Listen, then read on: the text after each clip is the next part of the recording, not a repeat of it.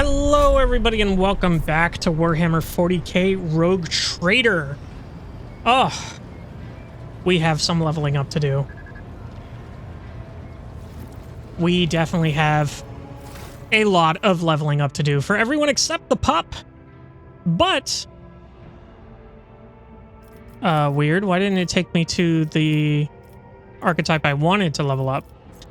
Hopefully it doesn't take that long. I'm trying to remember what we did last time. We finally got him as part of our retinue.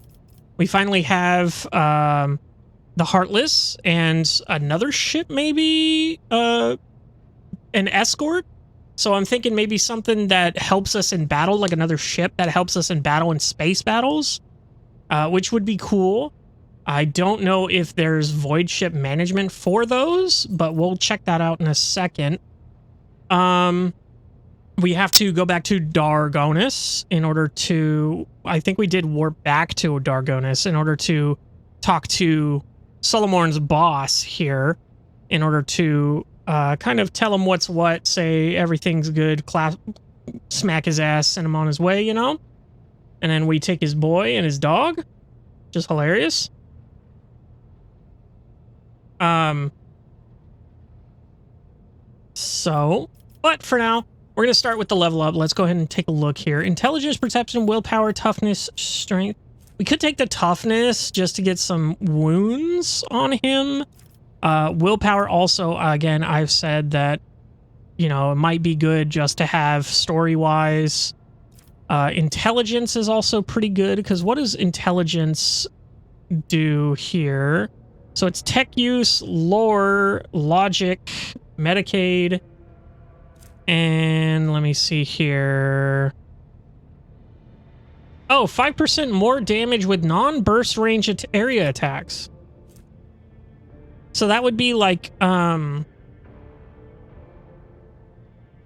it's actually really good for Pascal since he uses the plasma weapons. Because the plasma weapons have a area of effect non-burst ranged attack, which is cool, but not something we use really. So we can't get ballistic skill, can't get fellowship, unfortunately. It's really between willpower and toughness. I think maybe you can make an argument for perception. Let me see here. Awareness and reduces enemy dodge chance. That doesn't help. Yeah, ballistic skill is what helps hit chance, right? Based on hit chance for ranged, yeah. So I guess we take the willpower. We'll take the willpower. And then we have more of this. We can do Imperium. We can do commerce. Commerce could be good. It is really good for us. Coercion is also really good for us. Peruse is not. I guess we go commerce for the time being. Get it up to Jai's area of expertise. We're 5 away there, and she's not in the party, so that's fine. Abelard, my man. Let's go ahead and take coerce for you. 115 is pretty good. Everything else is kind of booty dude, so I think we do take that. And then fellowship, not really. Strength we definitely want. Strength we definitely want. Cassia. We can go or warp, I guess. Everything else is pretty negligible. Demolition. Well, doesn't persuasion allows the character to reach their destined goals and dialogue, making good. Yeah, so this is just for us. This isn't even. Yeah, we don't even want to touch that, honestly, on anyone else. So I think we go lore warp here. Just so we have someone in the party who's good at it. Because Adir is the only one that's even remotely close to being okay at it. And no one else really touches it, so Willpower, definitely. Fellowship, I believe, is the other thing we want to take on her for her archetype abilities. Cabela, let's go ahead and take a look. Weapon skill, we definitely want for the hit chance. Athletics, I think she'll take. What does this do? Traverse difficult terrain. Which, I mean, I thought this was going to do something else, actually. I thought this was going to be more than just... I thought athletics would be, like, initiative or movement, you know? Maybe not. Maybe demolition would be good to have on her, since nobody else on our team really... Oh, no, Solomon does it. He's got 80. And he's going to be in the party for the time being. Replacing Argenta, I think. So... we are not going to touch that on her. Those are all good. Xenos lore, Imperium lore, athletics. I guess we take athletics. I don't really know here. Because I guess she's going to be our main athletics person when we do... Because we're going to replace Abelard with the Space Wolf guy. He is a Space Wolf, I believe. Whenever we find him, wherever he's at, probably going to find him towards the end of the game. Overseer here. Now, this is going to be interesting because I don't know what to do here. So, Fellowship, he's got 60, 35, 45, 65 on ballistic skill is pretty good. Power, ability, and strength. I think we take the ballistic skill just for him. I don't know if these doggy things... I don't know if the doggy things go off of Fellowship. This Fellowship seems to do a lot of that stuff, but let's go ahead and get Demolition here, because he's our Demolition guy for the time being. He's also our Coercion guy. Is good. This is 125, which is crazy, but Wilbur is also up there in Coercion. So I don't think we need to... I think we go into demolitions with him. Let's go ahead and upgrade you here. So awareness is probably definitely what we want.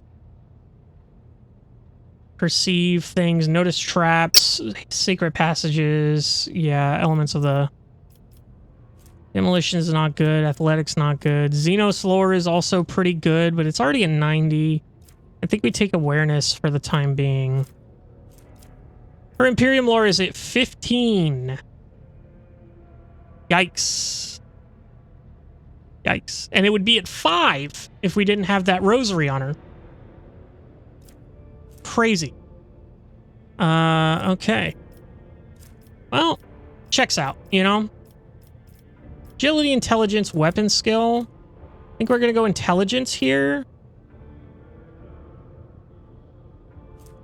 Because that does do Xenos lore. Might as well. We have everything else. And then we'll save everyone else's upgrades for later, I think. Until we need them. So let's go ahead and jump back into the Coronis Expanse. Oh, we didn't actually travel back to... Gargon. Oh, we did. We did travel back to our Gargonis. Let's go to Void Ship Master Deployment. Here we go. We got to level up for the ship. Choose Advanced Ability. So we've Expeditious Reload. Reloads all cannons that were fired during the acceleration phase. That's pretty good. That gives us an extra shot. Allows the use of both abilities of one selected post for one turn. Move the flagship made instead of the use of 45 degrees, it can do 90 degrees. Strafe fires a maneuvering thrusters and slides a short distance to one side. Flagship's auger scan the enemy ship to highlight its weak points. All damage dealt to a weak point is increased by 30%. Only one weak point can be highlighted at a time. I think we take this. I think we take the reload. All hands on deck.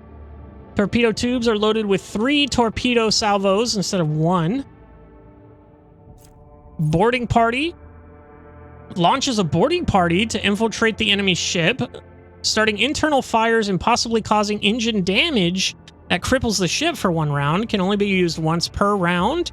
Duration plus 1 round every 10 points in the Supreme Commander's persuasion skill.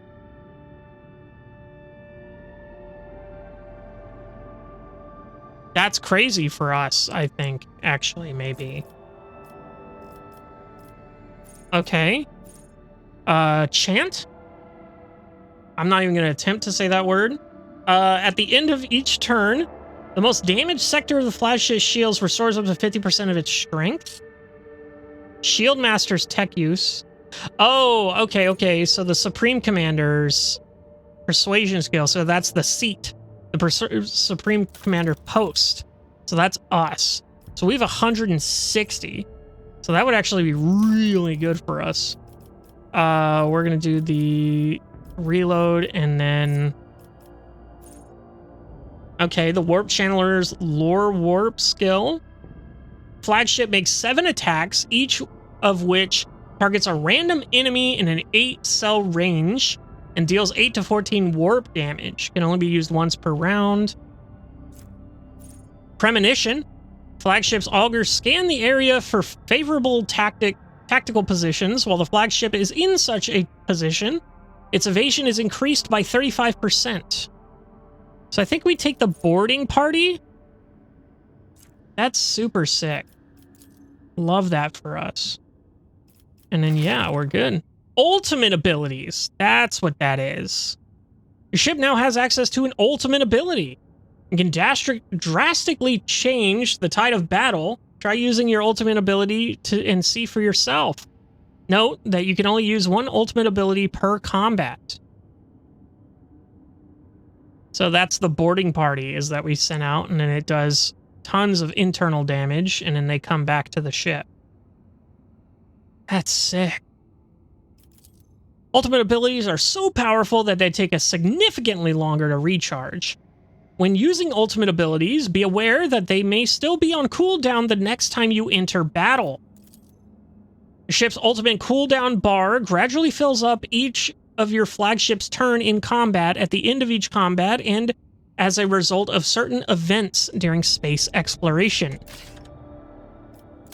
Okay. Now, Solomon, are you going to be better than anyone else at anything here?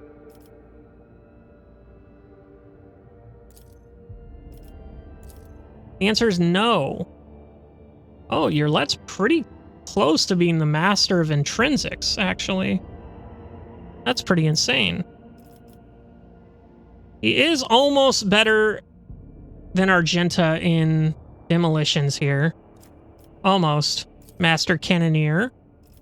I think Pascal's pretty secure in his seat in the as the Shield Master. Cabela is catching up to Abelard in terms of athletics here. But I think we're all good. Components. Let's go ahead and take a look at some of the components because we did get the fireproof ones. So this is just straight up better. Because it does the same amount of damage negation, but also gives internal fires 50% less. Short range macro cannons, firing 2 autonomous aiming modules, fires 2 shots, dealing 21 damage per shot. 4 shots, dealing 14 damage per shot. Or 4 shots, dealing 21 damage per shot. I think those are both better than this. Because 4 times 14 is better than 2 times 21, but that's also twice as many attempts to miss, if that makes sense. But I think it's fine for now. 7 points of damage, 3 points on the front and the back. Torpedo tube plasma, firing 5 torpedoes with 19 damage warheads. I think we're good for now. I think we might want to up the hull integrity here. upgrade the RAM. We don't really use the RAM. Let's go ahead and spend some of this scrap. How much scrap do we have exactly? Does it show how much scrap we have? Level 4, it's almost level 5. Oh, we have 826 scrap.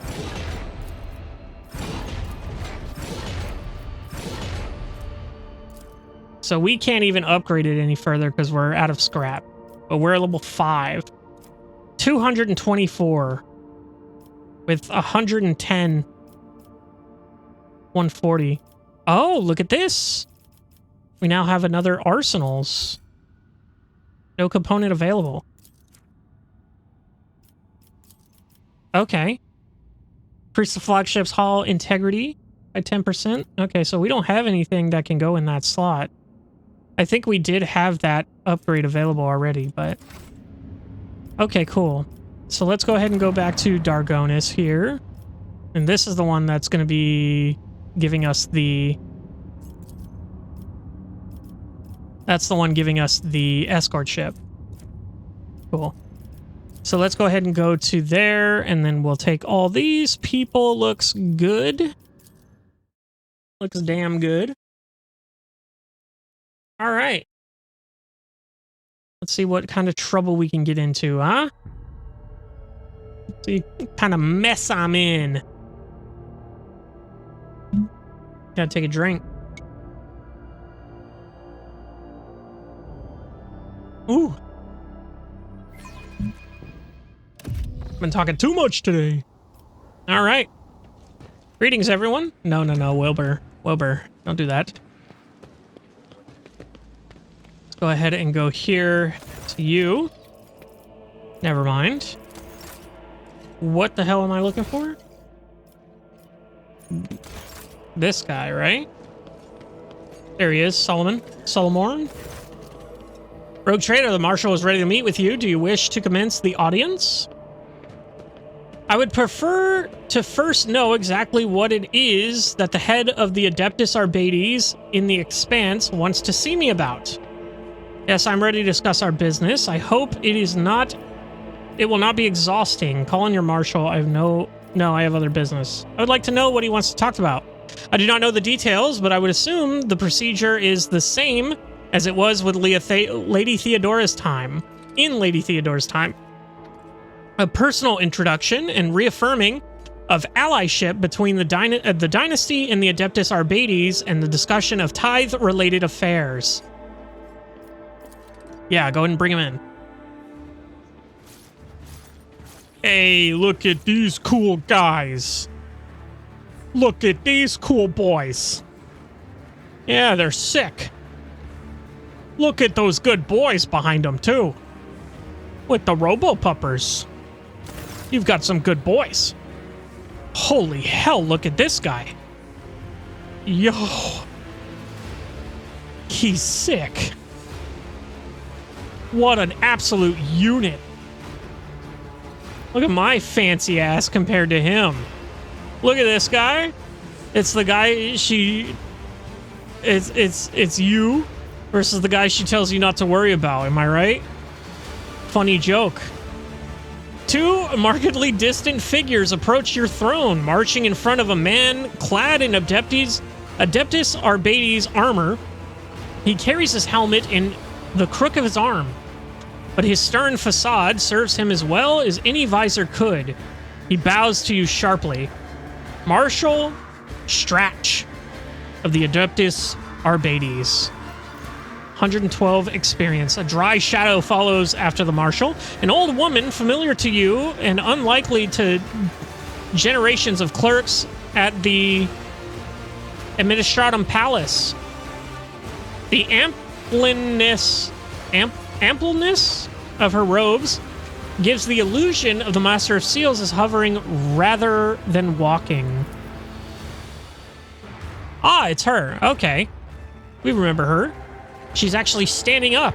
Crazy. The woman bows. The Rogue Trader Wilbur von Valentius, I, Prefect Inscribler Volturb, greet you on behalf of the Adeptus Administratum.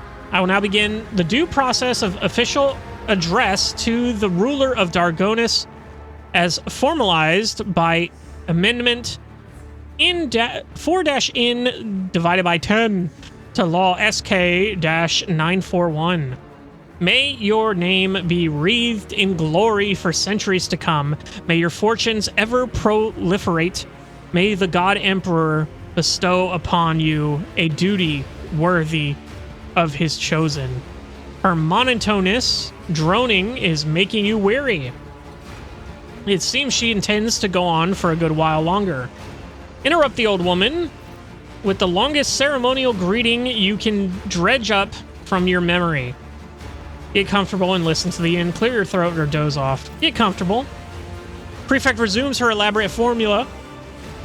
You notice a few poorly concealed yawns and frenzied blinking among the crowd. The speech drags on for another 5 minutes, but you pass the test of fortitude honorably.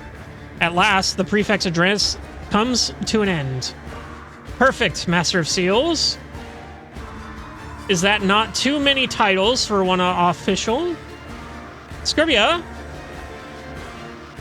who would give their name a child a name like that? Abelard, what are these people doing in my dominins?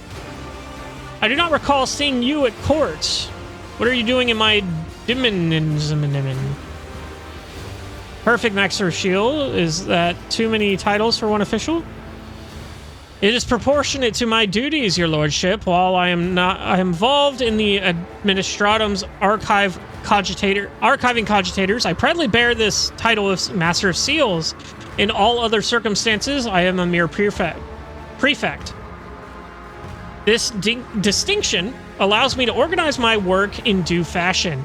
And as you surely understand, clarity and order are critical components of the sacred acts of maintaining and managing records. Abelard, what are these people doing here? A delegation of the Adeptus Administratum and the Adeptus Arbates is... Sorry, my... my thing cut out. Anyway, where was I? Is accommodated in the Von Valencius territory so that they may tally and collect the imperial tithe from your worlds, Lord Captain. Lady Theodora graciously provided them with premises where they could perform their duties and authorized them to restructure the dynasty's archives. If I may continue for you, the prefect steps forward, dragging her feet slightly. As per the decree of Theodora von Valencius, or blah, blah, blah, blah, the representative, the Adeptus Administratum and the Adeptus Arbates are sanctioned to use the Palace of Justice, oversee tithe collection in the Protectorate, and review any and all cases of tithe avoidance, tithe exceedance, or other irregularities. These rights have been formalized in numerous pacts and statuses under the main decree. Considering your new position, you may have yet to acquaint yourself with these documents. You are the successor to Lady Theodora, whose alliance with our two sacred organizations forever glorified as a rogue trader closely tied to the executors of Holy Terra's will. And we, as representatives of the Adeptus Administratum and the Adeptus Arbates, must verify that you are able to maintain this alliance that has brought such repute to your dynasty. Prefect scrutinizes you as if trying to estimate your proportions and weight. That is why we have arrived in person, as the present circumstances have provided us with a chance to see if your intentions concord with those of the late Von Valencius. And what circumstances are those? Prefect's lips contort into a twist. Our work has been disrupted by unforeseen setbacks regarding communication and transportation. As our requisitioned assets were not adequately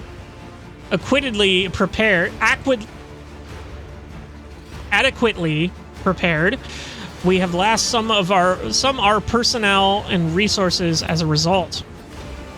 The arbitrators are too short-handed to perform all duties expected of them. Since they first arrived in the Expanse, their numbers, limited from the outset, have also continued to dwindle. After analyzing the situation in accordance to amendment blah blah blah to decree blah blah blah, we have decided to notify you of the tithe violation committed by one of the worlds in the region. This regrettable lapse must be rectified as quickly as possible. The old woman shivers and rubs her augmented hands together with an unnerving creak. Are you implying that I have an obligation to help you?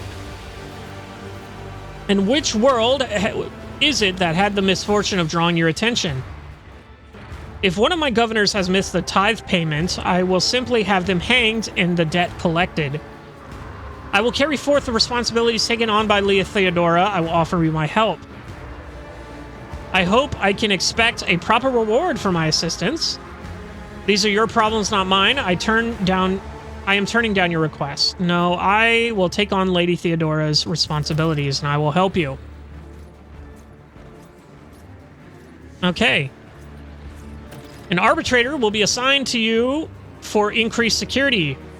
Protectorate Anthar, front and center. Marshal's voice thunderous over the arbitrator's ranks, and Solomon Anthar marches over to your throne, his cyber mastiff at his heel. I have enough fighters in my retinue already. Why would I want an administratum spy? Thank you for the support. I will go to Thasara as soon as I can. I guess I'll go there. The Emperor protects the Marshal, makes a sign of the Aquila in the motion so sharp that you can practically hear it cutting the air. The prefect adjusts her ocular lenses with a weary sigh, and once again, no specifics given, of course. And my report? Nobody ever stops to think. She quickly catches herself and offers a bow. Okay, he's officially part of our party, but now we have a new problem. Someone's not paying their taxes. Uh-oh. Yo.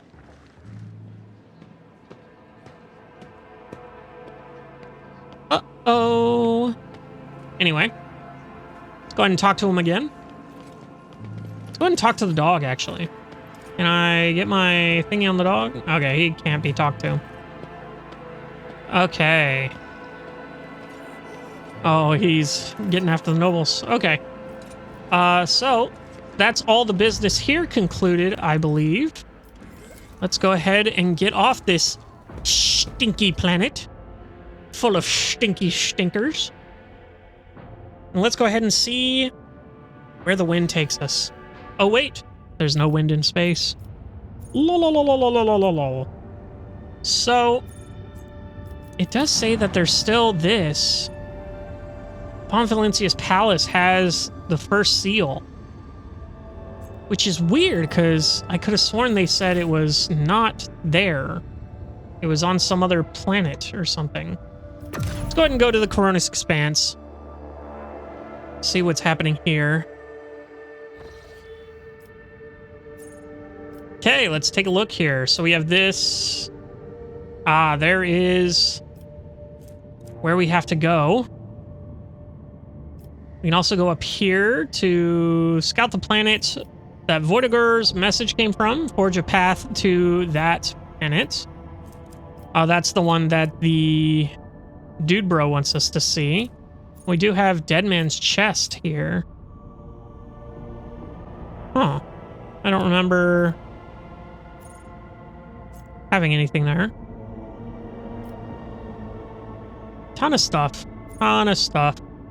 Do have to still go down here to those. I think we're gonna go ahead and go here to this one. Go and warp travel there. Has begun a new stage of development. Janus. Excellent. And nothing happened. Crazy. Go and chart new routes here. We got +1 there. We have an unsafe route to this one. Or it's a deadly route, excuse me. Yikes. Let's go ahead and check our colony on Janus. Troubling news has arrived from Janus, your lordship. While digging an irrigation ditch, workers found a Xeno obelisk made of unknown material. It was delivered to the laboratorium and subjected to a number of tests, one of which caused a reaction. The obelisk generated a low-frequency vibration, and events that followed were catastrophic. Colony reward gained: Xenotech, provisions, chemicals, and promethium. A series of anomalies were recorded in the Epsilon 2 Majoris region. It is almost like Janus itself is fighting us there. Many logistical chains have been disrupted. The only people who visit the uncontrolled territory are the wretches fleeing deeper into the region in greater and greater number. The observers report strange fires in the sky at night, completely imperceptible to the augurs. The esteemed Untranquilitors are gathering outlaws and fortune hunters for an expedition into the heart of the region. They assume a priceless trove of xenomechanisms is waiting for them inside. What exactly is happening there? The vegetation demonstrated a remarkable ability for wild growth. It took the planets only 2 days to overrun the agri-complexes in the region. Extinct species of local megafauna have been spotted in the newly formed jungle, aggressive and acting in unnatural cohesion. How are the wretches involved? We do not know. It is as if they are all receive a signal telling them to abandon their work and rush deep into the affiliated territory. Some were stopped by the watchmen appointed by your order. Unfortunately, about 100 still made their way into the region. Permission to advise granted. I await your proposals. So let's see. Methodically eliminate everything in the region. Plants, animals, wretches, everything. Send in the scouts. Let us know what they managed to find. Isolate the region and commence research. We must understand what we were dealing with. Permission advise. Janus's natural world is rising up. It is a lucky coincidence that the planet boasts experts who specialize in both controlling and destroying life. Reports from Magus Biologus Chapel make no mention of storing weapons of mass destruction, but I have no doubt they possess some. They always do. I see no reason not to let them use them against all this, whatever it is. Deployment of fortified research stations in the infected sectors is recommended. The benefit of gathering information justifies the increased casualty rate among personnel. The wretches know more about the pestilent growths than we do. Something must be done. Something must quickly rectify. Something we must quickly rectify. We should capture some of the mutants and force them to cooperate. That way we can learn what it is we're dealing with.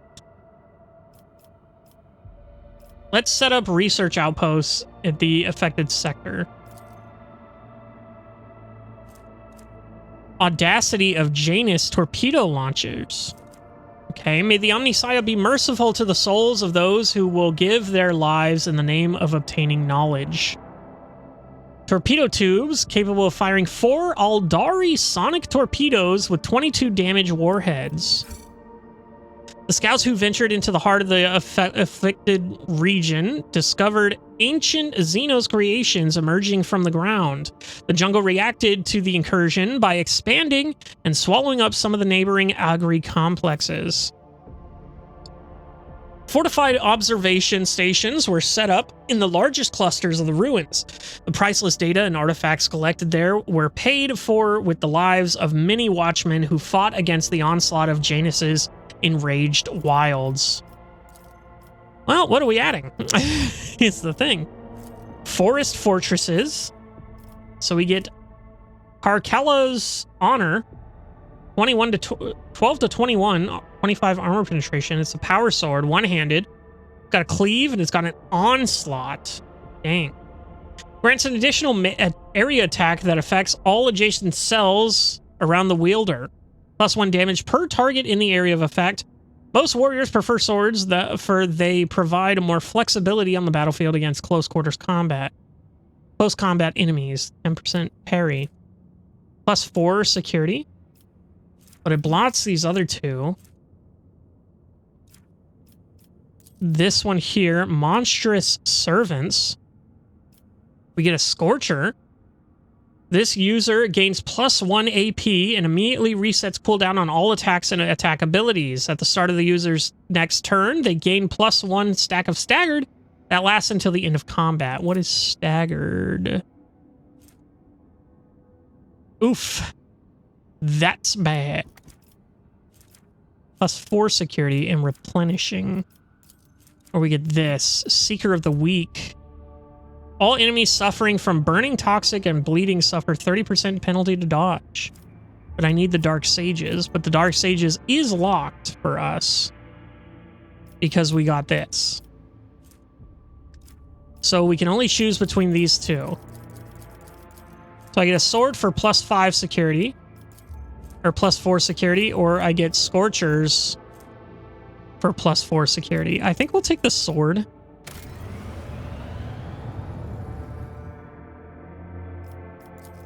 I'll take the sword. That's going. Fallstone, you're not making anything. What's up with that, buddy?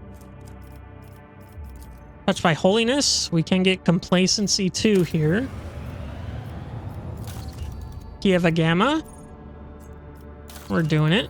And then this we're doing. So we're good there. Let's go ahead and visit Pelium Solitus. Solitus?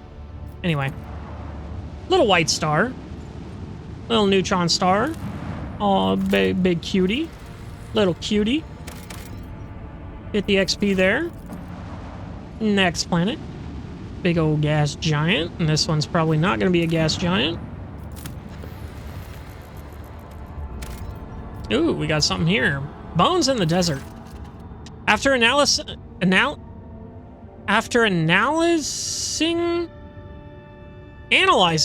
Oh, man. Oh, my God. My brain just shat itself. After analyzing the auger data, the officers were surprised to discover that the planet was once covered with oceans. Long ago, an unknown cataclysm caused the seas to dry out and turn the world into a lifeless desert. The most amazing discovery of all was the skeletal remains of colossal oceanic organisms, some large enough to be seen from orbit. Life is fragile, even for creatures this enormous. Okay, just some world building, literally. Begin scan. Dead world, burning world. Looks like there's gonna be nothing here for us, boys. So we had a Savannah world, desert world, burning world, gas giant. Back to the map. Well, let's go ahead and make this safer here. We'll make it unsafe. And then we'll travel. Lord Captain, urgent report. We have received an astropathic message from Regent Orselio. Oh, Oronto Orselio. The navigators are concerned about the fate of Cassia, who disappeared from Urek 5. The Regent is requesting an update on her current status, and he has also inquired about the possibility of a personal meeting to negotiate and arrange the return of Lady Navigator to her house. Not happening, brother. Bring it on. The psycho-emotional coding of the received message betrays acute concern, but it also contains something that the astropaths have failed to put into words. If you'll excuse my forthrightness, I feel it is necessary to tell House Orselio the truth, otherwise a conflict with the Navis Nobilite is possible, which, given the current state of the Coronis Expanse, will only play into the hands of the enemies of the Imperium. How did House Orselio even learn that I have Cassia? Tell House Orselio that Cassia is safe and that the rogue trader would be honored to meet in person. Order the astropaths to send the following. Cassia Orselio perished at the hands of the rebel navigators of her own house. Tell Regent Aranto that... Aranto? Yeah, I think I had that right. That the rogue trader does not know anyone named Cassia. Ignore it. We have no obligation to answer anyone's requests. How did they even know that I have Cassia? I wish I knew, Lord Captain. It is troubling indeed. Perhaps we have a spy on board, or Regent Aselio, or he's bluffing. In either case, I believe we should respond. Navigators are extremely powerful and useful allies to have. Tell him she's safe and that we can meet in person. I'll see it to it, Lord Captain. The astropaths will transmit your consent. Representative of House Orselio will be waiting for you on the capital world of Dargonis. Receiving members of the Navis Nobilite is always a delicate matter. Please make sure to discuss the details of the meeting with your Chancellor upon arrival. Well, damn. Just a little too late, because we were just there, buddy. Okay, we got +1. Plus we got openings there.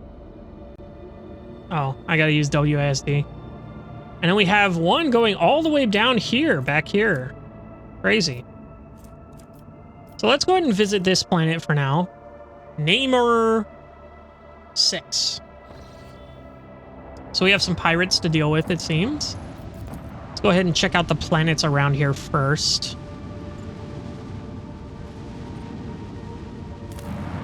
If that's the case, we can see our ultimate ability and... Ooh, look at this. Traces of meteorites. Phlogiston. How much phlogiston do we have? We have none. So I think that's a good thing to put on there. Let's go ahead and check this out. The ship's augurs have detected a non-native mineral cluster on the planet's surface. Okay, athletics 100%. We got this. Probably the remains of an ancient asteroid shower. The substance is valuable, but collecting it will not be easy. The asteroid sits right above numerous underground caverns. The ancient tunnels and vaults are incredibly unstable and would likely not bear the weight of a large group of humans, let alone a shuttle. Take the risk. Succeed. The crew's expertise made it possible to collect the mineral without disturbing the ancient caverns. Plasteel. I think we hold on. Oh, 5 plasteel is pretty good.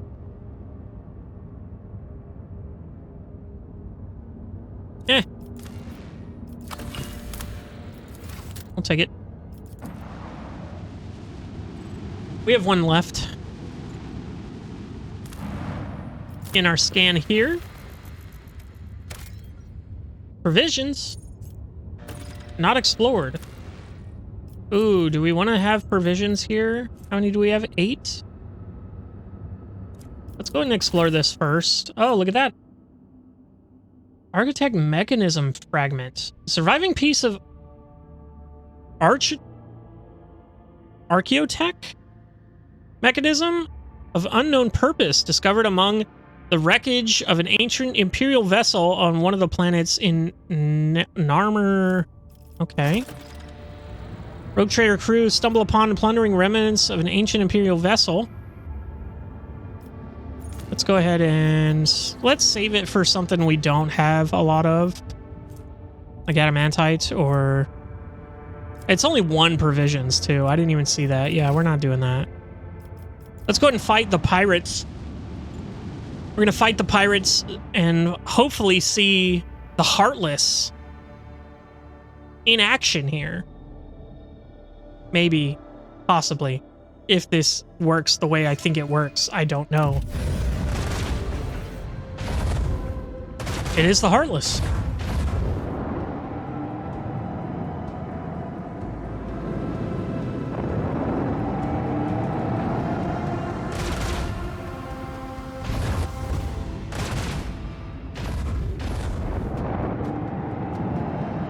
It does have no shields, but it does have that Gellerfield thing, whatever it is. Shadowfield, excuse me. and we don't have control over it. It is taking quite a bit of beating. But it also is putting in quite a bit of beating. I don't know why you would do that. Changing course, disengage. Let's fight. Let's live to fight another day. Yeah, not happening. You ain't getting out of here, buddy. Let's go ahead and go here. We are going to go ahead and just kill this guy off. Bam. Sucks to suck. We're gonna go ahead and hit this. Another salvo. We can go ahead and go here, try to hit him. And go here, try to hit him. Excellent. And then we can avoid the... Well, is going through the torpedoes a good option? I don't even know. Let's try it. We can indeed. But we only have one other thing here. And he's whipping around.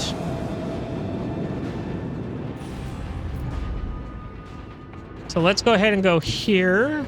See what we can hit him with. So we can hit him with that, we can hit him with that, we can hit him with that. It doesn't look like we can hit him with much else. So I think we do that. The time has come.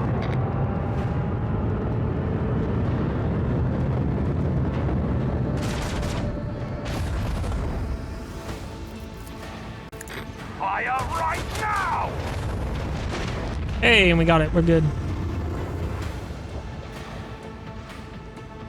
And then we end our turn. I have missed this feeling. Upgrade. Oh, it just takes us straight to the upgrade thing. Oh no, we got another... Oh, that's right. We leveled up our ship once again. New heading, I think we take, or we can take strafe. We can take strafe, I think. And then, ooh, look at all this. Ooh, this is fun. Extra fight control cogitators. Characteristic level 8 required. What level are we? 1, 2, 3, 4, 5. Okay. So never mind. What does it do, though? Allows the voice ship to control one extra wing of each attack craft type. Weird. Heavy void craft armor. Each attacked craft launched from a torpedo tube, and each torpedo gained +1 hull integrity. Improved ram. Void ship ram deals twice the additional damage for each extra tile traveled. Onboard ECM. Torpedoes and attack craft gain plus 60% evasion against enemy attack crafts attacks and 20% evasion against all other attacks. Repairing the voice ship costs 50% less scrap. That's pretty good. Restart shield now inflicts only a -2 speed reduction and no firing range penalty. Silent running. When approaching an enemy, the flagship shuts down all non-essential systems and starts to drift unnoticed past enemy ships. As a result, in most encounters, large enemy vessels, frigates, and larger are surprised and act later. And in number 2, silent running now makes the flagship act before all enemies in most encounters. Steady hand. When using post abilities, there is a 20% chance its cooldown is 1 round shorter. Take it all. The flagship now collects 10% more scrap from destroyed ships. 50%. So do we want more scrap? Do we want to, or do we want better repairs?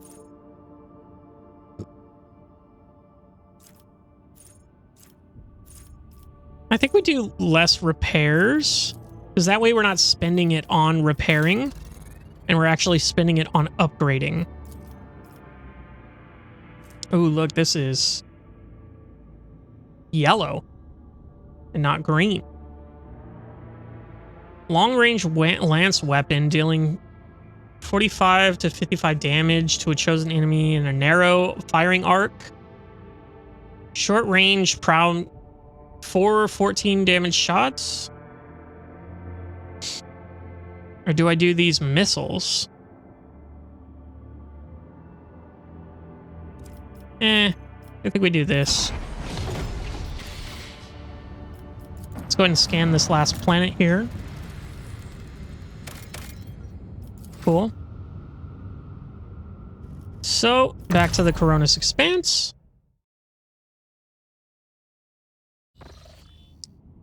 Now, we have a choice to make. Do we go to this one, save the Eldari, and look at Voidiger's message? Do we go to this one, where we go to the thing that the drive stems want us to go to? Do we go to this one and go back to the Von Valentius Palace to arrange for the Navis Nobilite? I think we go here.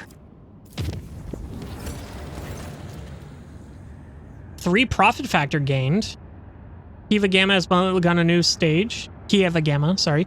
Permission to report. Your proctor has arrested my voidsman and is demanding his execution. A repeat offender, he says. Please do something, Lord Captain. Who is the voidsman? He's one of mine. Not as big of an idiot as the rest of the idlers. He understands the control systems. He can make sense of the readouts. Him, a repeat offender? Bring the detained man to me immediately. I will personally interrogate him. I will deal with this when time allows. Solomon may execute him if he deems it necessary, and let that be the end to it. No, let me personally interrogate him. Consider it done, Lord Captain. All right. Well, they're sending him here. We'll see how this goes.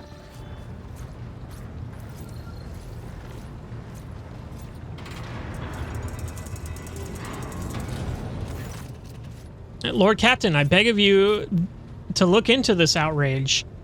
This cyber horror nearly chewed up my assistants, and one of them's been left without 2 of his fingers.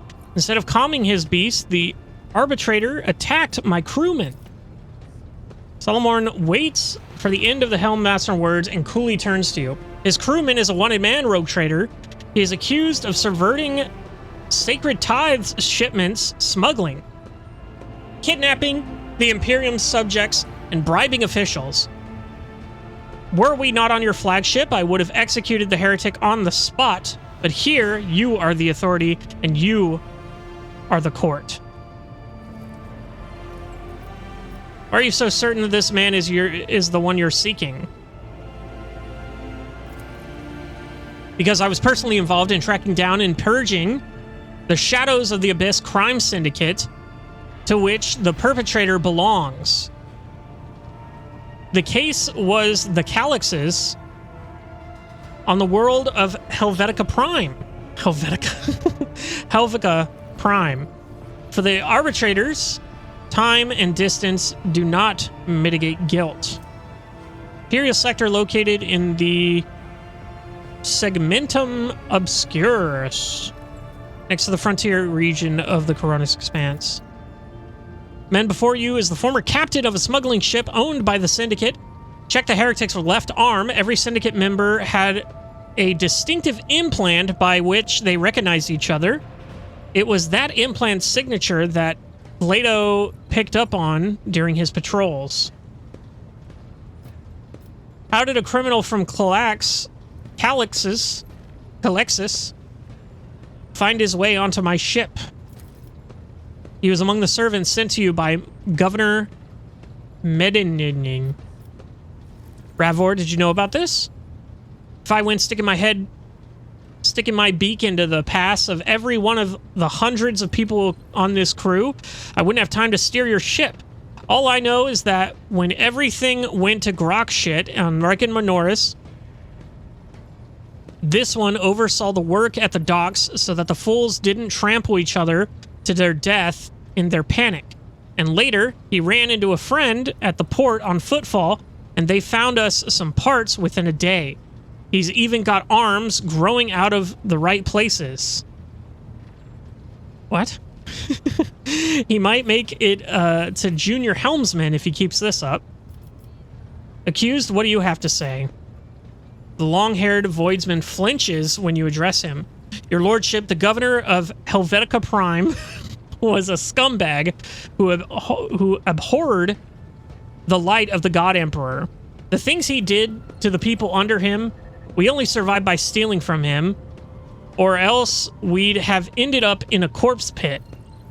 Like one in four did after a distribution station accident. But once I got out of there, that was it. I was on the business for good. I was out of the business for good. And when I found myself in your service, I realized that it was a gift of fate, and I'd be a fool if I didn't repay such good fortune with my wholehearted toil. Cease any investigations behind my back if I hear such a thing again, arbitrator. You will be put off this ship. Not via shuttle, but through the airlock. I have made my decision. I await your orders, Road Captain. Road Captain. Rogue Trader. Master Hellman shoots a look of naked dislike at Solomorn. Raver, this Talatin Voidsman is your responsibility. Should he commit any misdeeds henceforth, you will have to answer for them. I do not trust this man to remain in the Master Helmsman's crew, but I cannot allow such talent to go to waste. Hand him over to the factotum. He will find a use for him. Fugitive criminal must be punished. Execute him. Raver, he's your responsibility. Yes, Lord Captain. Raver's disgruntled grimace momentarily dissipates. First Forge gained the ability Capable Hands. Repairing the Void Ship now requires 15% less scrap. Holy shit. That's a 35% difference. Altogether? Or wait, no, it was 50%, right? 50% less scrap? So that's 65. When every professional counts, does it matter how exactly they obtain their skills? The Rogue Trader does not shun people with murky pasts, thus earning him the respect of Ravor's motley crew. Then this case is closed. With your permission, I will return to my duties. Get out of here, convicted voidsman. Get walking. Nah, you cool. We cool. We chill. You know, he's turned over a new leaf, and I accept that wholeheartedly. Go ahead and look at this here. This starship station system. Drukari void ships. Uh-oh. Lord Captain, we've cross-referenced the key characteristics of the system with our astronautical chart data. The planet Verbos 6 is located here. The problem is the augurs detect an unusual change in the atmosphere, not unlike a massive release of toxins. It appears that something unfortunate has happened on the planet's underground storage facilities. It's impossible to land safety on the planet just now. Unknown ships are cruising in the system. No need for any cog to analyze it. I can decipher this telemetry easily. Xenos.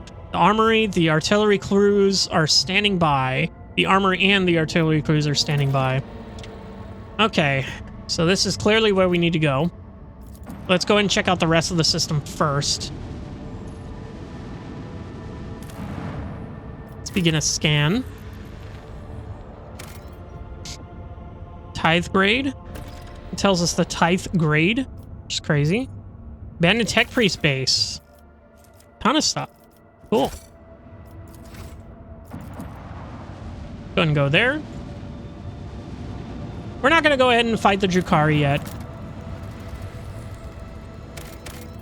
We're going to go ahead and Get all these first. Oops, I didn't mean to click on that. This planet can barely sustain life, and yet searchers discovered a long-lost Imperial colony that was once cut off from the rest of the galaxy centuries ago. The colonists live in conditions worse than any underhive, yet they still venerate the Emperor and gladly welcome their visitors. Lord Captain receives an invitation to the local ruler, the Archqueen, Princeps Demonia? Pay the Archqueen an official visit. Take over the colony. 1 shuttle and 2 rifles should be enough. Let's go ahead and pay her a visit. The ruler meets the Lord Captain in a shack, considered to be a palace by her people. Tech use. The Archqueen's unusual crown is made out of metal coils, most likely parts of an ancient device for boiling water. The guests have served their finest delicacies the colony can provide. The Archqueen praises the visitors in mangled Low Gothic and calls the Lord Captain her dear brother. At the end of the audience, gifts are presented to the guests. The Archqueen's minister delicately remarks that the best possible gift the Lord Captain and his crew could provide would be the replenishment of the colony's meager gene pool. Lord Captain gives the order to canvass the lower decks for volunteers. The most ruggedly handsome among them will be sent to the Archqueen's court along with the other gifts. Lord Captain decides that standard gifts will suffice. Do I give her some boy toys? I think I do.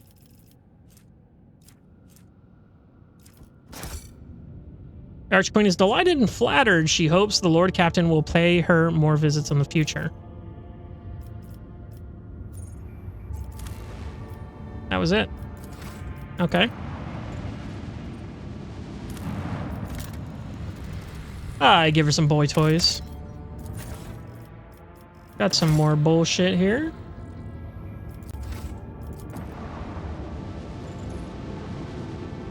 Oh, we already did the lava world. Sorry.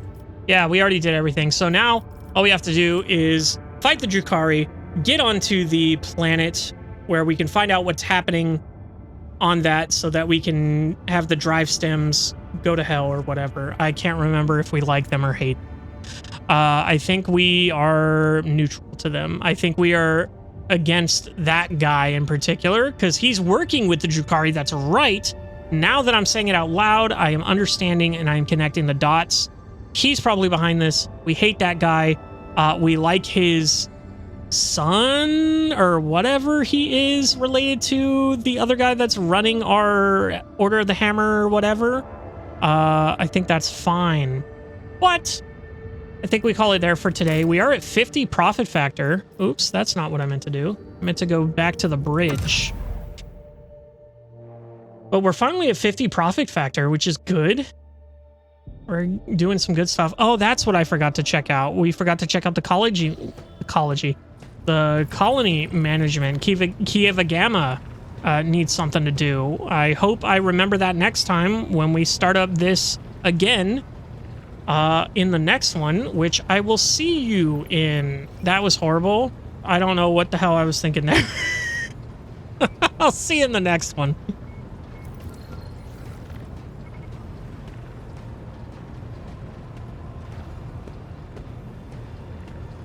Hello, everybody, and welcome back to Warhammer 40K Rogue Trader. I'm gonna be real. Don't really remember what we were doing. I think we are about to go and help the drive stems with their planet problem, I believe is what where we left off on. Yes. Vabos 6. So we explored the universe outside of that. We just have these Drukhari warships. That's right, because he's in league with the Drukhari. So something's probably going on the planet itself. But yeah, let's dive right in with some ship combat. We do have... Oh, hold on. Oh, dang it. I couldn't click off of it in time. Oh, well. I was going to say... I was going to check to see if we had those because we were doing a colony project that was going to give us another ship here, but I guess it didn't complete. So just the 2 ships there? Last Hatred Frigate? Last Hatrid? Hatrid? I don't know what that means. There's a big explodey dude here. I think we're good to go here. Can I get within line of fire of any of these people? I cannot. So I think I'm going to let the Heartless charge in here. See what these guys do. Unless I can just shoot this. Unavailable. It needs a target. Okay. I was going to say, because doesn't this explode? Explosive Void Nebula. Cloud of explosive gas enhances capabilities of macro cannons, but increases the incoming damage. Whenever a vessel inside this anomalous zone makes an attack, it suffers damage. Okay. So it's not really... I thought it was more like you shoot in there, the whole thing explodes, and then it's a big AoE attack, but it seems to just be a debuff. So I do have to get to the end of my movement here. I think we just go straight up here. We go straight up. Now... Dang. If I use this extra 2 range, I still don't think I can hit anything here. I might be able to hit something there. Let's try it. Just send it. Oh, just barely. And I missed every shot. Sick. Sick nasty. Okay. Well, let's go ahead and just end our turn. We're gonna get hit here for a good chunk of damage.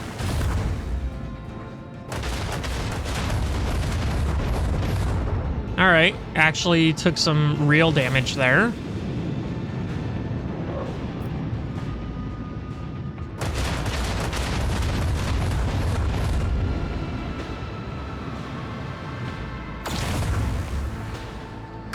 Ow.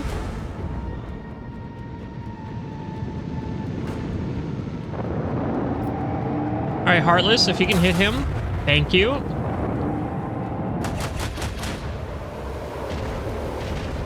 Yeah, they take a ton of damage going in there. Okay, cool. So... Dang. I could have got it with this. Anyway, 81% is not bad. That's a pretty good hit. I think from here, we go here, and then maybe we can hit him with this. No. Okay. If I go here, I can hit him with that. I can hit him with this, at least. See if that kills him. If not, then... Okay. Now we go here. We hit him with this. One's going down. Another notch on the macro cannon. Okay. So that's good. And then we can just... Oh, we can't do the maneuver. What is this? Boarding party. That's right. Our ult. I forgot about. We're not going to use it now because we're clearly in the lead here. So I think we just move up a space and end our turn.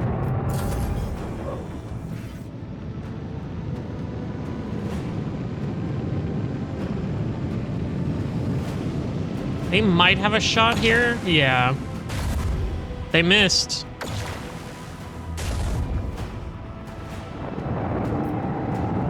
Heartless hasn't taken a single point of damage, I say, as they go into the freaking thing. So if I go here, I can hit him with the laser. Fire the lance batteries.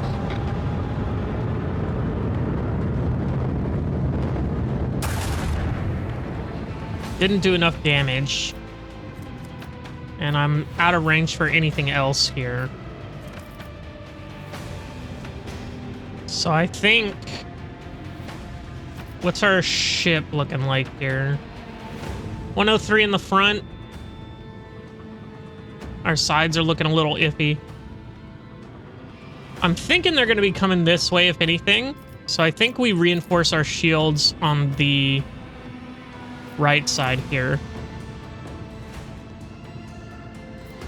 And we end our turn there. Because they're either going to be attacking us from the front or the side. Yeah, it looks like they were doing the front here. Taking quite a bit of damage here.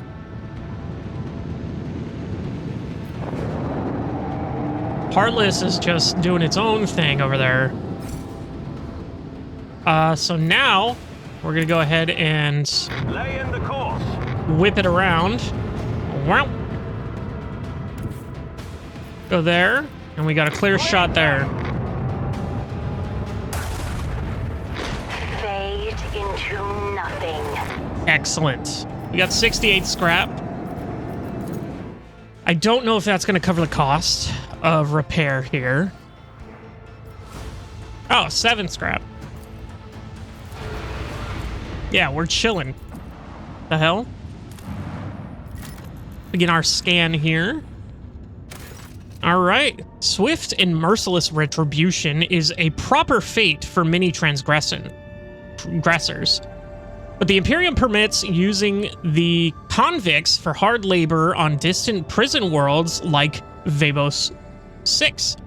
To atone for their crimes before humankind, hundreds of thousands of rogues and lowlifes toil in the mines of the Von Valencia's protectorate until death from exhaustion or some other unfortunate accident claims their forsaken souls. Cool. Prison planet. I think this is a good setup here. I think we're chilling with this. Okay. We're in the pits of Vebos 6. I want to keep saying 4. I don't know why I'm thinking Vebos 4. Anyway. Follow my lead. Follow my lead. Always was a penal world. But this, even the miscreants of this place do not deserve such a fate. Do not pay them. They became weapons in the enemy's hands. The Xenos wanted to shake our spirit, and, judging by your words, they were successful. Frozen in an unnatural pose. Gross. Yeah, he also looks like he's frozen in an unnatural pose. Let's go ahead and check the map here. Okay, looks like... I won't tolerate weakness. What is this? Caustic ooze gives off a sickening vapor and eats away the lining of your nose and mouth, making your eyes water. Well, let's go ahead and step away from that, shall we? All right, yeah, everybody's all messed up. Symbol of torment. Uh-oh.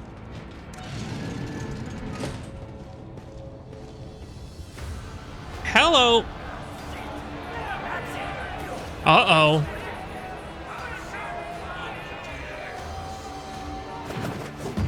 Whoa. Drukari.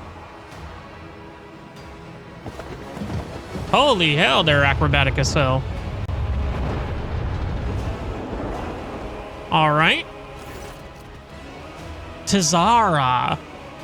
The tall, lithe Xenos moves with the grace of an otherworldly predator. The creature gives you a disappointing glance and casually speaks a few words that are immediately picked up by your eludicator. That's the rare device that translates, right? Macandis? Alethi? What is this? Has one of the sisters found an amusing trinket in the ruins and saved us the special treat for the Archon? Xenos takes a quick look over her shoulder towards the platform where a few more silhouettes in tar black armor can be seen. By whose leave are you playing Lord on my world? Kneel, Xenos, or I shall have you flogged. Seems it is I who is in for the treat. I cannot begin to fathom why my subjects found such exotic beasts. And I'm talking one, and a talking one at that.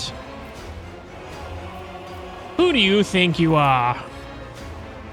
Xenos' eyes light up with interest. The monkey understands my speech. Where did you come by such a device that can translate our language? Are you trying to impress me by appearing useful? Such words will earn you a bout in the ring at most, without weapons, and soon without your skin. Humans scattered around you on the platform stare as if they've seen a ghost. The eyes of some betray their fear, others glare with bestial hatred, and yet more look upon you with hope. How about we skip the small talk and get down to business? Now, who are you? My name is known to everyone on this planet, Monkey. I am Tazara. Tazara, the Deliverer, the Benevolent, the one who grants respite from the choking grasp of this world. I decide who lives and dies, and who finds new purpose for their existence in the Comarog's many arenas. Surely this is why you have come, to fight for your ever-changing favor and for the privilege of being the first to be chained. Chuckles heartily. Such grandiose names for such a soulless wretch who tortures the breathless and torments the powerless. Your words hint at a nobility you have never possessed. Cousin, what are you doing amongst the rabble? What an unexpected and tantalizing surprise. She licks her lips hungrily. I cannot wait to take you in my arms and clasp you tightly to me. Do not waste your breath on lies. Only the faint vestiges of blood connect the Asariani and the Dark Ones, such as yourself. Okay, I presume the toxic atmospheres you're doing. Address the fighters in the arena. How can you stoop to this?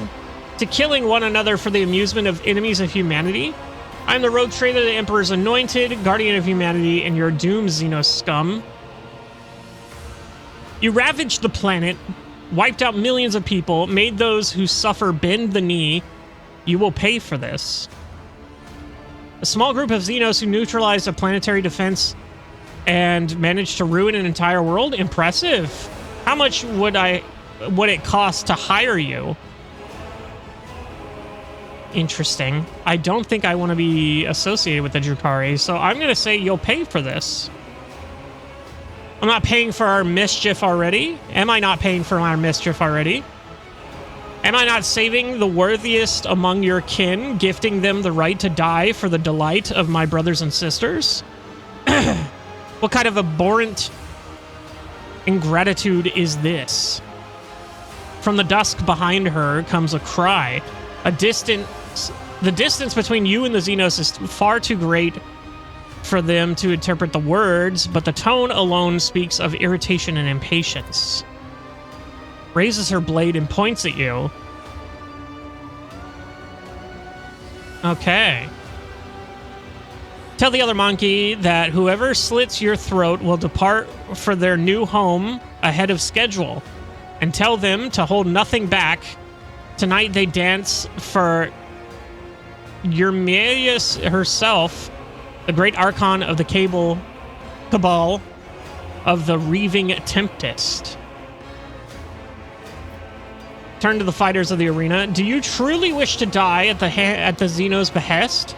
If you join forces now, we can end this senseless carnage once and for all.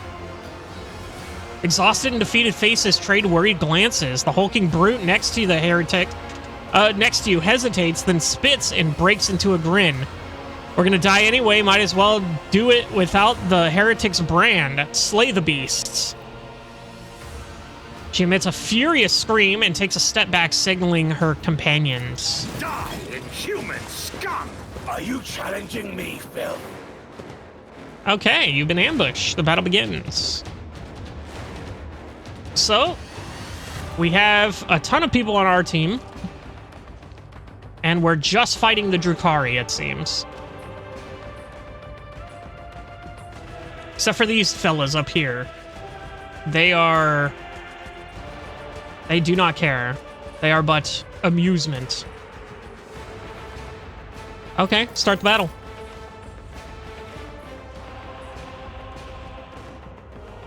Which gunslinger?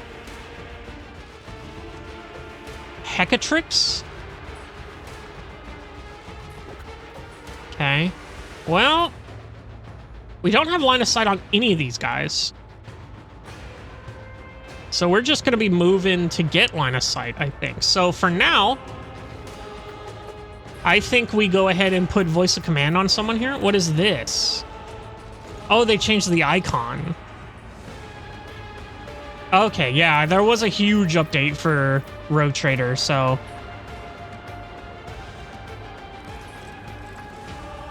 Okay. So I want to give voice of command to... Bella. I can't do. And then we're going to go ahead and get her in there for as much as we can here. So where is the closest...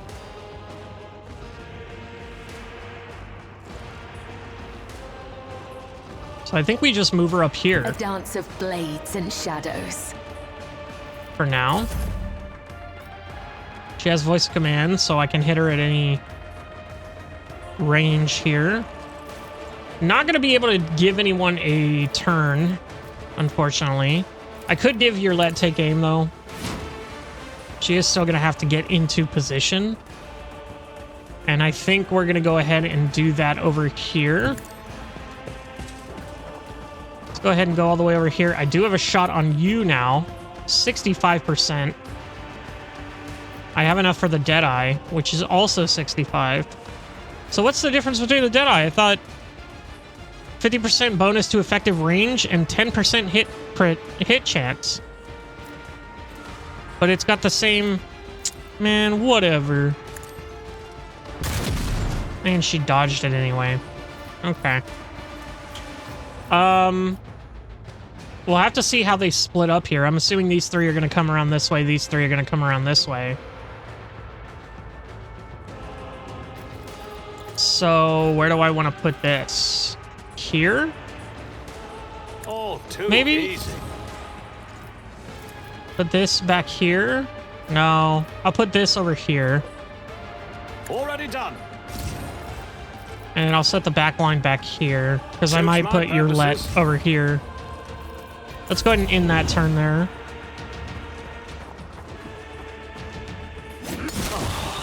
This plaything is about to break. Poor Here dude. we go. Hell yeah, brother. Blood. That's what I'm talking about. My ears are ringing. Did he actually hit you with that or no? Okay. Do I actually have a shot on these guys? I do. 95%. Oh. They're just hiding behind cover. They're not actually not exposed. But let's go ahead and go here. And then, do they have armor? 25%. I think that's negated by ours, right? 20%. So I could do This this. tedium is beneath me. I could do this. Your skill is lacking. Could do this. And then this on who? On you back I here? understand your intent. That works.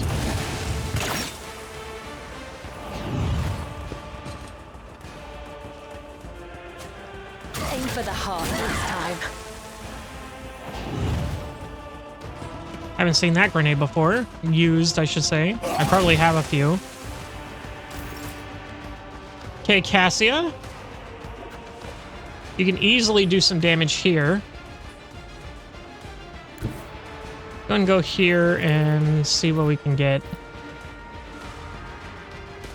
Yeah, we can do that. I am a navigator, not a servitor.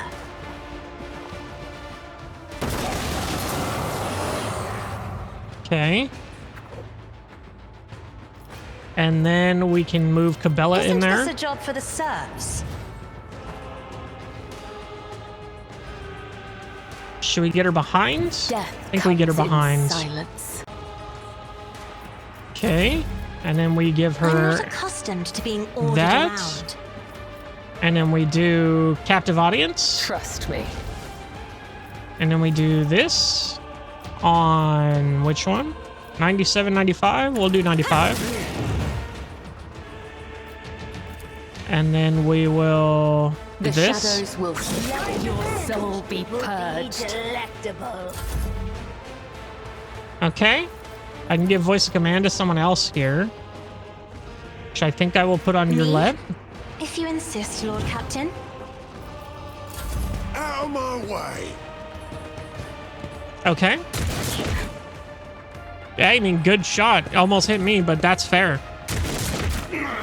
You call this? Show me what you've got. How go like this? Hell yeah. That persuasion check actually helped a ton. So they're dead.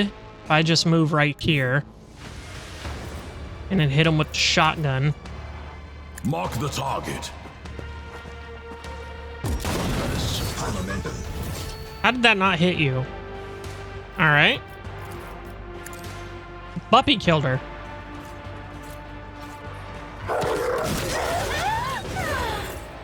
Alright. And then we can apprehend you back here. Didn't have enough movement to get there, unfortunately.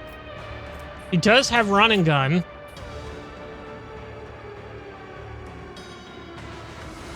Does have run and gun. Which I think we can use to our advantage here. Never mind. I thought I could get farther up. Yeah, I can't even... Oh, it's just barely out of range.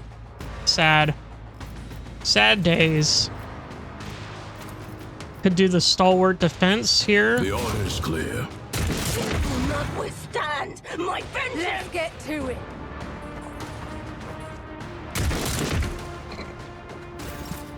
Okay. Cabela. My blade whispers your name. Death is a blessing. Okay. I'm bored of this farce. Who rules the arena? You or the monkey? Okay, so he's the one in charge. Danger of repeating misunderstanding. Draw your... Okay. So are you going to join the fight now? Or no? They're just going to disappear into the back. Okay.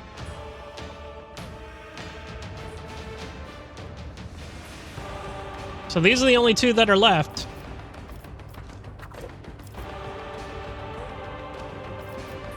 I could jump over there, but it's wasted. I think we just call it. Hey, got a shot in. Abelard? You're not going to be able to do anything this run, I don't think. What's your other weapon? You do have a las gun, a long las. I could take a shot here. Not bad. Work for a flesh crafter. And then we can do this. Beck and call. That gives everybody movement here. So I can go here with the Wilbur.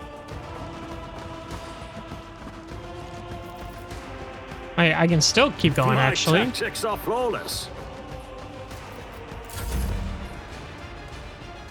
Solomon? We've got a job to do, Glato. And your let. We can move up here, but I don't really want to move. I think I just keep her there. And an Abelard.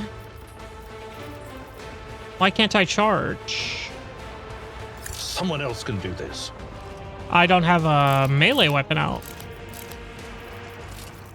Now I can charge. That's not the Seneschal's job. Victory is imminent. Okay. Okay. Now I have some... Absolutely not. Dang, I thought I could get the dog in there. That's the case here. Let's go ahead and get Solomon in there. Get it right there. Position. And then we can give him an extra turn so that he may blast these motherfuckers. Dodge, parry, and block, or armor penetration. And 22 levels of bleed. Accepted. The arbitrator judges. Tear your heart out for this. Okay, that's a lot of bleed. All too easy. Double dodge is crazy. And kind of BS. Not a problem for me. Hold on. Oh well.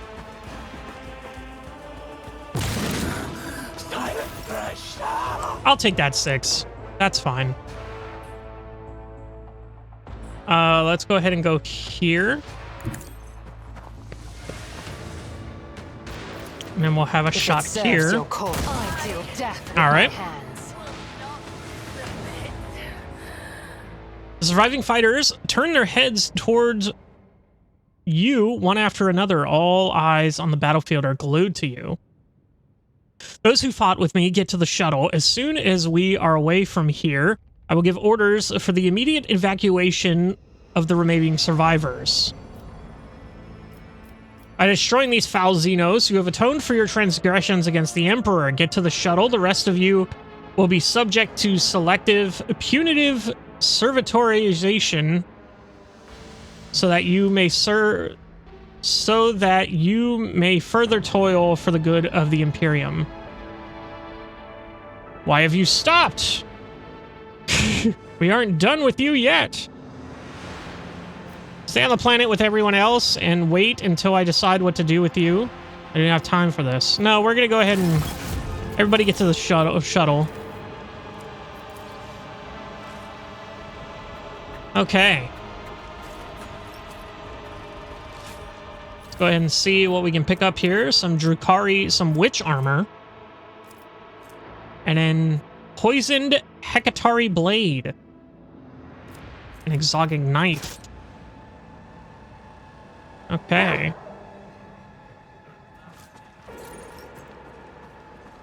Okay. Oh, they had splinter pistols. Okay, good to know. Blast pistol. Cool. I think that was it. There's goods there. A hunter carapace. Plus 10% armor if the wearer is in partial cover. That's cool. All right, everybody, gather up. I think that's it for everything there. Now we need to find out how to move forward with our stuff here. It's about time. No doubt the Dark One's left is satisfied. Okay. Check this out. Oh, look at that. Sick. Yeah, I hear you, good boy. I was about to say, can I please have something? It looks like there's no way out. Actually, this arena looks pretty sealed. Unfortunately. So I think we go back this way. For me? Oh, we never went back here, it seems. Yeah, looks like there's some goods there. Tech use Wilbur 35%. I shouldn't have clicked that. What in the world? Okay. Demolitions with our 1 melta charge. 70%. Not my best. Bug.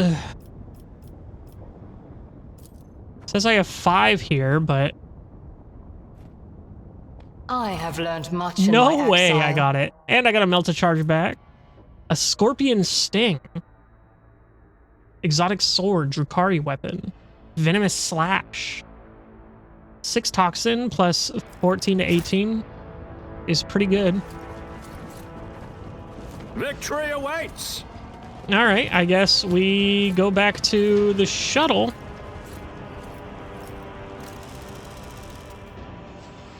Don't really know if there was much to do other than that. Dynasty restored. You claimed all the colonies on the Von Valentius dynasty. Okay, so this is our colony now. Punishment. So I need reputation with the Navy, and I need reputation with the Fellowship of the Void. Or I just need 4 people. Wilbur gains Enemy of Knowledge. Grants 5% damage against Psychers and Navigators. I get Complacency for all colonies. I get 4 Adamantine and 2 Chemicals. What do I get here? Here, your Navy, Adamantine Crystal, Efficiency, Security for all. I think we'll just take this. Okay. Project done. So we're chilling there. Go back to the Coronis Expanse.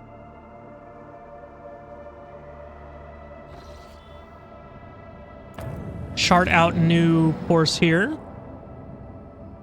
Colony Dargonis has a new stage of development. So let's go ahead and check out our colony management.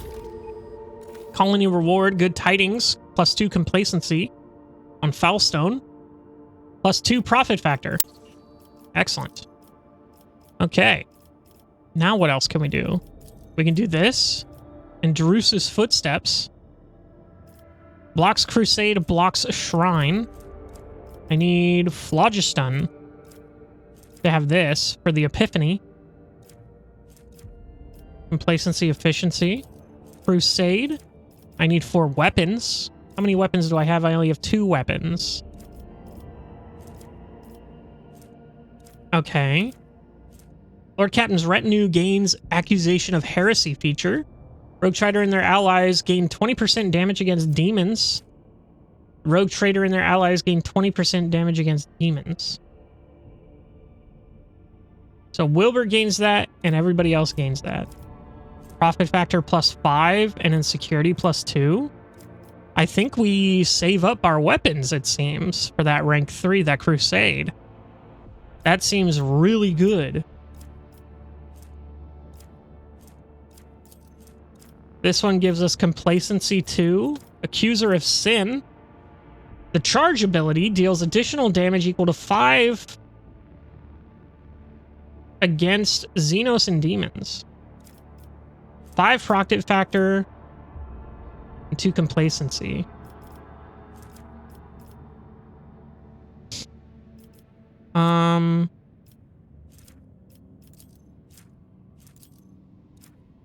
Dogmatic +10. Complacency and efficiency. These are the only 2 I can do other than that. Void Ship gets the Blessing of the Fallen. The souls of the crewmen laid to rest in the Foulstone Cemetery send blessings to their ship. The flagship gains +5 evasion. Plus I get complacency for all colonies, and I get stuff there. I think we execute that. I think that's good. And then I think we save up for the Crusade. Janus, what do you have here? Ooh, Heretical +10/+10. Janus gains +2 efficiency and complacency, a cure for sloth. So Foulstone has 7 complacency, 4 security, and 3 efficiency. You have 0 efficiency, 3 complacency, 4 security, and you're working on forest fortresses. Okay. Kieva Gamma. Lord Captain, a strange anomaly has been detected on Kieva Gamma. A series of orders defined as Procedure 0-C has forced itself in the production algorithms. The servants of the Omnissiah define its execution status as most sacred and therefore follow its instructions to the letter. In just one cycle, cells were erected in all manufactorums connected by cogitators, or more precisely, their computing channels. This network forms a pattern similar to those applied to the digital cells of machine spirits. The 0-C procedure commands Magi with an understanding above a psi receptivity index to enter the cells. Those tech priests who take their seats in the cells fall into a blissful data dream and begin to sing binary hymns very similar to those that periodically word from the Warp Vox on Cubus Delphim. The performance of the manufactorums has dropped. Many of the machine god servants have abandoned their posts and are pleading for the privilege of fulfilling Procedure 0-C, but the enforcers have taken custody of the cells and wards these volunteers away from them. So, what do we know about the procedure? Could it be a part of Delphim's legacy? We cannot trace the source of the signal that activated the procedure or identify its purpose. Tech priests oppose the idea of studying the procedure as it violates the sacrament. Supposedly, the minds of the Magi immersed in the cells are involved in some grand-scale computation. The servants of the Omnissiah have tested the planet's cogitational network 7 times with purifying algorithms of varying degrees of severity, proclaiming it clean. Perhaps my advisors have a few words to share. You say these cells need to be filled with high psi sensitivity tech priests? Sure, but why use their own servants? Just check out a few remote stations and outposts, look for cogs who were banished as unfit. And you will find 3 times as many more suitable candidates than in the manufactorum. Psi receptivity rarely goes hand in hand with high rationality, and such tech priests often end their careers in some backwater. They are singing? It is surprising that your race was able to achieve such a harmonious form of interaction with crafted tools. My kinsmen, too, use psychoacoustic harmonics to guide our creations, but not by bone singer. I am not a bone singer myself, but I might be able to tell your servants a certain principles that define the sound of the universe. I find this sacrilegious suggestion to be a breach of the data unity protocol. Okay. A signal seemingly from nowhere that is the highest execution priority, a perfect weapon for capturing a planet.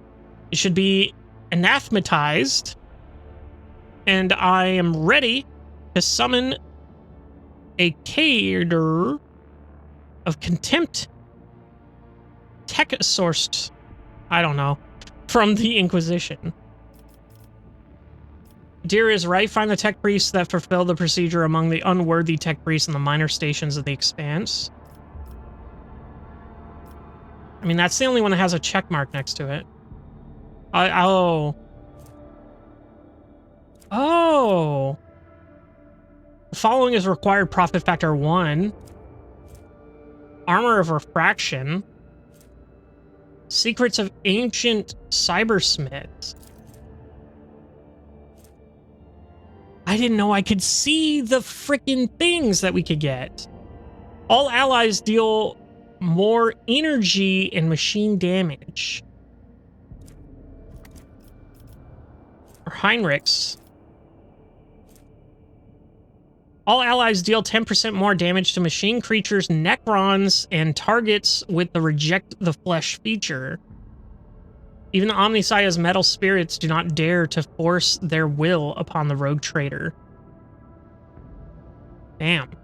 Are we going to be fighting Necrons? Or is that like a future DLC thing?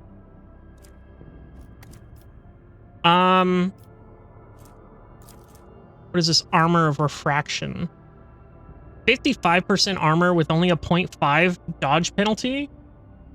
3 deflection? This armor goes hard. What the hell? Grants the wearer +1 deflection and 10% armor when the wearer has moved during their turn. Base armor properties +2 deflection against human enemies. That shit actually goes pretty fucking hard. I think out of all of those, Adira's right. I'll be glad not to feel human or refuse for once. For a small fee, the Dynasty managed to purchase many ineffective servants from the Adeptus Mechanicus that demonstrate increased psi receptivity. They were placed in the cells on Kiva Gamma. Production rates were not harmed. The procedure is being carried out without fail. The baronetic trills ring throughout the world's noosphere. According to yet another inscrutable directive, the enigmatic object was delivered to the Rogue Trader's residence on Kiva Gamma. Visuals of the Tech Guard. We got +2 security for all colonies. And then profit factor +2. Okay. So what do we have here now? We have unwelcome guests, which we already did. We got the diligence of decree. So we can -1 complacency, +2 efficiency, but we get provisions, mechanisms, and weapons. This one we get class 5 engine, 13 speed, +3 profit factor, complacency in that, and we get explorators. Okay. Lord Captain gains Medal of Metal. Servitors have no feelings, but they serve attempting to pay the Rogue Trader back for his merciful guardianship. +20 hull integrity. I get Iconoclast +10. Efficiency and complacency. Mag trains, weapons, profit factor. Eye of the Omnissiah. Enemies suffer 10% to their evasion. Okay. So we do get weapons here. We get profit factor here, plus the engine. We get Iconoclast and 20 hull integrity. We get 2 weapons here, +3 profit factor.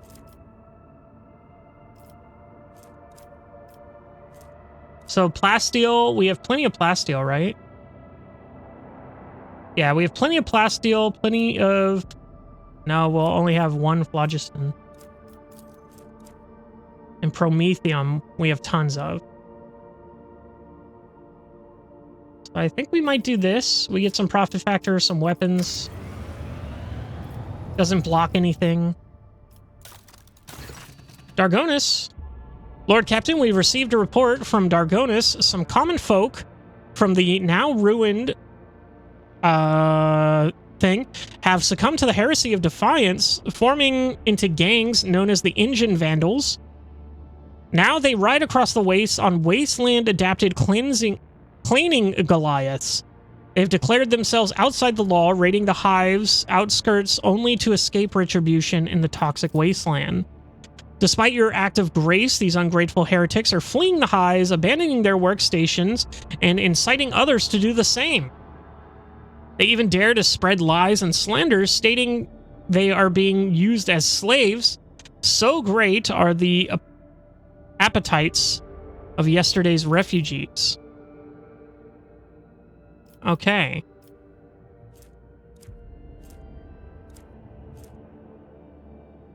Wasteland generator.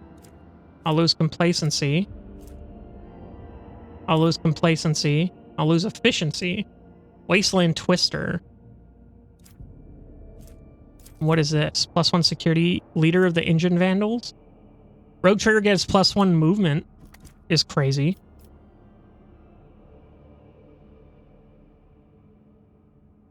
Rumor has it that the Foreman clan in charge of debris removal in the ruins of that place associates with these vandals. We could pass on your words to the renegades via the Foreman, or force them to disclose the location of the rebels' nomadic camps.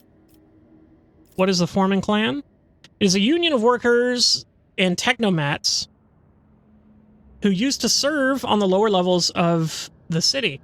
Small-scale shift bosses, useful common folk who prove their worth with diligent labor and valuable knowledge. Of course, they rank much lower than the esteemed merchants, to say nothing of the aristocrats. But the common folk heed their kin, and the foremen have both the authority and the ability to manage them. The Scipians keep to themselves, but the foremen have not shown any signs of disloyalty. They were the first to volunteer to return to the ruins and start cleaning up the rubble. They are certainly useful and well accustomed to praising the Emperor through their labor. Moreover, their grief at the loss of their home and the resilience with which they have borne it have made them heroes and martyrs in the eyes of other commoners. How do they survive the wastelands, and why do they reject my rule? It is a rather uncomfortable way of life, your lordship. They are always on the run from acid rains and hurricanes, keeping a decent distance from the hives if they do not plan on raiding at the moment. They get their food from abandoned outposts, paying it with the lives of those killed by autonomous security systems. Water and promethium are rationed very strictly.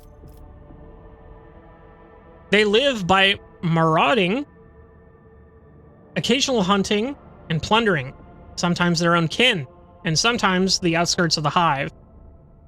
They are a tribe of degenerates and barbarians that is rapidly developing in its own clan culture. The civilized residents of the hives shoot the scum any chance they get. Wish to hear what my advisors have to say? If the ancient vandals have managed to tame the ancient machine spirits, then that means they are technomats, even tech priests among their ranks. That renders them negotiable. It would be efficient to utilize such renegades instead of disposing of them. A promise of reward for every piece of technology found in the wastelands of Dargonis and return to the dynasty will ensure their obedience and tractability. If you wish to exterminate them in long talk, do not waste your time on hunting them down. Instead, deceive them into destroying each other. Tempt them with a prize, a weapon, or a trophy that they can fight over. After the monkey have finished slicing each other up for the right to obtain it, your warriors will finish the deed. This tact often proves effective against your kind. The aristocrats of Dargonis despise them, but they are secretly afraid of them, correct? Renegades who can invoke such fear, I wonder, had there been such exiles in my house, would their presence have curbed the ambitions of my brothers and sisters? Would they have supported me in the case of conflict? Oh, I'm scheming and conspiring right now, am I? Am I not? Bravo, Lady Cassia. Do not be ashamed of your unique ability to bestowed upon you by your heritage. They are your birthright. The web teaches to look at the enemy's vulnerabilities in what drives them. If the enemy is compelled to seek sustenance by attacking their denizens, prepare a trap full of poison gifts. Let them eat and drink to their heart's content. The poison will weaken them, and then you will strike. So we have Pascal here. For 1 profit factor, we get a wasteland generator and mechanisms. This ancient component of Dargonis fleet frigate was discovered in the waste by engine vandals and presented to the rogue trader. Torpedo tubes capable of firing 5 short bursting plasma torpedoes with 19 damage warheads. That's pretty powerful, honestly. Lady Cassia is right. We get security and then +1 movement speed. Cabela is right. We get the Death Cult Power Blade. Cool. And complacency. Or we do the Wasteland Twister. Power Sword, 2-handed melee weapon. 12 to 25. So we get complacency, a sword, complacency, a sword, security and movement, or a gun and mechanisms. I think I'll take the security and movement. Still naive to even the basics of these games played by the powerful, but my intuition tells me this is the winning strategy. A meeting with the leaders of the Engine Vandals was organized through the meditation of the Foreman clan. They've gladly accepted the dynasty's proposal to serve. Having received weapons and information, the Engine Vandals slaughtered several brash and troublesome aristocrats in the few successful raids, sowing fear and reliance on the rogue traders' protection. The roar of their engines was akin to the crack of the whip over the head of a frightened cattle. Okay. So let's go ahead and see here. We got schools, 4 provisions, so we get 4 people, complacency, -1 profit factor, and efficiency for all worlds. Interesting. Crimson Haze. Fire's heretical. The user suffers bleeding 6. As long as the user is bleeding, they do 100% critical damage. Damn. I get heretical and profit factor. Not really something I'm looking for. TBH. Dogmatic, efficiency, complacency, and security. Or this one. No expensive. Genetic mercy. Genetic purchase will stop. This world needs working hands. We get 6 people, iconoclast, security, and complacency. Probably take that then. We'll do that.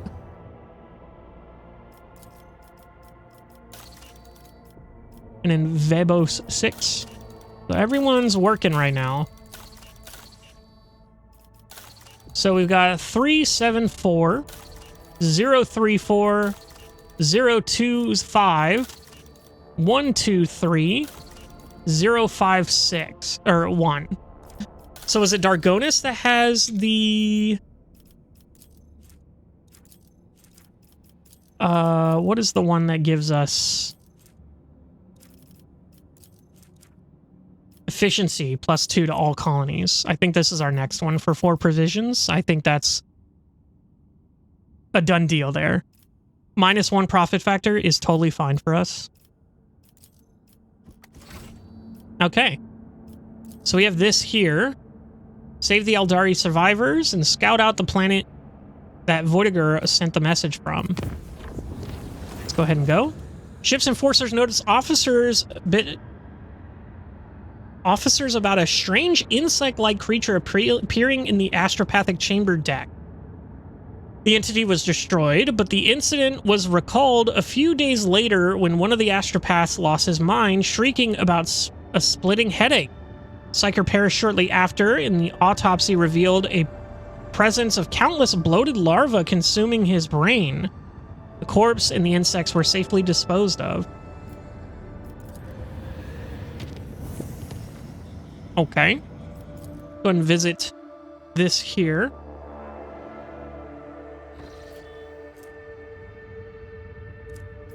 Okay, we have a ton of shit here. Lord Captain Drukari ships are patrolling the system. The likelihood of slipping past their patrols unnoticed is close to 0. Watch me. I can go whap. Saurian vessel. Oh, we're over here. So I can go worry.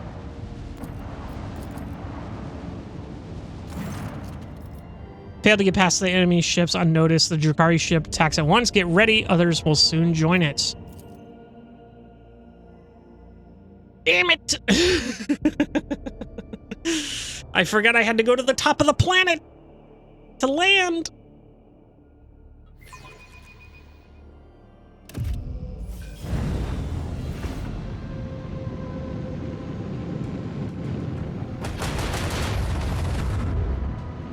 Okay. Sword class frigate. Oh, this is the other thing that we got. Sick.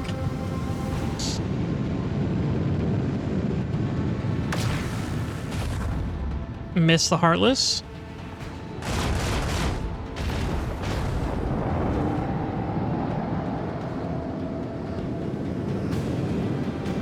I don't know what his plan was. That was a good shot. That was also a good shot, I think. No, never mind. Okay. Is it just the 3 enemies? These 3 sigil class destroyers? Okay, I think we can do this relatively quickly. So first off, go and just hit this big boy. Strewn across the stars. Fire right now. Did a good amount of damage. So we could go here. Hit him with this. Fire the lance batteries. Wow, miss. Epic. So we can go up a little bit here. Hit him with this.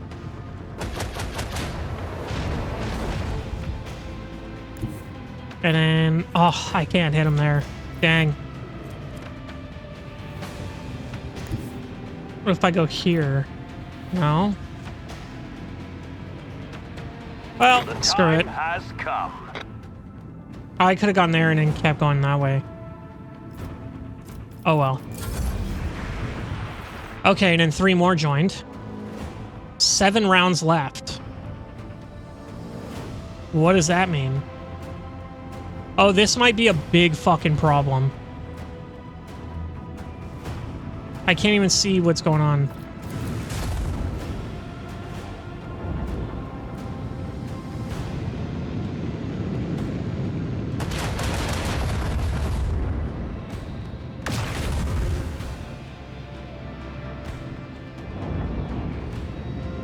Okay. This might actually be a huge fight.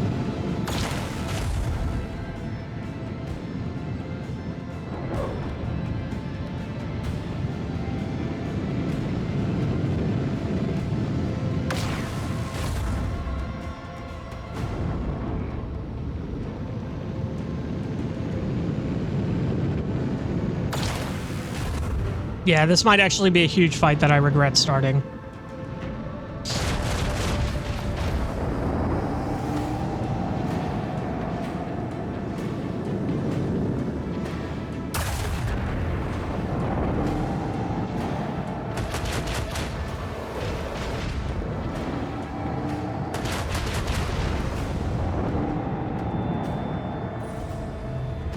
Okay, so first off, we're gonna go after these guys. Salvo.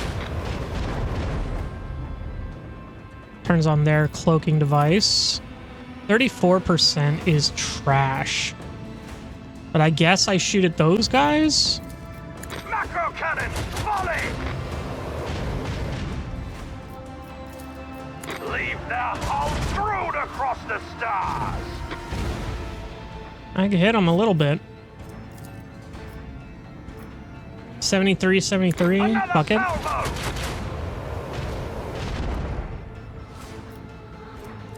And then I can go this way and hit these guys here.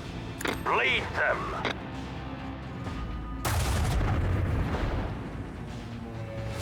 And then I go ahead and go this way.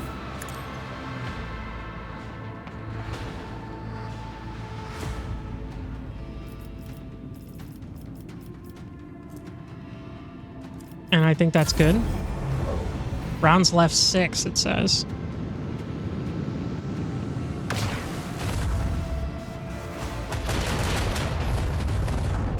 Yeah, this sword class frigate is getting pummeled.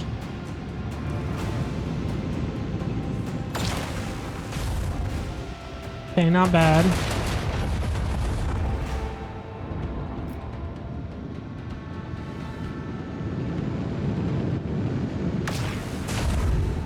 Okay. Shields are still looking okay.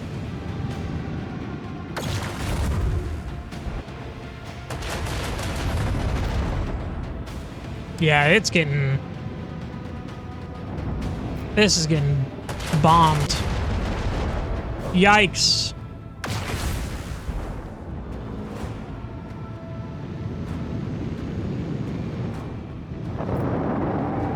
Yeah, you go hide in there, buddy. You need it.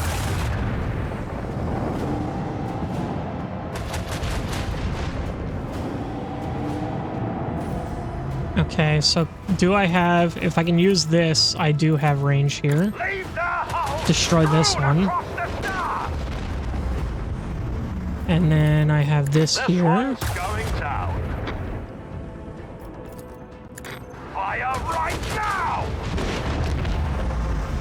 That's a 2 dead ships there. Looks like this one's all the way over here just chilling. And then these 3 are all back here. So it's time to use the roundabout.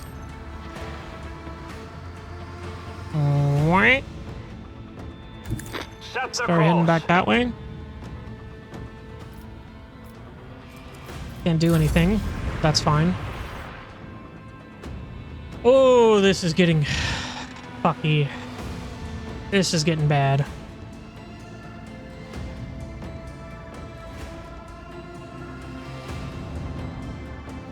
Don't know if we're making it out of this one, boys.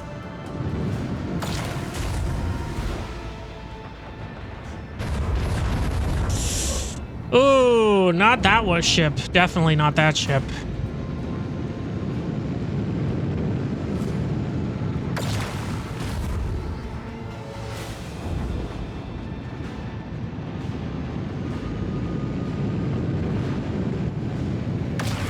Dang, they're really taking our side here. And I think that's it for you? No. Yes, it is. Okay. So we lost our ship. And where are you going?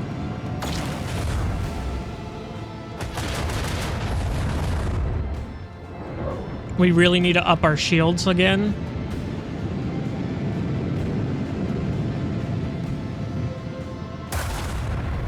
Heartless doing work.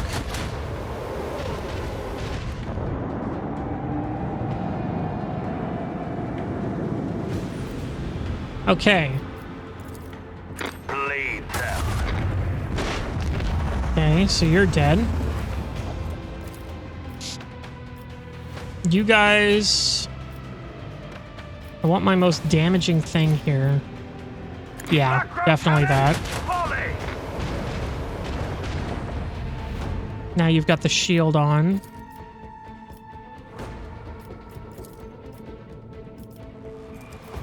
So let's go ahead and hit you here. Right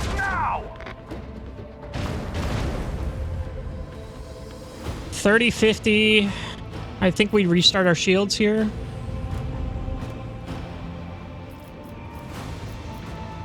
And we just try to get out of dodge.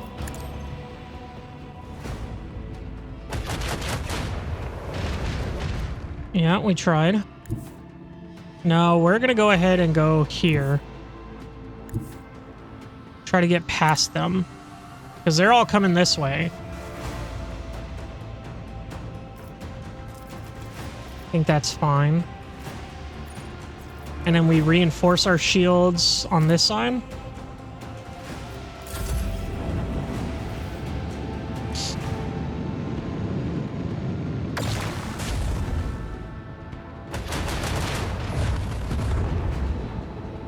Finally taking damage on the Heartless, which is crazy. These guys are not looking well.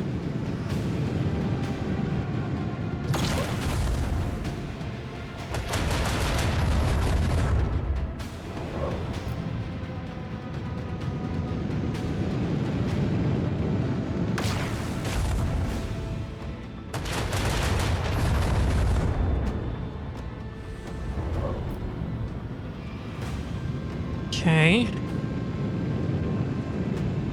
They're really coming out. They're surrounding the motherfucker.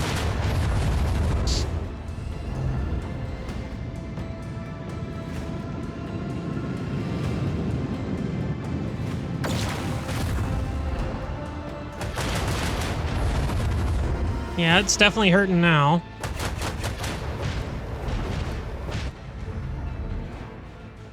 Yeah, take him out. Okay, there we go.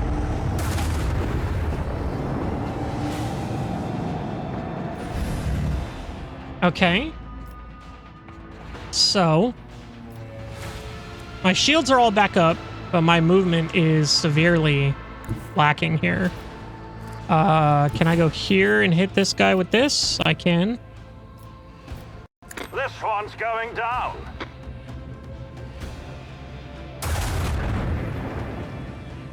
Good hit.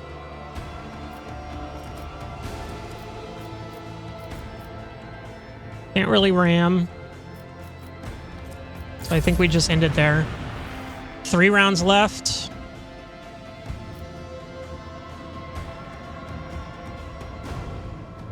And they're doing 3, so that's 9 more enemies. So that's, what, 17 enemies I have to take care of?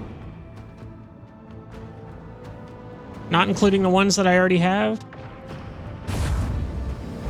What is this 3 here? Number of remaining rounds.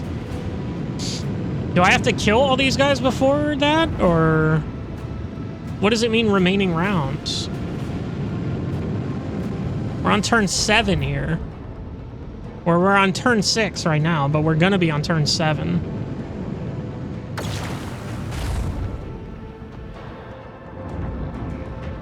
Miss me with that gay shit.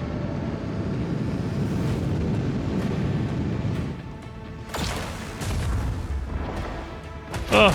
Yeah, the Heartless is starting to take quite a bit of damage.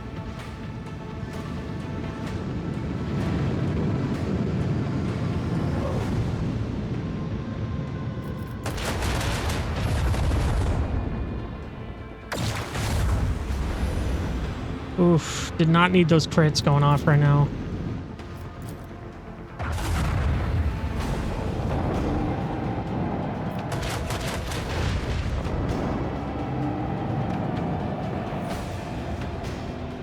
So I'm thinking, because this one's not moving, I think it might be important.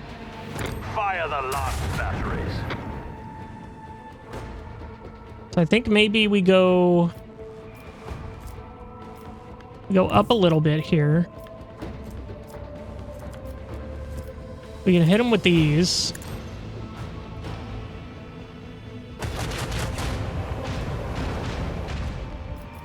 Hit him with these. And then we can honestly try to ram him.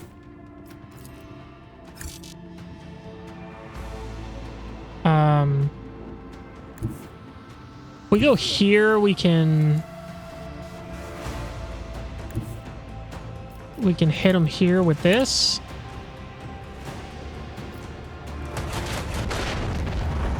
So that destroys that. Now we have to whip around. The time has come. And go back to save the Heartless.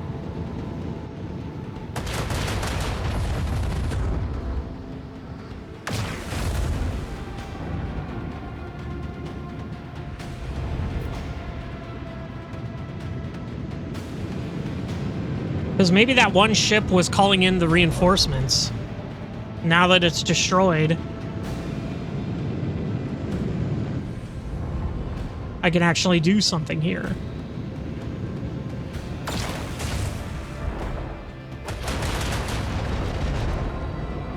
Yeah, that's hurting. And it sucks that we're like last in the initiative here.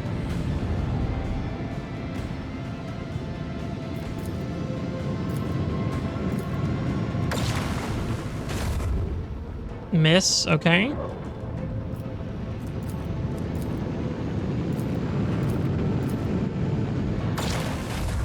Miss. Got us a bit there. Yeah, they're in the field. You're not going to be able to hit them. Okay. I am so far away from the action, it's crazy. I think the Heartless is pretty fucked. Onward!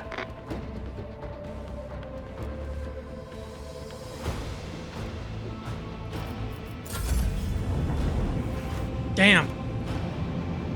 One round left. I don't think it's surviving this round.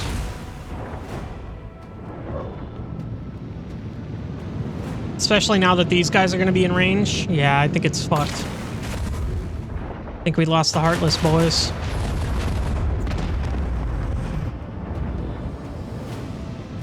So now it's 1v7. And they're going to have shots on us.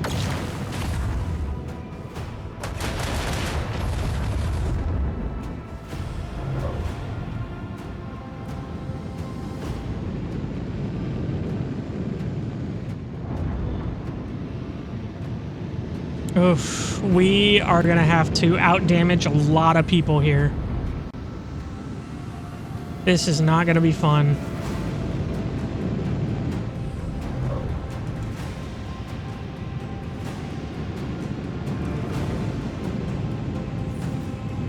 So we can go here. Our back is our really big blind spot. So this guy's going to go unpunished, it seems. This guy we can hit. I think we go for these two since they're already... let's go ahead and just see what kind of options we have here.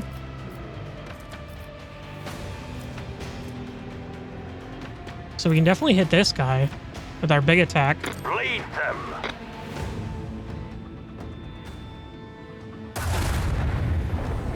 Dang, that took out half his health. That was a really good shot. Another salvo! Macro cannons, volley!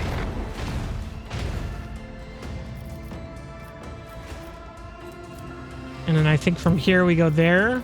We can hit him here. Lay in the course. Oh, dang it. We can shallow jump. We can warp. Doesn't this do damage? We can try to kill him with this.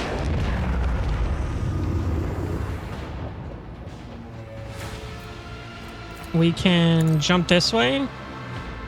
That looked epic. And then we can do our side here. No, we want to do the left. We want to do port.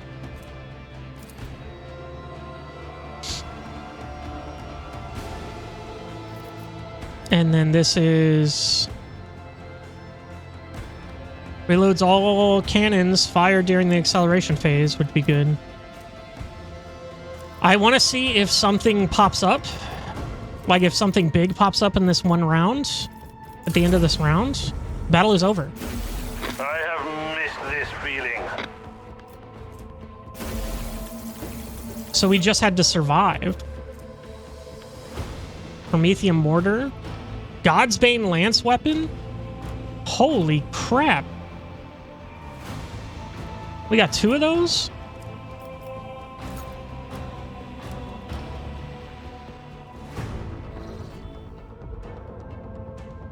Okay, and they're all gone now.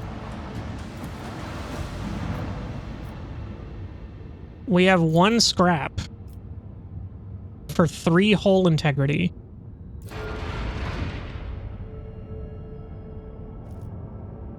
Crazy. Okay, well that was an interesting fight. I didn't know we just had to survive the 10 rounds. But it seems like we did, and we got quite a bit of stuff for it. I mean, we got a ton of scrap. Let's go ahead and go to our Void Ship Manager. Look, so we can take this here. So these are dorsal lance weapons that deal 52 to 60 damage. Whereas this is doing 314 damage. What's 3 times 14? I'm so stupid. 42. So this does significantly more damage. It is medium range. Has a 50% chance to do internal fires. And then what does the internal fires do? Let's go ahead and 5 to 10 damage per round.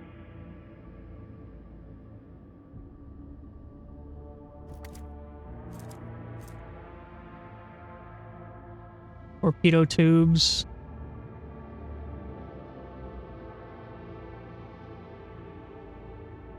I think that the long-range lance weapon... I think we switched this out here. And I think we put this in here for the... what? Short range 14 times 4.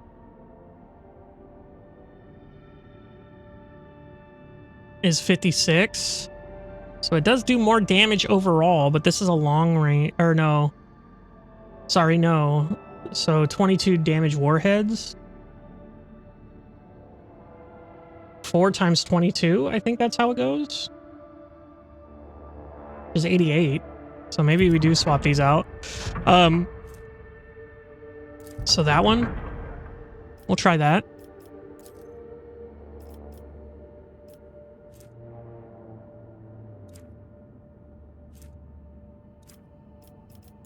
Development? Oh, we do have... okay, so all hands on decks. Loaded with 3 torpedo salvos instead of 1.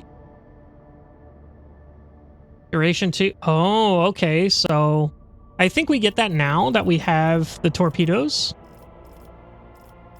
And then this is... was damage sector of the flagship seal restored up to 50% strength. Flagship makes 7 attacks, each of which targets a random enemy within an 8-cell range and deals 8 to 14 warp damage. Can only use once per round. Oh, are these... boarding party? Are these... oh, are these ultimate ability? Ultimate post abilities. Okay. Maximum overdrive. Don't need that. Premonition. Okay, I think we take this, maybe.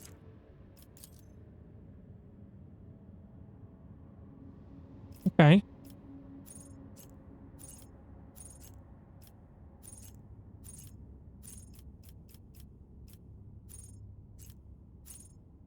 Okay.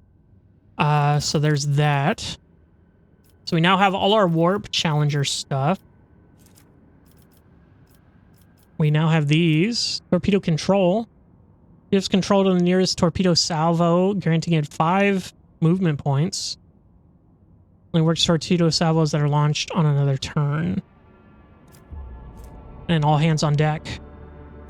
Okay.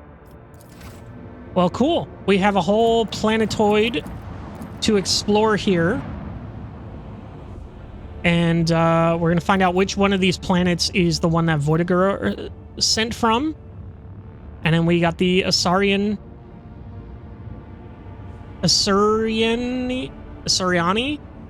vessels. The Aldari vessels. Let's be real. But yeah. So I think we're going to call it there. I'll see you in the next one.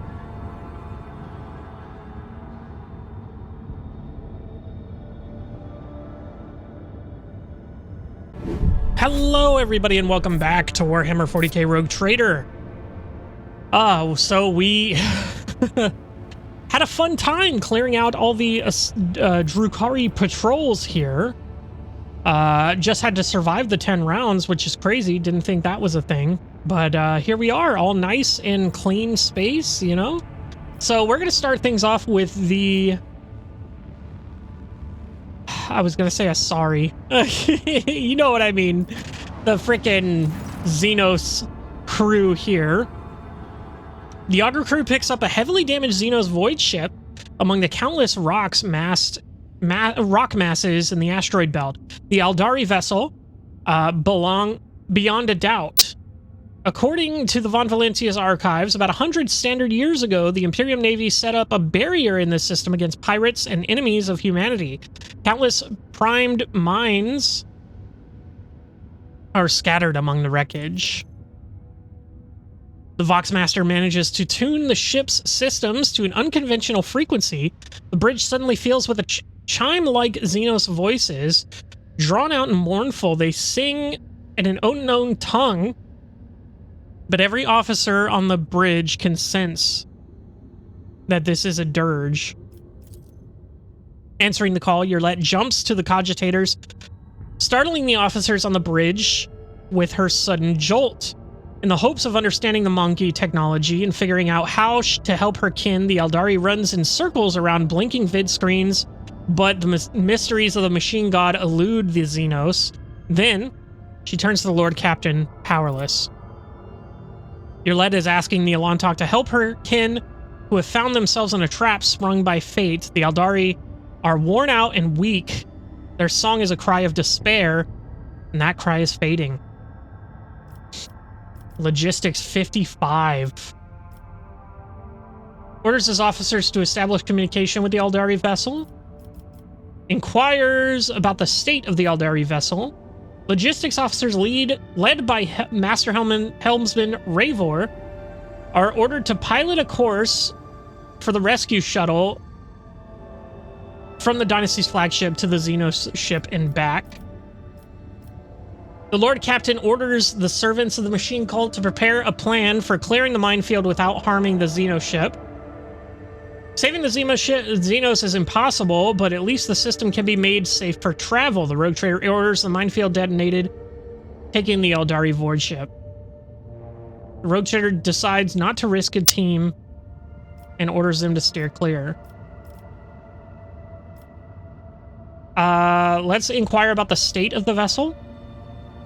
Hull and engines have presumably been damaged in a collision with a small celestial body.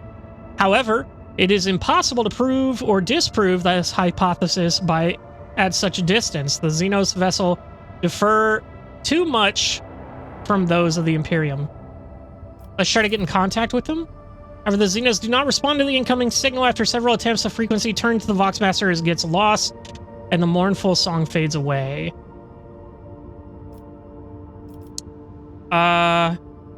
Yeah, without harming it. There's several hours passed on the ship's clock. The servants of the Omnissiah plan for the neutralization of the ancient mines. Ballistics test succeeded. Sex of the operation is assessed as extremely probable. Okay. Lord Captain gives the order to clear the path to the vessel, detonating the mines indicated by the tech priests. On the Lord Captain's command, the ship's cannons fire several powerful salvos. As soon as the shots reach their mark, a cascade of sound explosions erupts within the asteroid fields and spirals around the Aldari vessel. Once the explosion quiets down, the shards of asteroid space debris and void mines dissolve into darkness of the void. A rescue team sets off towards the miraculously intact Xenos ship. However, when the shuttle reaches the Xenos ship, the rescue team reports catches the bridge crew off guard. The vessel's starboard side has been breached by a macro weapons of an unknown Imperial warship. There are no survivors. Shielding her eyes, Yurlet closes them and clutches the spirit stone on her breast. Coming to, the Aldari does not speak for a time. With notes of sadness in her voice, carefully picking her words, she concedes that the Alontok did all they could to save their kin, and yet is the monkey who is responsible for the loss of the Aldari ship. Saddened by the pain and hatred that humans have wrought upon her kin, Yurlet quietly leaves the bridge. Sometimes it's simply impossible to outrun fate. Exquisite wraithbone blade fragments and Aldari chainsword. Damn it, dude. I haven't saved a single one of these fucking people. Damn. This sucks. Let's go and scan the planets, I guess. plasteel, which we have plenty of, and then smuggler's cash. 20 swords, 20 axes, 7 flamers, and 7 las guns. Okay, next on our list.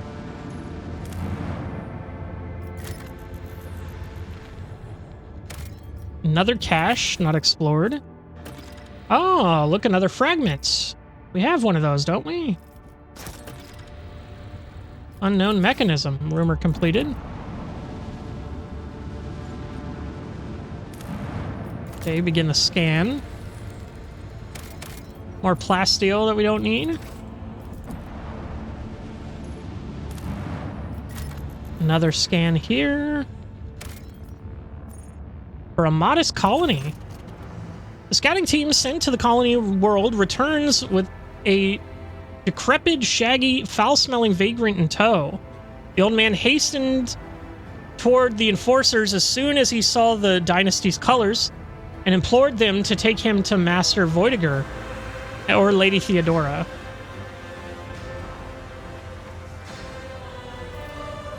Check the vagrants for evidence of treason. The investigation found no wrongdoing the old man could be held accountable for. His body bears no signs of worshipping the archenemy. He has confessed to no crimes and seems quite shocked at the news of Lady Theodora's death and Votiger's treachery. The harsh interrogation techniques have taken an almost fatal toll on his failing health, yet forced no admission of guilt from him. Fuck. We're gonna question him.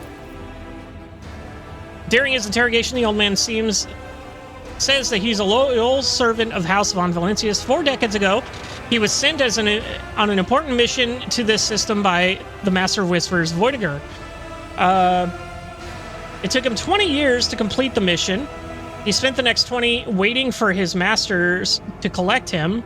The vagrant was an ambitious young spy, and when he left the ship and coming aboard again has made him very emotional. Establish the nature of his mission. Vargren only agrees to share the details of his assignment with the rogue trader himself. If his claims are to be believed, he was sent to recover documentary evidence of House Winterscale's debt liabilities to House von Valentius. Those priceless papers have been stolen by hired agents of the cold trade on Caglios Winterscale's orders. However, instead of being destroyed as he wanted them to be, they were hidden away for the purpose of blackmail. Profit factor +3, hell yeah. The old man describes a long journey full of perilous adventure that eventually brought him to the possession of the documents, which he then proudly presents to you. Astonishingly enough, papers turn out to be genuine. Lavish riches upon the faithful servant and bestow some challenging yet honorable duty upon him. Unchallenging. Promote the Dynasty Lord's servant and assign him to important position. Terminate the trader's agent, just to be sure. Leave the useless vagrant on the planet. Damn. Do we promote him and make him important, or do we just give him... I think he's done enough. 40 years is crazy. Sobbing old man swears to pray daily for the good health of the new Lord Captain. The story of his amazing adventure and selfless service immediately spreads throughout the ship. Okay. No more anomalies. Anomalies.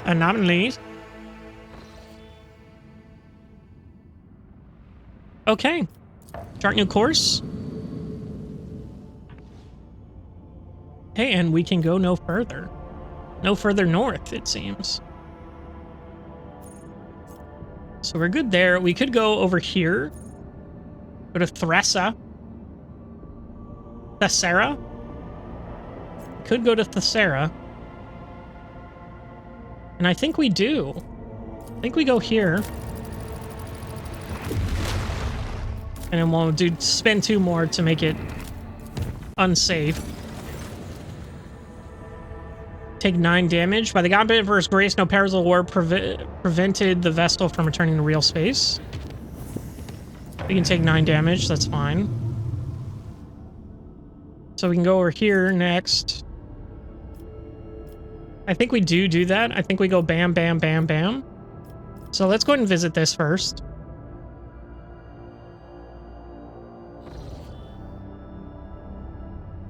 Okay. Ton of planets here. Let's go and scan. Got phlogiston, which we need. Adamantite, which we do not. So let's go ahead and 4 phlogiston. So now we have 5. That was our last one that we could have used, so.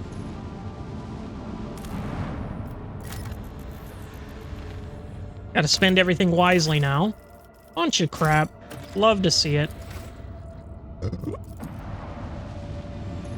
Okay. So from here,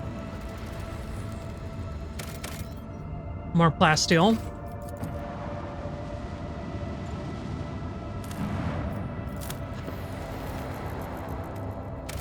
Nothing there.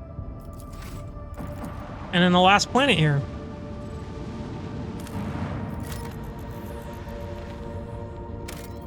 Ooh, not explored. Tiny colony is buried in the enormous yawning pit. The edges of its civilization, civilian structures barely visible even from the shuttle. Explore the surface of the colony. Settlement was destroyed when the ground swelled up underneath it. The forlorn bones of dead colonists are strewn amid the rubble. On the edge of the crater, the scouts discover a tunnel entrance. Apparently, there was an explosion in the cavities beneath the town, whose unsuspecting people fell instantly into the chasm that opened as a result. Near the gaping maw in the shuttle, overturned and blackened by the blast, forever motionless. Let's investigate the shuttle. Adeptus Arbates. Lying next to the shuttle are empty bomb containers and corpses clad in characteristic armor. Void Cluster belong to the Adeptus Arbates. Surviving records suggest the arbitrators who planted the explosives and collapsed the tunnel on top of their dwellers. Hiding from the law. Okay, searching through the papers, you find the demolition plans. The arbitrators knew that detonating the tunnels would bury the colony, but prioritized eliminating the criminals over preserving the lives of the ordinary settlers. The documents also included a map of the Coronis Expanse containing encrypted data. It appears the arbitrators were aware of another smuggler's cache, but in a different system. Investigate the tunnel. We got a trophy. A living snare. Plus 15 weapon skill and strength. Deals 150 more damage. Cybermassive's attack against the apprehended target. Always cancel the target's movements. Critical hit chance. Oh man, this is really good. And then malicious cargo. Miscellaneous cargo.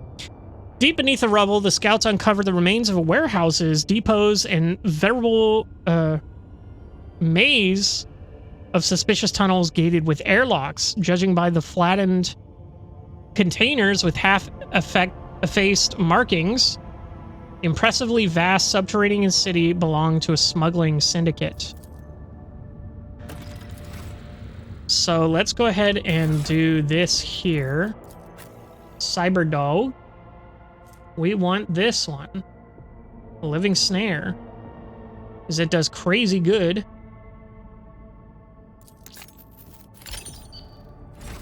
Okay. And then we're done with this. We're done with that. There. Now we're gonna go here. Should we make it unsafe? I think it's fine. We can do dangerous. 5 profit factor gained. Lord Captain, our astropaths receive a message from... Oh, Archie. On Durongus. He closely studied the data from the incursion on Vebos 6, including the mention of the Zeto leaders. He promised to direct the efforts of his aides to identify those enemies of humanity so their location can be determined.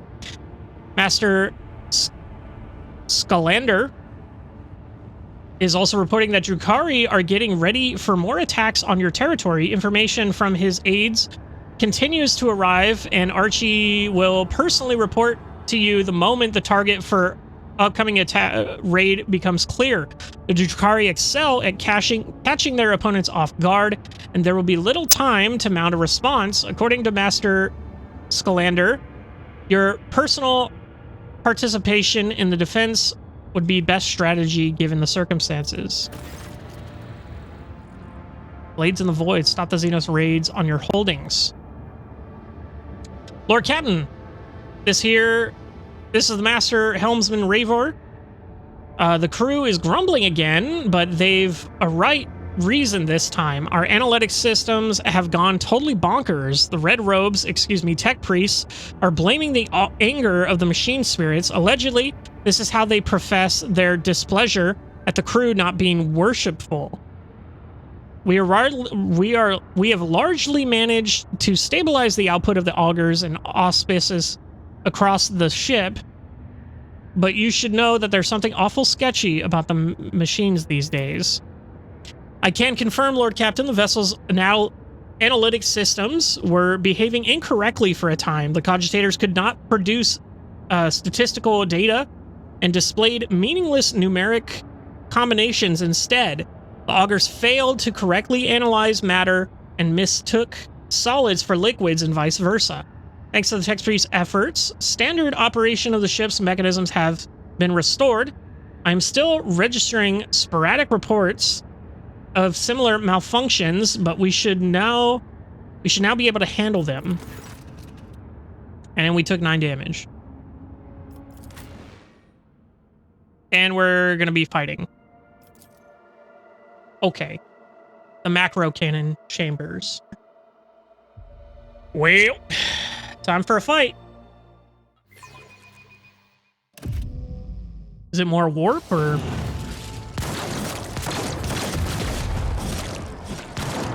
Indeed, it is more warp. Won't heed your cries of mercy. More plague bearers. Infect you. Okay. So, let's go off, Queen. Let's see. Not a lot here. Only the 9 of them. So, Cassia.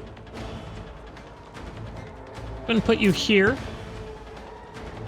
So you can kind of hit them all, I believe.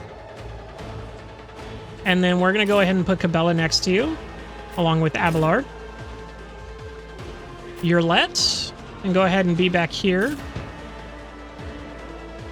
Wilbur, we're going to have you right here.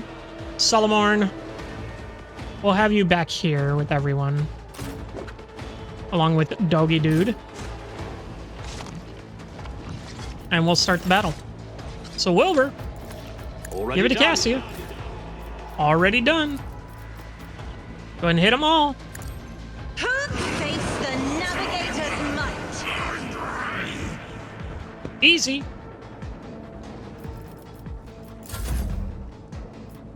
Easy peasy. So we just have these 5 now. So let's go ahead and take this. Well, I don't have any shots that line up perfectly. Cabela can take on that guy. I think we start pumping damage into him. Watch and learn. Stinking corpses. We give take aim to Yurlet Nothing here. I can't do. We give Abelard All the you too serve me. easy. And then we give voice of command to Cabela. And then I think that's it. My faith strengthens me. Okay, good. These guards can take out some of these. Oh. That wasn't fun. Weapon at the ready. Yeah, the guards can clean up some of these other guys. Okay, or he can clean up 2 of them. Just like that. Let's go ahead and apprehend you. Plato, we're undertaking this task.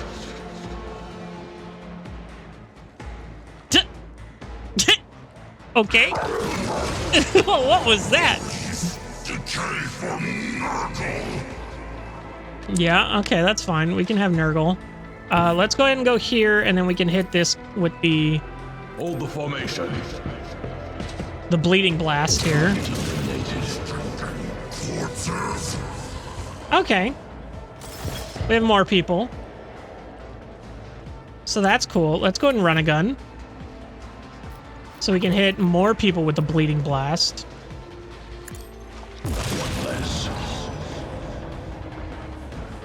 That's easy. And then we'll do this here. It won't take long. You're let. Let's go ahead and start cleaning up here. So that's a good shot. I think we'll take it. I am not your Zine. I hear you moving. No more. Okay, and I missed. Okay, so we can do is the beneath me. this, and this. I deal death with my hands. Kills him. And then 24. 112. Stay vigilant. I don't know where he's going. But he's making his shots. I don't care where he's going. He can shoot from downtown for all I care. These guys are making their shots. Ooh, that guard's in trouble. Cabela. Let's go ahead and get in here. I can't get there. I can get here. Can't get there. That's fine, I think. I have 32 movement? Why do I have 32 movement? Why can't I get all the way over here? That's insane. I don't understand why she has so much movement. I'm gonna be so fucking for real right now. Actually, you know what? We're gonna go right here. And we're gonna jump into that Trust spot. me. Killing brings me no pleasure. Okay. Look at that. It's so... Oh, it's so crazy. Okay. We're gonna go ahead and do this. We can go ahead and do this here on him. Well, we can kill him here. Well, let's go ahead and use As this. a tenant, my blade whispers your name. Okay. We can just kill him. That's fine. And then I can go here, I shall not faint count. kill The both of other them. side awaits. Take a knee and bow before me. Raggedy corpse. I am your blade and shield. Nah, parry that. And then we can do this. Caught by the web. My blade whispers your name. We can do As this. honor ordains. We can do Trust me. this. And we can do The this. shadows will see it done. Stinking corpses. That's fine. Killing brings me no pleasure. Parry. Parry. Okay, Cassia.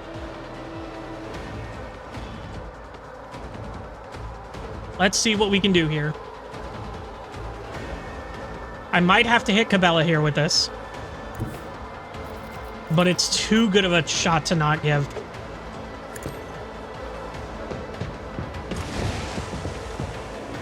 Now you're clad in scarlet. Damn. And then Cabela just for... So we've got these three here. Do I want to move you? Not really. If I We'll do may. this. And then we'll jump there. I shall not return. The other side awaits. Okay. That does good. And then we'll As go the ahead and hit this guy spider here for webs. 30. Corpses. And then we do As this. honor ordains. My blade whispers your name. Damn. How many? He has 2 HP. Let's go ahead and give her a voice command. She's already under it. Okay, Abelard. I think we go ahead and try to charge over there. At your beck and call. I took care of this one. Indeed. One fewer target.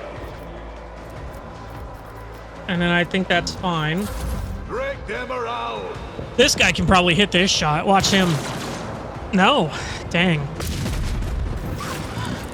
A colossal mistake. Killing brings me Shut no up. pleasure. Another scar for my collection. What torments you?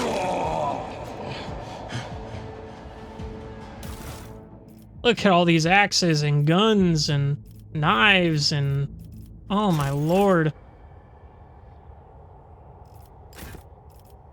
I tire of idleness. Let's move. What advice do you seek? I want to get everybody in here. Okay. I'll lay claim to the stars. And is that it? That's everything? So we just go back. Well, we leveled up. So there's that. You know? Are we level 30 now? Is that official? Go ahead and chart new courses from here. Gives us +1. This.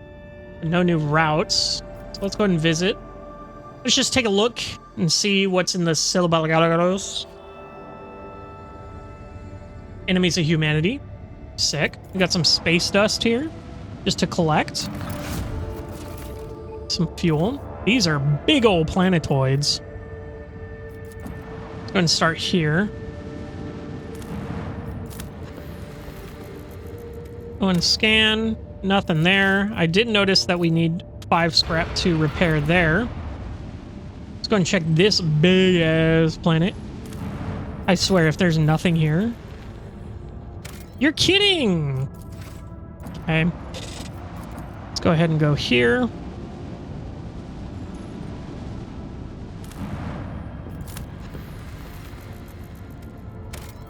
Ooh, what is this? Xenotech for 4. Do I need Xenotech? I don't have any things for it. So it's fine.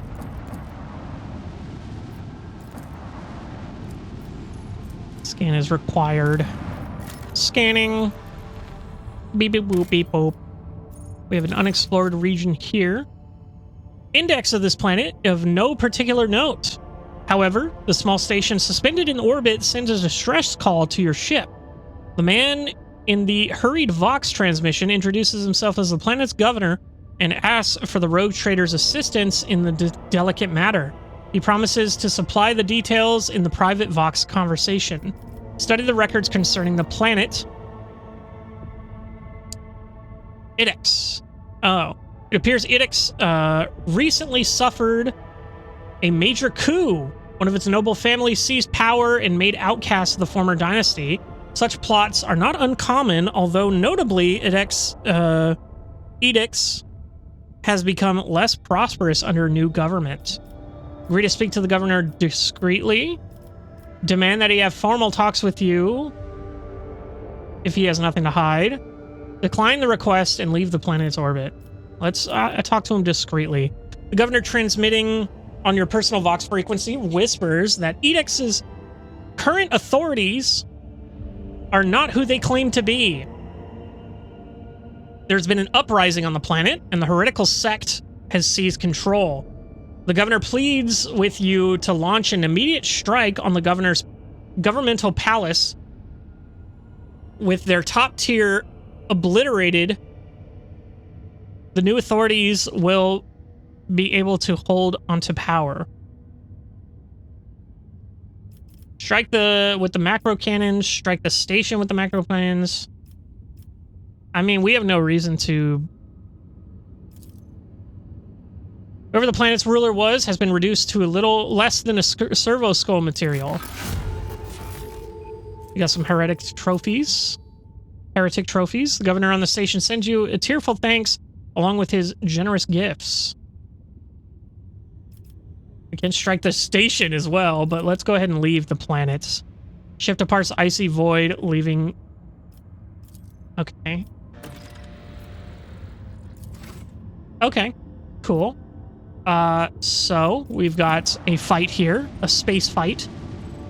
A fight, if you will. Let's see what this fight has to offer us. It's at 100%, guys. Let's play the game. Thank you. Finally. Aldari Shadowhunter. Looks like my ships are back up and running.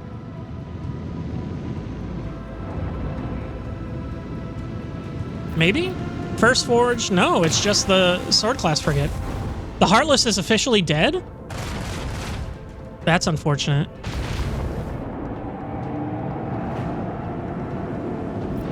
No, the Heartless is here.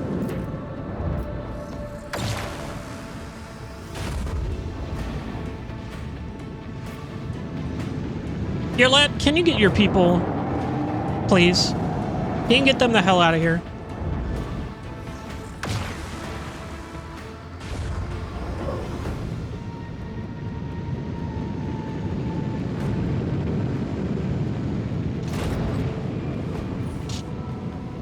Okay. So we have two people behind us. Well, one over there, and then this one over here. And then he shot neutron torpedoes. But sir, we have torpedoes of our own. Torpedoes locked. Aldari sonic torpedoes too. This here. So let's go ahead and go here. We can hit him with these two. Well, we might want to go this way then. No, we want to go this way. Yeah, we can hit him with both those. Oh, did I hit the torpedoes instead? I did hit the torpedoes instead. Whoopsie. This one's going down. Okay. I could ram you. Or I could go here and I can hit you with this. 49%. Set the course. Just go ahead and get those torpedoes out of here. And we missed.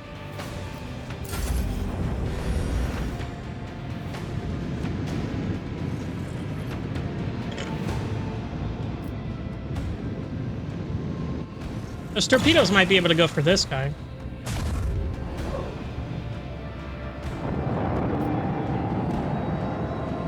Sword class frigate.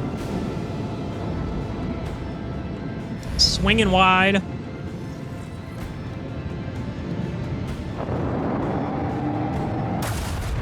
Heartless taking shots.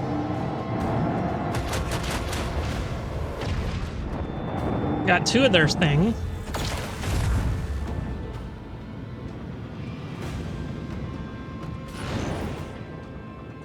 I don't know what they did there. Oh, they shot torpedoes out.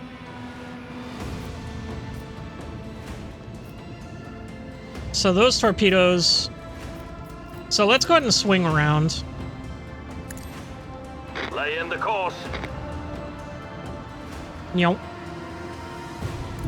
and go here. So we can get... Yeah, we can get... Ooh, we can get quite a few shots here. So we got those. We got this here. 67. Go ahead and hit this. This guy's more of a threat. We've got this here. Fire the last batteries. I got rid of his stuff there. We got this here. Right now.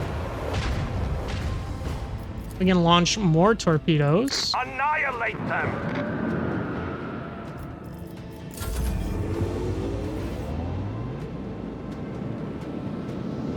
Oh, you're going for them. Okay. You could go there, or you can go here.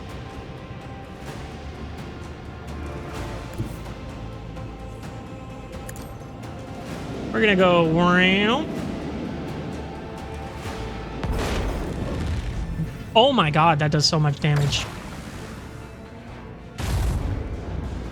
What a long shot. You are also taking quite a long shot.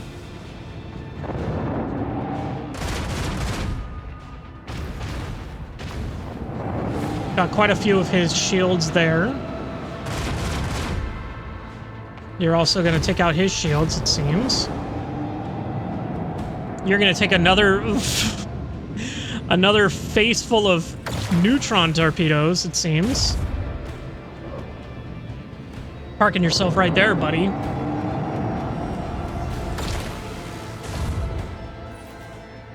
Okay.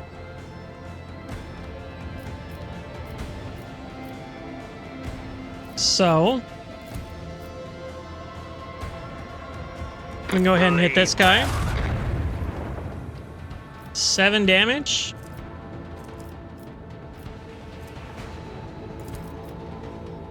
Let's go ahead and just take him out. Another enemy sundered by the void. Ooh, that did a ton of damage. Let's go ahead and launch these torpedoes here. Unleash our vengeful salvo! And then we're going to go ahead and go here, hit these guys here. Time has come.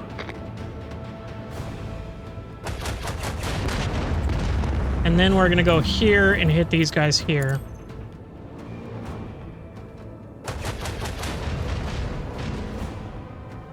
And then just move up. Lay in the course. Okay.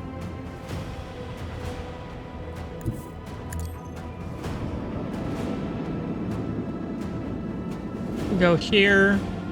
And then I guess we just detonate. That works. That did a crap ton of damage. Looks like he's going to attack the torpedoes. Or not.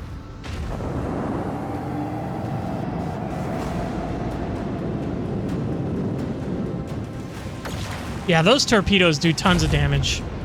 That's crazy.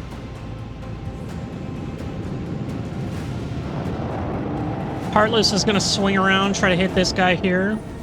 No. Okay. Our thing is on cooldown here.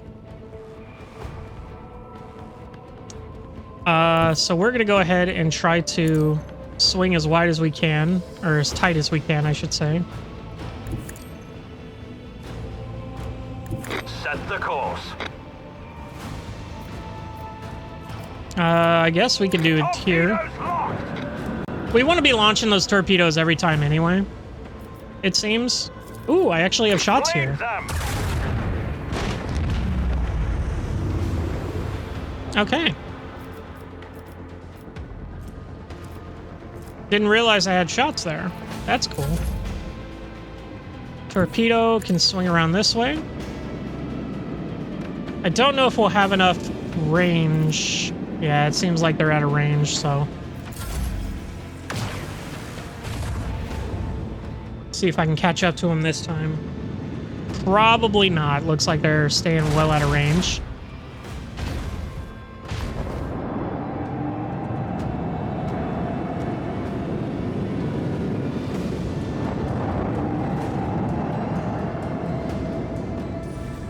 Oh, dang it.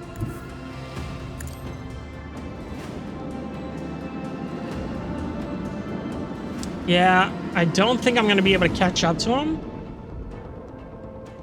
And I don't want these guys getting in the way. So I think I'm just going to self-destruct here. Unfortunately.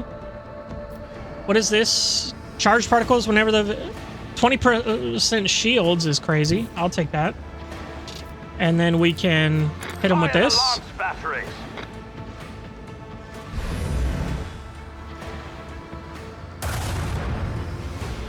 Miss. We can fire torpedoes here. Unleash our vengeful salvo. Can we end it? You're gonna go this way.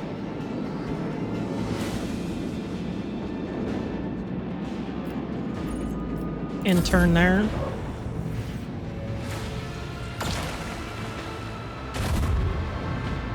Yeah, you ain't getting through these shields, buddy. You is kind of cooked on this one, friend.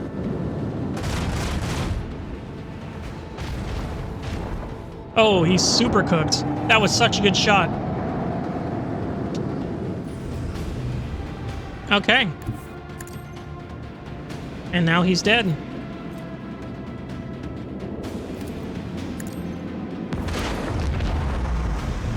Boom. Battle over. Victory of 2 great dynasties, Lord Intact Captain. solar shells. Wraithbone fragments. We get an Auspice multi-band auger. So 90% hit chance, 5% critical. This one has a 90% hit with 10% critical. Additionally, provides allies with targeting data, increases their lance weapons and macro cannons by 20%, and hit chance by 30%. That's insane. Actually, what a crazy freaking... We're putting that on right now. Holy hell. That's insane. That's crazy. Love that for us. All right. And can we... So we have the First Forge here, but... Can we not outfit our other ships? Interesting. Okay. Oh, well.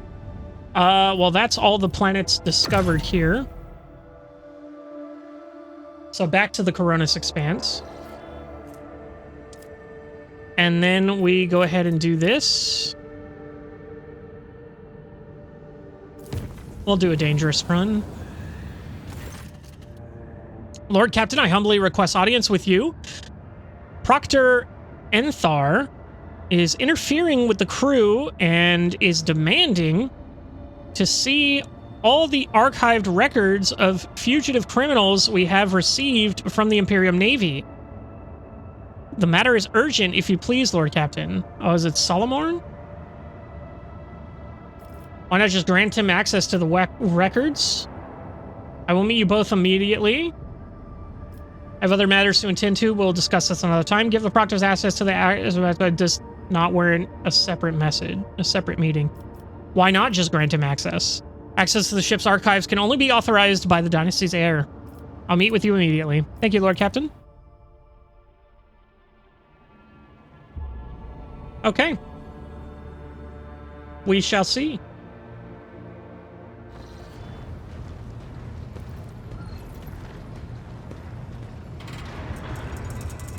Yeah, turn that chair around. It's so cool. Your lordship, Proctor Anthar, is interfering in the work of the crew.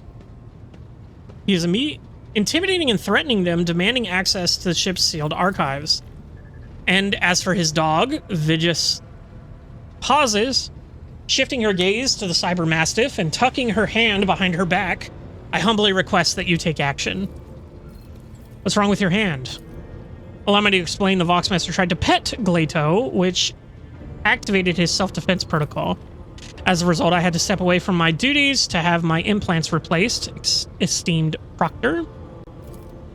I already apologized. In any case, what happened was an expected outcome for unauthorized contact with a living weapon of the Adeptus Astartes. Why did you try to pet him? I didn't... This is the first time you've ever seen the Voxmaster so agitated. I did not try to pet him. It is not customary to keep such cyber boosts on the Void ship, Lord Captain.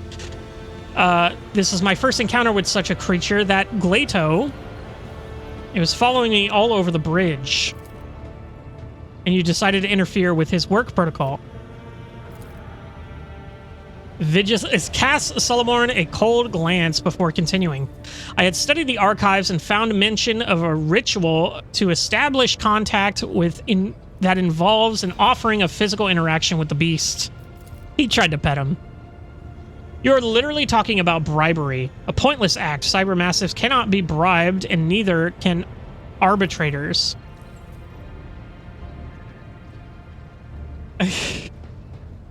Then just reprimand yourself with the note on your personal file. Glato is a cyber mastiff, property of the Adeptus Arbites, not some beast. Solomon stopped interrupting at once. Proctor nods briefly. Solomon, why are you sabotaging the work of the crew? I was compelled to intervene as Glato had intercepted a suspicious signal. The encrypted message contained the words heresy and fugitive. I managed to trace the signal back to the Voxmaster workstation. I needed to dispatch Glato on the reconnaissance mission to obtain new evidence and ultimately to ensure your safety. In other words, he sent the beast to follow me. I questioned the crew of the Voxmaster's absence and established that the wanted bulletins sent by the Imperial Navy were being completely ignored. I suspect the senior officer Toylman is abusing your trust.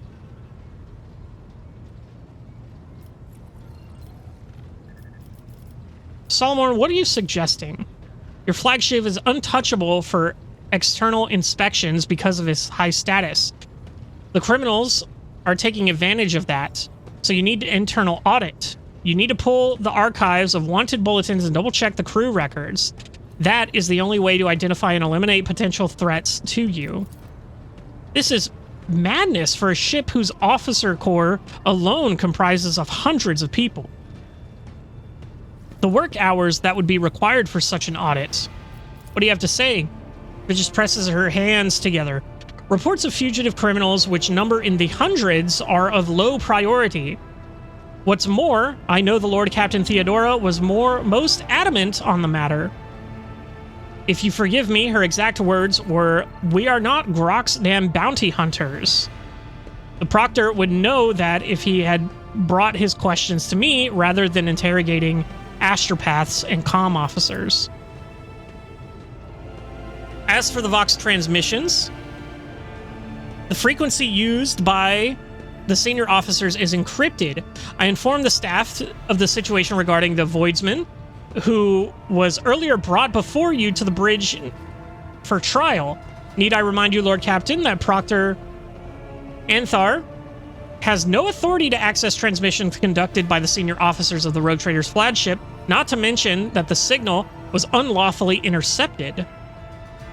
Were you aware there was a runaway heretic hiding among the ship's crew? No, your lordship. No, Lord Captain. He was not on the list of wanted criminals in the Coronis Expanse. I assume it is because of the related insignificance of the heresies he was accused of by Calaxian authorities.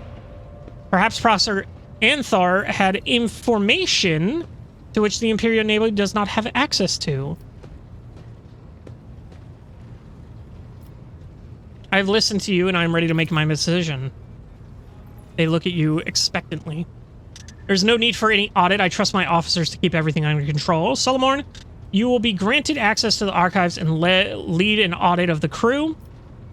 Vigis, you and Janris will double-check all of the crew on your own. Do not involve the Proctor.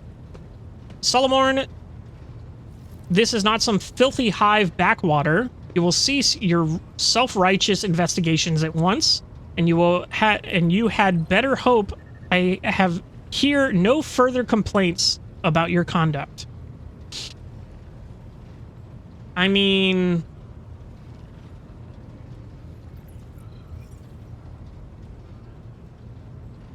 I kind of want to have my guys do it, double check.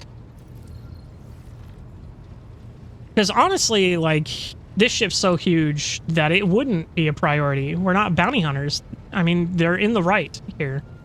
We have bigger things on our plate. So let's go ahead and then. Heavy Sigh escapes the Great of Vigis's Vox. Yes, your lordship. Okay. The machine spirits are skittish today. Oh, you know what we haven't done? Where is Solomon? Glato's over there. Solomon is nowhere to be seen. We're gonna go speak to Glato. But first... Well, no, we're gonna go talk to him first. Let's talk to Glato. Oh, Solomon's there. Greetings, Rogue Trader. I would like to report that Glato and I have finished our initial inspection of the upper decks. The list of infractions ended up being 5 pages shorter than expected. I'm beginning to worry that a servant of the Lex might have little to occupy himself with aboard your ship. Am I imagining it, or do you seem relaxed? I doubt such a word could ever be accurately used to describe an arbitrator, but there is some truth to your observation. Since we're not in combat, I permit myself to stand at ease, which is to say, I'm standing by on full alert. Good, that means we can converse like normal people. I preferred the mission focus, Salmorn. Make a hand signal for understood. No, we're gonna talk normally. A rogue trader and an arbitrator. You have an interesting notion of normality.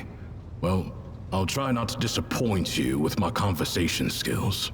Tell me about the Adeptus Arbates. We are servants of the God Emperor's law, made manifest in the Lex Imperialis. The Adeptus Arbates uphold order on the scale of the Imperium and bring merciless punishment to offenders. What types of crimes do you usually handle? The most significant ones. Beyond the Expanse, the Arbates not only enforce tithe collection, but also ensure that every planet obeys his law and that the Imperium's authority remains unchallenged. Corrupt governors, crime syndicates, rebels. Not a minute goes by without some parasite trying to take a bite out of the Imperium. We destroy any who dare trespass against the law. So if you see someone trying to murder an innocent man whose life is irrelevant to maintaining order in the Imperium, you simply walk on by? What about witches and arch-enemy cultists? Those are indeed the greatest threat to the Imperium, and I never leave a heretic I meet without a bullet lodged inside him. But such matters are primarily handled by other forces, which are influential enough so as not to be mentioned out loud without a reason. So you walk away? Unless said man's innocence has been previously established, such as during an investigation. In any other scenario, murder is just a common disturbance. My intervention is only required in the case of an attack on an administratum functionary or some other important figure. Then I must take measures. Bureaucratic organization. Okay, yeah. However, if I have an assignment to carry out, I will ignore any distracting factors. The duties of the Arbates are above everyday crime. We collect the tithe that feeds the military might of the Imperium and sustains its authority over many worlds. To be bogged down in trivialities is to commit a criminal waste of time and resources that have been granted to us to serve the absolute of the law. I wish to ask you something else. I am at your disposal. Just how far do the powers of the Adeptus Arbates extend? Quite far, which comes as an unwelcome surprise to many in the Expanse. The Arbates pass the sentence and carry it out summarily. Only the highest echelons of Terra and servants of the Inquisition and rogue traders here in the Expanse can expect the privilege of a trial. Planetary governors, nobility, clergy, to an arbitrator, they are all equal before the law. Let's talk about the Lex Imperialis. I'm curious to know how you interpret its essence. Testing me, are you? That is fine by me. The Lex Imperialis is both a code of law and the word of the God Emperor himself. For millennia, his decrees have been amassed and preserved on Holy Terra, in the Hall of Judgment, alongside the High Lord's orders. It is at once a titanic collection of edicts and a holy text. But every world still has its own laws. It sounds like it sounds as if it is impossible to know the Lex Imperialis in its entirety. There's a reverence in your words, feels almost religious. It sounds like it's impossible to know. It would take longer than a lifetime to read through even a fraction of his law. But there are fundamental, integral prescripts that every arbitrator knows verbatim. These are the Injuncta Cardinal, inscribed on the walls of the Arbites precinct fortresses and etched into our ammo casings. We quote them as the indisputable truth and recite them like psalms as we charge into battle. Sounds almost religious. As it should. The codes of the Lex Imperialis are my prayer, and I believe that every arbitrator's service is sacred, for it brings this imperfect reality closer to that inscribed in the Book of Judgment, closer to the God Emperor's will. But every world still has its own laws. It does. Your capital world operates under the Lex Dargonus, formed over many generations of the Von Valancius line. However, the Lex Imperialis is the final word in every debate. It stands above any legal directives a planet may have, for it comes from the Emperor himself. Let's talk about something else. I'm listening. What is the mission of the Adeptus Abates in the Coronis Expanse? To collect and guard the tithe. That does not mean we ignore other violations of the Lex Imperialis. We simply act within the scope of our limited resources, the first of which being our small numbers. Here in the Expanse, many believe themselves to be too far from the civilized parts of the Imperium to have need of the law. The presence of the Adeptus Arbites helps to remind those people that the Lex Imperialis is in effect wherever there is at least one human being. Damn, that's cool. That will do.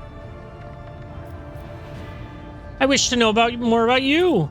You prefer to have a better understanding of the people you travel with. That makes sense. Ask. Where are you from? Port Wanda in Calixis. The gateway to the Expanse, a monumental station, always covered in ships and bursting at the seams from all the dealers, pilgrims, mercenaries, and criminals. Compared to Port Wanda, Footfall is just a lifeless rock in the void. Where in the Coronis Expanse were you living prior to coming aboard my ship? On Dargonus. Lady Theodora gave the top level of one of the spires over to the Arbites. A noble house used to occupy it, before it decided to stick its hand into the dynasty's coffers. By offering us such prominent lodgings, your predecessor both reinforced her ties to the Arbites and made an unambiguous gesture toward the nobility. She was a shrewd woman, and unforgiving. How did you find Dargonus? I must admit, I was pleasantly surprised. I'd expected something far less civilized, given that the Coronis Expanse is on the outskirts of the Imperium. Instead, Dargonus may even compare to some Calixian worlds in status and stability. How did you become an arbitrator? How? The short answer is the Schola Progenium. But I doubt you'd be satisfied with that. My father was an arbitrator, a good one, or else they wouldn't have found him in an alley filled with bullet holes. Someone who served with my father told me he was shot with 10 different weapons, and that he took at least 4 of the bastards down with him. Good shit. I was sent to the Schola Progenium right after that, and the mentors there forged me into an arbitrator. I was an eager student, thanks to the example of unyielding duty and dignity my father set for me. The only thing I didn't need to borrow from him was hate. He didn't instill that. It was always with me. I never doubted that criminal vermin deserve only execution, but it was my father's death that truly crystallized my hatred, made it complete. Were you able to get to avenge your father? No. I didn't want to. There was a time when I wasn't sure what to think of my father's death. Or rather, I tried not to think at all. I didn't look into the case, or for any other reason, to go back to Port Wanda. Arbitrators are never assigned to their home worlds anyway. But when I was leaving Calixis, our ship spent several days docked at the station, and so I permitted myself to go to the spot where my father was killed. I stood there for a while, and nothing. I knew that another arbitrator would have already seen the investigation through. I had nothing left to do there. Hatred does not come from nowhere. It must have been your father's influence. You haven't said a word about your mother. Who is she? From what my father told me, She was a principled woman of poor health. She died in childbirth. Not having known her might be the sole regret of my life. Did you just make up that sorry tale, or did it actually happen? It seems you were born to become an arbitrator. Born? I don't believe in predetermination, but I know that every man's destiny is to serve the Imperium. In my case, the Imperium deemed me worthy of an Arbites rank, a heavy shotgun, and Glato. Not sure what else there is to wish for. Fair.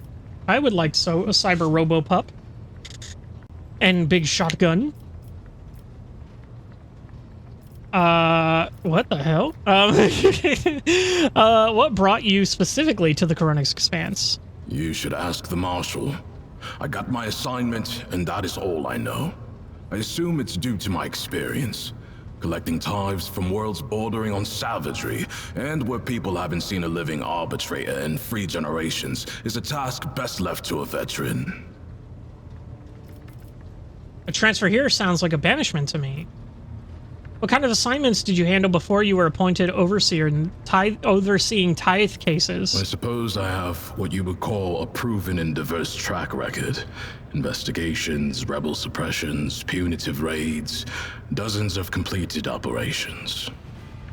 Concludes dryly, without a hint of pride. Have you been on any especially dangerous cases? I would like to hear about your accomplishments. There was this one time. I was part of a raid on a gang of mutants. I excelled in battle, received an award, and was promoted to Proctor. That is all. Are you mocking me? You're not getting off that easily. I need details. If your goal was to anger me, you've succeeded. To the warp with your story. Do not reply to me in such fashion ever again. I need more details. Have you ever been eaten alive? I have. That raid I mentioned was compromised. The enemy had been tipped off to our operation, and we had walked into a trap. Some mutants decided to chew my arm off. That was a mistake.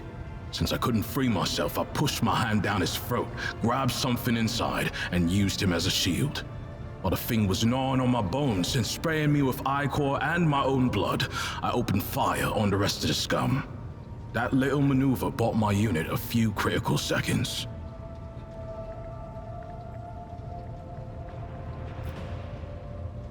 I am fortunate to be fighting on the same side as you.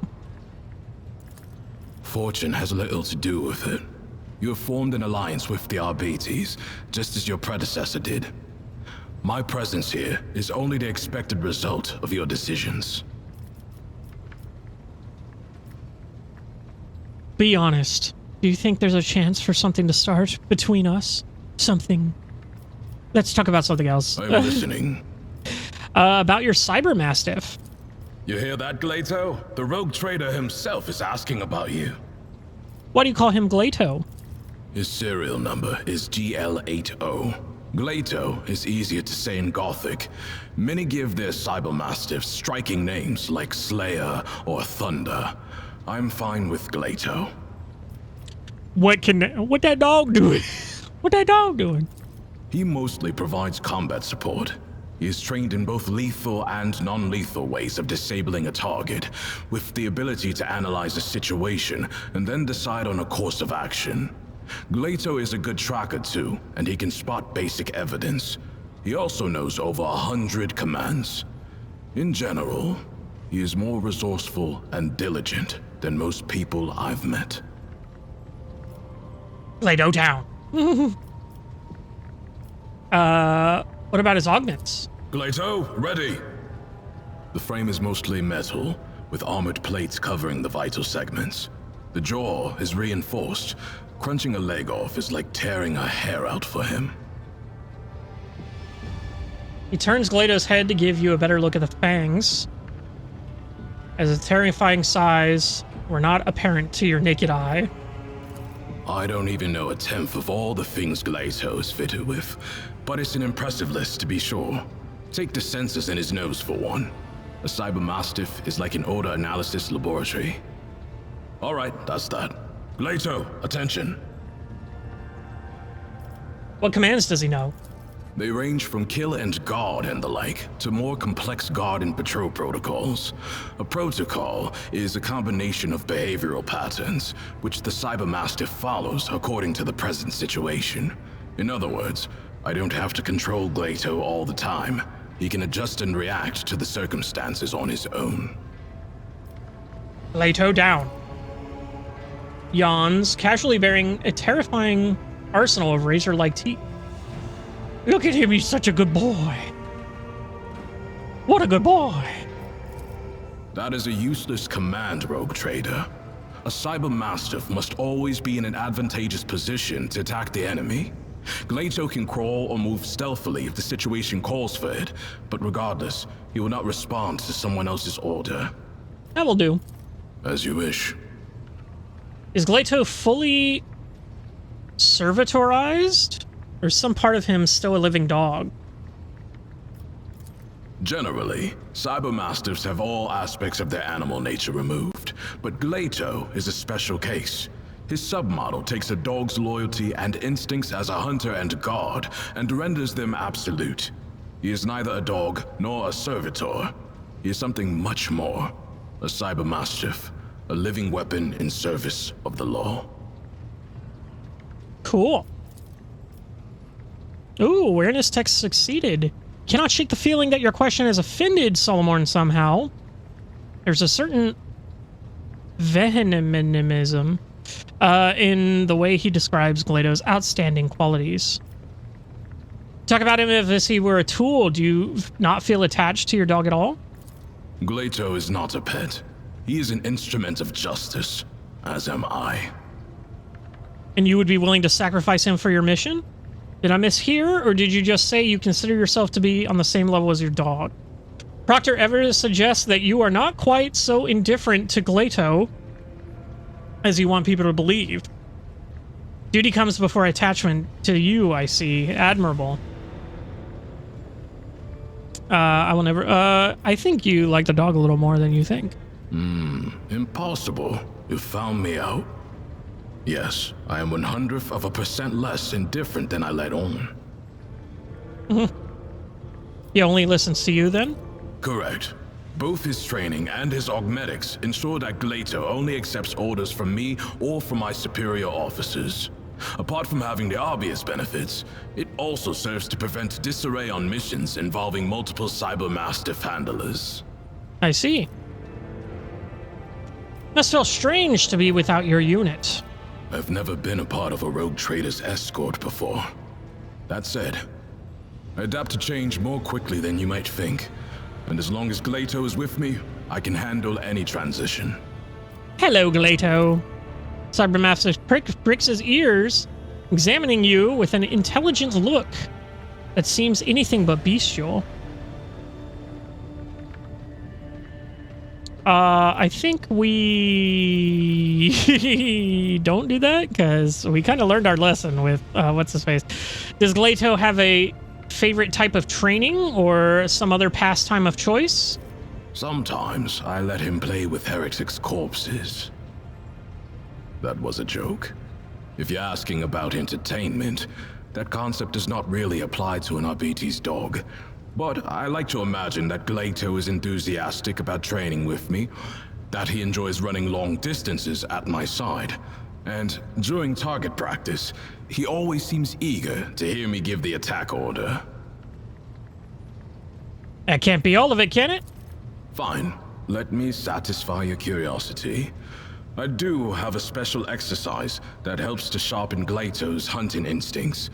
I take a few ammo casings and hide them in hard-to-reach places. One time, after a raid on a manufactorum, I gave him a whole abandoned workshop to run around in, but I also played a trick on him by throwing one casing onto a ceiling beam. Then it was Glato's turn to play tricks. He waited under the beam until I walked up to him, then he jumped onto my shoulders and climbed to the top. He cut my temple open with his claw and almost broke my clavicle, but he got the casing. Good boy. I thought you and Glato could do your own training ground. I will order a space prepared in one of the compartments and have it outfitted with everything you need. The equipment needs to be sturdy. Glato is unstoppable when he's not holding back. Thank you. Give him a piece of dried meat. Looks at the treat with indifference. Glato is not a house pet, rogue trader. Trying to feed him will get you nowhere. He only eats out of my hands, and only at specific times. Strict training. It protects the Cyber Mastiff against deliberate poisoning and other ill intents. Basically, don't waste your time or your meat. Can you pet the dog in Rogue Trader? I don't want to find out. Serve with duty and honor, Glato. I have no need for you. I have other business to attend to. You know where to find me, rogue trader. Okay, interesting. Well, doggy. All right. Well, I think next time... Did we did, in fact, go to that other thing here, right? Okay. Yeah, that's what I thought. Okay, so we need to go to this planet. I don't remember why. I'll be dead ass. But yeah, we'll do that. Chart a new course, get a new insight here, because we're definitely going to want to make this unsafe. That's fine. And then from there, we're going to visit this place. We're going to visit this place. We're going to level up. We're going to level up on the bridge. So we're going to level up on the bridge. We're going to explore this system, and then we're going to go to the next system and explore that, and then we'll see where the game takes us from there. That's all I really have for today and next time, I would say. That's all I have planned for next time.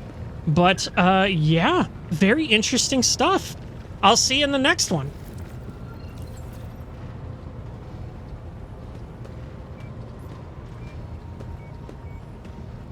Hello, everybody, and welcome back to Warhammer 40K Rogue Trader and the Adventures of Wilbur von Valentius.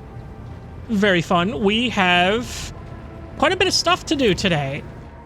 So we have leveling up to do, which we're going to get to first. I did just want to go to the site here. We're going to be visiting the Levelelle's Heart.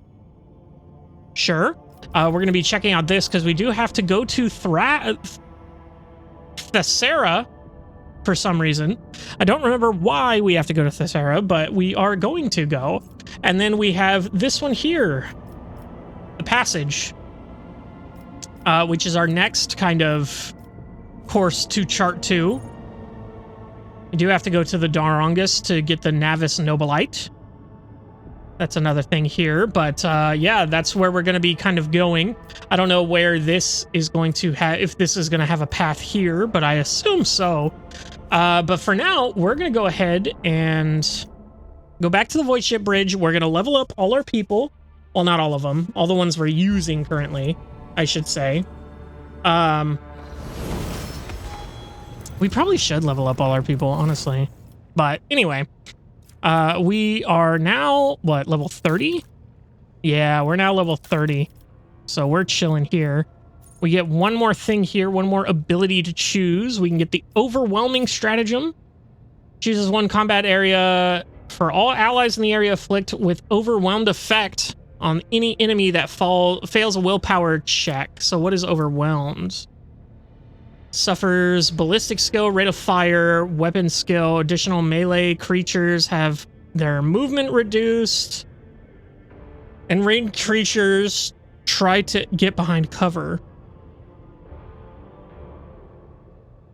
Okay. Anyway. Blitz Stratagem.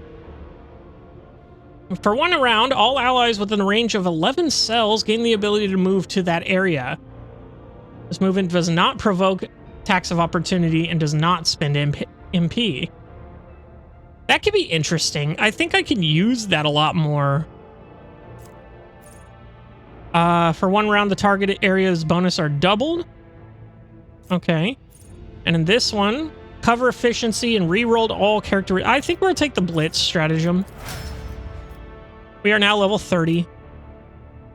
Crazy that it took us this long to get there. 36, we get our exemplar. Our final one here. So that's cool. So we're very close to that, actually. So Bulwark. Deflection against ranged attacks equal to the number of stacks of unyielding beacon. Gains parry until their next turn. Parries and enemy attacks. They immediately get an opportunity to attack with negative 20 against that enemy. Okay. Force distraction. Chooses an ally. All enemies with a 3-cell radius of that ally make a willpower resistance test with a negative 15% penalty. On fail, the Vanguard becomes their priority target. That's interesting. I like that. For this one, forces an enemy within melee range to immediately attack the Vanguard. All of the Vanguard's abilities allies who are wielding melee weapons in adjacent enemy may use attack of opportunity. The enemy suffers 3 more damage from these attacks of opportunity and has 16% penalty to parry and dodge. I think we'll take the force distraction. That seems like a good ability here. Master Tactician. Okay, so she gets hers next, her talent. So for now, we get a common talent and an ability. So let's see. Bloody Augur. Enemies damaged by the Navigator suffer an additional 11% damage from any source of warp damage. Bonus damage stacks up to 5 times. Navigator starts all turns, including extra turns, with 3 additional movement points. First ally targeted by the Navigator with a single target ability each turn gains the same amount of additional... Ooh, I like that a lot, actually. That's crazy. Linchpin. +1 resolve. Excuse me. Oh, man. If that enemy is killed by one of the Master Tactician's allies before the beginning of the Master Tactician's turn, that ally gains resolve momentum and +5 to all characteristics to the end of combat. This bonus to all characteristics does not stack. Can I only use this once per round, or it's got a cooldown of a round, so I think we'll take that. Fervor was also good, I believe. Suffers direct damage equal to 20%. No, never mind. Stacks. It resets the cooldown of all those. Okay, yeah, we're going to assign objective here. So, Terrifying Strike. Exanguation. The Executioner immediately inflicts bleeding 5 on an ally of their choice, including themselves. That ally gains a bonus to dodge and 3 additional movement points until the ending bleed ends for any reason. That's weird. Gift of Torment. Till the start of their next turn, the Executioner gains bonuses to their parameters for each creature or ally in combat suffering from the following damage over time. So she gets toughness, armor. So she gets armor per bleeding creature. She gets dodge per burning creature and plus deflection per creature up to a maximum of toughness bonus. I don't know what her toughness bonus is. Probably not a lot, to be real. Next, ranged attack or physical or psychic staff ability inflicts a damage over time on all targets hit. If it's physical damage, it inflicts toxin. If it's energy damage, it inflicts burning. Ooh, that's pretty good. Oh, it's next ranged attack. Oh, so probably not, actually. Terrifying Strike. Next melee attack forces all enemies hit to run away from the Executioner in a straight line up to 3 cells. During this movement, the targets do not provoke attacks of opportunity and leave a bloody trail on the ground which remains until the end of combat. Movement through these bloodstained cells costs the Executioner 0 MP. I really don't like any of these. I think we'll take Gift of Torment, I guess. That's the only one that really seems justifiable. Bloody Mess perk, gotta take it because it's freaking Fallout reference. I'm just kidding. Anytime a Void Boy character scores a critical hit, there's a 10% chance to double the damage. Jinx. All Void Boy character has more than 50% wounds. All chances of all creatures, including enemies in a 3-cell radius, are increased by 10%. Interesting. Just a flesh wound. 20% chance to just survive a hit. Using a non-damaging ability on an ally grants that ally the ability to reroll any failed attack, parry, dodge, characteristic, or skill test with a 20% chance of success for 1 round. And none of those seem good. Crimson Tide. A creature with the Blood Blessed or Blood Stained effect gains +1 stack of this effect whenever raining blood is inflicted again or whenever it starts its turn on a blood-covered cell. Death Cult Assassins allies deal more damage to enemies if both the ally and their target stand on a blood-covered cell. I don't really use the blood-covered stuff. Acronite Dragnet. Area attacks with a Webber create a webbed area which lasts for 3 rounds. Any creature that enters the area, moves through it, or starts its turn in the area must pass an agility resistance test or become slowed for 1 round. Aldari weapon proficiency. Aldari weapon proficiency. Oh, Xenos lore.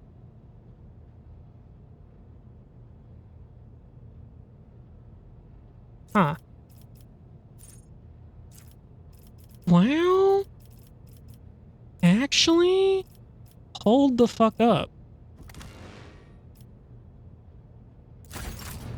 Hold the fuck up. Let me see here. Because her blades actually don't do that much damage.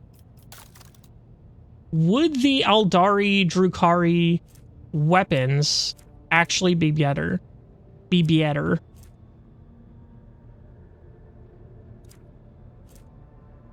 So 4 to 18. Scorpion Sting is actually better and it does toxic.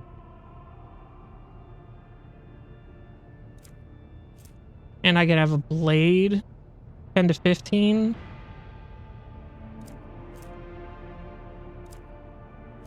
What other Drukhari weapons do I have? I have this, an Aldari Chainsword, which is better than what I have.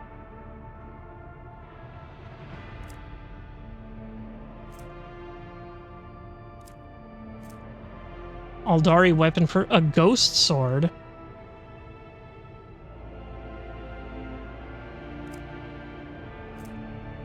Cry of Agony. This is 2-handed though. Venom Blade.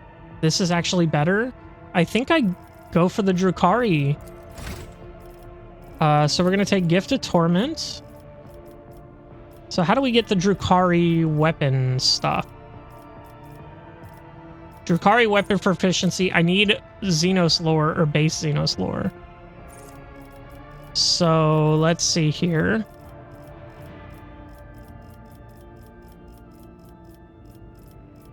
So I can go Xenos lore for this, +7. Skill, even if their archetype or origin does not allow for it. So +7 there.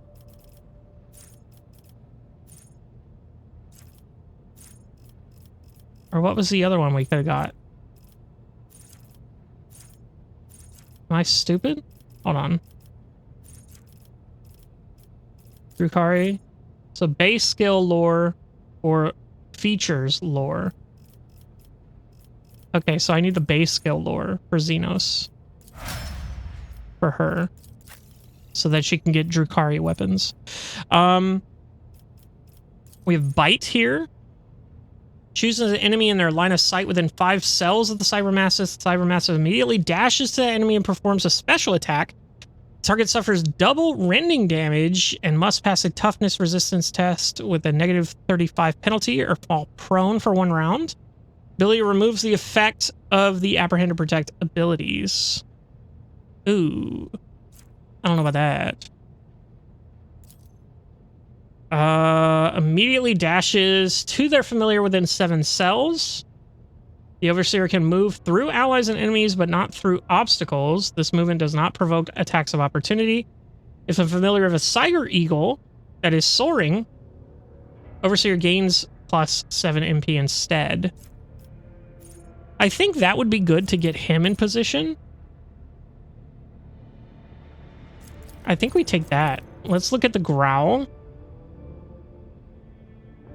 Cybermastiff lets out a terrifying growl for 1 round. All enemies in a 2-cell radius deal 15% less damage to the... Oh. To everyone.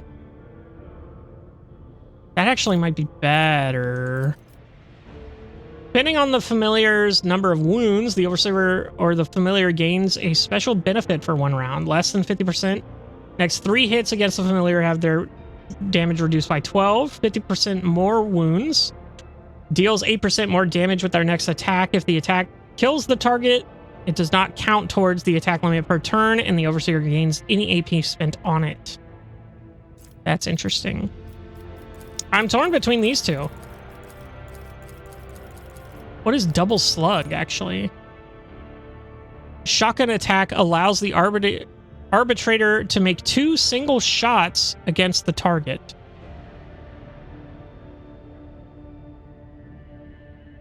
Ooh.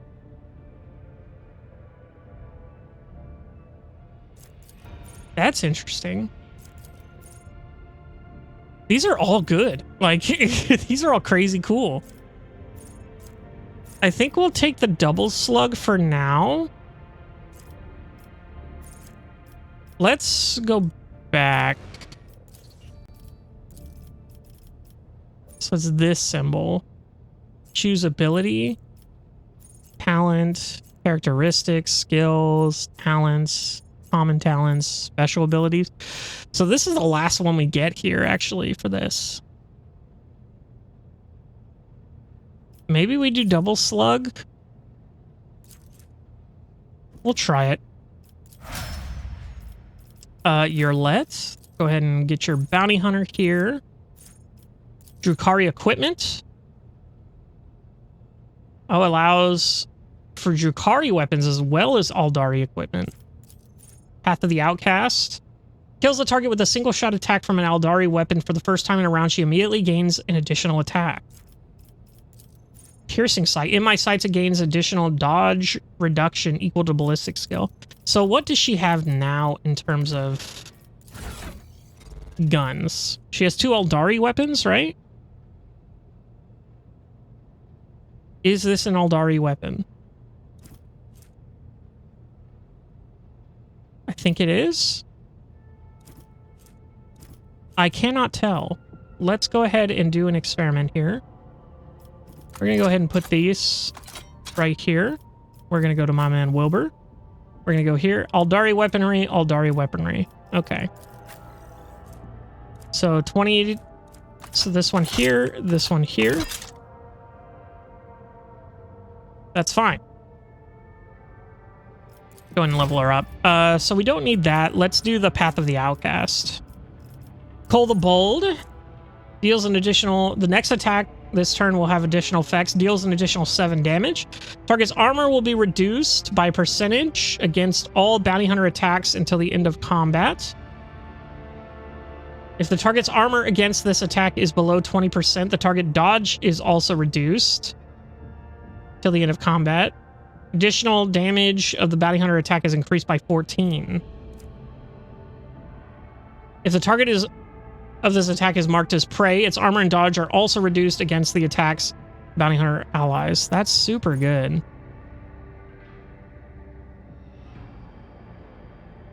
I think that's just good. Snare the prey. Bounty hunter sets a trap on a free cell in a 10-cell radius around them. Any enemy entering it within a 2-cell radius of the trap activates the trap. Each enemy in a 2-cell radius around the trap suffers 14 direct damage and must pass an agility resistance test with -8 penalty and become immobilized until the enemy's next turn. Bounty hunter gains +4 movement at the beginning of their turn. Ooh, if the prey is marked as prey, always immobilize. Interesting. I think we'll take Paul the Bold for now. That's fine. Dear Argenta Pascal. So what do you... So Adira has 8 ranks available. Argenta has 5. Pascal has 3. Heinrichs has 3. And Jay has 3. Okay. I think that's fine for now. So everybody's leveled up for the most part. Only took 20 minutes. Let's go ahead and visit this heart. Levelia's heart. Lord Captain, we received a Voxcast from Thessera.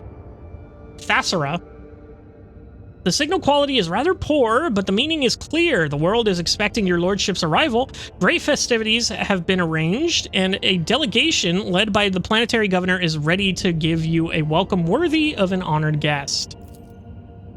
Destroyed ship. We got 3 scrap box immediately consumed. This provides 50 scrap. Okay. Let's go ahead and go down and around here. Check out our gas giant here. Nothing. Excellent. Let's check out our burning world, I'm assuming. Boing. Lava world, excuse me. And we got something that's not explored. Amid the lifeless rocks and lava lakes, the ship's augurs have detected something resembling buildings. There is something off about their outlines, but their presence and in and of itself suggests that there may be valuables to uncover among the ruins. Send a scouting team. Scouts are able to discern symbols of the Imperium on the buildings, deformed and fused together by high temperatures. The ore mining structures tell a sad story. Centuries ago, the planet and all its riches perished beneath the radiance of the system's expanding sun. Womp womp. Womp womp. Go ahead and go to the outskirts here. Begin scan. Nothing. Fantastibliosto. Oh, looks like something's there. No, Promethium. 3 Promethium. And then let's go ahead and go to Thessera.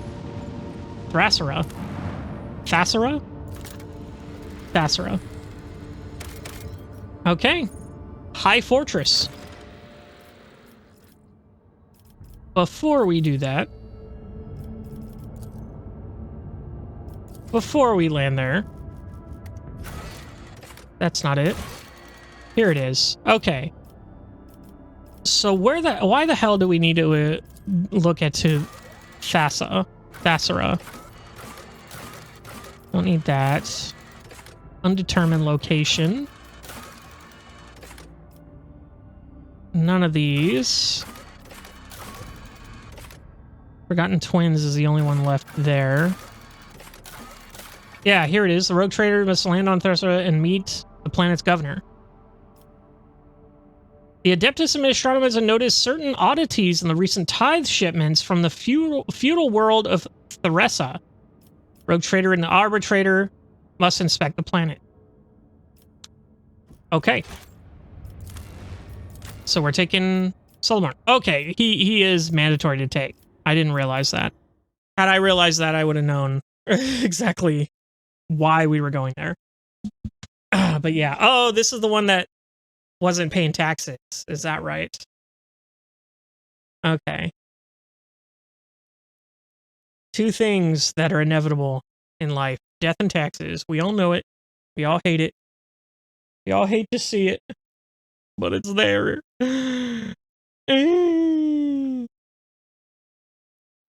Holy shit, it's taking so long to load. There it goes. Okay. Press any button to continue.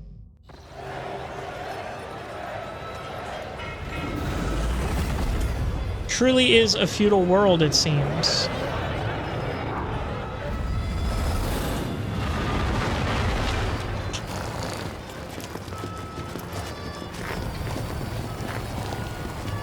Okay.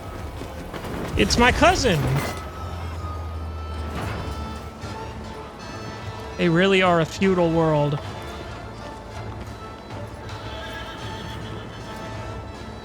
I like that the dog just runs right out in front. Governor Ruldo. Damn, you got your face stitched on, huh? Okay. Creepy. A richly dressed man riding a sinewy horse breaks off from the procession.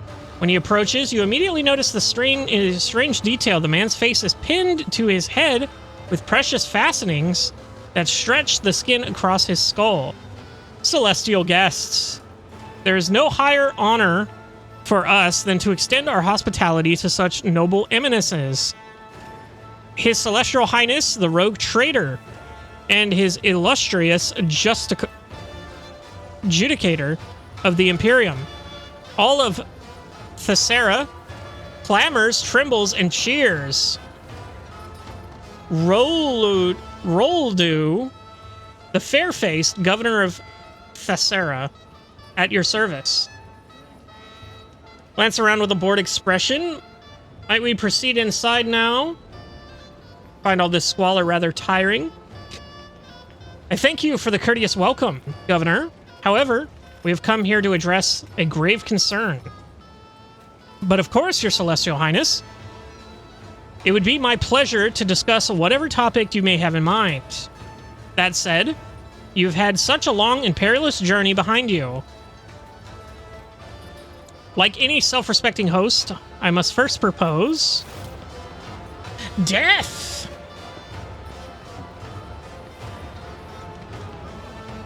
Who is the gesture? Bluff, the court fool. Yeah, you're not absolutely terrifying. A smaller figure steps out of the crowd dressed in a motley attire of a court fool and wearing a sneering mask. My name is Bluff. I am Lord Roldo's good mood.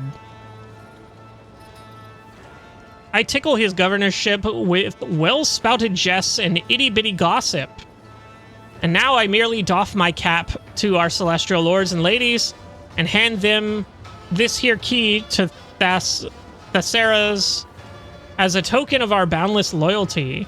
Bull bows and offers you his gift.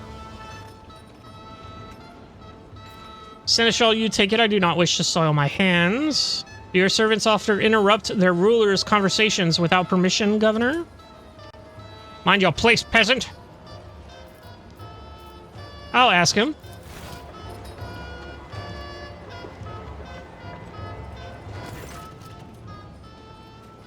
Oh, the embarrassment. The governor leans down from his horse and grabs the fool's hand. Having wrenched the key from Bluff's grasp, Roldo raises his hand to strike, and the fool quickly backs off. Finally, the governor offers the gift to you with a reverential bow. Large key, coat of arms, embossed on its head. Okay. What happened to your face? Kind of addresses that. Sure you know why we're here. Abelard announced the purpose of our visit to these provisionals. Or nod to Solomon. I just noticed these guys are playing the music. Servitors. Oh, and this guy's got a... Okay, he's the... Yeah. I can't remember the organ. Yeah, anyway. Look at the governor. Uh-oh.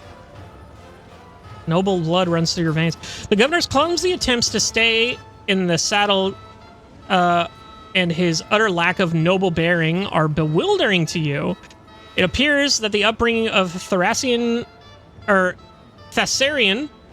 aristocracy is as unimpressive as the world's technological state.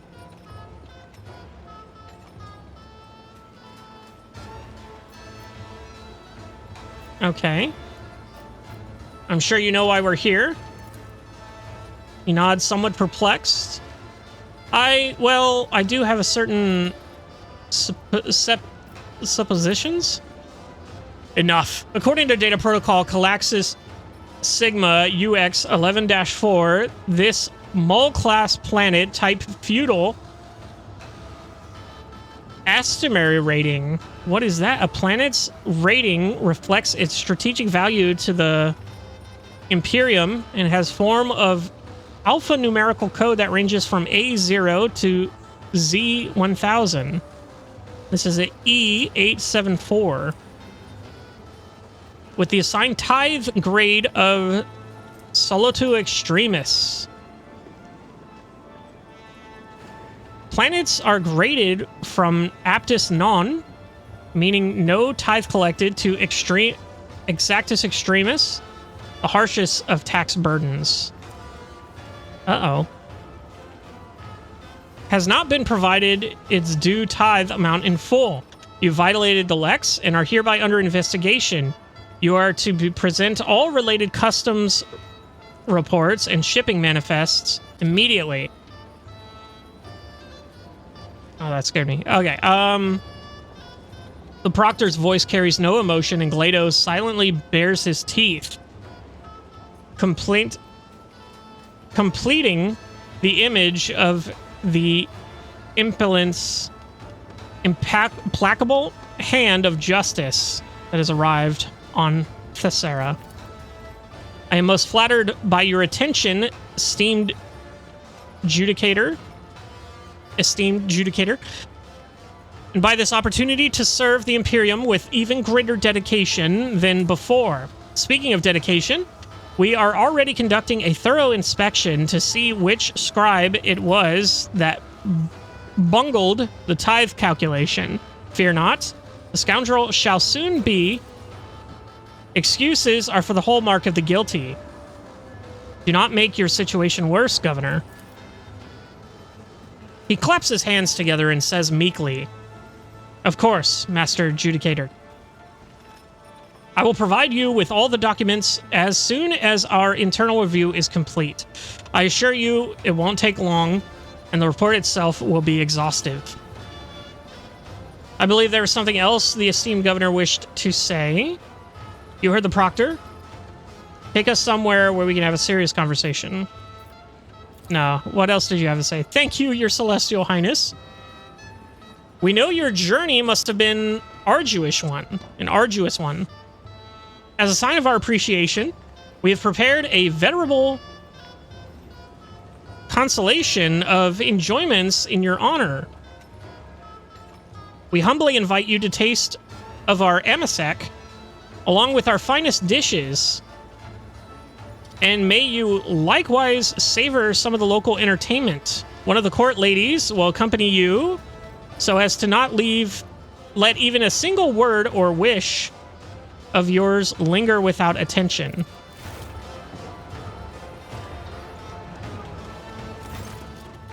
Maeve. Oh, she looks nice.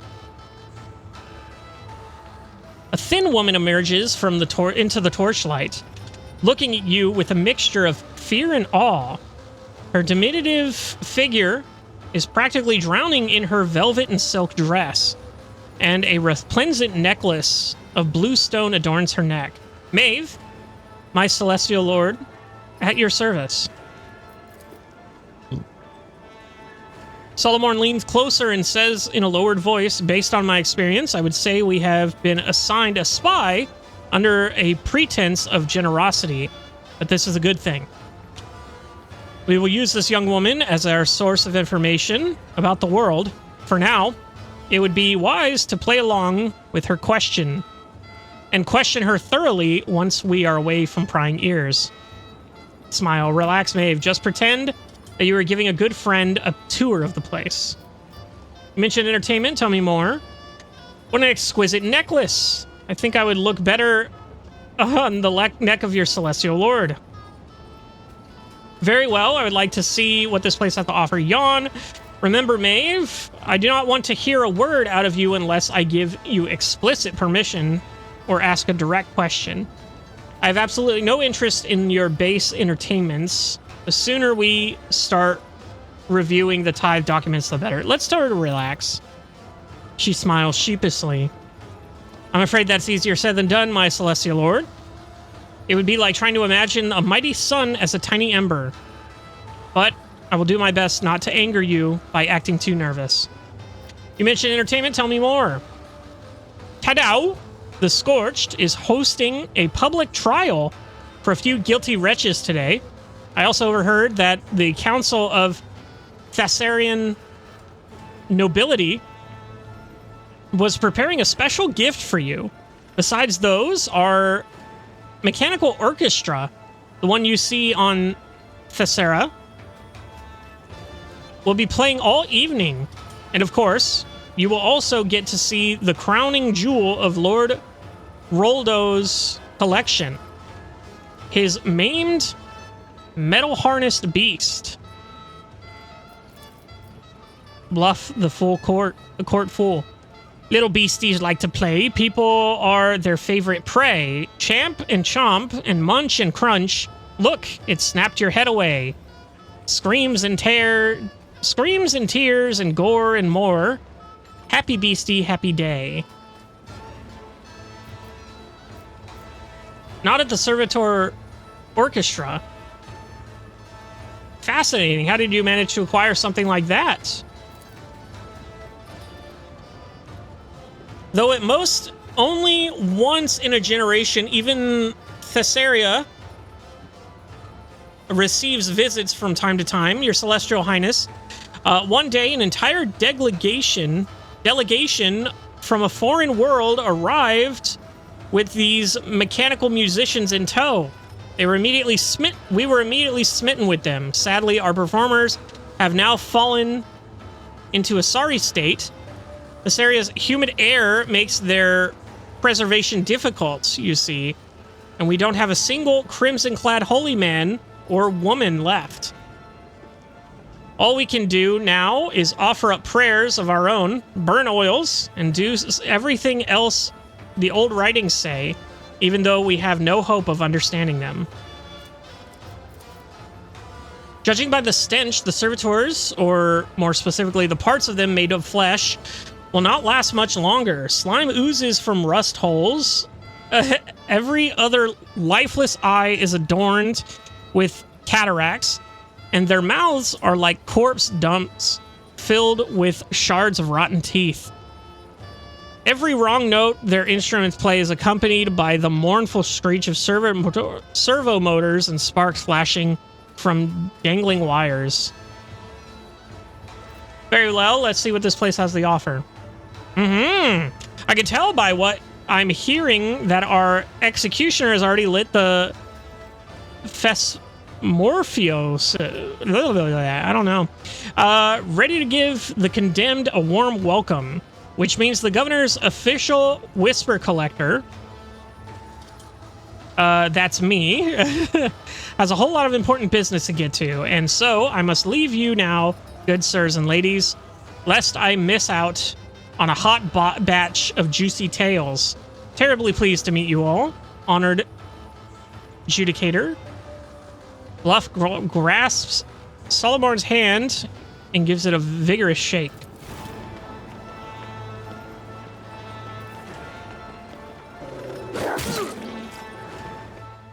Fucking idiot. Before you can blink, the cybermassive beside him sinks his teeth into Bluff's forearm, jerking it back and forth with fury.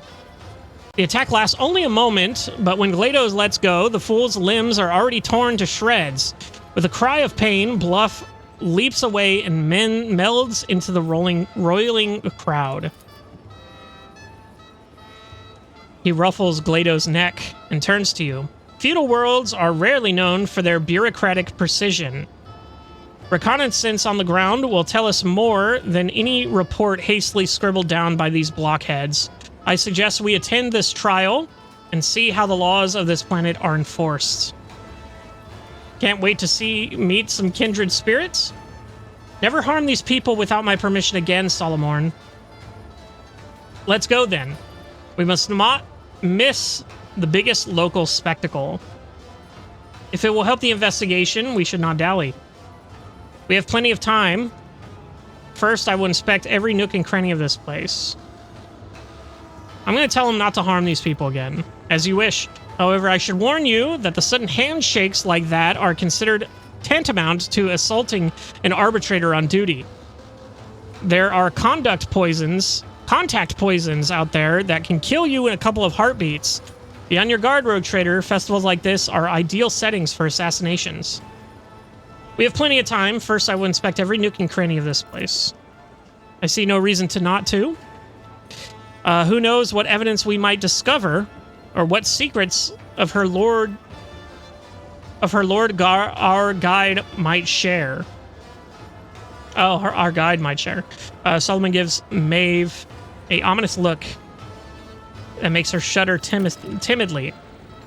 Solomon looks at the throng currently staring at you in wonder and trepidation. So, Celestial Lord, your coming is a historic event for these people. Rest assured, the locals will be watching your every move, and a single word or careless gesture from you may well transform their lives on this underdeveloped world.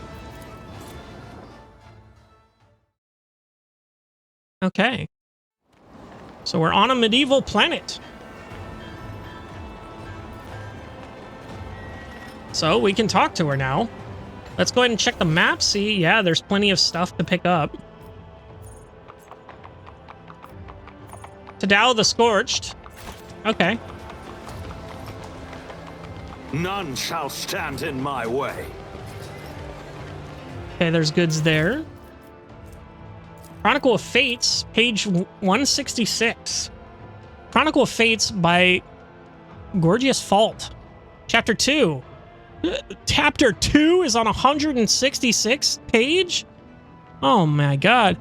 It benefits any servant of his to thank daily the Emperor, him that holdeth the key, for the lot given them in life. As I have thanked him with my writings for thousands of moon lives, so too do I thank him now for the fetters that are preparing my soul for its new destiny. The rules of this service are simple. Day after day, I reverently carry with me the glass fetters, not daring to break them. Some believe that merely keeping them on one's bedside is enough to perform the sacrament. This is a lie, perpetrated by the slothful and the faint of heart. Oops, I meant to pick that up. I'll be telling my grandchildren this day. A new challenge for me? Okay. Yeah, there's plenty of stuff over here. Go ahead and go over here. And there's traps. Why are there traps, good people? Check done. The We need to shadows investigate. reveal their secrets. Why are there traps? Easy. Not a problem for a proctor. Okay, we got a Cyber Eagle key characteristic. Claustrophobia? Cyber Eagle gains 10 perception and deals 150% more damage. Cyber Eagle gains 16% more dodge against obstructed enemies' melee attacks. The Cyber Eagle dodges an obstructed enemy's melee attack. That enemy immediately hits its random adjacent ally using the lowest AP cost attack, scoring a guaranteed critical hit. That's crazy. And then an Ebonite sword. Two-handed primitive sword. Is that better than the one we have on Abelard? We shall check. So his is the Silent Verdict. And check down here, sir. So it is in fact better. It's got way more armor penetration and way more damage. Cool. Everything else is good, right? We have power swords. 12 to 14. These are Aldari weapons. That's an Aldari weapon, but it's not as good as the... So the ghost sword is not as good. Okay. I won't tolerate weakness. Okay. If only I could behold the wonders of the stars. Oh, look at that. Oh, where are you going? Oh, hold up, guys. Don't... Can't I go over here? I do have to go all the way over there. Okay, well, hold on. Let's all gather up around here. Okay, that's all cool. We like having that. I'll lay claim to the stars. Okay, there's goods here. Another page. Chronicles of Fate. Page 1. Chapter 1. Let these instructions enlighten all who walk in my footsteps. He that holdeth the key permits none but his most faithful to change their fates. And I, the eminent Gorgias fault, have no right to fail him. This, my present work, will describe how a soul becomes purified and the rituals required to prepare for its momentous turn of fate. Jesus. These being things that any servant of his who intend to break the shackles of their former life will have to undergo. Okay. It's about time. Let's go here. We have more stuff this way here. Watch out. Got some goods here. 90% tech I use. rise to the occasion. Okay, unlocked. Looks like nothing else matters here.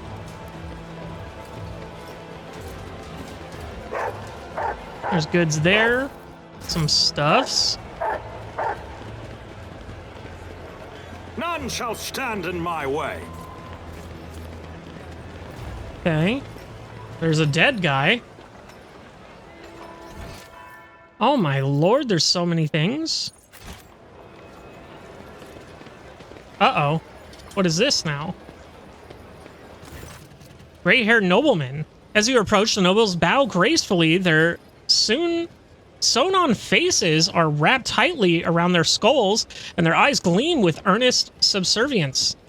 One dares to address you. Oh, celestial lord, grace us with your regard. I am regarded. When my brother and I heard your arrival, we immediately sought to surprise you with an exceptional gift. Young nobleman, the ancient scrolls tell of a wonder, a mechanical sage by the name of Cogyakor. Anyway, it knows the answers to all questions and can make other machines do its bidding, and may even predict the future. My brother and I have borne many hardships, but we managed to acquire this magic contraption for our much cherished guest. Box in front of you, presumably the Cogyakor they speak of, exudes a strong odor of ritual oils made of thin planks. It is covered in so much purity seals that it seems to be held together by them alone. A stack of flimsy, rough paper lies atop it, and there is a mica panel with malachite buttons attached to the front. A thin slit is visible among the buttons. Abelard sighs heavily and leans over to you. Sometimes when information reaches the more backward worlds, it undergoes strange metamorphosis in the minds of unfortunate and regrettably parochial lay people. Have mercy, Lord Captain. They probably have been trying to please you. Listen to the sounds coming from the box. They're barely audible breathing coming from the box. Whoever is inside wants very much not to be noticed. Plato stalks toward the box and bares his fangs while Solomon frowns grimly at the device. Really? Then again, what else could you expect from this ignorant world? Unseal the box and let this poor soul out at once. What a rare and magnificent gift. I will be honored to display it in my chambers. Break the box. I heard they're indestructible. Let's see if the tales are true. There's something I want to ask it.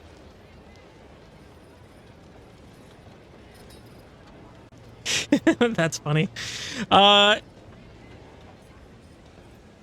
If I may advise the Celestial Lord,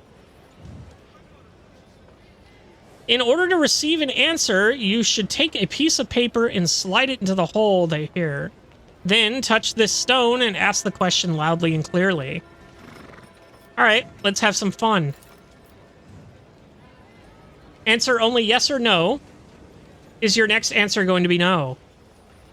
The miraculous device reluctantly accepts the offer of paper and makes a vague moan-like sound. After a languid moment of waiting, you're presented with a sheet that reads which most likely means error.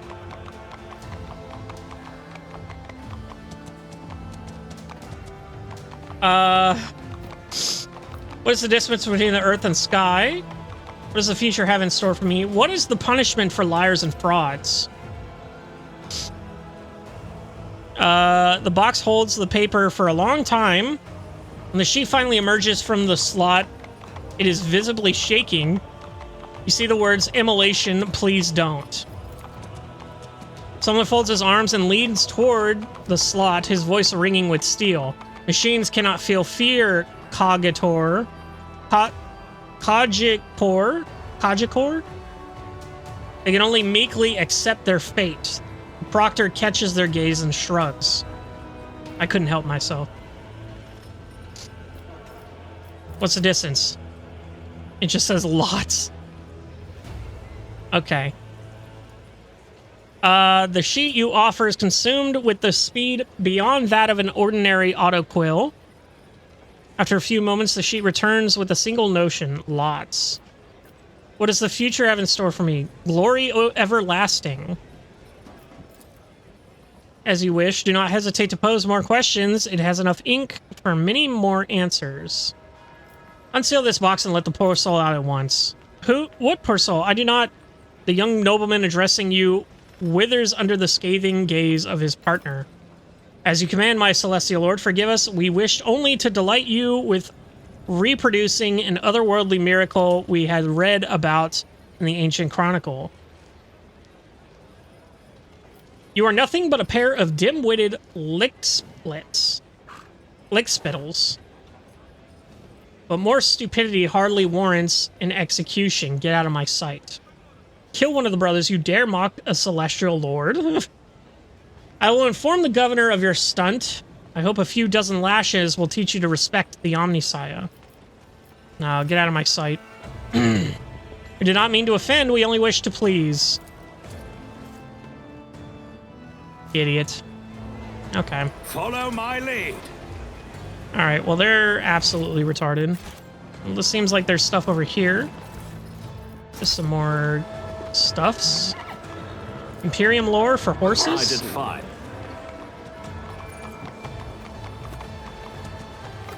Okay. Let's go over here. We've got goods here. 65%? Excellence matters. Okay. Ballistic skill, 100%. I have learned much in my exile. Somehow managed to forge shells and casings. These do not belong to the feudal world. There's no doubt as to what they are.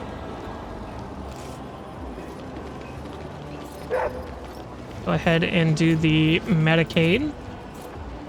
He withholds his favor. Someone disfigured the corpse's face and threw the body off the parapet. So let's go ahead and go down here. We have athletics of 100 here. Unexpected result. So we come up here. We got the goods. Another Immaterium Shroud. 15 willpower. Cool. We don't have an eagle. Who's there? Is that the Celestial Lord himself? You shouldn't have come here. Fates become tangled in this place and faces change. Who knows if by nightfall you won't have lost yourself. Okay. Just a piece of advice. Beware the shimmering blue or else you'll end up like Gregorius Fault. Shimmering blue, are you talking like the thing around her Compared neck? to naval service, that was barely a challenge. Nothing's impossible for this old officer. Look at Glado freaking out. Poor little guy. Victory Anyway. awaits. So we've got everything up to this point. Looks like we're now going over here. Oh, there's a doggy. Oh, good boy. With a bloody sacrament. Power hammer. One-handed. Power shove, power swing. Area attacks with this maul create a smoke cloud. All creatures that enter the area must pass a toughness, strength, and willpower resistance test with a negative 27% penalty. On failed toughness test, the target becomes blinded for 2 rounds. On failed strength test, they become slowed for 2 rounds. And on failed willpower test, disturbed for 2. That's totally sick. 15 to 19? I think we put that on Cabela right now. I think we go ahead and...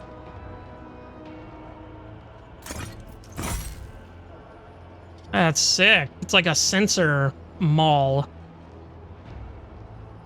That's awesome. Cool.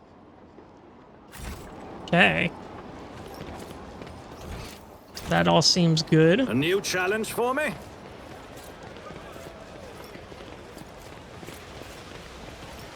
Okay. Got goods here. Just gonna take your shit, Lamau. Get those goods. As a child, I was captivated by the chronicles of the feudal world Urban II.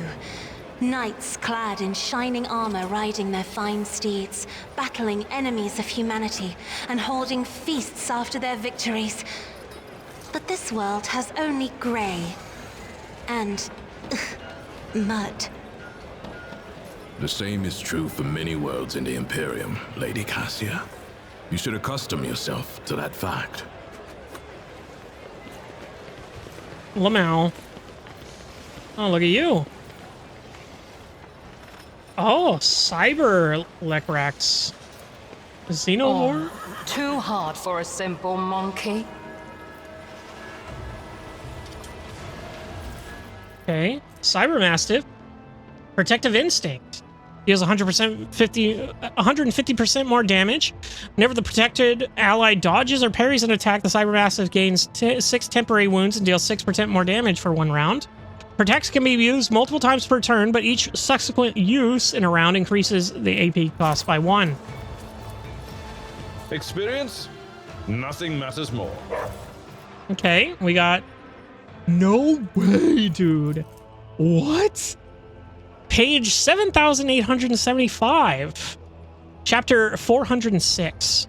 I am impure and my body is impure. Vital fluids, not my own, are stirring within me as though wood-boring beetles were digging their filthy tunnels through my frame. I must destroy this vice. I must squeeze it out. It is customary to replace an old vessel, and I have replaced my rotten cage with chambers of gold. Yet I still feel filthy.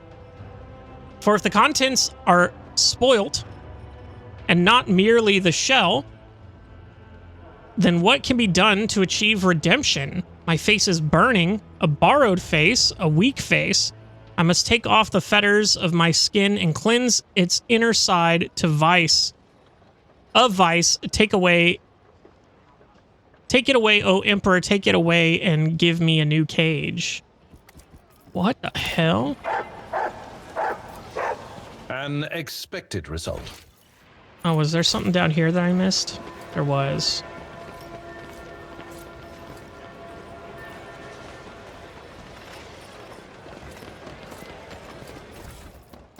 And this is page 380, chapter 3. The sacrament has been performed. I felt the cage open again its gates. I felt him that holdeth the key unlock the lock of my body. At first, I found it hard to breathe. It was as though the inside of my body was lined with a vice that was not my own. In my mind, confusion, I cannot tell that moon life it is or which chapter of the book I am presently writing. But the Great One is all-knowing. Greatest One is all-knowing, and every turn of fate has been chosen by him in advance. Thus, if my new fate tries to resist me, I shall bring it to heel.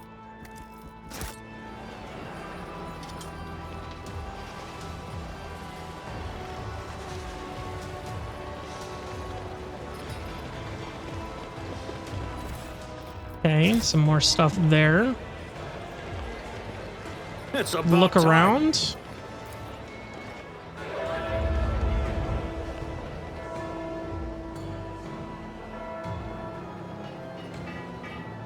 Okay, just a nice view of everything. They really want to show off the model. Like, hey guys, made a pretty cool town here. Just wanted to let you know.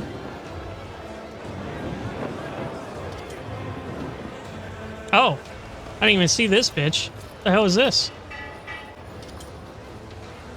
I don't know, but it's cool as fuck. Got some cool stuff there. All right, we got some stuff here. I won't tolerate weakness. Fix the lifter. 65%. What in the world? What? I took an injury. Can I heal that injury? Is that a fresh injury? It is. So let's go ahead and get your let to fix Wilbur there. You better hone your skills. I stand in recognition.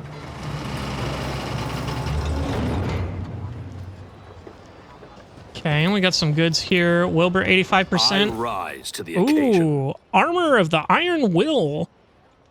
30% armor with... Oh, wow. 0.75 reduction. It's medium armor. Whenever the wearer blocks an attack, all adjacent creatures must pass a toughness resistance test or suffer +1 stack of perplexed.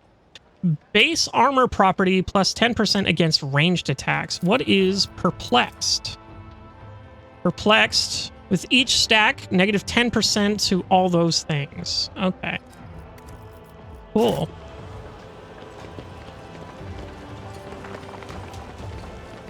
I wonder if that's worth it for what's-his-face? None shall stand in my way. For Solomorn.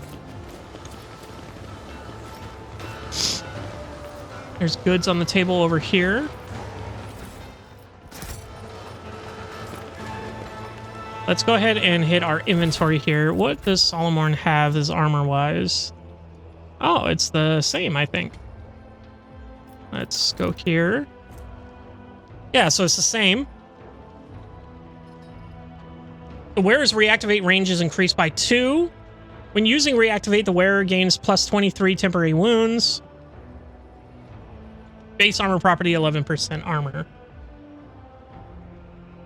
I think we take this instead. Looks pretty snazzy. Now, are those shields better than the one he has, actually? Because this one is 25% shield block chance. Shield allows a wielder to block attacks. First use of shield attack in turn costs negative 1 AP less. What about this one? This is just shield times 4, shield times 3. This is 20%. This is 25, so this is the same shield, essentially. But the Adeptus Arbate shield looks way cooler. So we have this guy over here. Harvest the Sculptor. I'll lay claim to the stars. I not talk to you? I swear to God he was not there, right? Tavrisk the Sculptor. Sculptor's mechanical hand crawl all over the rough stone. They're mainly many jointed metal fingers remaining in constant motion. Even now, you recognize your own features in the unfinished piece. It seems someone commissioned a statue of you the moment you set foot on the planet. The old man turns his wrinkled face towards you and sees the crystals where his eyes should be. Is my celestial lord here to gaze upon his destiny? Alas, my creation is not yet complete. I'm here to take a look at the sculpture. What has my destiny got to do with it? Who are you?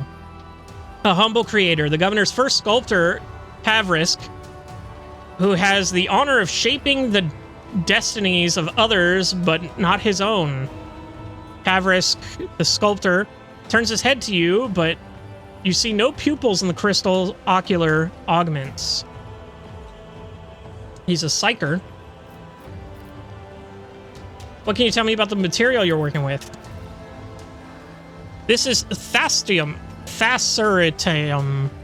a fascinating stone born from the bowels of this planet. Like any other kind, it bends and melts beneath the sculptor's tool. But for the sculptor to come to life is in earnest, they must put their very soul into it. One of his hand emerges from behind the statue and gently touches his head, seemingly of its own volition.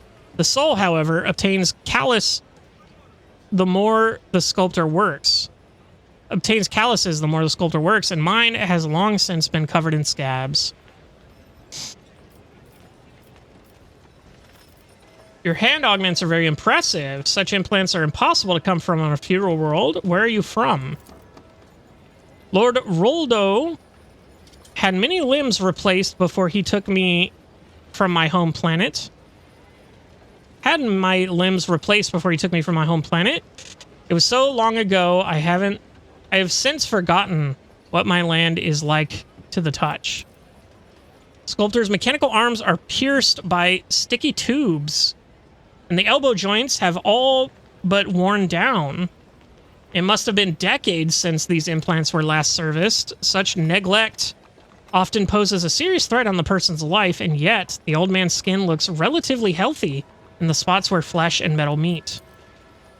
Warp test succeeded. This man appears to belong to a rare variety of psychers, biomancers capable of recovering even from otherworldly deadly wounds and diseases. Like Heinrichs.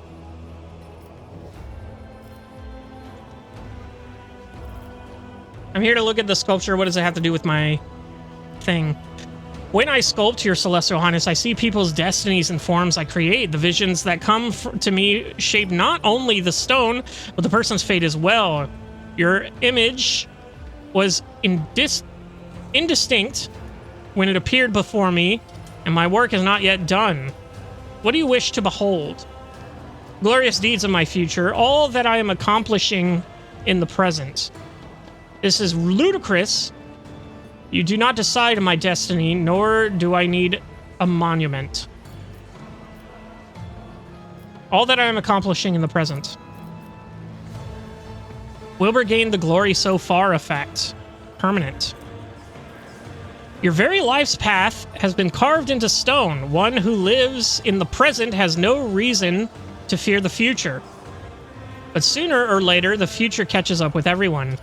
Increase the character's fellowship until the end of the mission on Thesera. That's cool. Sculptor's hands scuttle over the stone like huge metal spiders. Somehow, his sightless gaze perceives exactly those details of your appearance that you are proud of the most. Your destiny will soon be complete, my lord. I will have it delivered to your celestial vessel. Are you a psyker? My lord governor calls me a foreteller and creator. Others call others a wicked sorcerer. There's no cause for concern. My abilities are sanctioned, and I am pure before the Emperor's celestial eye. He gestures at the tubes on the back of his head, and as if to prove the truth of his words. Did you capture the governor's destiny in the sculpture too? His mouth stretches into a cryptic smile. I have made thousands of statues for Roldo, but Thessera's stone flesh can never seem to sate his great ambitions. The old sculptor once more turns his unseen gaze to the pattern in the stone before him. Okay, cool. Follow my lead. Pipe servitor, drummer servitor, fiddler servitor, organ grinder servitor, and lyre playing servitor. Okay, so we have loot here.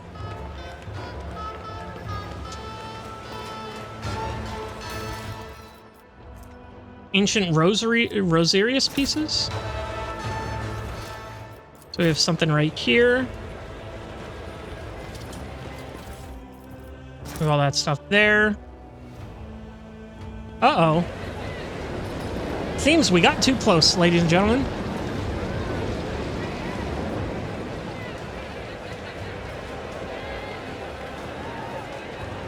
Well, damn.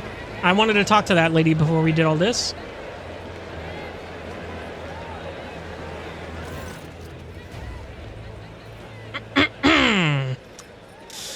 You see a man with a cruel grimace on his face and hands disfigured with burn marks. Behind him stands a ghastly-looking mechanism adorned with the polished skulls of gigantic proportions.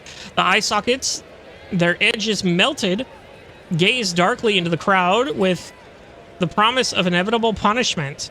Man, clearly the executioner bows his head. The very messengers of the sky have come to decide our fate. We are honored, your celestial highness. Who are you? I am Tadao, the Scorched, a slaughterman of the 5th generation and humble disciple of the Iron Saint you see before you, your celestial highness. Master Tadao knows no mercy, and his hands are unfailingly firm in the sacred cause of administering justice. Maeve is careful to keep her posture straight, but her frightening gaze is deliberately averted from both the executioner and the mechanism behind him. What is that structure? This instrument of punishment is personification of the great Fesmorpheus Morius the Martyred, who accomplished the legendary feat of slaying 300 heretics. As is glorious tradition, all mutants who affront the Emperor's gaze and stain the face of Thessera must enter the Saint's iron embrace. Whenever justice is served, hundreds flock to the Fesmorpheus. Fesmorpheus? I don't know.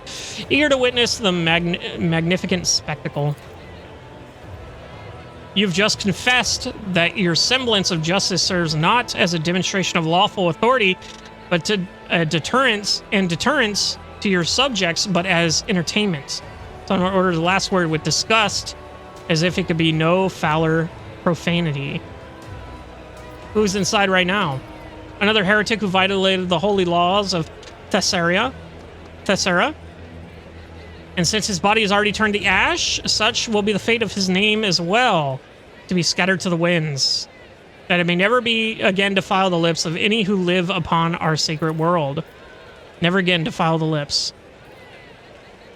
Looks ready to faint. She seems both terrified and nauseated by the sacred rite that has drawn so many onlookers. The law of the Imperium punishes those who deserve it.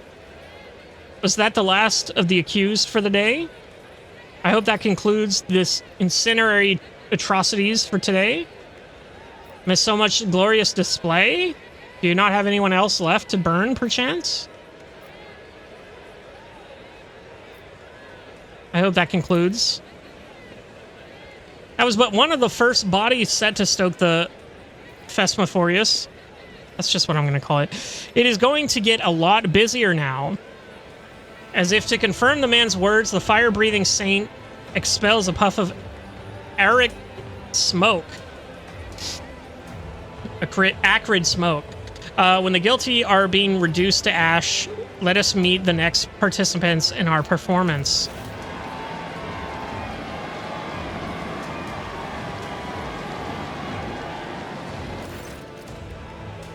Two people, or something resembling people, are pushed onto the stage. They are mutants, hideous parodies of humanity, forever tainted by the imperfections of the flesh. One of them is dressed in stained yet expensive clothes. The other wears the tattered uniform of the local guard. Your Celestial Highness, behold the two loathsome heretics who blemish the very face of Thessera with their existence. Tadao chuckles, but his sneer is completely devoid of mirth. The decree of the guilty may vary, but they both deserve to enter the blazing bowels of the Fesmorpheus. For the worst of their transgressions, distorting the sacred face of humanity. But since fate has graced us with such lofty visitors, I eagerly cede the right to punish these miscreants to you, your Celestial Highness. Contrary to his honeyed words, the executioner's voice portrays his poorly concealed displeasure. Cassia purses her lips when she notices the onlookers staring at her hands, eyes, and neck. Many point their fingers shamelessly in her direction. Others spit at their feet in disgust. Her chin raised high, the Lady Navigator adjusts her forehead adornment with her clawed hands. She squares her shoulders, lets out a breath, and glares at the crowd with condescension. They're gonna kill her. At the sight of a Xenos in your company, the masked courtiers begin to gasp and murmur. In the glint of their eyes and the cruel curl of their lips lies only fearful disgust. Their lives are poisoned by fear and hatred. Their words and thoughts drip with venom. Yet the monkey choose to hide behind masks rather than change anything. What do you mean by the decree of their guilt may vary? What exactly are these heretics guilty of? Make an impatient gesture. Go on with the execution, Tadao. My time is precious. What do you mean the decree of their guilt may vary? He fixes you with a fanatical stare. One of them, despite being one of the highest lords of Thessera, spat on the world's customs by refusing to alter his destiny. The other did change his fate, even though he was just a lowborn wallowing in the mud. What in the Lex's name did I just hear? Sarmo raises his voice slightly, indicating that the usually impassive arbitrator is profoundly indignant. I normally have no trouble passing judgment, but in this case, I don't even know where to start. What was the opulent-dressed mutant's crime? A rotten stain upon the noble families. He was hiding in the manor to conceal his deformities, but had no trouble keeping his mouth shut.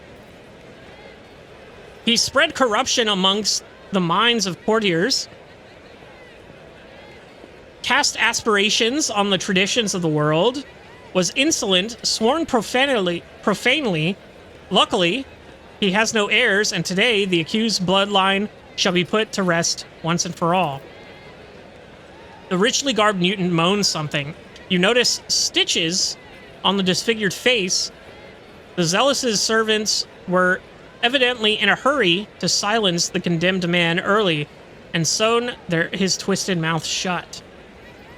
What monstrous cruelty to sew a man's mouth shut.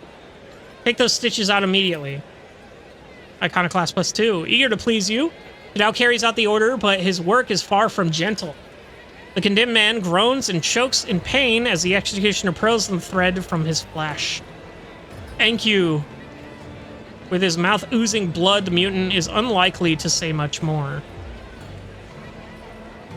What did the mutant in the guard's uniform do? A thief, a brigand, and a murderer.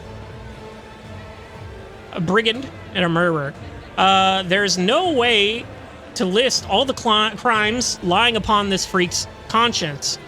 However, his willingness to change his destiny against all odds merits this mutant at least some honor. Despite his feeble-mindedness and simplicity, he had enough sense to obscure his continuance with hoods and helmets until he made his way from beggar to guard. It was not long before his excessive passion for fighting and stabbing gave him away.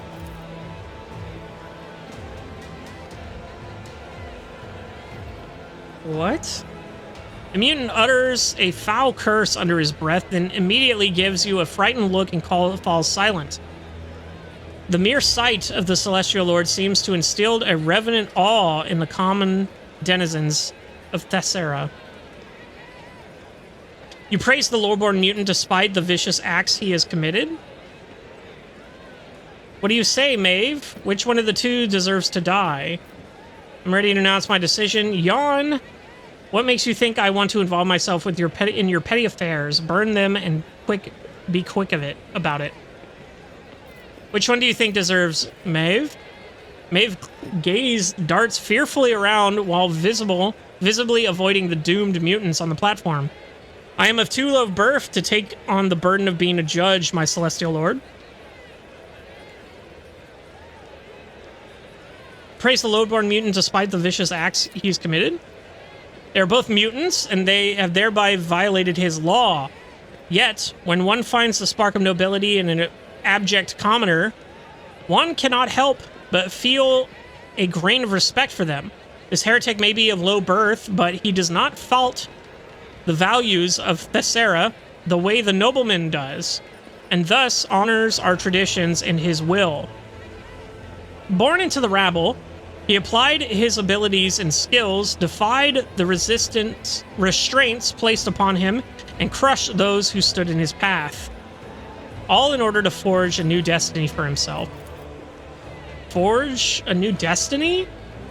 Solomon repeats slowly with an undertone of utter disbelief at what he's hearing.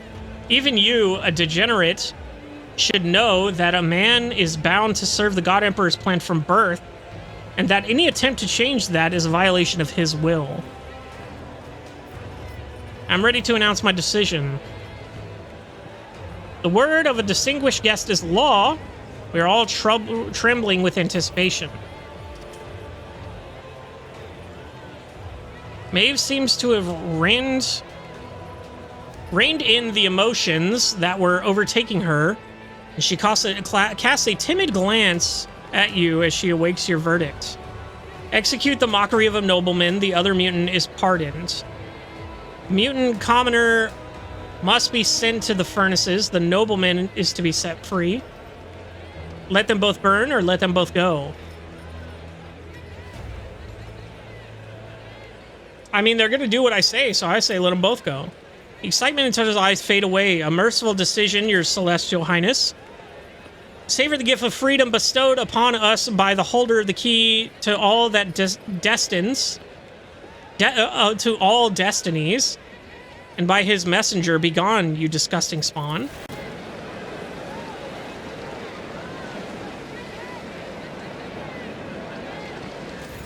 Oh, I was like, was that it? Oh, okay. Oh, what clamor!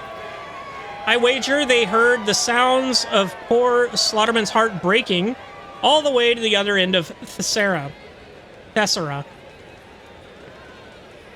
And now, my favorite word next.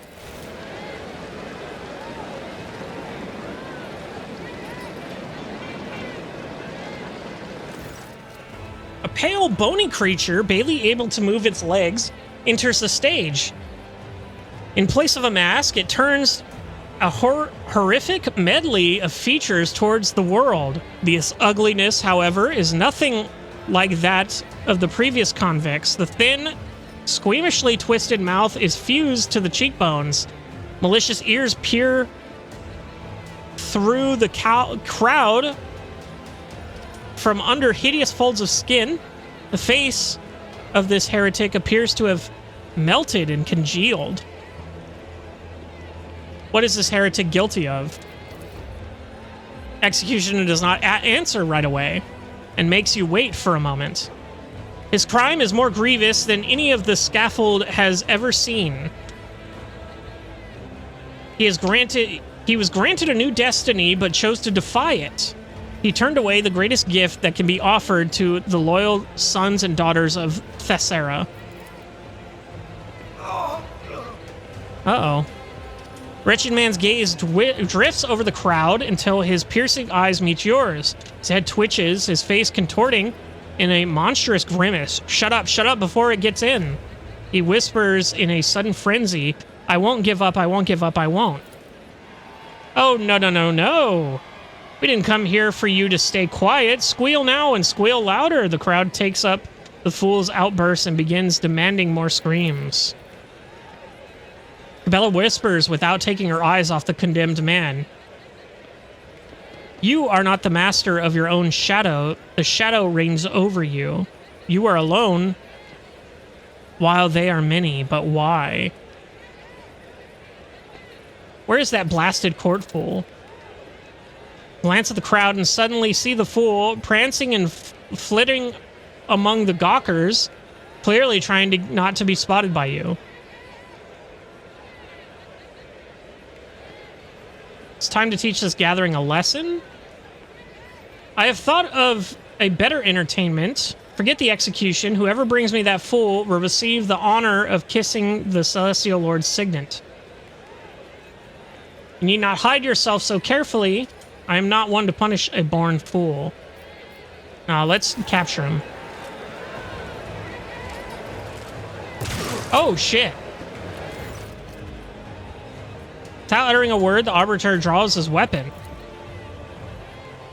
Damage taken left the court full 20. Shot rings out and a deafening shriek rises from the throng of people. You catch sight of a badly wounded fool disappearing into the crowd. Maeve cries out in horror and immediately crafts her hand with both hands, or her mouth with both hands, trying to lock her voice inside. What happened to his face? Is he another mutant? Thessarian fever. You need not worry, your celestial highness. It is not contagious. Enough deaths, let him go. As Tadao opens his mouth to say something, the convict steps away on his clumsy, spindly legs, and then another one. The face, pretty strong, shining. Our claw points directly at you. Give it here. Give it to me now instead of the one I bear. Take mine. It's not mine. Take it. Take it. Is he gonna rip off his face and give it to me? Uh-oh. That didn't look good. Oh, no. Maybe I should have burned him. Shit. Okay. The madman raises a crooked finger to his face and sinks his nail into his sagging flesh, shrieking with what sounds like relief. He tears off a piece of his cheek, then another, and then one more. Falling to his knees, he frantically scratches his own eyes out, smearing blood and clear ichor across his face before collapsing dead on the platform. Sudden rumble draws your attention, like a rock fall tumbling down a slope. The thudding of feet and mad screams overwhelm you. After a moment, you see the source of the commotion. A throng of mutants is charging straight at you.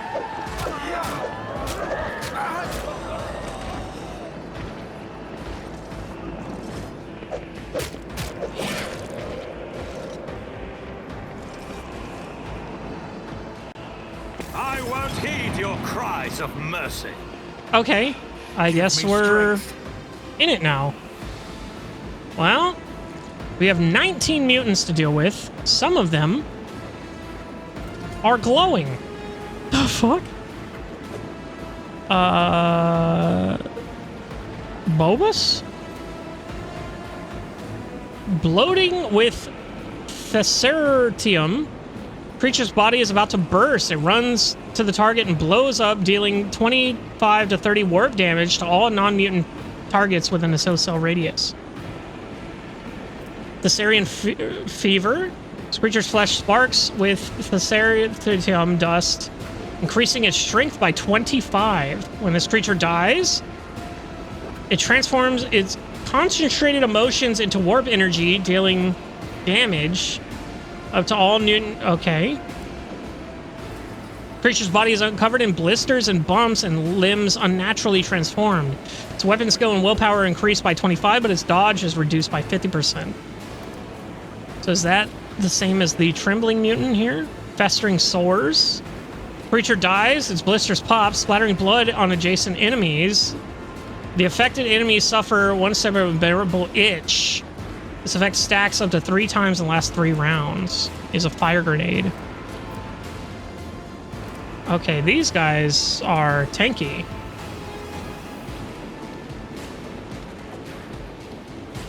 Mutant there, Rotten Mutant. Okay. Well, I think Cassia can do more damage over here than over there. So let's go ahead and get her right here. Wilbur, you can go over there with her. And then your Let's, I will do the same over here. Cabela, you can go here. Abelard, you can go here. Salomorn, you can go here. And Galato, you can go here. We'll start the battle, but we will not do anything because we are running over on time. Holy crap. But I am going to save it here. We're going to save the game. We're going to pick up this fight next time. Fighting the mutants. Crazy. I do kind of just want to... Let's just give it to Cassia real quick.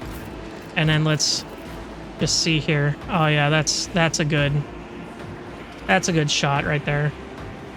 It'll hurt that guy right in front of me, but it'll hurt everyone else too. But yeah. All right. Well, might as well send it. I'm not accustomed to being ordered around. Okay. Well, turn 1 taken. We'll see what happens next, but we've got a lot of mutants to fight. I'll see you in the next one.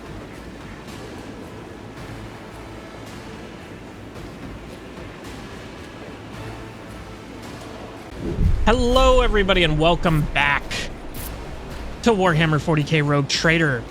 Last time we left off in a bit of a pickle with all these mutants coming to kill us. Fun stuff. This big Iron Maiden. Flame Iron Maiden. Very cool. It did, I remember taking a turn with Cassia, but it seems like it didn't take. So let's go ahead and jump right in here and take this once again. That's a good one. And everybody's hurt. And then we move on. Now, what do we want to do here? So, I think I'm gonna set this right here, because I don't know... Well, they're all going next, actually. They're all going before... Okay, so if that's the case here, let's move it up a bit. Let's put it like right here. That'll be good. We can put the back line back here. Already done. And we can put this one over here for them, I think. Okay. So, I will take aim to your left. Suits my purposes.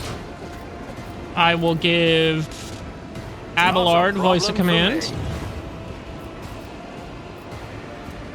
I don't know if Abelard can get in there. Oh, we'll try. Easy. Yeah, he can. Okay. So we're gonna go ahead and put him right here. A tactically sound approach. And just leave him there to die. Pretty much. Oh, I should have put this on him first. Oh, I can. Okay, cool. And then I have nothing left. Cabela! Beautiful girl. Let's get in there and do some stuff. Let's do some fun stuff here. So she does have that sensor now. That sensor maul. Very cool. This guy's gonna explode if I hit him. Let's go ahead and kill him with bleeding. Fail. If that's the case, never mind. She just hit him way too hard. As the tenants demand. Okay. We do have 2 charges here for that. I think we just call it there. Well, I guess we might as well do this. Your soul be purged. Just hit him as much as we can. Forced repentance. Interesting. We could jump over here and hit this guy. Don't really know if that's good, though. I think we hold on to the jump. For now, let's go ahead and... Do we need a piercing shot for anything here? Do these guys have tons and tons of armor? 0 armor.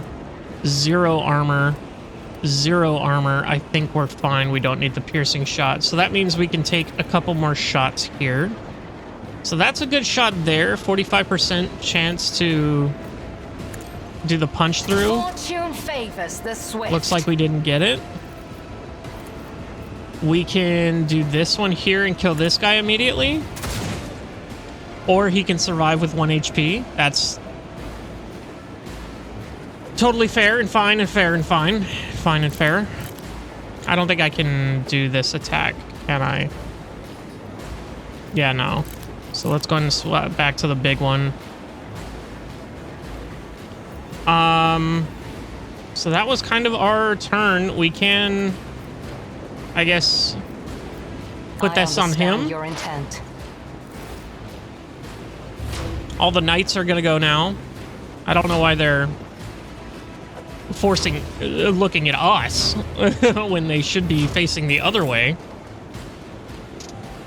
Cassia? Ooh, Abelard's now in there. Unfortunate. Because this is a really good hit. And I think it's worth it for the hit to Abelard. Witness the fury of House Orcelio.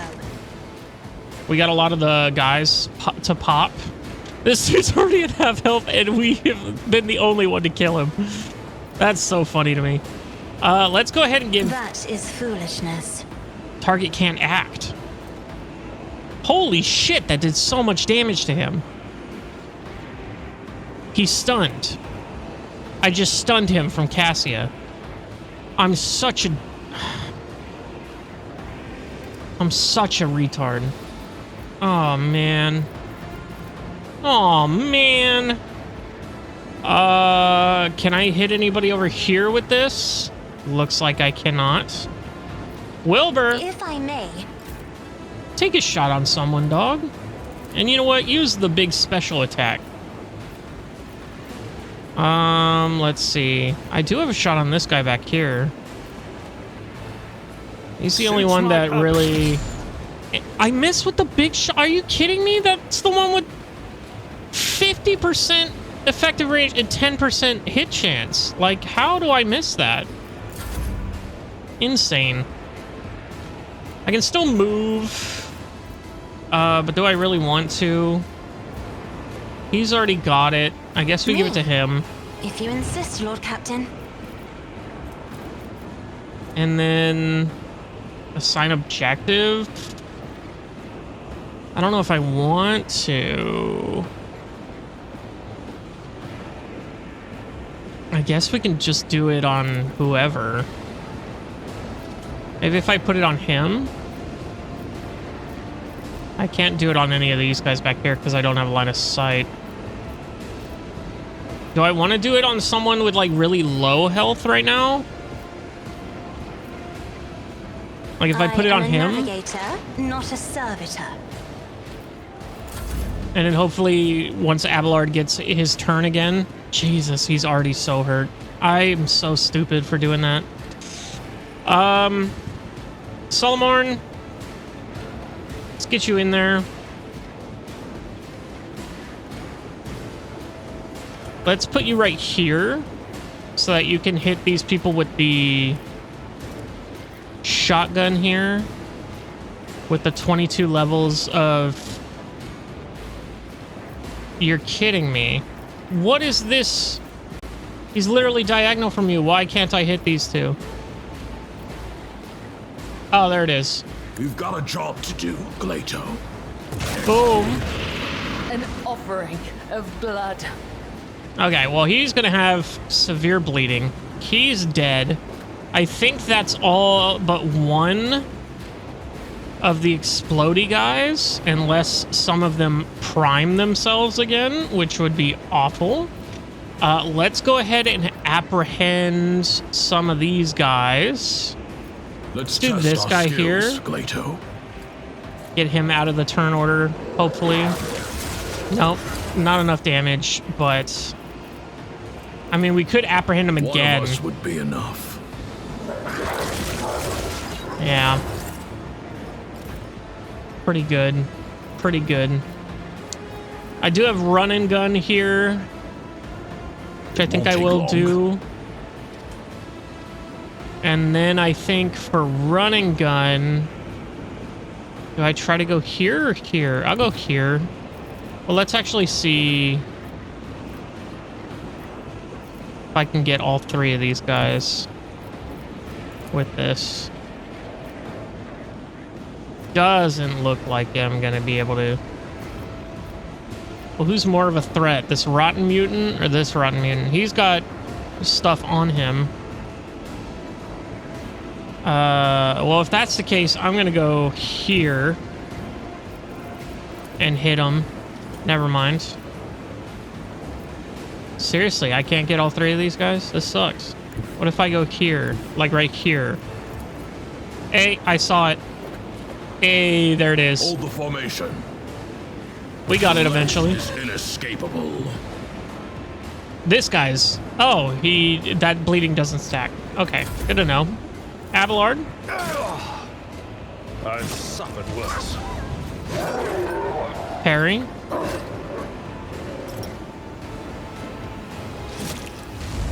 Those guys are all stunned. Opportunity attack there. That guy's stunned. Pain and duty go hand in hand. Might have to... Emperor, protect me. My ears are ringing. Yeah, I might have to use a med kit on him when he comes back. Emperor, protect me. Dare you? Fire grenade is crazy. That sucks. I can give this to him. Target can't act. Why? He's still stunned? He was stunned for 2 turns? You're kidding me. Oh, he's cooked. He's actually fucked. Well, let's move Cassia then. Let's move her over here.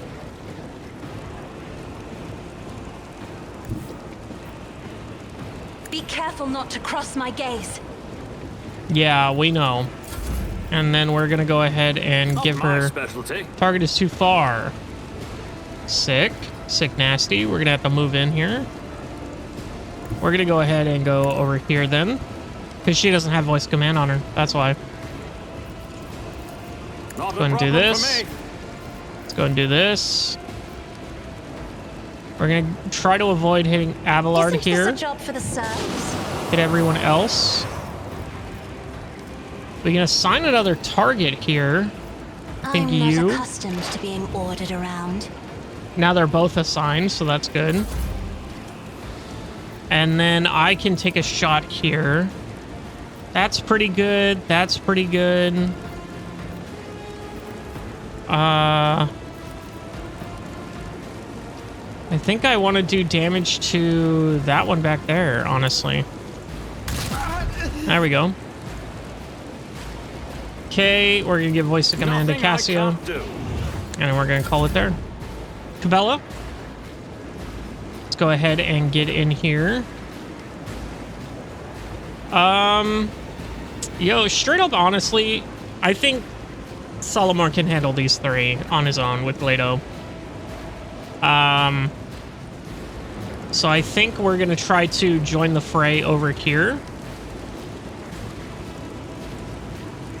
And I think we go here in order to do the power swing. Well, let's go there and then put on captive audience first. Captive audience into the power swing. As honor killing brings me no pleasure. He just exploded into dust? Into like a blood mist? Or what is this effect we have going on here? I don't know. I can kill you. Will come. The other side awaits. Oh, is this the sensor that she has? Is it this? Area attacks with this will create a smoke cloud. All creatures that enter that must pass toughness, strength, and willpower resistance tests on a minus. Okay, cool. So yeah, that's us. So we want to be using that all the time, apparently. We do have 2 here, so let's go ahead and go here. That'll kill this one. Brings me no pleasure. And then it hurts that one quite a bit. And then we have 3 more charges here. So I could definitely jump around here.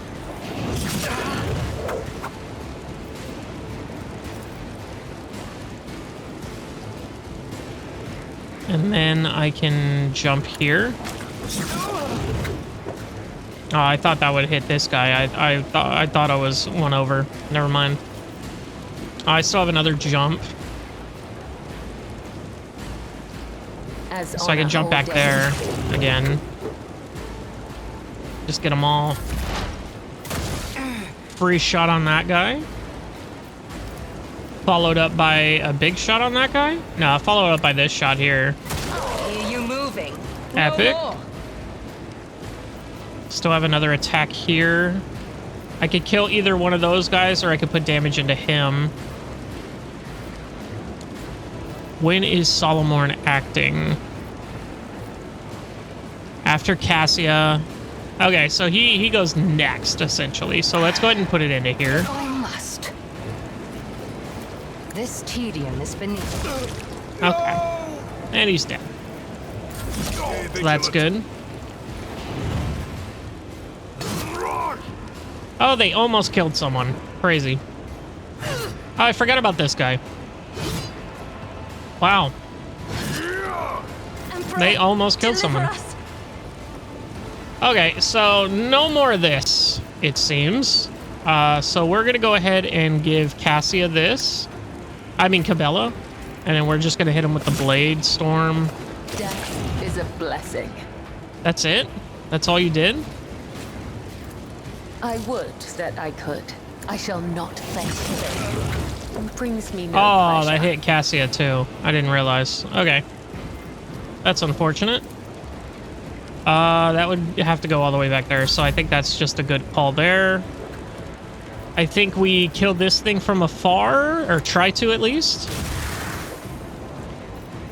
Okay, voice of command, put that on. Abelard can't have it. Cabela can.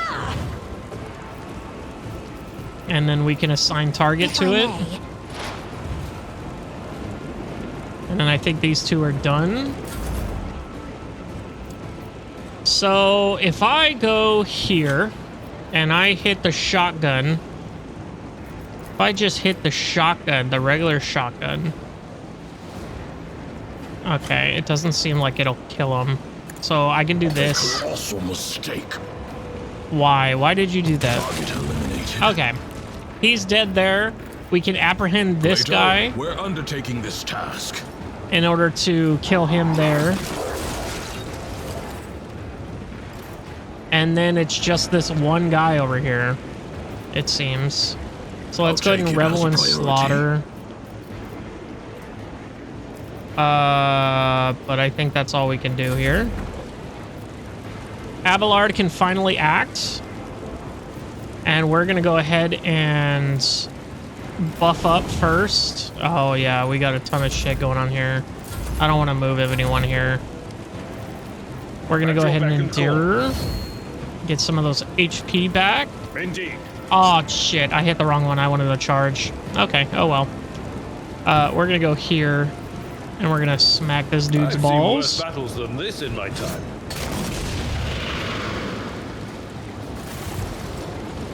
Okay. All done.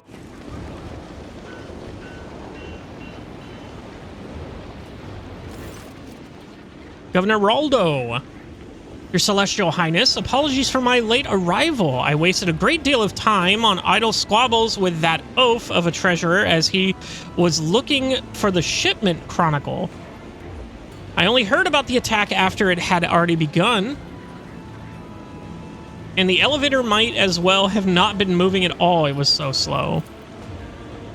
The treasurer, the elevator. Who are you going to blame next, Governor?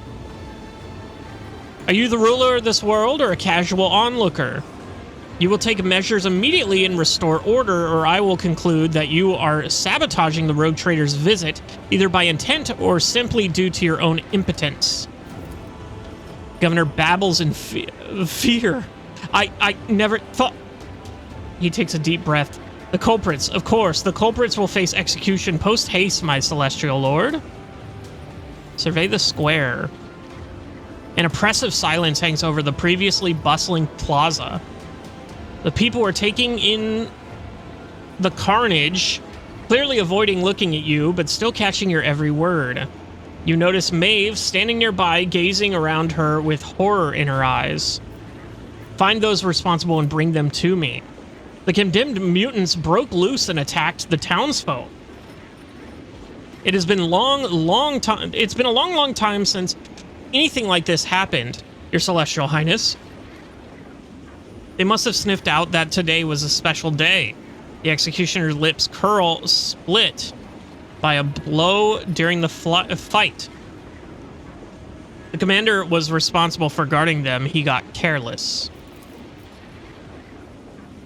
Uh-oh, here's the commander. His armor rattling. One of the knights steps forward. I am Lucra, commander of the fortress. I can attest to the ungodly mutants were restrained properly. It's the Phasmorpheus? The smoke whipped the brutes into a frenzy. So it's either the commander or the executioner, is it? And I shall make my decision.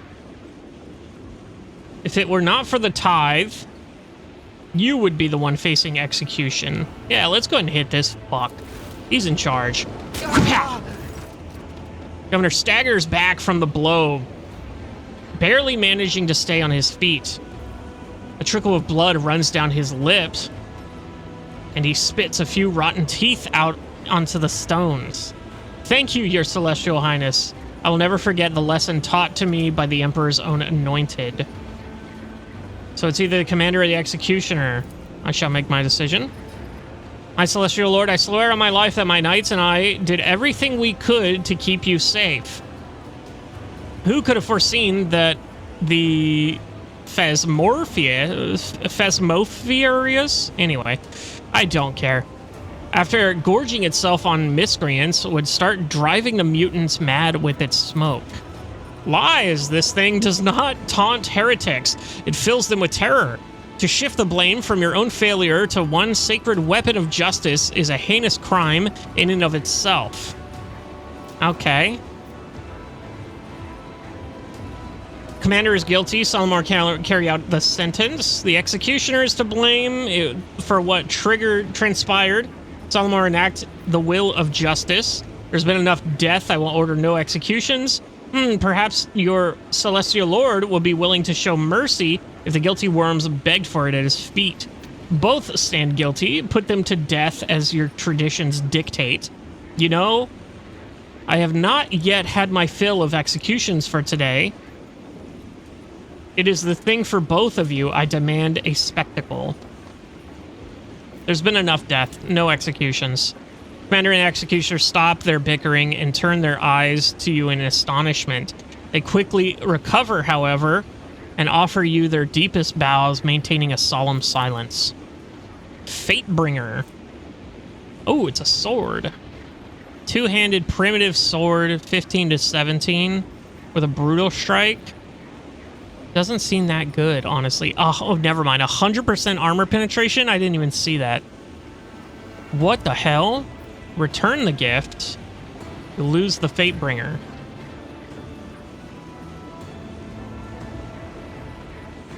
You are our savior today, your celestial highness.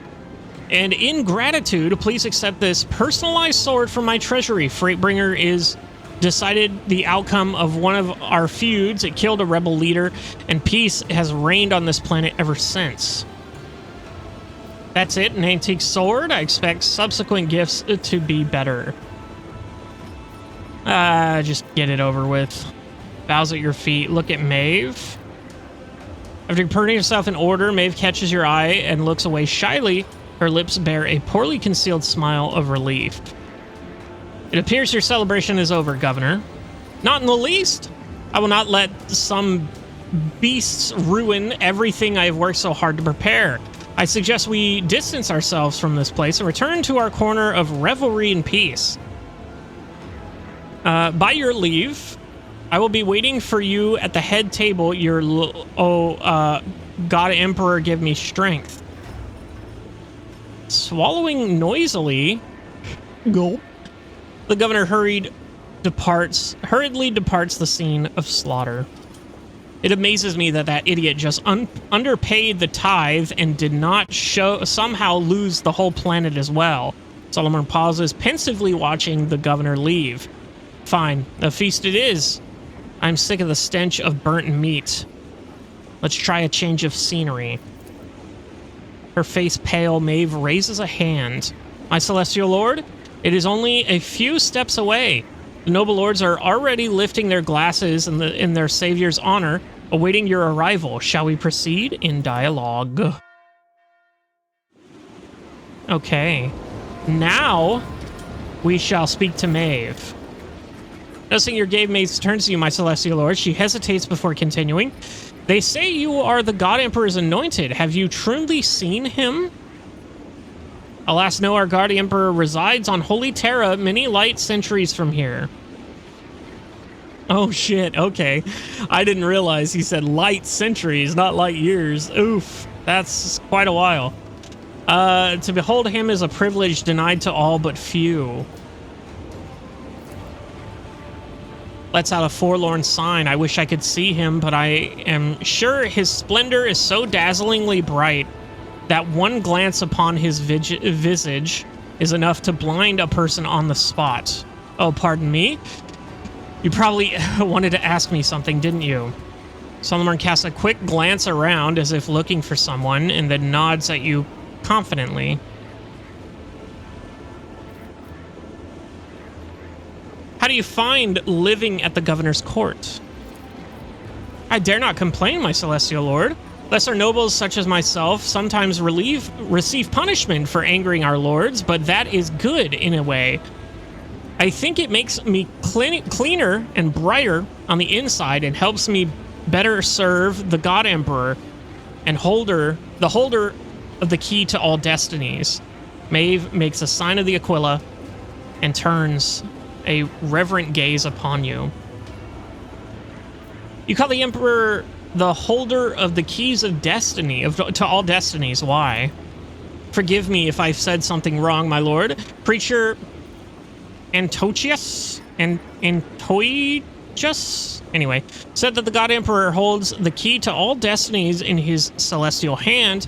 He himself sits at the very top of the great tower of humankind, from there, gazing out over the worlds and stars of his domain. He sees all, knows all, and bloody tears roll down his cheek when he reads our shameful thoughts and deeds in the annals of our lives. But those who strive, who do not let the seed of evil into their hearts, he will reward with a new destiny, a new life, higher and better than the one before.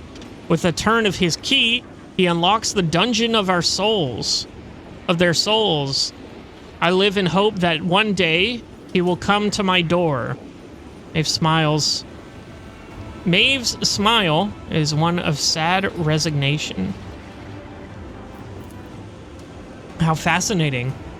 And what are we going to do to get... And what are we going to do to get a better destiny? I can hope, pray earnestly, try to be virtuous and diligent. And if I manage to please the Celestial Lord, then maybe, just maybe, the Emperor will take notice. Imperium lore failed. Indeed, the saying holds, as many the worlds, so many the paths of faith to the God Emperor. Thus, it is no surprise that Thessarian doctrine is cast into an almost poetic form. To beg for blessings rather than trials is an insult to the Undying One. Such is the truth. Why did the God Emperor lock people in a dungeon?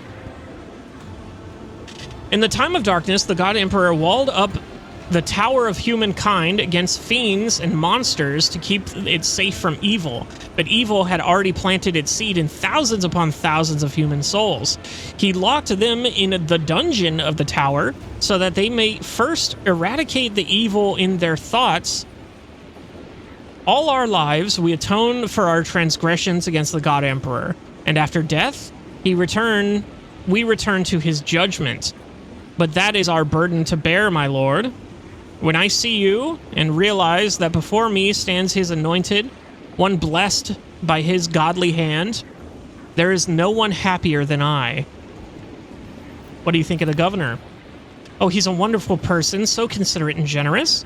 But, of course, his venerable age has taken its toll. He behaves oddly from time to time, but we all have our quirks, don't we? He behaves oddly? How so? Well, he gave me a lovely Fasterium necklace just before you arrived. Strange, is it not, to bestow such a treasure on someone of the lower nobility? And I also... Oh. That scared me. My recording software did something. But, let me see. And I also noticed that we have been conversing more of late, and it's been easier. Sometimes I think he knows me better than I know myself. So the governor has never favored you like this before. Perhaps the appointment to escort the rogue trader has also came as a surprise. She blinks in astonishment. That is so, my lord Judicator. I still wonder why the God Emperor saw fit to bestow such a tremendous honor upon me. Tell me about Bluff the Fool. How did you win the governor's favor? He is the best among all the court servants. She looks down, but you catch the fear in her eyes. He always knew how to make the nobles lords laugh, but at first, Dane's jokes were just funny pranks and puns. Those were wonderful, almost impossible times. Something happened and Dane changed, did he not? That is his name, yes? Yes, he seemed to retreat into himself all of a sudden, and he started snapping back at people, saying sarcastic, scathing things. His jokes were simple before, but now there is always a nasty bite to them. And he started exploding at every little thing and ordering me about my own brother. Having said all this, she freezes in fear, turning white as a sheet. Apologies for my lack of restraint. Oh, so he's your brother?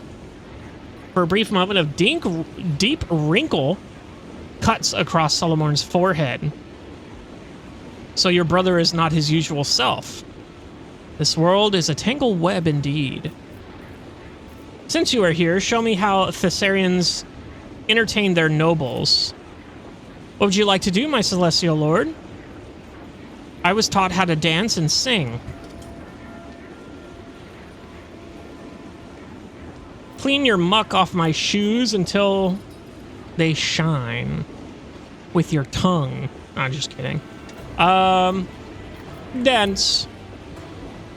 Closes her eyes and is listening to music. Oh, look at her dance! Whee! She's spinning.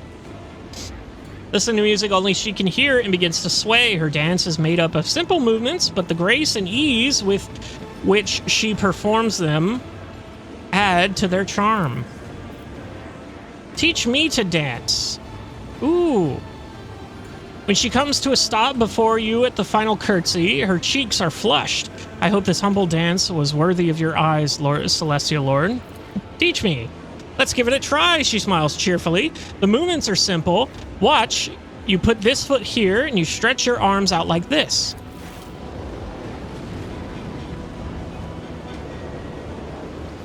Oh, look at me. I'm dancing with her inside my buddy pal. That is excellent, my lord.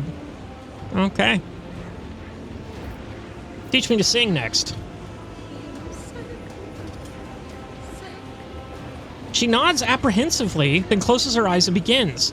With great care, she sings a passage from some local hymn about how the Emperor, who holds the key to all destinies, locked the heavens against invisible monsters and enemies of humanity. Her voice, though trembling with nerves, is surprisingly pleasant to listen to. What is that song? The story of humanity's deliverance from darkness. It is sung once a moon life as a reminder of the great deed of the God Emperor, who used the key to all destinies to lock the world away from wicked things. He walled himself up in the great tower of humankind along with all the people. He could have ascended to the stars, but he chose to stay for our sake, though we are unworthy. We must remember this deed. Thank you, that was delightful. A blush erupts on Maeve's cheeks. Thank you, Celestial Lord. For me, there is no reward greater than your praise. Thank you, Maeve. It's an honor to entertain the Celestial Lord. Look straight through her. My lord? Oh. Maeve catches herself and goes quiet. What? Oh, was that just a fucking dick way of ending the conversation? Whoops. Let's continue our walk, as you wish, your lordship. Okay. All right. Well, let's go ahead and loot the place. Feudal swords. And some hardened shields. Glato. Bring that treasure chest to me. A radiant shield. 25% block chance. When the wielder blocks an attack, the attacker must pass an agility resistance test or become blinded for 1 round. Shield allows the wielder to block attacks. First, okay, yeah. Normal. Block None stop. shall stand in my way. Let's go ahead and use tech use here. I did fine. Just some textiles, it seems. But everything else seems to be good. Got some knights over here, and then we have what's left of the people here. Can I go past you? Telling my grandchildren of this day. Epic. Follow my lead. Well, where the hell are we going? Actually. Hold on, what? Where do we go? Oh, there he is. Oh, it's just over here. With the servo drummers. The governor's hand reaches for Amasek, but flinches under your gaze and abruptly changes trajectory towards the appetizers. Today is a very nervous day, Your Celestial Highness. And when I feel nervous, I eat and drink and eat again. That is just the way I am. But Emperor have mercy, the food today is to die for. Would you like to have some? Oh. I'm a noble. Tables are buckling under the spread of steaming hot dishes, oozing with grease and exuding tantalizing tantalizingly spicy aromas. Quite the challenge for an uninitiated stomach, but you have taken part in feasts far grander than this. Damn, okay. Alright, we're looking pretty good on that. I think we can do that. I recommend you try the fried alcedont? I don't know what that is. Whose horns were still goring my hunters just the other day. And here we have some 5-tailed shrimp penises in stewed black eye sauce. These fellows need to be eaten quickly before they scurry off the plate. As for the side dishes, you simply must have a taste of the crispy blarbard shells seasoned with blue glut. This spice scorches the tongue, but follow it with some amasec, and you will feel like the waters of life itself. All right, let's go ahead and do the vanquish the 5-tailed shrimpius. Okay. Deftly wielding a set of forks and knives, you cut the shrimpius escape routes. At last, all 5 of its tails are pinned to the table with golden prongs, and the 6 forks deliver the final blow, allowing you to send the exquisite meal into your mouth. 12 experience, and we gained nimble hands. You have bested the shrimpius in a battle of agility. Your reflexes are unparalleled, increasing your character's agility and perception in the next combat. This is the one-time bonus that will disappear after the combat ends. Only 3 people have managed to conquer the shrimpius. Oh no, these go down with... Uh-oh. Well, we're gonna try tonight, and all of them are inferior to your sophistication and speed of their fork craft. Governor hurriedly toasts you, spilling his drink in the process. Let's go and hit this athletics here. Failed. We got the heavy stomach. Reduces character's strength and toughness for the next combat. Shit. That's not bad, actually. You sink your teeth into the greasy ham and slowly chew the brackish, fibrous meat with all your might.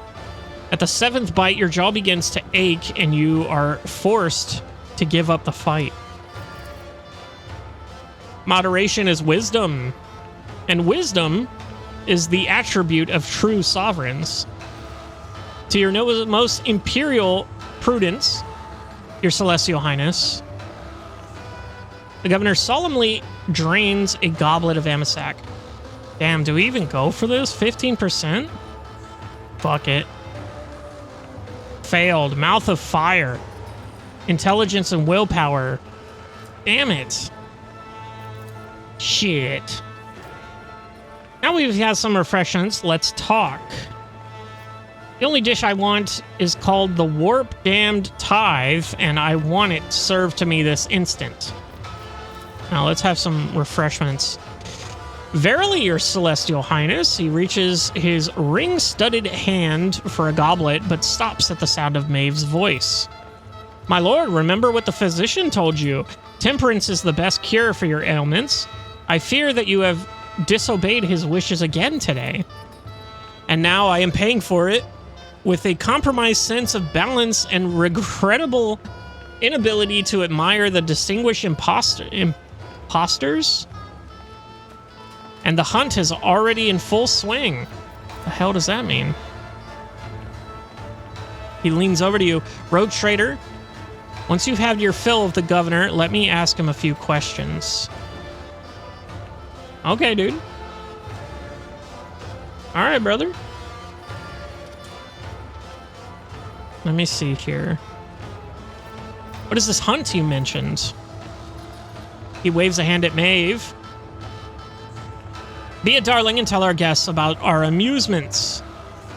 I'm a little exhausted. Of course, my lord. The imposter hunt takes place every moon life. Shortly before the event, the servants are thoroughly cleansed of dirt and foulness, combed, dressed in expensive clothing, and masked, and invited to the courtyard with the rest of the guests. The nobles hide their faces as well, and then they try to guess who the imposters are. Telling one from the other is quite a challenge sometimes. The governor suddenly perks up again. And that is the best part. I highly recommend you try it, Your Celestial Highness. It makes for a very interesting change of pace. And on this occasion, the privilege of branding, if you will, falls entirely to you, our honored celestial guest. Suppose I found all the imposters, what happens next? May produces a shimmering slate featuring a string of fine inscriptions. This is a data brand, one of our off-world treasures. We handle it with the greatest care, and yet all of Thessera's jewels and miracles cannot compare to the resplendence of your glory, my celestial lord. When you find an imposter, you will only need to mark them with this wondrous brand. At the end of the hunt, we hold a great feast. If you guess at least one of the imposters, you will also win a fine prize. If you guess all four, there will be an even more special reward. I remember at one of the hunts, a servant played the role of a baron so well that all the lords unanimously granted him favor and let him keep the title and privileges of the nobility. Such a thing rarely happens, but who knows what the evening will bring. For tonight, it is you who will determine the worthy, my celestial lord. Did you just admit that there is masquerading rabble among the Thessarian nobles? Illiterate, with no idea of how to collect tithes or buy the throne? That actually explains so much. The proctor scoffs and glances at the enthusiastic guests. Go ahead, Governor. Commence your charade. The sooner we start, the sooner we finish. Governor lets out an audible gulp. Shall be done, Master Adjudicator. How does one find an imposter in the crowd? By the way they talk, by the lack of restraint, the unfamiliar delicacies overwhelm them so much that they lose control. Imposters are often scared of responsibility that has fallen on their weak shoulders, and they try to stay close to the real nobles and imitate their refined manners. During the hunt, it is most worthwhile to pay attention to separate groups where conversation has already started. A frightened imposter will probably try to hide behind other people's backs. That's all I know, Celestial Lord. You may ask your questions now. If I can amuse the esteemed adjudicator with conversation, I will only be too glad to, but of course, I've always wanted to try my hand at casual small talk. Salmar folds his arms imperiously over his chest, however, somehow becoming even taller in stature and broader in the shoulders. Tell me about the Larixes, Governor. Such fascinating creatures. Where did you get them from? I cannot tell you off the top of my head. Oh, here we go. Can only be found on Janus. And a cold suspicion to your voice a long time ago. Do they even live that long? Are there not many planets that have these? I received these beasts a long time ago as a gift. Now, let's go ahead and... Governor throws up his hands. Can they? And I was sure they were common beasties. I might have embarrassed myself there, but I would be glad to talk about something else. Do not judge me harshly. I'm trying to get into the festive mood as best I can. We can certainly change the subject. I would like to note that I find your youth-extending face transplants procedures amazing. Does Thessera possess any other unique knowledge or items brought over from your homeworld? What is that world called, by the way? Ah, my native Edisk. Edix? Unfortunately, I have not introduced much from it beyond the art of changing faces, but perhaps the Celestial Lord has taken a liking to some of Thessera's original creations. Link of Solomon, to take a calm bead from your ear. I was presented with this pearl that whispers great secrets and mysteries. What a marvel! I was told it was an artifact from edicts. Oh yes, the famous Edixian Pearls of Revelation. I often use them myself to keep my mind receptive to new ideas. I was interested in the musical servitors. It could only have been brought to you by the Crimson Priest, correct? Can you tell me why they visited the planet? I think they were red robes who arrived to celebrate the ascendance of a new governor. That's me. His wistful gaze follows the Shrimpius fleeing the table. Your answers are rather reticent? I don't even know what that word is. And tentative. Roldo, almost as if you were merely a chance passerby and not the governor. Why would the servants of the Omnissiah care who had taken the throne of a technologically undeveloped world? This is not a conversation I'm interested in having. Let us discuss. I'm going to say he's not the governor. Man's face becomes stretched to the limit on its fastenings, signaling deep offense. My celestial lord, I ask that you do not insult me so. I may not be used to having such lofty conversations, but believe me, I am definitely the governor of Thessera. I would never question your title, governor. Solomon gives you a long look, and the rogue trader hardly wishes to offend you either. Thank you for the conversation, governor. I've learned everything I wanted to know. Damn it. I fucked it up.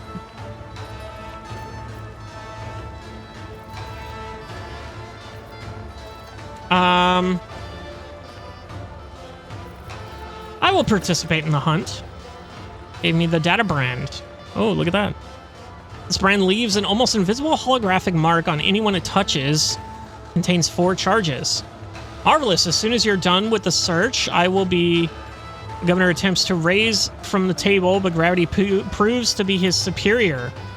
Perhaps you should stay here, my lord. Her gaze full of genuine concern. I feel you might be right, Maeve. I will be waiting here, surrounded by savory dishes and plentiful amasac. Have a fruitful hunt, your celestial highnesses. Maeve, bring me a cup of amasac and make sure it's filled to the brim. Comes to an unexpected order from Solomon. It will be done, my lord Judicator. Ah, he wants to take us in private. Waits until Maeve is some distance away, then turns to you. I wanted to talk to you without the observer they have attached to us overhearing. He casts a sweeping glance around the courtyard and lowers his voice. Do you get the sense that what is happening raises questions that lack coherent answers? This is what they call the persecution complex. No. If you have suspicions about the Thessarians, why have you not taken any action so far? Do not forget the Thessarians have been nothing but cordial to us thus far.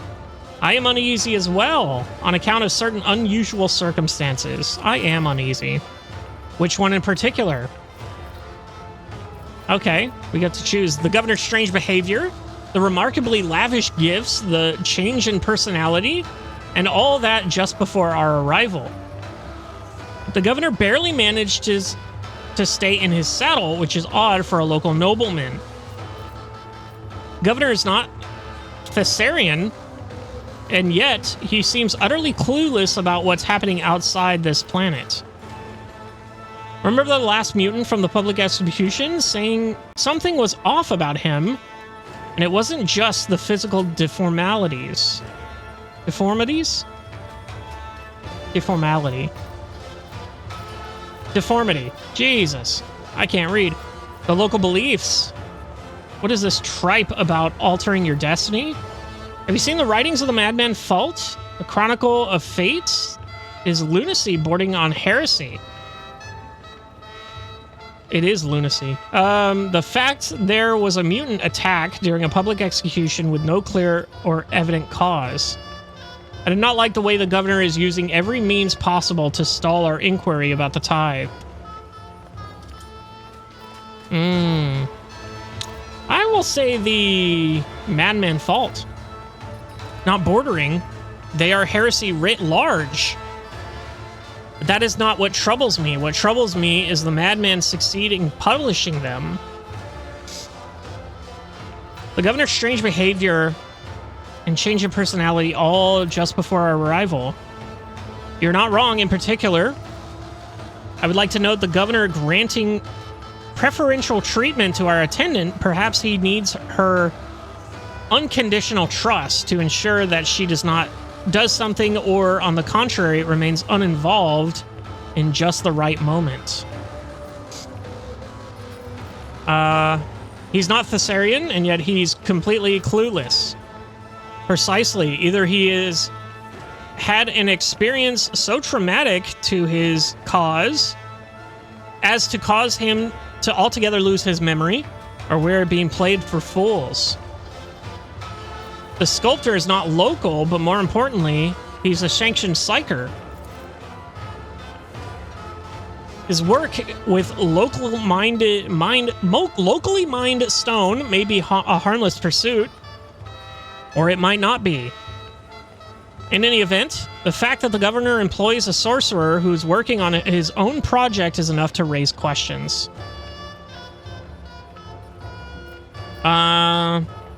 Remember the thing that the mutant said? Yes, mutation is a corruption that seldom leaves a person with a sound mind, but what the madman spouted at the scaffold and what he had done to himself was beyond the pale.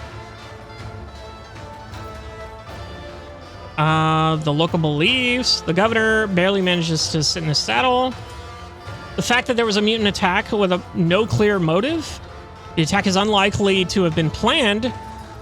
It looked too messy, shall we say. On the other hand, perhaps that's the best backwater planet can do when it comes to plotting and scheming. He can't sit in his seat. Not too odd considering his ravenous fondness for food and Amasak, but the astute observation nonetheless. The local beliefs? God Emperor alone knows how many different cultures of him there are. No two planets worship him in quite the same way, but only a heretic would wax poetic about altering the fate that was not ordained by the Emperor once and for all. I don't like how he's stopping us from inquiring. Indeed, at first, one could mistake it for sociopathy? No, I'm an idiot. Sycophancy? Sycophancy. And an attempt to appease the celestial guest, but it no longer goes on. But the longer it goes on, the more apparent the criminal intent behind it, this stalling of this inevitable becomes. What is your conclusion? I have a theory, but I would like to hear yours first, lest my opinions influence your reasoning. Had failed to gather their tide, and now they're distracting us with smoke and mirrors.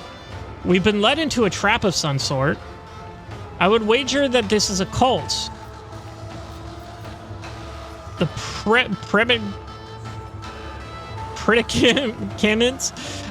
predicaments, Jesus, I get into usually involve a cult of some description. This area is not what they are making it out to be. Not a feudal world, not a primitive populace, but a forge world. Or else an industrial one. The point of deception is to pay a smaller tithe. There is something in Thessara's atmosphere that alters the human brain. Sooner or later, anyone who lives here becomes a clumsy idiot. You tell me! You're the sleuthing arbitrator!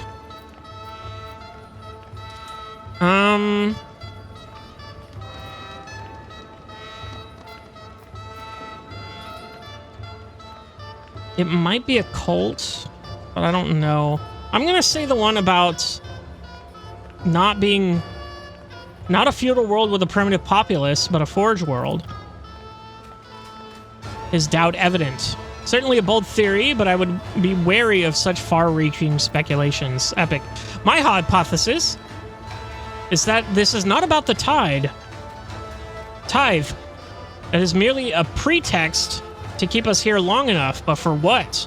We should play along for now, let them think we've taken the bait while we wait for an opportunity to seize control of the situation. For that, we need to agree on a signal to launch a coordinate attack. When I say lovely weather, we attack. My words will be the Emperor knows. I shout attack. I will take a long drag of an IO stick. That will be the signal to strike. I'll say the... No, we are going to resolve this issue peacefully. Damn. Damn. Because I feel like all three of these can come up in conversation. We'll say lovely weather. Understood. Hopefully nobody talks to us about the weather.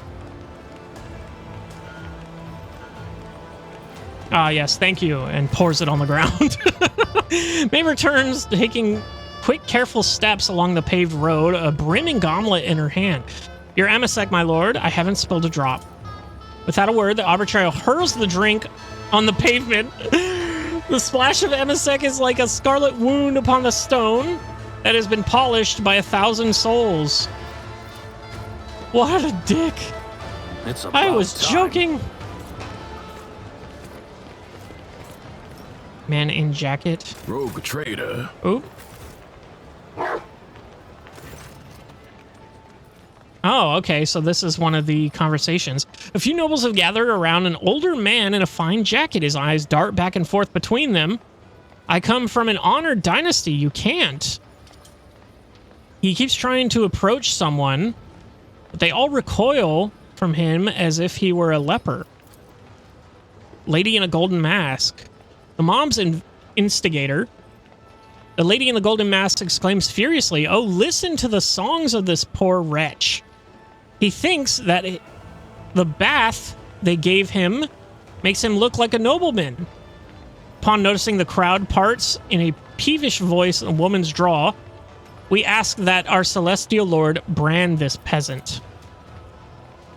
Among the hushed crowd, you single out a young woman in a half mask and a gorgeous dress who is watching intently from the side. Explain to me exactly what's going on here. Do you truly believe this man to be a commoner in disguise? I'm ready to brand the imposter. Explain to me what's going on here. The lady in the golden mask curtsies gracefully. Your celestial highness, we have exposed one of the imposters. There he is, the one in the jacket, still clinging to his facade. You ought to brand him quickly. Finely dressed woman. Oh, look at that. Persuasion, 100%. The woman who has been keeping her distance now steps closer and whispers to you, "My celestial lord, I'm begging you to listen to me. This man is a member of a noble family. He is being slandered." Why are you standing up for him? She whispered quietly, "I'm just a commoner in a fancy dress, my lord. This man is my master. I know I'm supposed to be playing the part of a rich girl, but I served many lords, you see, and Sir Timus is the only one who treats his servants with gentleness. I want to protect him from these cruel people." Damn. She just straight up admits it. Look at him closely. The man is terrified. His hands are clutching an expensive cane bearing an intricate family coat of arms. Address the man. What can you say in your defense? Are you aware that your servant is trying to protect you, Sir Timus? Ooh. Do I just out her? God, this just got complicated. Holy hell. Because I want to win. I want to get these people, but I also, like, that's a noble gesture, and I want her to be rewarded for that. Maybe I can do both. Maybe he can reward her after the ceremony. I'm going to say it. Are you aware your servant is doing that? The old man adjusts his mask in surprise. His eyes scan the crowd again and come to rest on a finely dressed woman. That's Renka, my house servant. What is she protecting me, you say? She has no idea what game she's got herself mixed up in. Forgive me, my girl. His lips quiver as he grips his cane more tightly and breathes in deeply, before suddenly taking a step back. Here she is, the real imposter, the house girl Renka. She admitted it herself to the Celestial Lord. The man spits and points his finger at Renka, who shrinks away in fear. How can you schemers even think of deceiving our supreme benefactor? Fuck! K. Morag. There's a burning indignation in the look Yurlet gives the old man, her hand reaching for the blade hanging on her belt, but then she goes still for a moment, puzzlement etched into her face before regaining its usual air of indifference. Betrayal comes as naturally to you, monkey, as breathing, but it does not concern me. Continue rotting away in your dishonorable existence, and I will have no part in it. What do you have to say in your defense? Knows how ruthless court intrigues can be. My family only recently attained its lofty status, and many here are opposed. Turn to the crowd.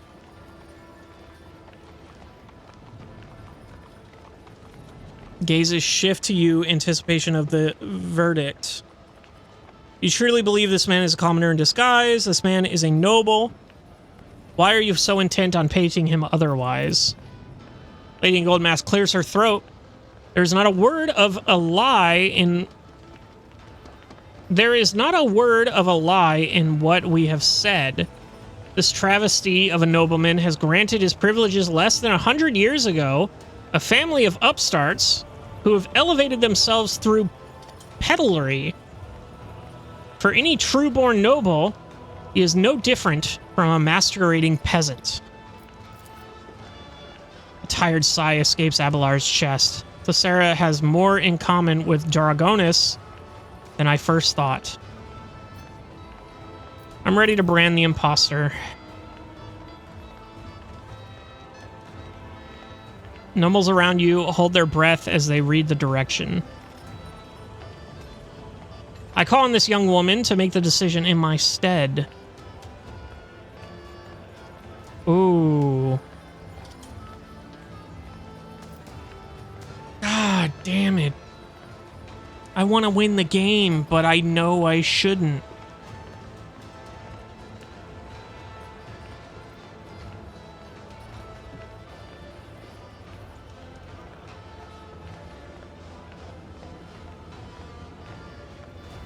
What if she brands herself? I'm gonna do it.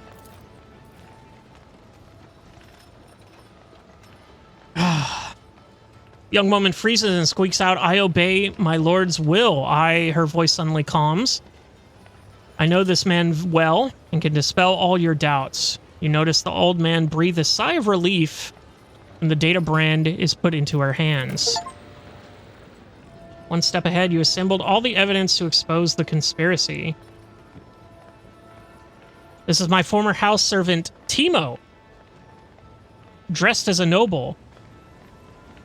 He is good, but he could never fool the true nobility. What the fuck? The young woman deftly marks the man, who is frozen in horror, and pushes the data brand back into your hands.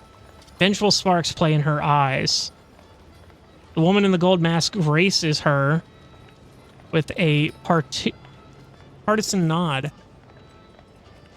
Holy shit. I was wrong all along. Hot damn. She wanted to fool me. I won't tolerate weakness. I won't tolerate weakness. You're damn Skippy. All right. Well, I'm going to call it there for today. We're going to keep playing this little game that they want to fucking do. So, but yeah. A lot of dialogue on this one. I wonder what's going on this planet. I'll see you in the next one.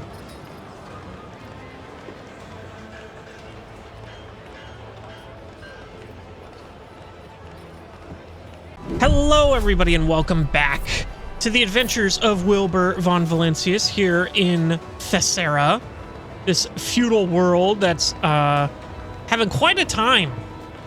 But we're on the hunt for some commoners, funny enough. But, and I'm not gonna lie, I for sure thought that in that last one that we had right at the end, the lady in the gold mask, I thought for sure she was the one that was the peasant, because of the fact that that she was, you know, being the instigator essentially. But it turned out to be the man in the jacket that she was actually accusing him of, because she was his master. And I kind of made a decision and it worked out. But we're going to go ahead and jump back in here. A new challenge for me. We're trying to find out what other places we can go here. So, what other places? We're looking for places that have already started talking, they said, I believe. This goes to the outside. This is not where I want to be. Or is it you guys? No. So we're looking for people talking, essentially. Maybe this guy? No. Maybe this guy? No. Okay, Glado, calm down. Calm down, big boy. We're looking for more people here. Cupbearer. Oh. Dark maroon amasec is pouring out of a ridiculously gaudy fountain. An eager cupbearer hands you a goblet full to the brim. Have a taste, if you please, my celestial lord. This vintage had been maturing ever since we laid the cornerstone of the citadel. We tapped it to celebrate you. A social libertarian libation. I'm an idiot. I don't know what that means. Perhaps a fountain of amasec is considered a height of luxury here on Thessera. But to you, one who has mastered the art of social libation, the amount of drink seems rather meager. Okay. You always have amasec flowing from that fountain? By no means. Such frivolous excess would impede us in carrying out our burden of service to the Emperor. It is only on truly great days, such as today, that the fountain pours forth this noble beverage. Besides, even the sturdiest of servants could not work the pump for days on end. The pump? Naturally, my celestial lord. It requires a grueling labor of dozens of sturdy workers to create an upward movement of the liquid in the pipes. It is a most useful contraption. Okay. So I can thank him and drink. I am ready to celebrate my glorious self. Your enjoyments and entertainments are impossible to watch in a sober state. I'm just gonna thank him. Oh no. Well, okay. I have some choices here. A pleasant warmth spreads through your body. The liquor is surprisingly palatable. The servant fills another cup and exclaims, "May your spirit be stronger than any amasec." So I can take a second cup, which is probably going to give me a debuff. I can hand the cup to Maeve. I can hand the cup to Solomorn, which is probably the worst idea. Offer a drink to your retinue. Yeah, let's give him to the crew. Abelard accepts the cup with great decorum, takes half a gulp, and grunts thoroughly. An interesting bouquet. Not particularly refined, but quite potable, in my uninitiated opinion. Cassie's eyes widen in dismay. She stares intently at the cup, then screws up her eyes and downs the contents in one gulp. My throat is on fire, you idiot. Don't... Okay, yeah, that's fine. She looks at the amethyst cup with what seems to be desperation. Finally, she twists her lips and utters a forced but firm no. It is an honor to accept a gift from you, Damen. Cabela looks pensively at her own reflection in the cup, and with a swift motion of her hand, pours its contents into her ceremonial flask. I think I have had enough.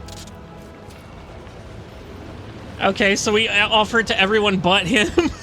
Now I feel kind of bad, actually. It's about time. It's about time. You guys good? You guys good? You seem fine. You might be... Okay, so maybe we're looking for someone who's got a name.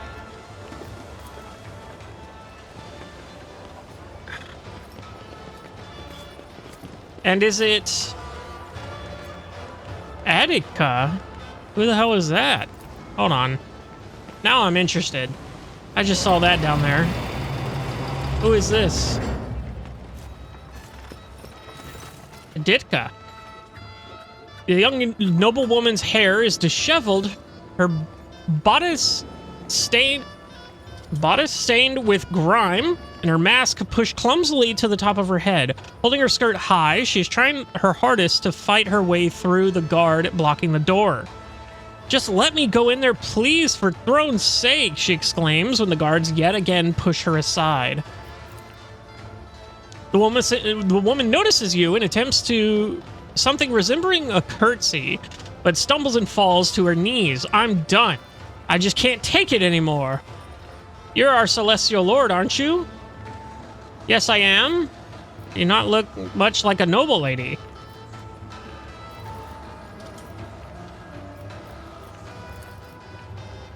I'm Idika. That's how I'm going to pronounce it. Your graciousness. I'm not a noble, not one bit. I just do the laundry and bleach the linens. I've never mixed with high society in my life. Forgive a fool, your graciousness. Why are you telling me this? According to the rules, you're meant to pose as a noble, then get a reward. But I don't want no reward, my lord. Say that 9 times fast. I want to get back home. The woman hangs her head and clutches her lace frills on her dress. Her breathing stutters as she racked with silent sobs. Why are you participating in the first place? It's not like they asked me nicely, your graciousness. They grabbed me, shoved me in this dress, and threw me in here. Nobody here was asked, but I don't want to be anybody's toy. I have 3 boys and a girl. We stretch our lords and ladies' undergarments. Starch, sorry. We starch our lord and ladies' undergarments, and we work our fingers to the bone just to get enough scraps for the day. She shows her calloused hands, molted red from chemical burns. Why are you trying to escape? I want to get away before they start putting those brands on us for the tricksters. I'm no kind of trickster, can't you see? I couldn't fool a grox. So what should I do with you? Gripping the frills of her fabulous dress in her coarse, white-knuckled hands, the woman looks up at you. Please, your graciousness, by the God Emperor, just let me leave. Nobody who gets put in one of these get-ups ever comes back. If I stay, I won't see my home again. I just know it. I haven't done anything wrong. You really don't look like an imposter at all. Guards, let her go. No one comes back? What is that supposed to mean? Just that, your graciousness. It doesn't matter if you get branded or not. Once the hunt is over, you're gone. This place is like a Grox pit. There's no way back. But I want to live. I want to be useful. Please, please let me go home. Shit. I'm already up by 1, but... I could be up by 2, but... You know what? I took a chance with the last one. I'm gonna take a chance with this one and be the nice person. I'm gonna forego the whatever bullshit prize they give us. So I'm making my call here. Second imposter has been found. Lacking the courage to object to your demand, the guards reluctantly step aside. As the woman turns back and looks at you, you see wet trails on her guileless face. Thank you, Celestial Lord, you sweetheart. I'll never forget your kindness. She bows low and vanishes into the darkness. Okay. Well, it does seem that they're out and about down here, so it does seem like I have to... Man with scissors, frightened noble. That seems like one. In the wavering torchlight, you see a giant glint of steel. One of the jacket-clad young men has pressed a blade against another's ribs. A mask lies discarded at the attacker's feet. Noticing you, the trembling victim cries out, "Your Highness, save me!" Do not interfere, outsider. This man deserves to be punished along with all the Thessaria's rotten elite. They see people as just things to be worn. Let him look me in the eye and find out what it feels like to be cut to pieces. You realize that the weapon pressed against the victim's body is none other than a pair of extremely sharpened tailor's scissors. And that knight on his horse just casually walking by. Hilarious. Solomon casts an indifferent glance at the pair. Local folk and their strange amusements. They're not worth our time. Intervene and free the victim with 100% athletics checks. What's going on here, Proctor? I think you ought to put it into this disorder. Pointedly look away, giving the attacker an opportunity. I'm going to ask what's going on here. Sucks in a ragged breath. He's a tailor from the lower city. He's gone mad. He thinks I'm wearing the face of his brother, my valet. The attacker visibly loses his cool. Admit it, you killed him and took his face so you could wear it instead of a costume. I haven't heard from my brother in a moon life. Blackness has utterly enshrouded this man. How can one dispense righteous punishment in such blinding darkness? Cassius shudders and looks away. Examine the victim's face. Noble Lord's features are stretched and distorted. The edges of his neck, forehead, and cheeks are fastened at the sides with gold thread. Fine gold thread. Awareness test. Peering in the nobleman's face, you realize that the stretched kitten is his own. You see no scars or stitches. It appears this is merely his way of improving his look and imitating people of higher standing. Well then, we intervene. You capture the scissors and deftly plunge them into the attacker's knee. Sensing his tormentor's grip weakening, the victim slips free and hides behind you. This madman bribed the guards so they would ignore my cries. I'm sure he'll be singing a different tune when they find out the Celestial Lord had to intervene personally.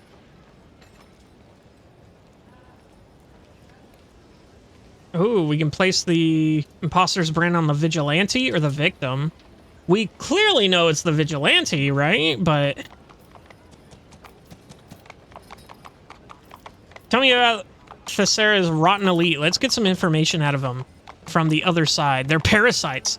They tear whoever they want into pieces. These scum squeeze into a person's skin like it's a suit that's 2 sizes too small, splitting the seams in the process. The vigilante stares at you without blinking, his eyes glassy. Skin suits and splitting seams? Preposterous. Your brother was rewarded for his talents and the best assignment he could hope for. Maybe he just decided he wanted nothing to do with you anymore. The nobleman's voice cracks, and he's on the verge of tears. Your Celestial Highness, if such were your will, you could send servants to the dressmaker this very moment and find this man's brother alive and well. His works are soaked in gray, with flashes of copper desperation breaking through. But of a swampy muck of deceit, I see nothing. What the fuck does that mean? This man has never undergone the local facial replacement procedure. He is wearing his own face. Do not be deceived. Look closer. The scoundrel is simply hiding his stitches. He thinks he can trick an expert tailor, but it's wasted effort. Tell me about this valet.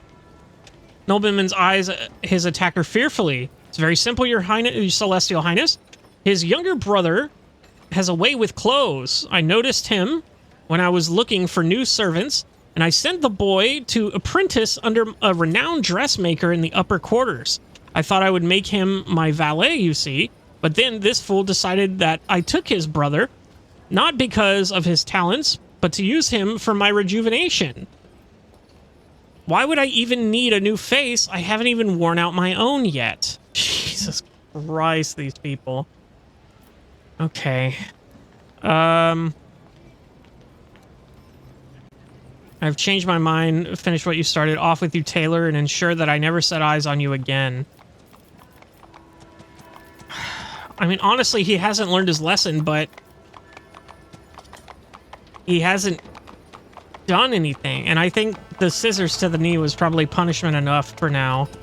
So off with you, Taylor. But your highness, you can wriggle, you can run, you can cower behind others' backs, but there's no hiding from justice. It will pierce you right through like a needle. Just give it time. Last one should be hiding somewhere in the vicinity. All right. I won't tolerate weakness. There's a cleric. Okay. So let's see here. That goes back there. There's two clerics. Nothing there. Okay, stall owner, stall owner, stall owner. We can go up here. Up where the blacksmith is. Horse. I almost clicked on it because I thought, but I'm stupid. A new challenge for me. Stall owner, knight, knight, young priest, old priest. These might be it. Two men in clergy robes are bickering loudly. The older of the pair is eating with great appetite, while the younger one watches him in disgust. You're overindulging. It's pure hypocrisy. A true servant of the faith would have abstained. The old priest shoots his companion a glance over the plate. A true servant of faith must keep his strength up so that he may offer the God Emperor not just words, but deeds as well. A young man flushes when he notices your gaze. Celestial Lord, how fortunate is your arrival. Only you can solve this conundrum and decide which of us is the true clergyman of the noble birth and which is the arrogant imposter. Look at the two priests. Pass. You notice a marked difference between the builds of the quarreling men. The older priest's body is gaunt, unlike that of the smooth-faced youth. Also, the younger priest has the melodious voice of a singer, while the old man's speech is clear and powerful.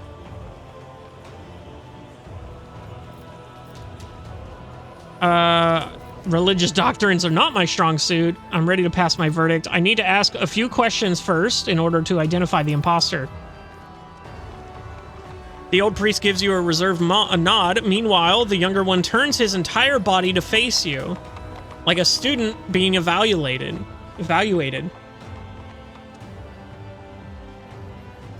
What would you say is the role of knowledge in the Imperium? There are no barriers to learning the words of the Emperor and to conquering all that he has given to us, unto us. Have you read the manuscripts of our scribe, Gregorius Fault?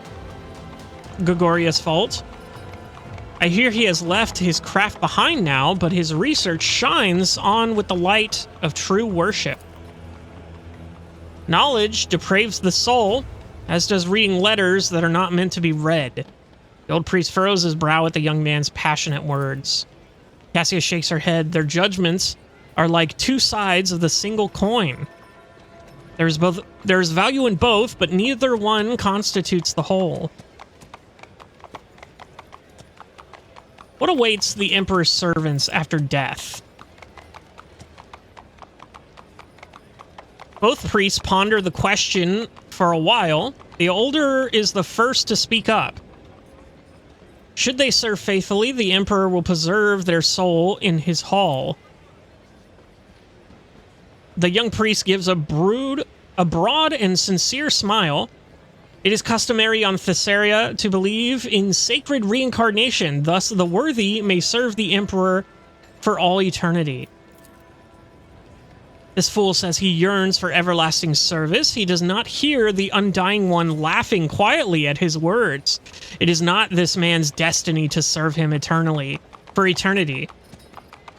It is to leave meekly when he whispers, "It is time." Excuse me, sir. Rude. And I failed the Imperium test. Excellent. Just what I needed right now. Judging by the expressions on the two debating priests, you can easily believe that the one would indeed welcome his long-awaited rest, and the other a chance at eternal service. By whose name are the warriors born from the blood of the Emperor's sons known? Huh? By what name are the warriors born from the blood of the Emperor's sons known? Is he talking about the Primarchs? Heralds of the Celestial Master, gods among men, the younger priest's eyes alight with awe. The Emperor's angels, they descend upon the land to smite down his enemies. You see respect in the old man's eyes and fear. I think it's the younger priest.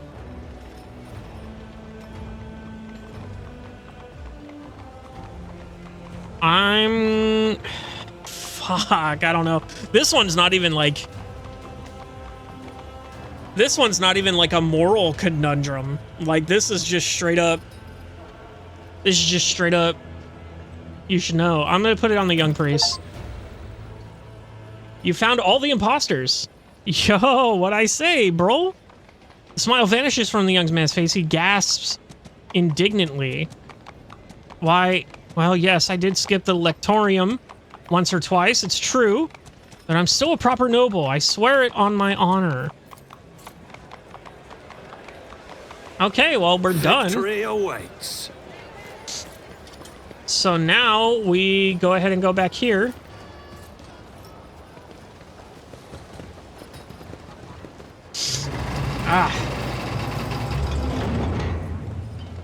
And then we'll go back to the governor. Rollo. Down, Gara. Bad beast, very bad. I apologize, Your Celestial Highness. How is the imposter hunt going? Gara? My darling pet, she's guarding the Shimburianus. Says every once in a while she gets an allowance in the form of adolescent bones. Alcadont bones? I don't know what that is. What is it done wrong?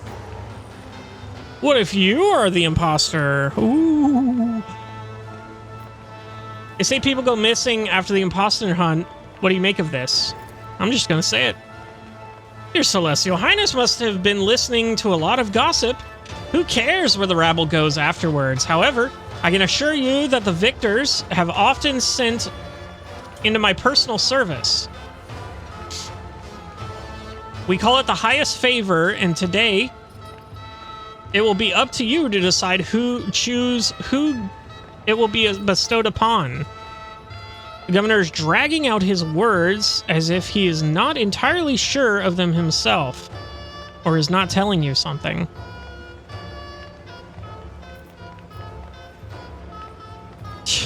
Jesus. I can just tell him to kill him. What has it been doing? What has it done wrong? She almost ripped off my finger along with a slice of Owlcat. Anyway, it's my fault for forgetting their predators, albeit domesticated ones. You've reduced a beast born to hunt and kill to a domesticated pet. Without purpose and discipline, both man and animal alike are destined for degradation. Solomon nods at Glato, who is completely unfazed by the multitude of delicacies. See, this is the level of obedience and dignity we should strive for. You see a beast devoid of free will as an example to follow? All I see is a broken spirit bound in its chains of cruelty. If your blade does not obey your hand, it may one day pierce your throat. Bella's words caused the governor to shudder. I'm not even going to say that he's an imposter. I've concluded my search. I'm not done yet. My time is too precious to waste on rabble. Announce the end of the hunt and let's get down to business. Let's get down to business. Gestures towards Solomon. I've grown tired of these savages. Deal with them. Let the orchestra be silent. Let the servitors keep playing. Governor claps his hands readily. Orchestra, music!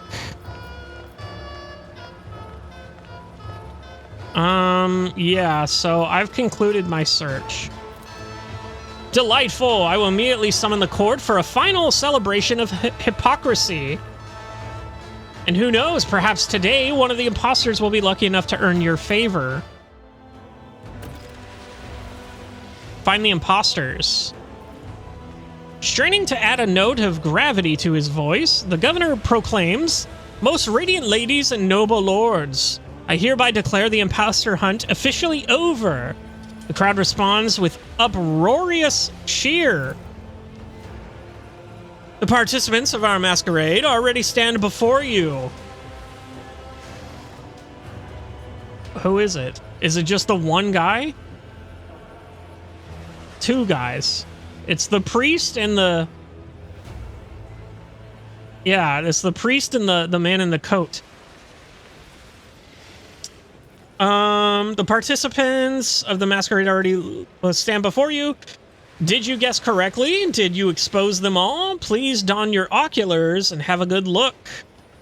Roldo turns to you and whispers conspiratorially, "Not one noble was permitted to hunt the impostors this time, my lord. Still knowing their penchant for such games, I do suspect they tried to make their guesses anyway, quietly among themselves. All these imposters have been found out by none other than our celestial guest, Wilbur von Valentius. An unsurpassable show, your celestial highness. Bravo, bravo, Maeve, present our gift." I got a mask. Thacitium mask. The wearer gains +1 psi rating and +15 persuasion. If Perils of the Warp is triggered and a demon is summoned, that demon attacks the closest to it non-demon target. Interesting. You hear the fool's voice from somewhere among the crowd. A noble torso, branded a real noble as an imposter. What?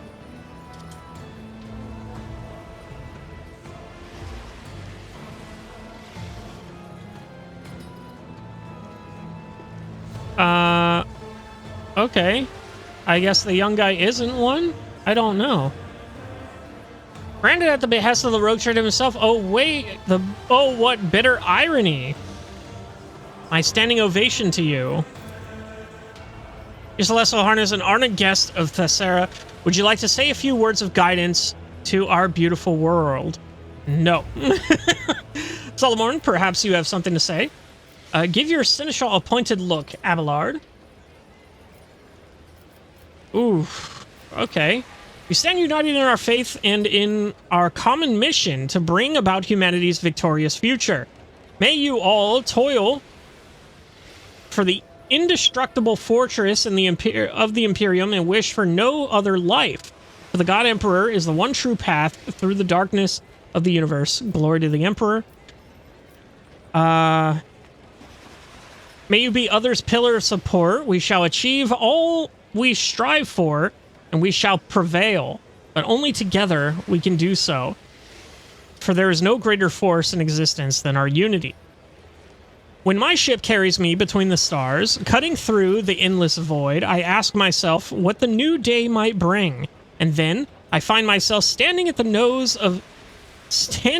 to my nose in filth among a gaggle of morons who think that the cogitator is a wind-up Guga? The hell? You want to hear my wishes? Well, my wish is to be off this planet as soon as possible. The end. Now, let's tell them all about unity. Here, here, all hail our celestial sovereign. Glory, glory. The masks extol you, roused by your words. That was a grand speech. Thank you. Although sniffs loudly, dabbing his face with a handkerchief. What an idiot. And now, good lords and ladies, the time has come to make the fateful decisions. There is not but one true reward, the highest favor that any branded imposter desires. Please, your celestial highness, tell us, is there among these people one worthy of the rogue trader's favor? I favor the young priest, Sir Timus. You are free to go. What is the highest favor rule, Daw? Is that part of the rules of the game? Point at one of the random imposters at random. Branded imposters at random. Since you people love prattling about destiny so much, we will let fate choose.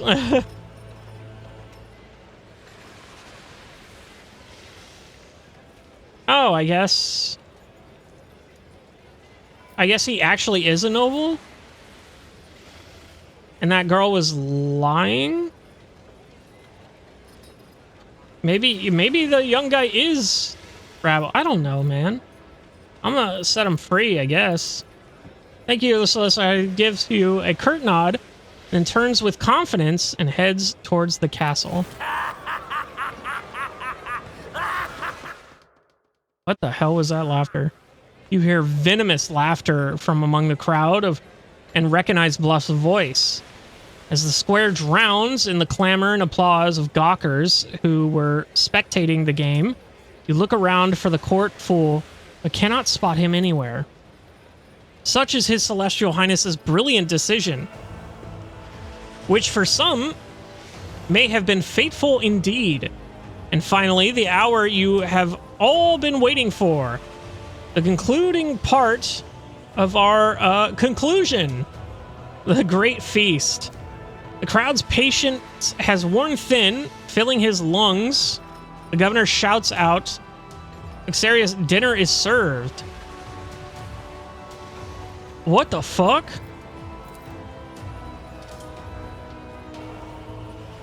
Their lumens grow blood red. Before the condemned can even scream, the beasts pounce on their prey with hungry snarls.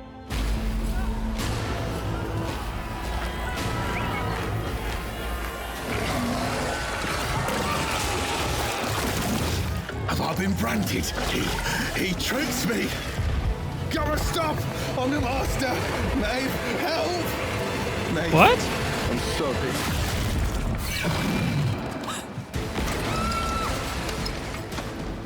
What the hell?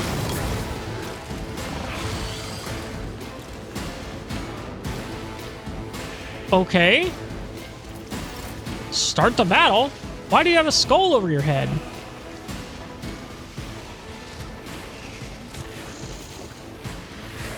Oh my god, it shows everything he has. Holy shit.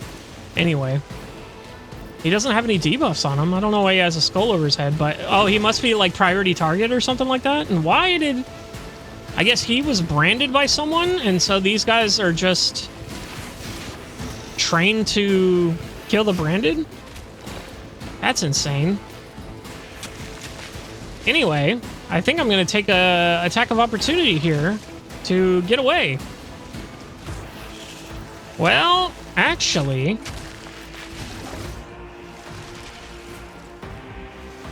I could try something here. If I give this to Solomon, and I move him here, job to do, Glato. and I end it there, and then I give him this, my purposes. and then he can do a shotgun blast. Maybe this will knock him back. Oh my god, it knocked him back. Let's fucking go, dude. I'm so smart. Game not hard. We can run and gun too. Accepted. We can run and gun and do it again. The order is clear. The arbitrator judges. Okay. And then I have a free Let's action test our to skills, Glato. get Glato on this guy. And then that's good there.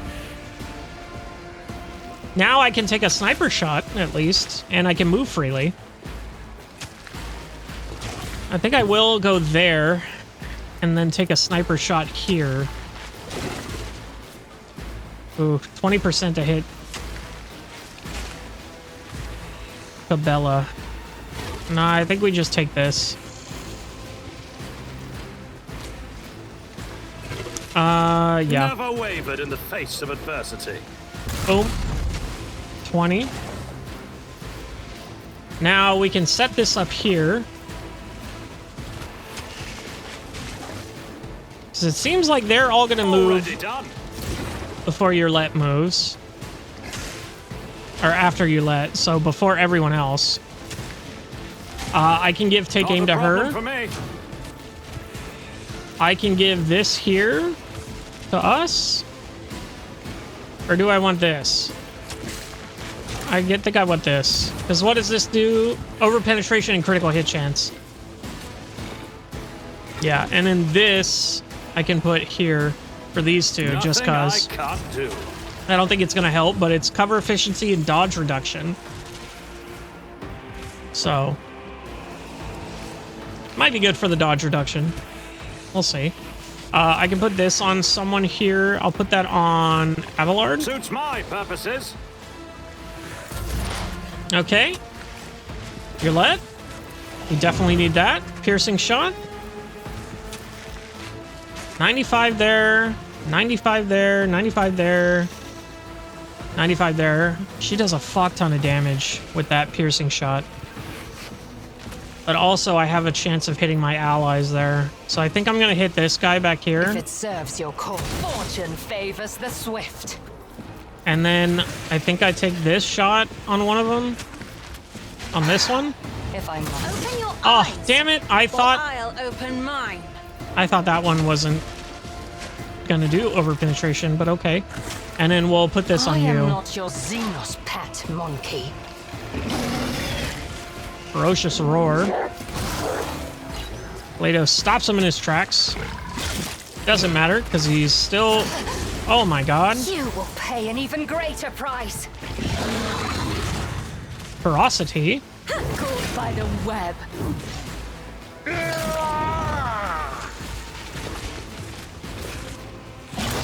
Okay, yeah.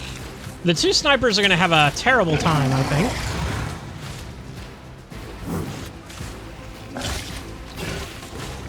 At least they're parrying here. Okay. So everybody else is cool. You, sons of bitches. Abelard, I need you to get in here. Because I need you to protect... I need you to put this on.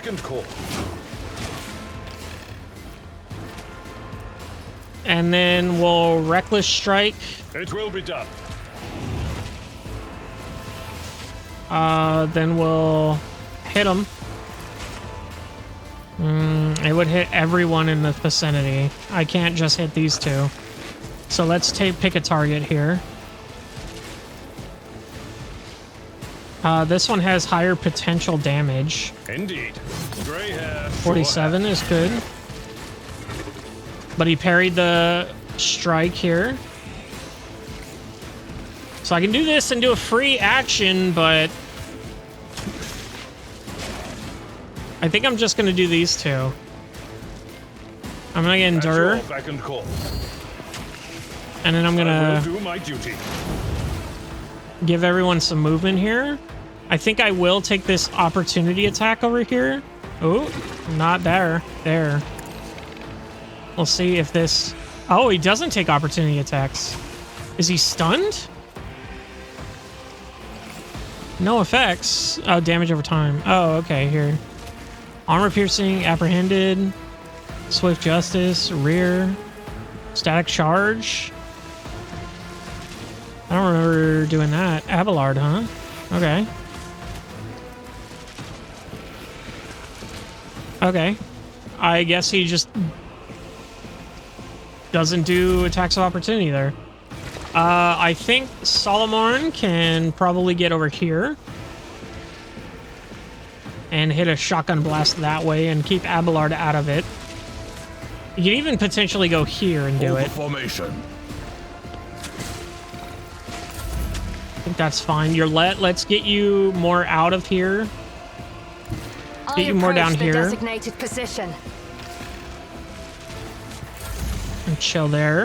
And then Abelard still has the rest of his turn. I'm gonna do this. Follow my lead. Force distraction.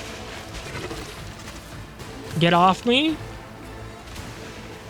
Interesting. Pushes enemy in a... no, we're gonna do this. Ooh, that's a good plan. Maybe we put it on this guy?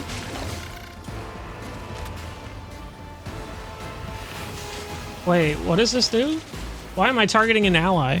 Chooses an ally. All enemies in a 3-star radius around that ally must make a willpower resistance test and a -15 penalty.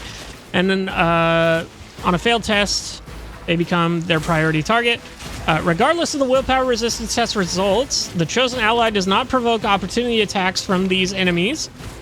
Can shoot in melee range and moves as if not within ranged attack opportunity. Okay. So maybe I do you. Let's go ahead and do that. It will be done. Force distraction. Did he fail? It didn't tell me if he failed. Taunting scream. Okay. So it does seem like he lost, which is good. Because he did turn towards Abelard. And I think we're good there. Cassia? Let's go ahead and see if we can possibly get you in range of not hitting my teammates. Doesn't seem like it. So if that's the case here...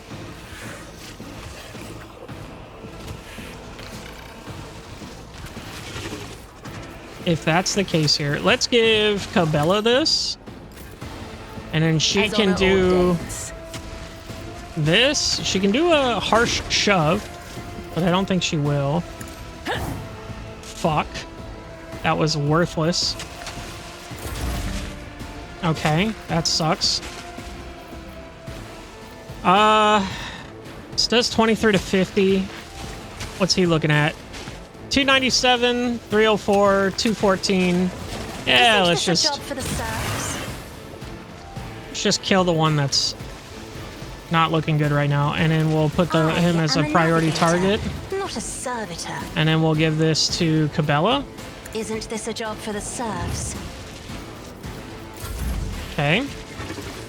Solomon, see what you can do here. That's exactly what I wanted. Thank you very much. The less is inescapable. Okay.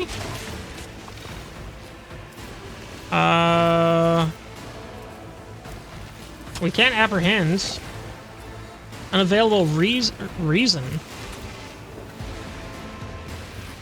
Huh. Are you okay, buddy? Buddy guy friend pal? You're immobilized. Permanent. Does not regain movement points at the beginning of their turn and cannot use abilities that move them or add movement. Why?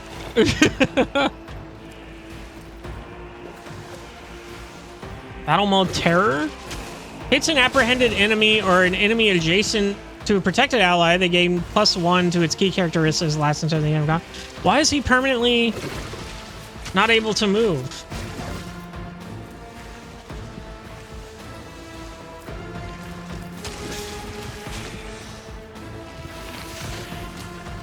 But I can use these things. So maybe I can reactivate? No. I wanted to use protect, but I can't because he's immobilized. Okay, well, anyway. Let's go ahead and do this again, I guess. The shadows and then will see we'll it done. Covered in blood. And then till the start of their next turn, the executioner gains bonuses on their parameters of the creature. Okay, so yeah, so let's go ahead and do this. Or actually, let's do the swing. Trust me. Okay, epic. So they're bleeding now. 29 stacks of bleed, my guy. We're gonna have to wait till the next turn to do that if we wanted to. And then for here, we can go ahead and click here. That does a little bit of damage. We can do this. And then it clicks back. Hits him there. We can chill. Back on Wilbur. Okay. So you've got the least amount of health. So I'm going to give this to... Never mind. I was going to say I'm going to give it to Cassia, but whatever. Reapplying that bleed doesn't matter. So I think I give it to Yurlet. And then she goes ahead and takes a piercing shot here.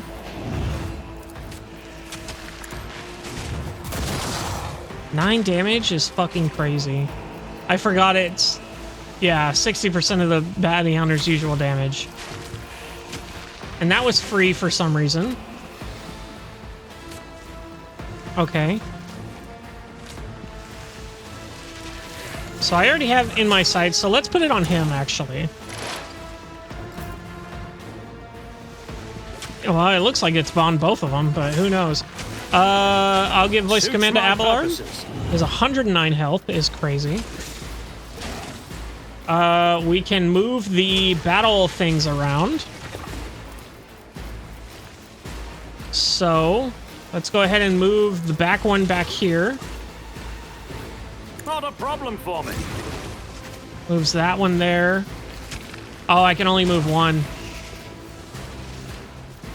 Okay. I can give someone movement here. I don't think anybody needs to move. I think I just put Ticane on Yurlet again. And then I can possibly buff some areas here. Allies get armor, over-penetration. Cannot be over-penetrated. Get immunity to prone effect and gain 3. Okay. Reroll successfully dodge and parry attacks. Any enemies that suffer damage and are left with less than 24 wounds immediately die, which is crazy. I can do a blitz stratagem, but I don't need that right now. Let's go ahead and chill. She does do both. She does do both. That's actually insane. So let's go ahead and do this. Next attack during this turn. This tedium is beneath me. And then we're going to go ahead and hit up this guy. If it serves your cause. Fortune favors 57 is crazy. Go and do another attack here. 17 to the tail. Crazy. And then we do this again. If it serves your cause. Takes the 22 damage. Takes the opportunity attacks from there.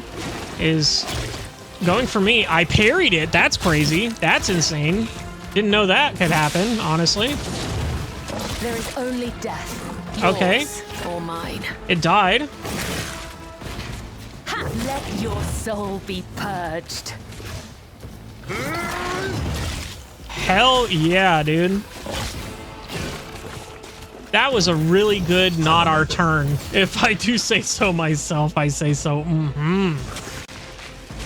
Okay. So, Abelard, you can now strike with reckless abandon.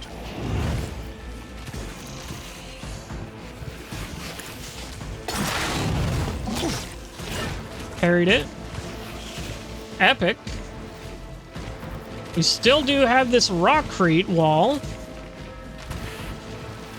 The effect lasts until the start of their next turn, so that's good. We can go with this breakthrough. That gives us this here. So we can go here. We can go here on this one. Target well struck. Okay. I'm not interested. That's not the Seneschal's job. Okay. So we want to move Me? Solomorn here If you insist, Lord Captain. to be right here. He's going to take an opportunity attack there. No, never mind. And then we're going to go ahead and give him I'm this. not accustomed to being ordered around. We're going to see if we can't do this once more. I'll take it as the arbitrator judges. Fucking beautiful. Absolutely beautiful. I don't know why he can't move. I guess we put him on standby. Might as well. I don't know why he can't move. But we have this here. I can do tons of damage there. Is there anything I can do to help with that? Yes. 4% additional damage. 5% additional damage. Let's go ahead and put that on us. If I may. And then we can do this as well. If you insist, Lord Captain. Yeah, that's a kill. 40 to 87 damage is crazy. Isn't this a job for this another foe painted black? Okay, I didn't know they were gonna explode. That's fine. We can give someone else. We can give it to Solomon. We are dissecting this fight, bro. This is crazy. You guys both have the bleed, so that's fine. I can do a single projectile, and that has crazy... Oh, I can do this. Concentrated fire. Understood. For more damage. And then I can do this. The order is clear. Hell yeah. So sick. And then I can do this. Accepted. Cabela. Go ahead and get you in there, girl. Never mind, you can't move that much. And you don't have a death from above. Interesting.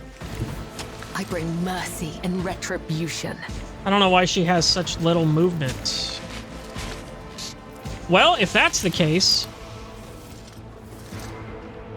we go ahead and put this on someone.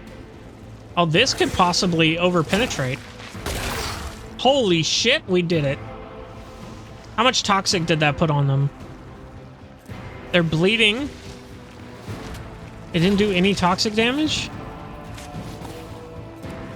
Am I crazy?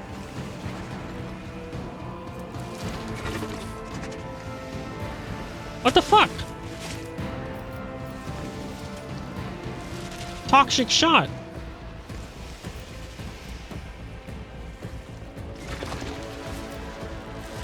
Why isn't this doing... It's supposed to do 6 toxic damage.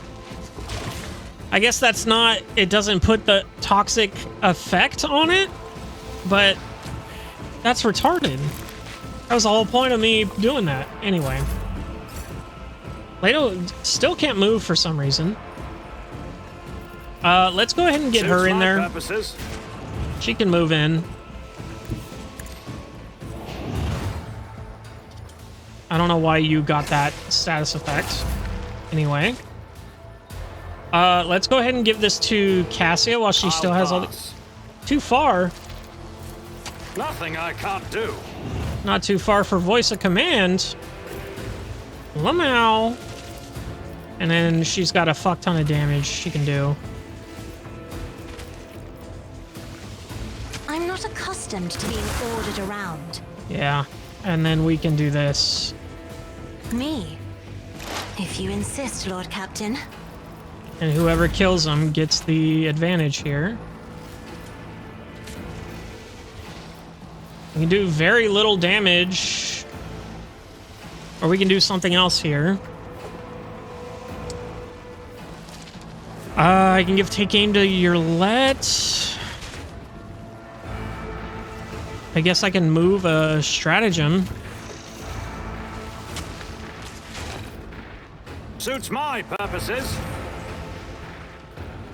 Give him that debuff, I guess. And then put the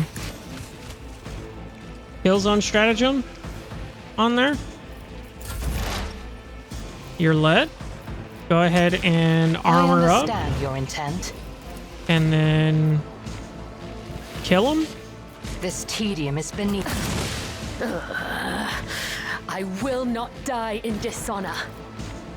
Glado's gonna be taking some damage here. Not your secret. Hear you moving. If this no is more everyone death, is. Holy may shit! my blood be a worthy sacrifice. What happened was no accident, and if my suspicions are correct, the arbitrator looks at his palm thoroughly, then holds out his hand to his cyber and mastiff. Glado, analyze. Oh, now you can move. Analyzing. I am good, pupper. Dog's visor shimmers as it scans his skin with a mesh of rays. Finally, there is a metallic click and the descending hum of cooling servo motors. Proctor's augments respond with a soft buzz. A data brand. The court fool put it on me when he shook my hand. Then, the beasts that we just have attacked everyone who had been marked. However, the beasts were not at all eager to tear you apart, rogue trader. It appears you were wanted alive, but without my protection. Oh God, Emperor. Maeve presses her hand to her chest in the sign of the Aquila. Her lips whisper a prayer. Forgive and protect his soul. Forgive and protect. Roldo mentioned being branded before he died. Can you scan him too, Solomorn? At his master's command, Glado directs his scanning rays at the dead man's severed hand, which has somehow avoided being reduced to shreds along with the rest of his body. The Cybermaster's augments emit a whirling signal. He was branded too. He couldn't have known, or else he would have not doomed himself like that. I assume this is likewise the work of that buffoon. The only question is whether he was acting on his own accord or at the behest of someone more important. Whose soul are you praying for, Maeve? He called your name before he died. I have no idea what's going on. I'm so confused. Maeve stares at Roldo's mauled corpse with unblinking eyes. Is this just a horrible nightmare? Could it be that I'm dreaming? For a second there, I thought, no, I'm sorry, it's impossible. You thought what? I thought it was my brother calling my name, not Lord Roldo. But Deane wasn't there. Meaning I just imagined it in my fright. Awareness success succeeded.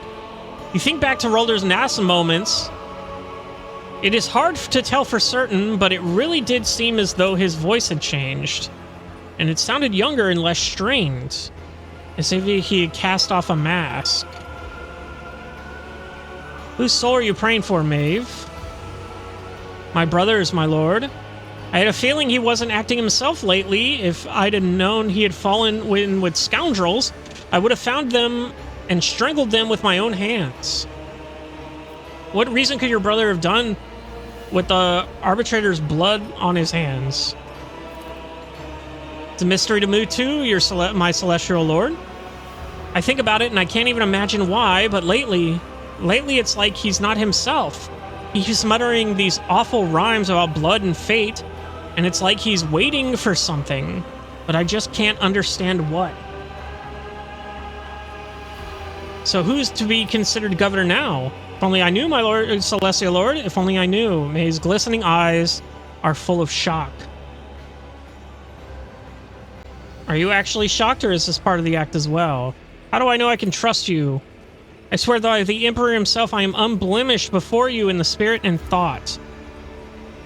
That is what any cornered heretic would swear to try to save their lives.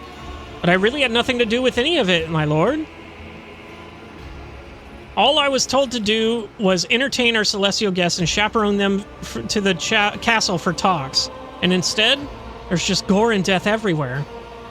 I ought to have you executed on the spot, Maeve, before you stab me in the back. Take us to the castle. I need to look around. As you wish. Servo Skull Swarm. Key characteristics. Dangerous neighborhood. Gains +10 fellowship. Blah, blah, blah, blah, blah. I don't have one. Synth feed. If the wearer ends their turn with any adjacent familiar, that familiar regains wounds. Interesting. I wonder if Cabela needs healing. I could just go back to the ship. Everybody seems to be unfazed. I could just go back to the ship to heal this up. What's my plan here? I wanted to check out... Well, for one, let me go ahead and just click here and wait for them to come. But in the meantime, I do want to take on Solomon, see his cape, the Zealot Cloak. Whenever it hits an ally with an area attack, the wearer gains +1 Zealot. Yeah, we don't need that. We want him to have this. That's cool. And then the mask is a headpiece. +15 persuasion. What do I have on right now? Whenever an ally is under the effect of the voice command's ability, makes an attack during an extra turn. This attack deals an additional 30% damage. That's actually so fucking sick. I didn't know I had that. That's crazy. That's actually so sick. Oh well. I guess I don't need the 15 persuasion.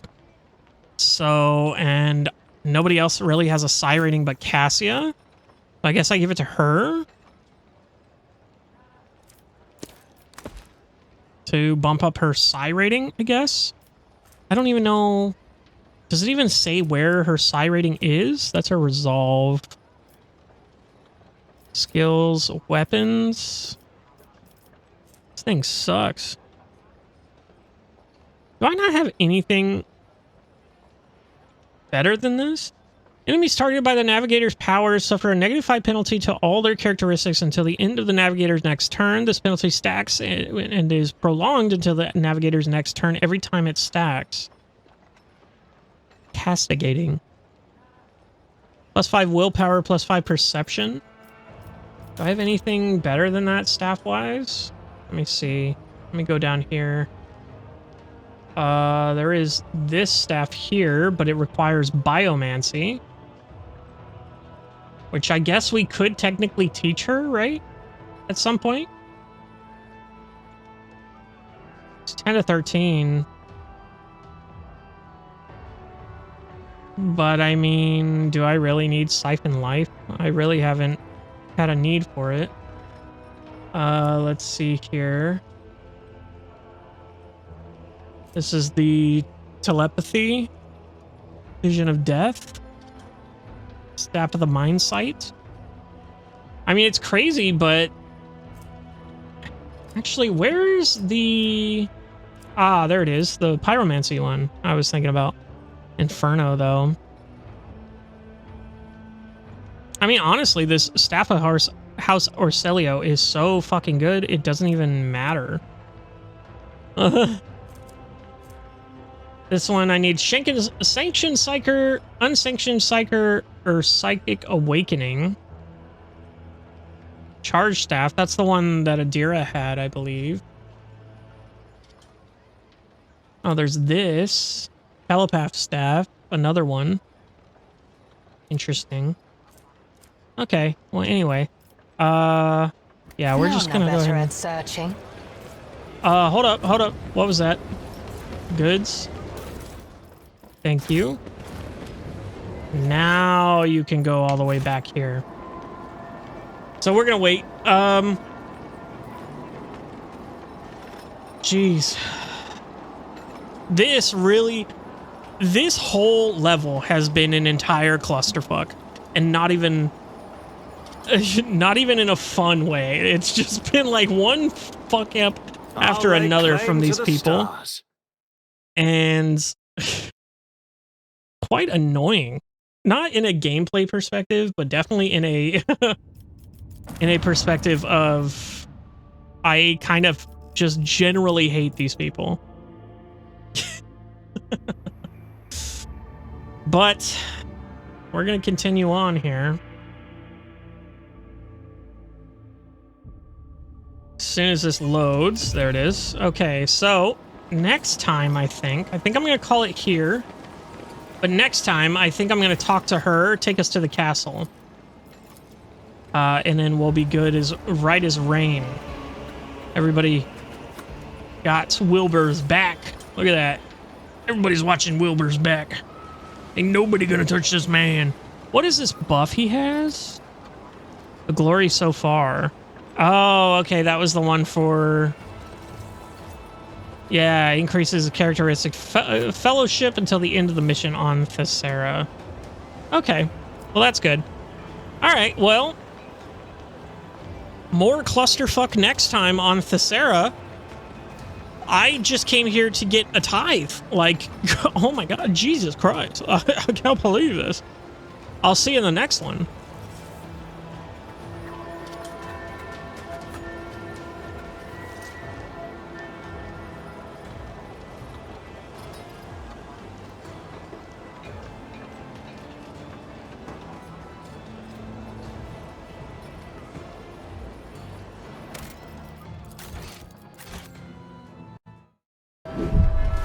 Hello, everybody, and welcome back to Warhammer 40K Rogue Trader. Oh, we're still here on Thessera, which, I'll be real with you, this is taking a lot longer than I thought it would. I thought we were just going to come here, get the tithe, and go home. But we're almost done, question mark? I don't know. We got the team here. We're all chilling.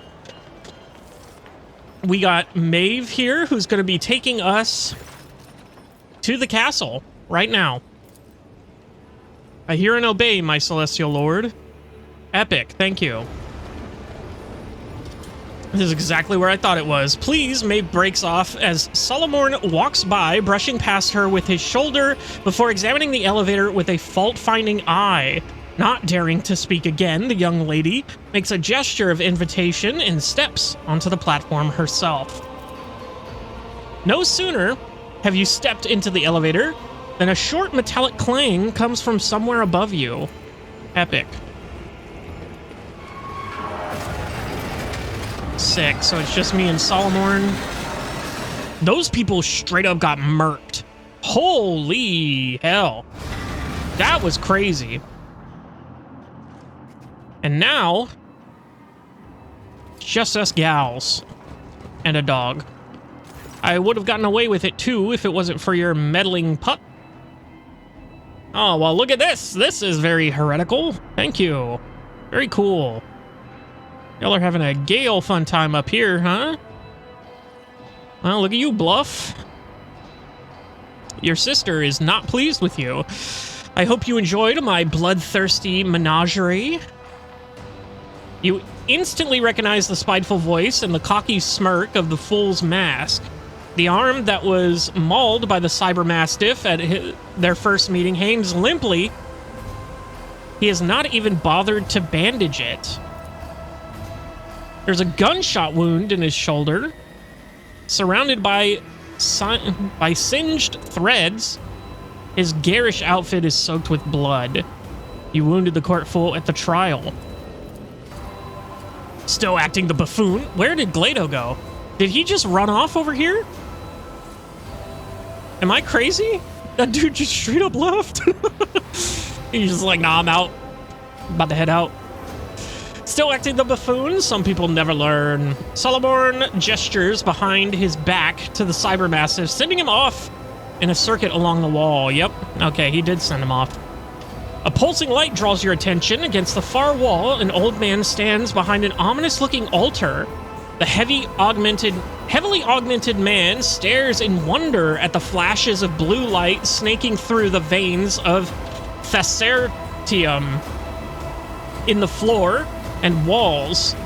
The crystals in his eye sockets gleam and go dark in time with the flashes. Interesting. And what is this, paper? What are all these? I don't know what those are, but I do like the statues. Statues are very cool. We're gonna have a tough time. At once, you recognize him as the sculptor who offered to carve your visage out of Thesterium. The old man does not seem to notice you. All his attention is focused on the strange altar. The Scorched Tadao. The executioner stands behind the fool and gives you a crooked smile. Commander... Oh. I should have killed both of them. That's crazy.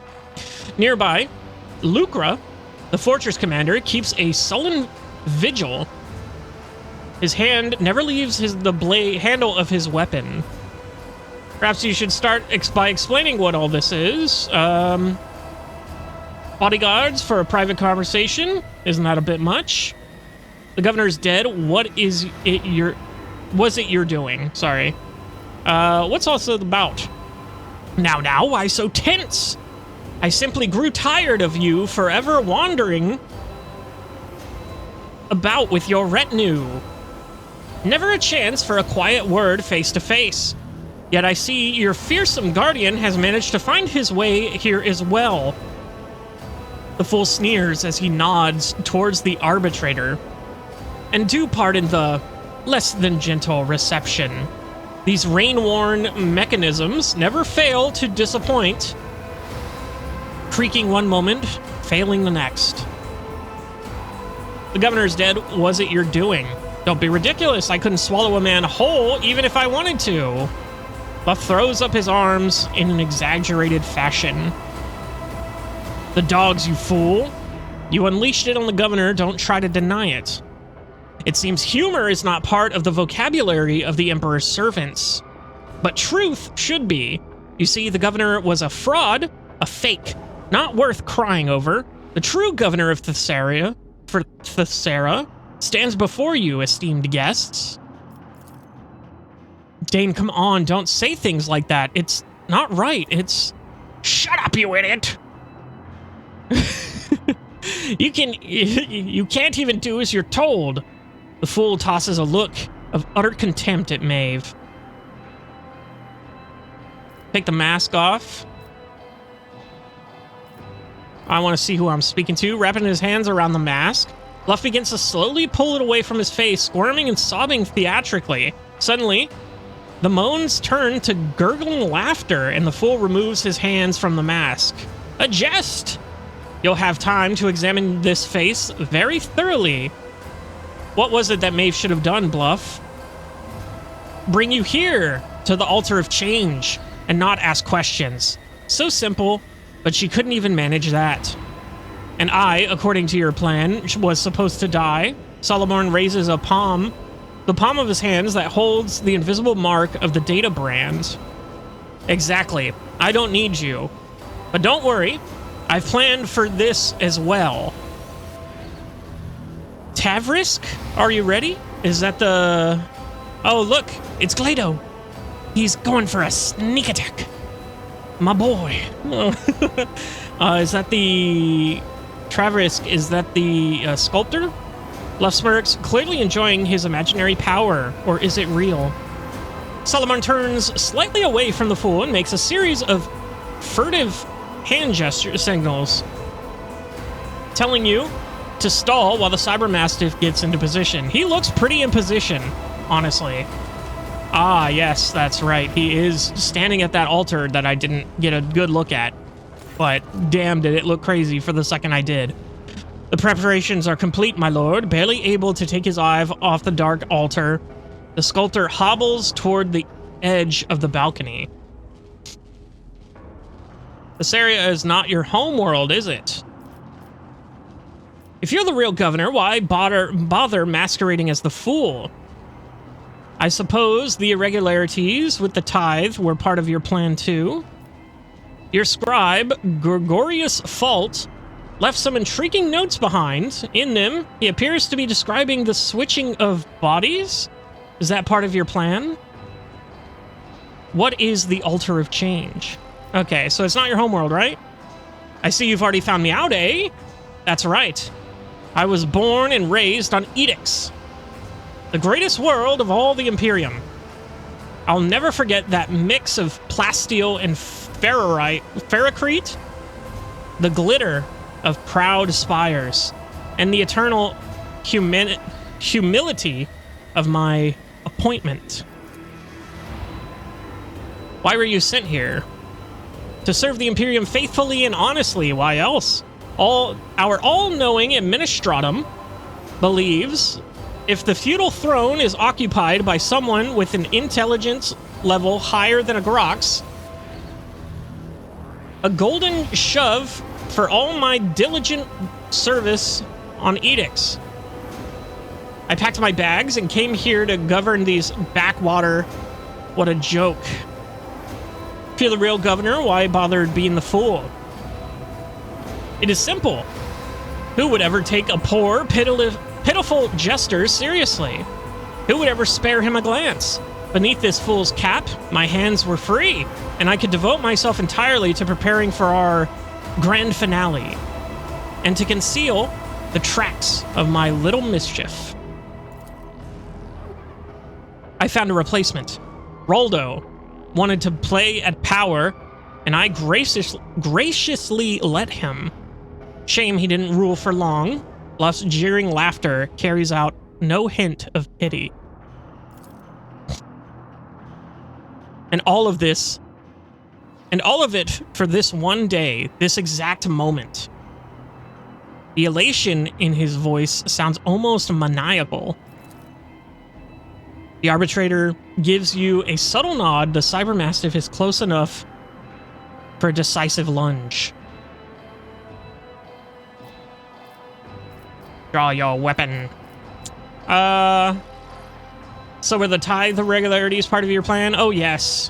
One small part of the grand design. To be precise, the first bait you had to take, which you did, with commendable zeal. The concept was simple. Disrupt the shipment and provoke a response. An Ignatius trap that the Arbades walked right into. But fate granted me a special boon. You were caught in my net along with them, Wilbur. You didn't trap anyone. You shot yourself in the foot. Only an idiot would think they could outmatch a rogue trader and a proctor together. Switching bodies? You are perceptive, aren't you? My previous experiments were failures. You have met some of them, actually, including Fault himself. Remember the crazy mutant by the thingy? His brains turned out to be a bit of a complication. Mocking laughter erupts from behind the mask, making the fool's body shake all over. But do not fret. This time it will work. What is the Altar of Change? That thing. Ah, yes, look at the warp energy coming off of that bitch. That's crazy. Full gesture towards the object in front of the sculptor. A great artifact with which Tavrisk carved from this planet's unique gift, Thessertium. I still am not comfortable saying that word for some reason. Like, I'm just like, I trip on it every time. Take a good look at it while you can. If you grovel before me, I will be merciful and let Solomon finish you off quickly. Governor, fool, or perhaps you're just a madman, Bluff. Enough talk. I will not listen to another word of this heresy. Let's draw our weapon. Do I have to be any one thing? Bluff chuckles darkly. Bluff ignores the arbitrator, his gaze fixed on Maeve. More specifically, on the necklace on her chest. A lovely piece, isn't it? You see Solomon's hand signal out of the corner of your eye. Glato leaps, but does not reach the fool. The Psyker moves at the same time, a flash of light, and everything goes dark. No!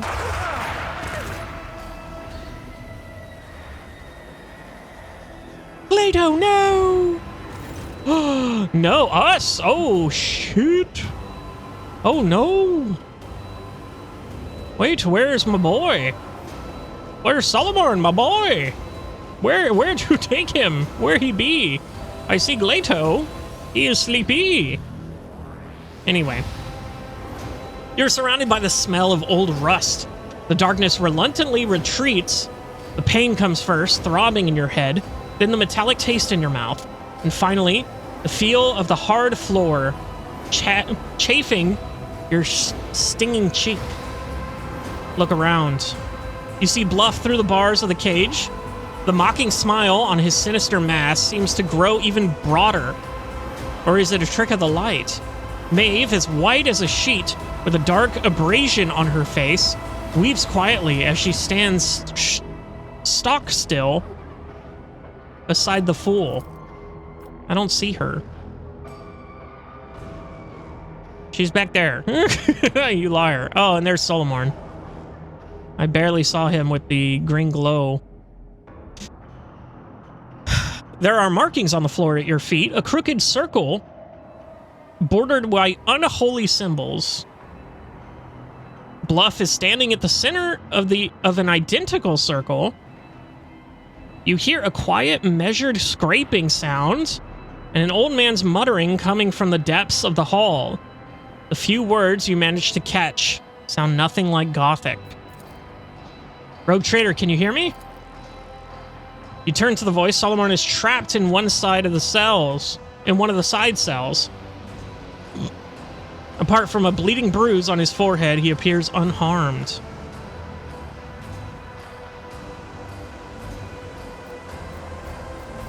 When I got out here, you're dead. Solomon, you were right. Let's check up on our boy. I'm fine. He looks away for a moment and then back to you. Under Bluff's unwavering gaze, he cannot communicate any more clearly. Awareness test failed. Epic. It's because Cassia isn't a part of my party anymore. The piercing pain in your head makes it hard to parse Solomon's cryptic signals. Maeve's necklace is more than just a pretty bauble, I take it.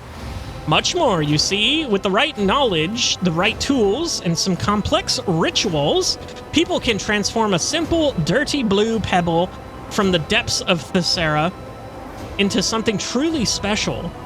However, it's a bit late for you to do anything with that information. When I get out of here, you're dead. Let's make a deal. Let me out and you can ask me anything except ask for anything except my death. How dare you attack me? I'm a rogue traitor, you fuck. Enough chit-chat. Tavrisk, begin. Wheezing raspily, the old man with the Thessertium eyes spews a torrent of unholy words from his toothless mouth. In response, the markings beneath their cage seem to inhale and begin glowing with light. Maeve's gaze leaps from you to Bluff in alarm. Tear-reddened eyes widen as she realizes what is happening. Dane, stop! Her slight form crashes into the fool, pushing him out of the center of the circle. Uh-oh. I'm gonna swap bodies with her. The world explodes into shards, suffused with a blinding light that burns out your eye sockets. incinerates the air in your lungs and makes your heart judder in your chest. And finally, darkness descends, impenetrable and absolute, encompassing everything. It cradles you, dissolving everything that was once you, everything that once was. Oh no, why is her thing on this side? Oh, look at her portrait now. I didn't notice. Was that there the entire time, or does she look better than that? Because look at the veins coming off of the blue necklace and going up her throat. I don't think I caught that last time. You were bobbing like a boat tossed upon the waves. Colors and sounds meld into a cacophony, stirring up nausea in this exhausted body. You blink, and the patches of colors fall into place. Or do they? Across from you in the cage, you see a frightened, disoriented face, an expression you have never seen in a mirror. At your feet lies a gaudy mask that has fallen from the fool's face, covering his wrinkled visage with both hands. The ugly and enraged governor of Thessera rises hastily on trembling legs, staring daggers at you. Roldo shrieks, "Seize her! Seize Maeve!" Guard takes a heavy step in your direction. The look on his face promises nothing pleasant. We're gonna fight back. You take a swing and lose your coordination. Maeve's delicate body cannot even muster the strength for a slap. Fuck, I forgot who I was already. Leto, attack! He doesn't look like he's doing it. Your head swims, and through the haze, you recognize the figure of a guard coming closer and closer with no sign of stopping.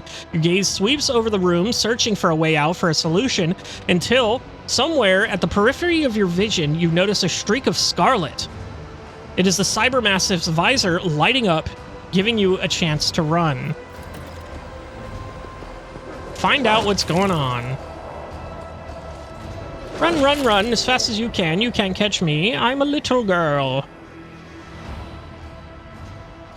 Okay. Well, that is certainly an interesting development. I did not expect to become a girl.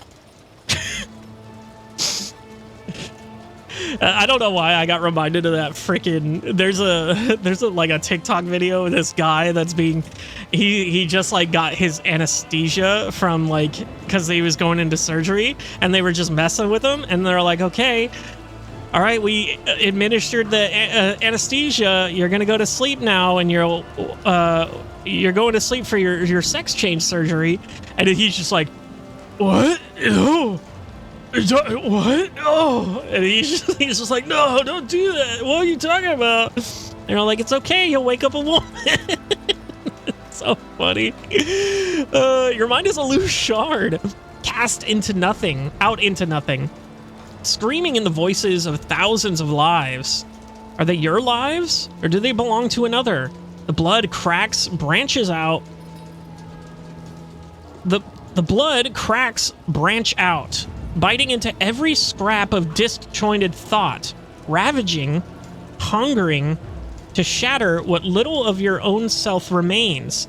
A cry gurgles in the depths, a plea to make the torment stop and let you dissolve in unconsciousness. But something has sunk its claws into you, keeping you in place, fusing you back together piece by piece. Methodically and torturously, it continues to skewer the shreds of your identity into the thread of existence in an attempt to outpace the all-consuming void. Your memories of the last several minutes are incoherent and painful. The flash of sorcery, the leap into the unknown, Solomon shouting something. He gave Glado an order, but what order was it? Any attempt you make to process what happened only pulls you deeper into unconsciousness. You are wrenched suddenly out of oblivion by a blunt, merciless bite. Push the horse away. 60% on a strength check for this girl is crazy. Difficulty modifier 50, but she's got a plus 10 to it. Interesting. You try to breathe and hear your own ragged wheeze. Sight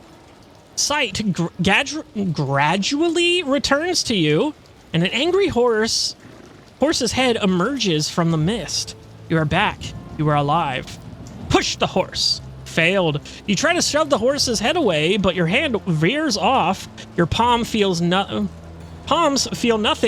but the skin on them is just some unwieldy meat covered forcibly, pulled onto your frame.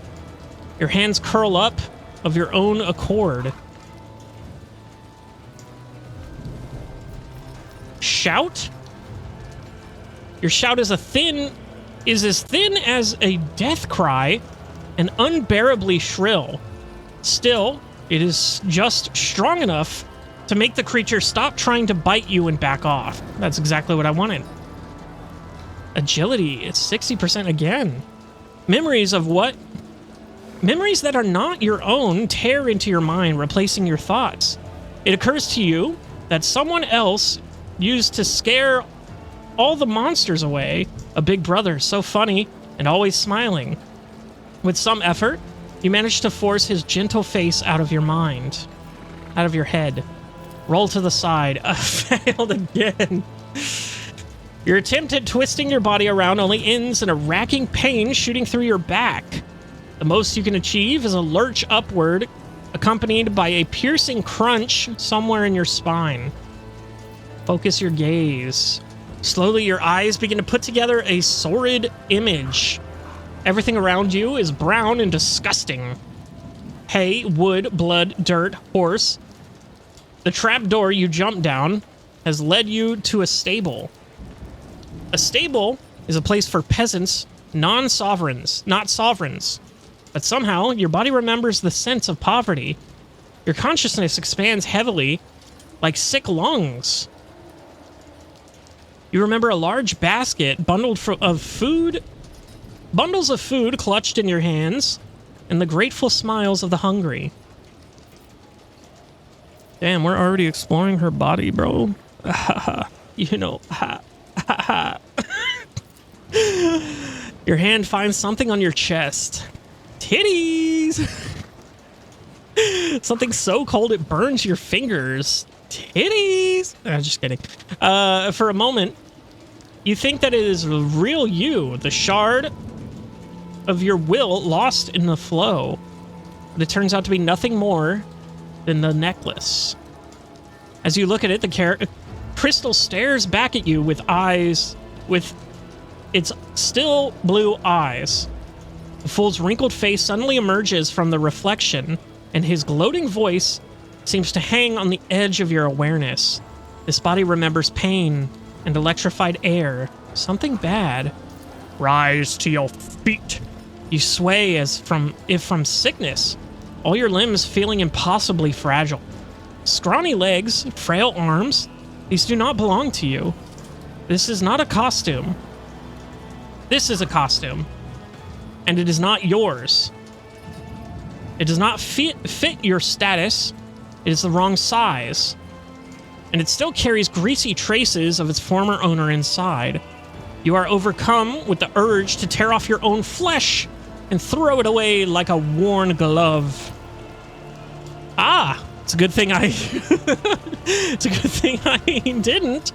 You gather your will and repress your desire to peel your skin, peel your skin, peel your skin, peel your skin. The mad impulse recedes. The memories that linger in this body may yet prove useful. To complete the picture, you have no choice but to look into a nearby water trough at your reflection. I mean, you got the portrait right there, girl. I don't know what you're talking about. You see familiar features. Some unnatural force has dragged you out of your body and into that of the Maeve, Rodolph's lady-in-waiting. Now that you have spent some time in this stable, you feel a little more accustomed to your new limbs. But where is your own mortal shell? Oh, it's saving. It's trying. Lato. Rummage through the scraps. A mountain of vegetable waste rises up ahead, next to which stands a rusty pitchfork. Your attention is drawn to something pale pink, half buried under the waste, and looking suspiciously like a limb. Let's pick up the pitchfork. This could be a decent weapon if not for one problem. You lack the strength to pull it free from the earth. Investigate the waste. You pull out the strange object from the pile. What emerges is a human forearm, crudely severed at the elbow. The horse behind you sniffs and cranes its neck. Sure, we'll take the arm. Pick up what used to be someone's arm. The horse looks at you at the dead fingers greedily. Step away from the heap. Horse behind you snorts and shifts about. Rude. Cybermassive does not respond to nudges or commands. The lumens on its head are blinking with troubling agitation. Holy hell, my girl. You're perplexed. You're disturbed. You're staggered. Psychosomatic trauma? And not your body. Permanent. These are not your muscles. This is not your skin. Only your mind is still yours, but for how long? Well, tech use, climb over the gate, 0. How is that tech use? That's clearly athletics. Anyway, a lot of horses. 0 tech use, though. I don't know. Through the opening door of the gate, freedom winks at you mockingly. Your arms barely... Oh, okay. So we just had to... You attempted breaking out. May not have worked, but you've drawn the attention. But it has drawn attention. You hear the stable hand grumble. Hey, cut it out in there. We are not going to be telling people we're the rogue trader. How about that? Let me out this instant. I'm the rogue trader. They put me in this body. Please let me out. I can make you rich. My servants will find me, and when they do, they will cut you to ribbons unless you let me go right now. I'm a hungry young court lady, and I'm in danger. Do you have a heart? Stop talking. I'm gonna play into it, dude. You want some pussy? Maybe not. What I do have is enough wits not to go rummaging in the dump. That's why I'm on this side of the door, and you're on the other. When my servants find me, I'll kill you. You're far from the first daft lass who's crawled down the chute to eat the horse's leftovers. And you know what? Nobody's ever gonna come fetch you anyway. Servants, don't make me laugh. Alright, well this guy clearly ain't helping. So... we're just gonna try to... I think we just kill ourselves, right? I mean, do I give... Oh, okay, I talked to the hungry horse. Oh, okay, persuasion. Okay, we still have our persuasion modifier. Oh, hell yeah. The creature that dragged you out of unconsciousness turns out to be a muddy brown horse. From the darkness, the beast follows you with its large black eyes. It looks hungry and frightened.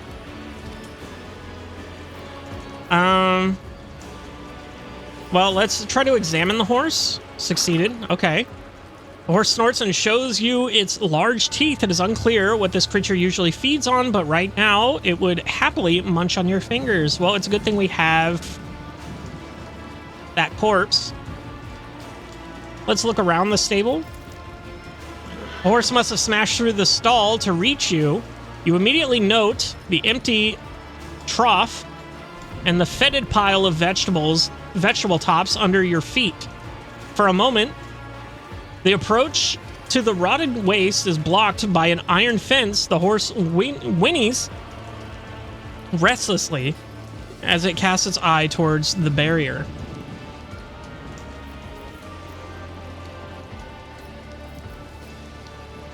He's a good horse. You trying to eat me, were you? We're gonna say we're gonna kill everything in here. A few seconds passes and you hear a quiet muttering. Damn it. Another wretch is sneaked in for the feed. Stable doors rattle open. And then I throw the hand at him.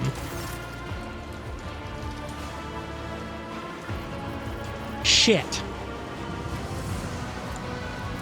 10% is crazy.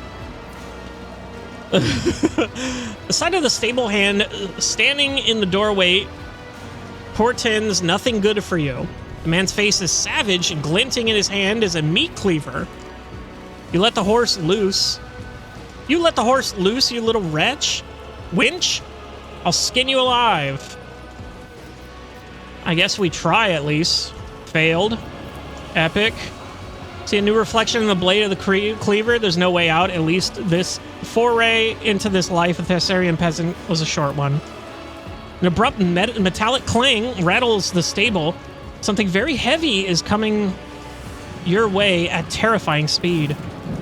Please tell me it's fucking Solomorn.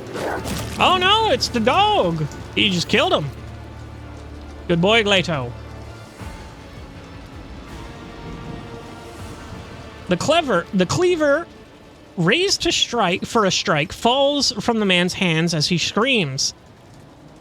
Assailed by a whirlwind of fangs, fur, and metal, having emerged from the gloom, the Cyber Mastiff does not give the stable hand even a single chance. After ripping out part of his spine, the beast spits out the corpse and looks up at you.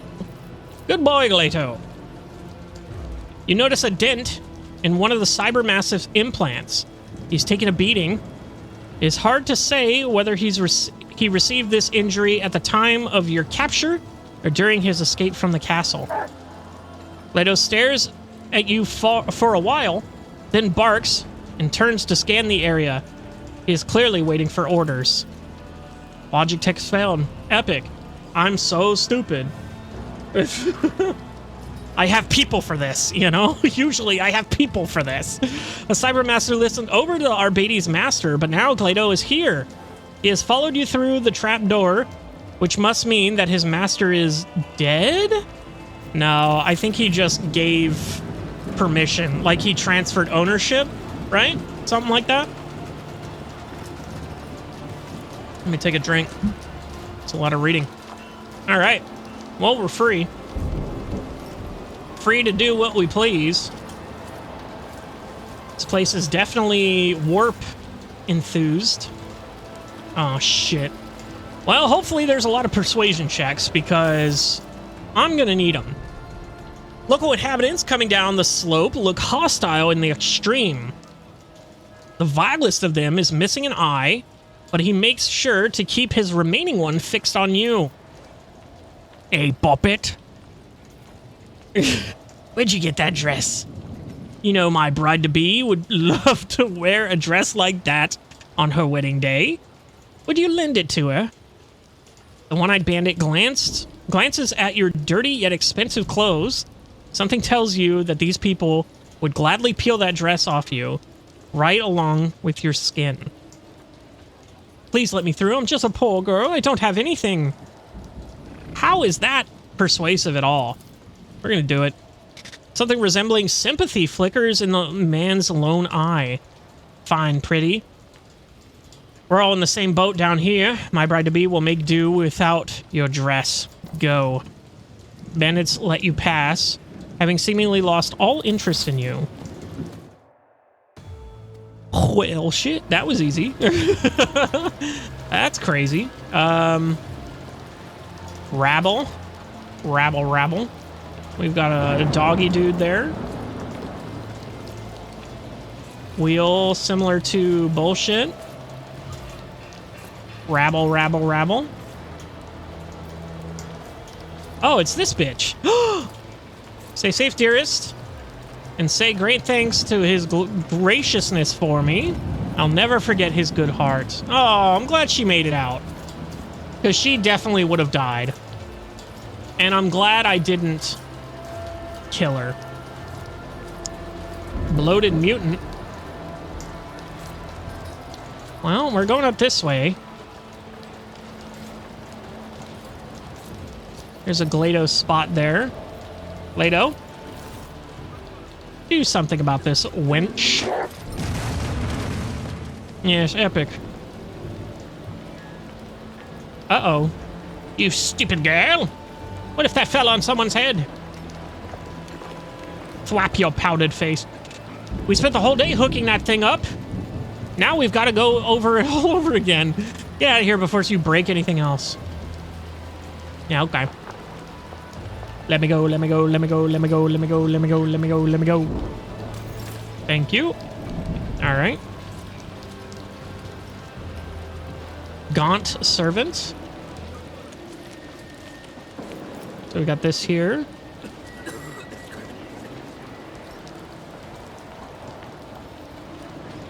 Okay. To the upper city. I wonder if I'll run into my retinue. That would be an interesting development. Game autosave, though. Okay, here we are. We can't get the elevator to work, it seems. If only it weren't so high up. Uh-oh. Useless swine. Okay. Looks like our path is pretty clear here. Rabble, rabble, rabble. Uh-oh. Return to the void ship? Can I? Property of the rogue trader Von Valentius, do not approach or you will be deemed an assassination attempt. Epic. Love that for you. Open the gate. What's that knocking? Maeve? Is that you? Hold on, I'll get it. Okay, get it. Oh fuck, hurry up. Here, come on in. They cleaned up the body with no face. Balding commoner. Several commoners are talking in a loud whisper, taking notice of you. A balding man with a bowl cut is gesturing energetically, his back turned toward you. Never thought a thing like this would happen in my time. A new celestial lord has paid us a visit. They say he descended from the sky on a great bird of iron, then stepped out of its belly clad in gold armor. Any who saw him were blinded by the splendor that that's his anointed for you. Rubbish. I've heard that tale before, and only an idiot would believe it. He's a nobleman like any other, just a more important one. Treats everyone like dirt and pushes people around who's worse than any of our own nobles do. But that's the way it is, isn't it? It's the God Emperor's will that their place be at the top and ours be in the dust. It's how the world works. Next thing you know, that Celestial Lord will make this whole place his own. The pot-bellied man runs a finger over his nose, leaving a clean patch on his grimy face. Oh. I wish it was like you said, but something tells me bad things are coming now that he's here. I heard the new Celestial Lord. Wait, look, that's Maeve over there. She served the Celestial Lord herself. She can tell us about him. All about it. Hey, Maeve! The small crowd rushes towards you. You want me to tell me about the Celestial Lord? Well, I do know a thing or two. People's eyes light up with curiosity at your words. They hurriedly gather around you, ready to hear something extraordinary. Doesn't so much as touch the gift. Oh, shit. I heard that when Bluff, the court fool, handed him the key to Thessair, the Celestial Lord didn't so much as touch the gift. He ordered a servant to take it. He shuns the rabble, same as any nobleman would. That was what happened, wasn't it, Maeve? The culprit servant puts his hand... The corpulent servant puts his hands on his hips and looks down at you with condescension.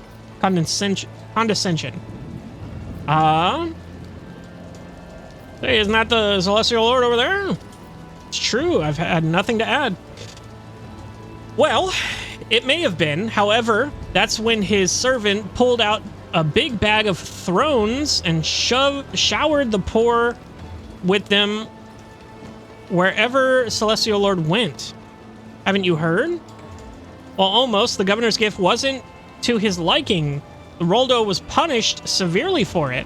Now, every time the Celestial Lord so much as looks at him, he quivers, and his teeth clatter so badly you could use his jaw as a hammer. Finally, someone our rich folks are afraid of.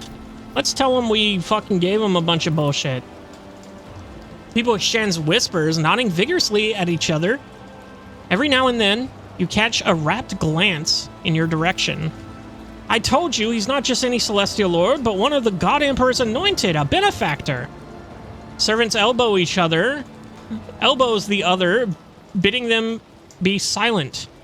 Be quiet, will you? Let Maeve speak. Servant lowers his voice to a whisper. Have you heard about the mutant disaster?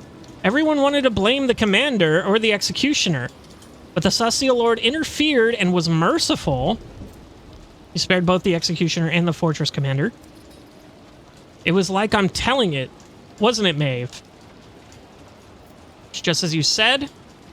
Or, I'm going to distract him again. You just had to twist the story every which way. If only you looked into the Celestial Lord's eyes even once, you realize how full of light he is. Whenever he orders something done, you can feel it in your heart that it's the God Emperor talking through him. It's the truth. And who are we to fathom his truth? You know so little. The Celestial Lord never forgave the man for his misstep.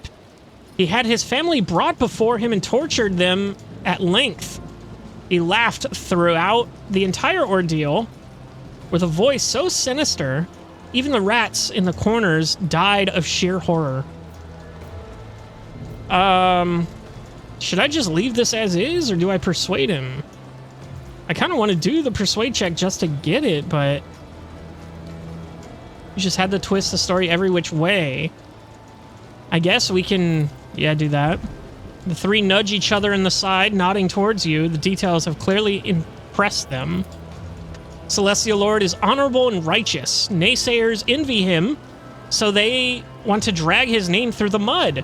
All they do is prove me right. I wish I could get closer look, just for a moment. Just one look is all I ask. Trio falls silent for a while, each lost in their own thoughts. Maeve, you got a closer look at him than anyone else here. How did he treat you? Yeah, Maeve, tell us. What's it like to be around one of the God Emperor's anointed? Here we go. Let me see here. If it had been me there, I know I couldn't have said a word in his presence. You never know what to expect from someone with such rank. For all you know, you say the wrong thing, and he has your tongue ripped out, roasted, and served to you on a plate. What's that look for? It's happened before. I wouldn't lie. He was nothing amicable and kind to me. Lord is like the God Emperor. Wherever he sets foot, people are dumbstruck. He outshunned me so completely, he never even spared me a glance. Celestial Lord allowed me to sing for him till sundown. Anyone who didn't fall silent when he approached and distracted him from enjoying the music was immediately executed. Epic. I was kind. Commoners nod their understanding as they continue to hang on every word. Just a quick glance. Just to walk on the same road he stepped on. If we had rulers like that, we could all breathe more freely. Why can't they make mercy their new custom instead of wearing those sewed-on faces? Oh, have you heard about Lord Grimley's new wife? Potbelly's servant has the other two's attention now. They lean closer, losing interest in the previous topic, and you can no longer hear a word they're saying. It would appear the trio has forgotten about you completely in dialogue. Thank God. Let's go. Run, run, run, run as fast as you can. Can I zoom out anymore? No, I cannot. There's this here. face of the core skillfully cut off. Back. Looks like we're going up here into the thingy. There's some knights. Okay, we're at this bitch again. It looks like we have nowhere to go but over here. Okay, now we gotta convince our crew. The vox in your companion's hand is speaking in your own voice. There's no need for concern. The proctor and I are in the middle of examining the documents together with the governor. I will be back as soon as we are done. Done here. There's a loud click indicating that the other side has cut the connection. Abelard furrows his brow. What he just heard does not sit well with the old officer. Oh, I feel uneasy. Even though the Lord Captain did report that everything is fine, something about his voice wasn't quite right. Then again, the proctor is there too. Morag! Am I the only one who can hear the strange notes in the Alantok's voice? We must head to the top. Every moment spent away from the Daemon is another defeat for me. As soon as you approach, everyone's attention shifts to you. For now, the reactions feel closer to pent-up irritation than outright hostility. At last I found you. I need your help. They take no notice of you at first, but after a moment, one by one, they turn their gazes to you. Silence falls over the street. My dear, were you not the one assigned to watch over the rogue trader? Cassia frowns, covering her mouth with her hands. These colors. It's as though they had been copied from those I usually see around the Lord Captain. Look, I have Solomorn's Cybermastiff with me. Would he order his dog to guard someone? Some Thessarian chit? I have fallen victim of profane sorcery. I need my body back. Let's go ahead and say Solomon's Cybermastiff first. I am Wilbur von Valicius, heir to the throne, Theodora von Valicius, who perished in the court of Conrad Vortiger's treachery. What else must I dredge up from my past to make you believe me? Let's go ahead and say this. If anything could cause Solomon to part with his faithful dog, it would be a threat to the Lord Captain. I've fallen to profane sorcery. I need help. Do not weep, child. I will cut your thread quickly and painlessly before your soul succumbs to corruption.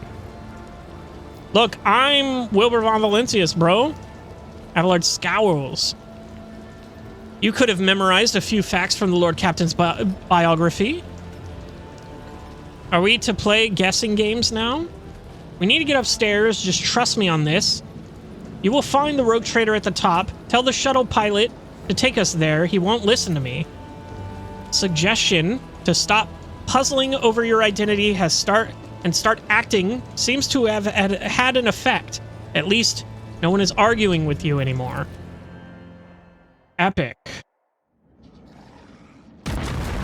I'm sick of this Freaky Friday bullshit. When the dust clears, you see a familiar hall.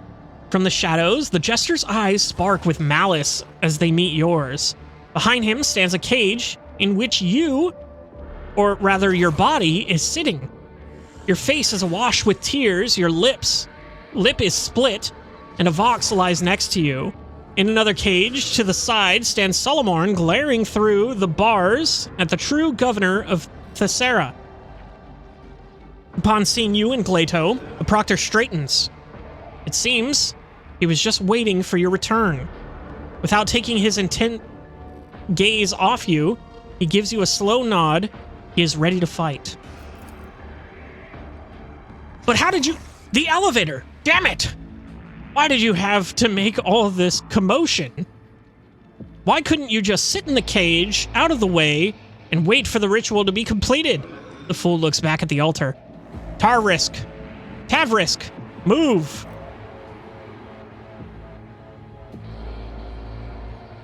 Lovely weather, is it not? Lunge at Roldo. Oh, is he actually Roldo? You've stolen something from me, Roldo. I have to come to reclaim it. Hey, Psyker. Return me my body at once, and I will grant you an easy death. Psyker cracked skin seems ready to crumble to dust, but his eyes burn with otherworldly fire. The ritual is nearly complete, my lord. The altar of change is ready to irrevocably switch the thread of fate. Lovely weather, is it not? Roldo casts a furtive glance at the window and lets out a hesitant giggle. Decide to show a little decorum, my celestial guest. It is a little late for that. The metal of the cage emits a piteous creak as Solomon slams his entire weight against the bars. Oh, hell yeah. Oh, hell yeah, dude.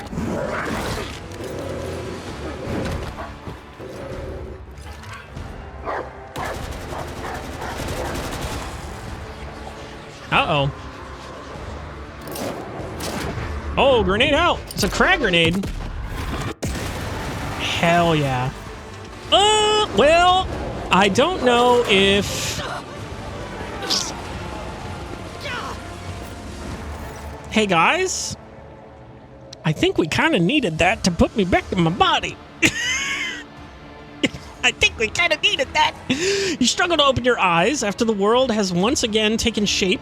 You realize that you are staring at your own palms. Oh, okay.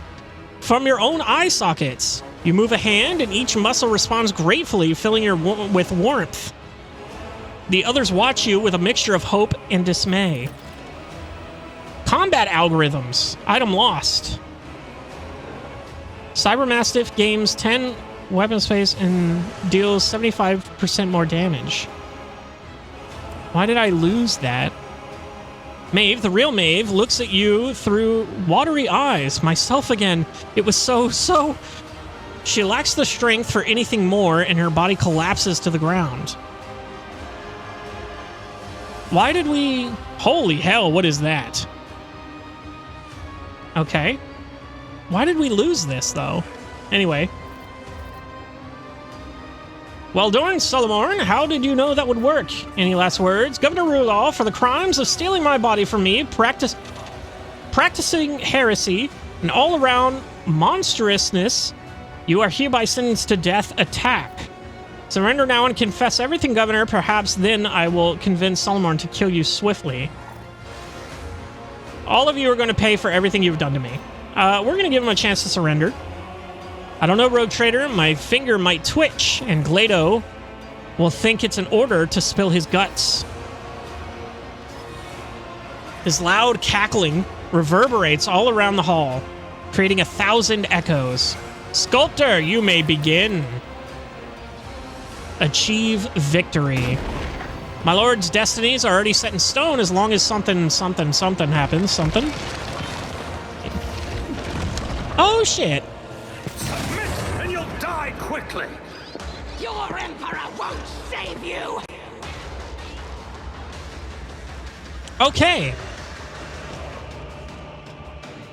This battle looks insane.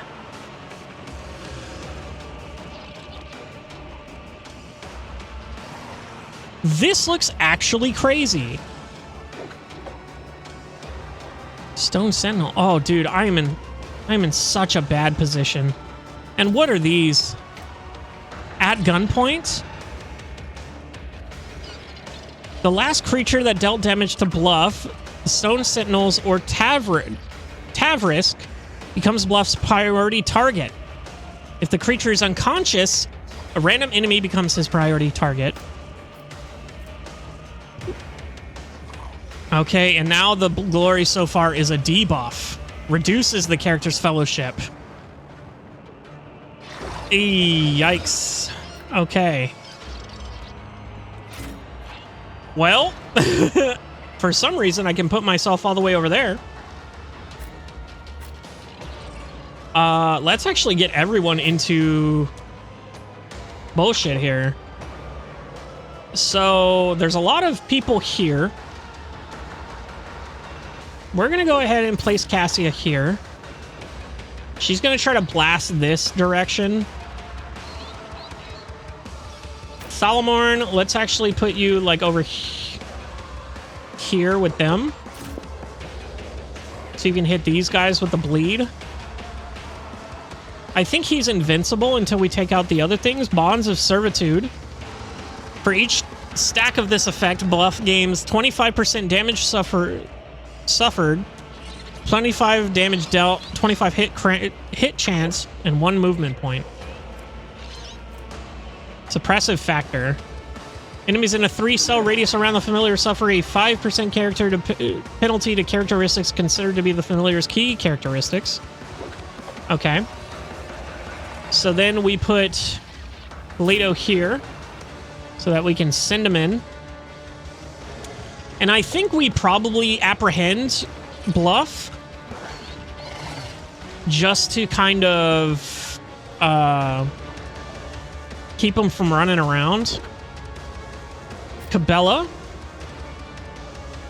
Let's go ahead and put you here behind her. We're going to go ahead and sit you right back here. Or actually, we might put you right here instead. Actually, we're going to put you dead center. And an Abelard, you can go over here. Try to tank this spawn of the highest favor. And then these stone sentinels. So I think we try to hit everyone with Cassia and then we clean up with Cabela. Let's go ahead and start this battle. Let's go ahead and immediately give Cassia her turn. Where she can hit everyone. Something happens. Something. Oh, shit. Submit and you'll die quickly. Your Emperor won't save you! Okay. This battle looks insane.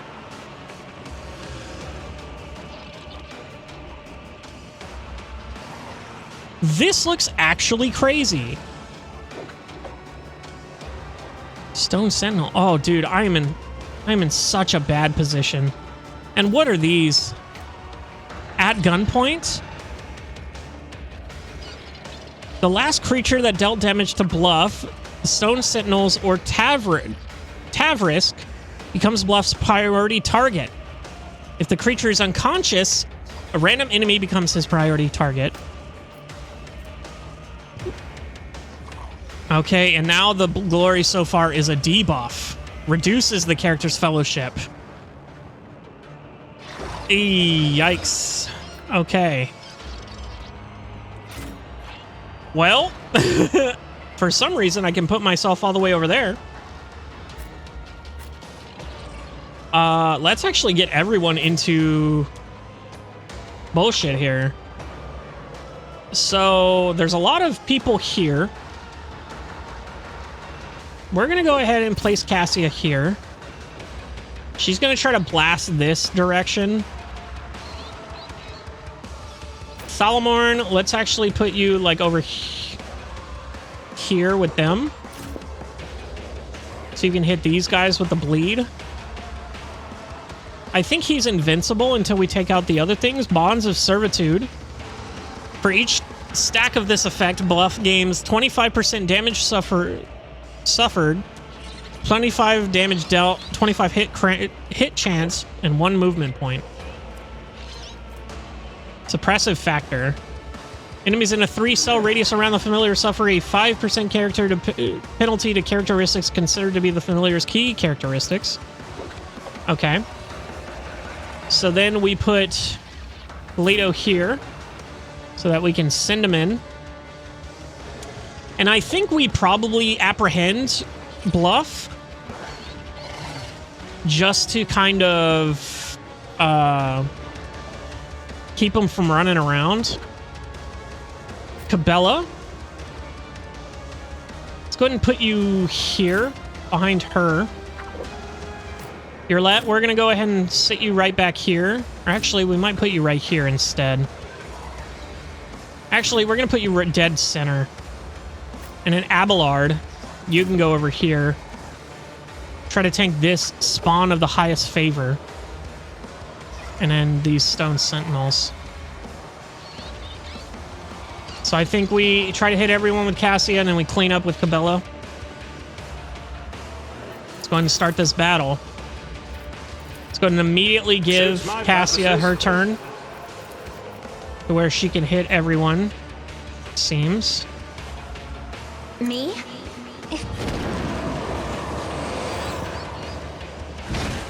Alright, and now she's in trouble. Epic.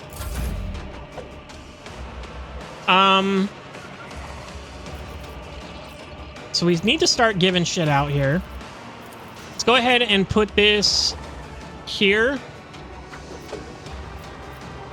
Well, who goes when? So after this, Tarvis goes. He's all the way up there, being a little bitch. Stone Sentinel goes. Which one? That one over there. Commander goes. This Stone Sentinel goes. Holy shit, we're all split up on initiative. Oh, and look, his portrait changed. Now he's got the face of Red Skull. Crazy. So let's go ahead and start giving out... I think we give this to Cabela first.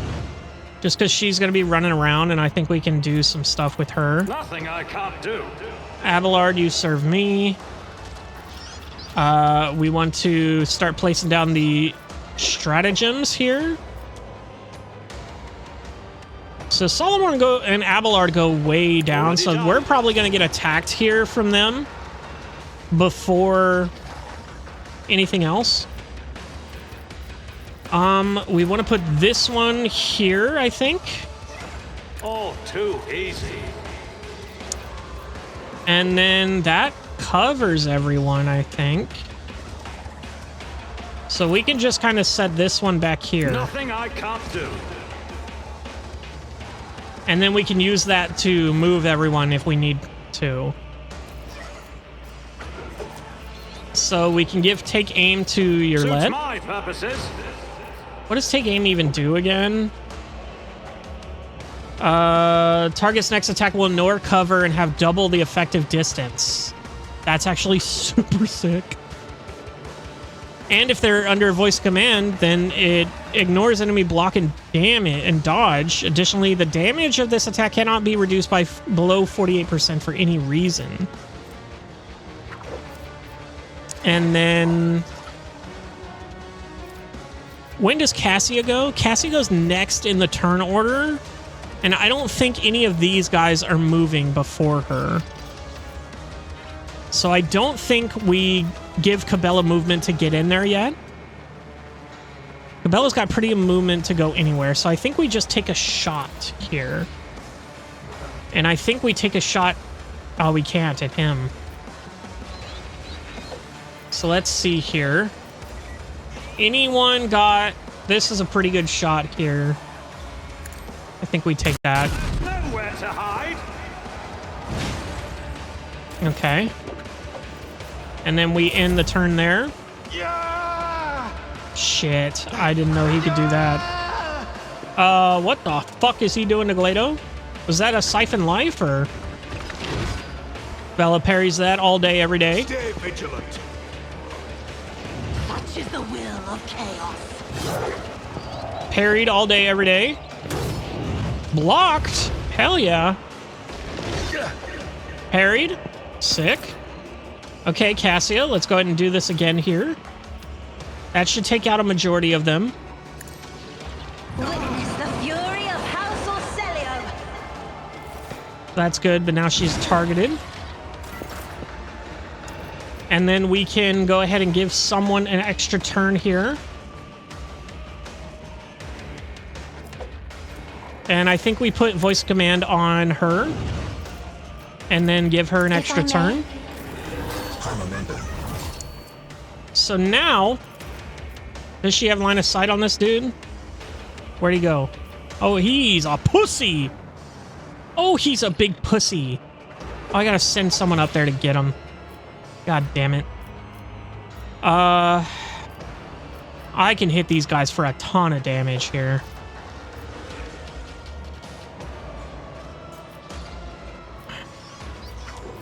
Start putting some damage in there. I need to take out these sentinels, so that guy's already hurt, so let's go ahead and take it out. So it's fine. I do want to put priority target on this guy. Ordered around. And then we chill. Now we do a bunch of bullshit. So we go ahead and do this. We go ahead and do this. If it serves your cause. 73 is crazy. If I 52 is nuts for a free attack, brother. And then I don't think he's going to survive another attack. So I think we put this on someone else. What stone sentinel do we want to go after next? I think we go after this one next. Parried, block, miss, epic. Dodge, epic. I did not even see these guys over here. Epic. Epic. I don't know why he got that shot, but it was sick. Let's go ahead and put bleed on these fuckers. We're actually not in a good position to do so. Lato, my boy, apprehend him. Would be enough. 2 damage is fine. We just want to debuff him. And then we want to move here. The guilty will fall. Parried. Sick. And then we want to do this. Holy shit, that's actually beautiful. Look at all that bleed. Then we're gonna run and gun. I'll take it as a priority. We're gonna run a gun and we're gonna do the other one for the same thing here. Accepted. No heretic escapes punishment. And then I think we have one left, so maybe we go here. Because when does he go? He goes last in the initiative, I believe. He is last in the initiative. So Abelard, Cabela still gets a turn. I think... So Abelard going last is actually good, because he can get the attack, basically. He can hit someone and get the attack. So I think we just do this. Epic dog dodge. Chaos guides me. Guy's an idiot. Cabello. Can these statues even bleed? I don't even know. Let's check these guys. They do not have 22 stacks of bleed. Just these guys do. They're both dead, actually, now that I look at it. So, I don't think we can put bleed on these guys. Or become immobilized for 1 round is pretty good.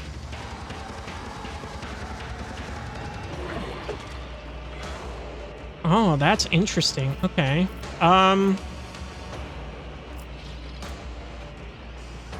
Places, yeah, for additional damage. That's not good. Yeah, these guys can't do damage over time effects, and that kind of fucks us real hard in the ass, I think. So I think we just... Well, I want to do an area of attack, but I wouldn't be able to not hit one of my teammates unless I go here. A dance of blades and shadows. As honor caught by the web. Okay, and that gives me... That at least gives me the smoke. From there, we can do an attack here. Parried? Wow. Okay. Didn't think she was going to get parried. Raining blood we can't really do because they don't have blood. I think she's kind of useless against these guys. I didn't notice these dudes either. Holy hell.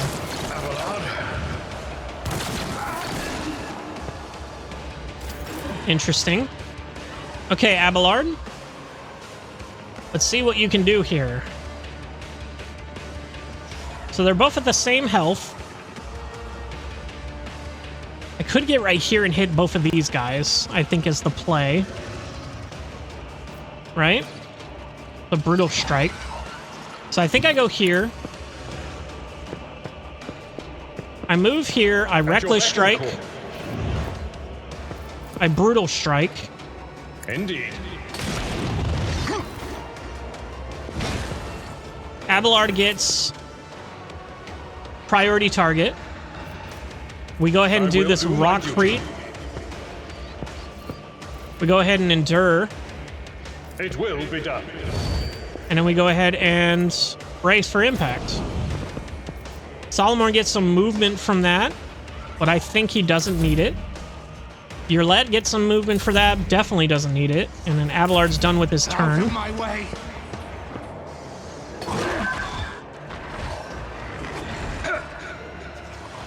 Parried. Sick. Oh, my ears are ringing. Okay, took 1 damage. Okay, didn't do anything there. Oof. But, oh my god. He just did 133 damage to his own fucking teammate. Which is sick. Okay. So, we're actually going to give movement to Abelard here. Never mind. He can't. He's out of range. Okay, let's see here. I do want to give this to Solomon. Abelard can just heal up on his turn, so let's go ahead and do that. Problem for me. We can go ahead and just do an attack here. It only does 4 to 6 to him. So let's do it.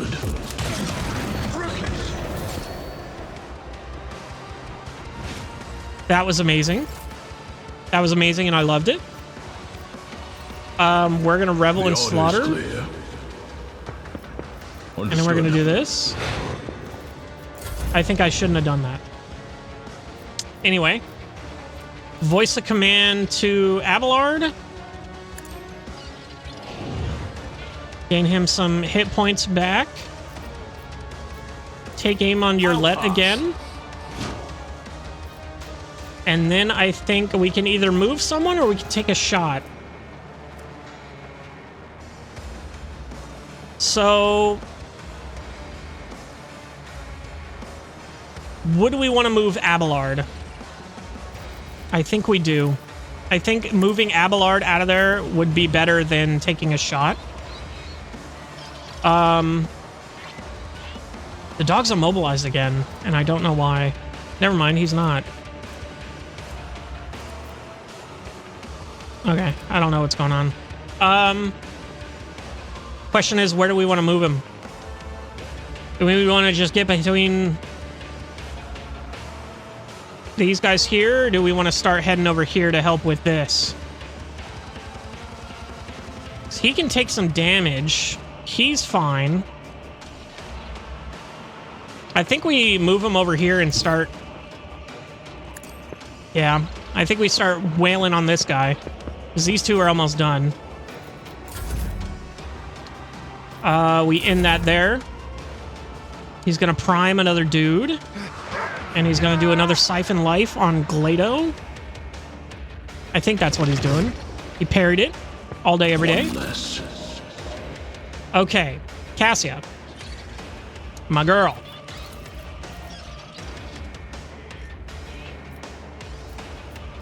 Ooh. So I can get these two. Oh, I can do these three. I think that's the play. I am a navigator. So that's 2 down. We can give your Let Isn't this a job a turn. for the serfs? Go and see here what she can do. She's got an attack here. 34 to 39. What's his... He's only got 22 armor.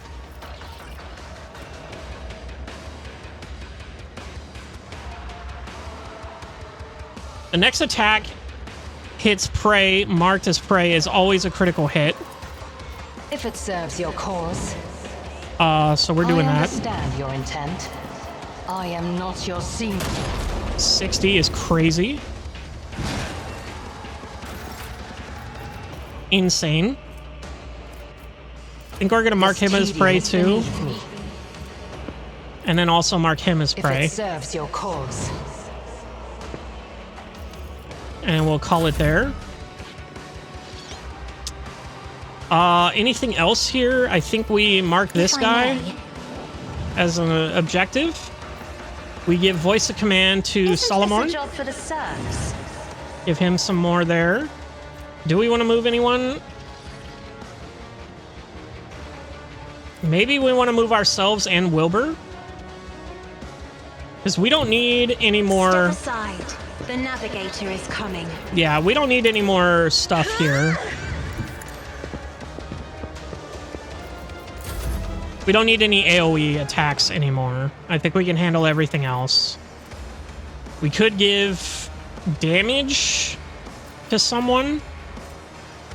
Oh, this just empowers us. That's right. So we're going to hold off. Ancestors guide me. Okay.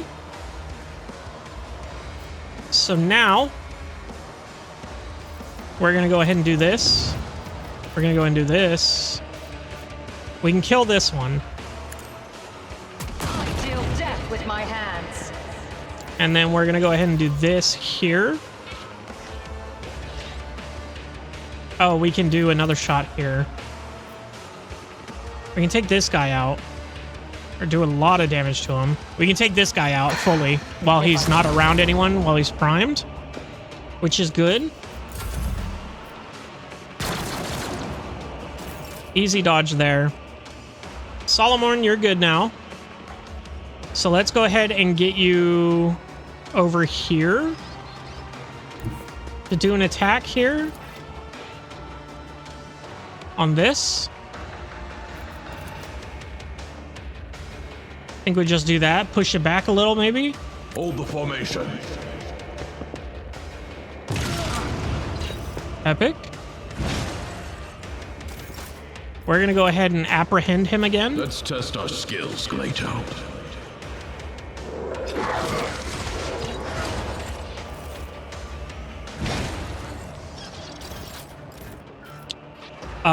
We're gonna go ahead and run and gun. Yeah, we're gonna run and gun. We're gonna concentrated fire. Accepted. And then we're gonna hit him again.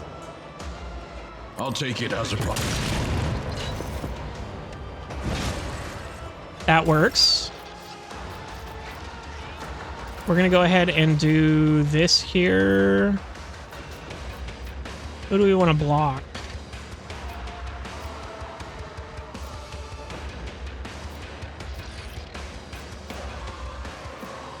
I guess we block this guy. The order's clear. How many movement points do you have? 24? Why do you have 24 movement points? She's insane. She's insane. And she's not very useful in this fight, I'll be real. Everybody else is kicking so much ass. I could make him bleed. That would be good. But I do want to kind of just get this guy out of here. I can't really do anything to improve her damage. Unfortunately. I shall not fail. And we can do this.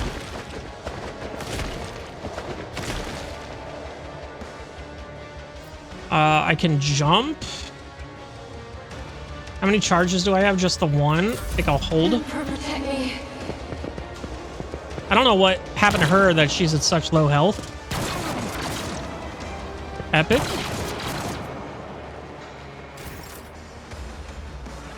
He's just chilling. I don't know what he's doing.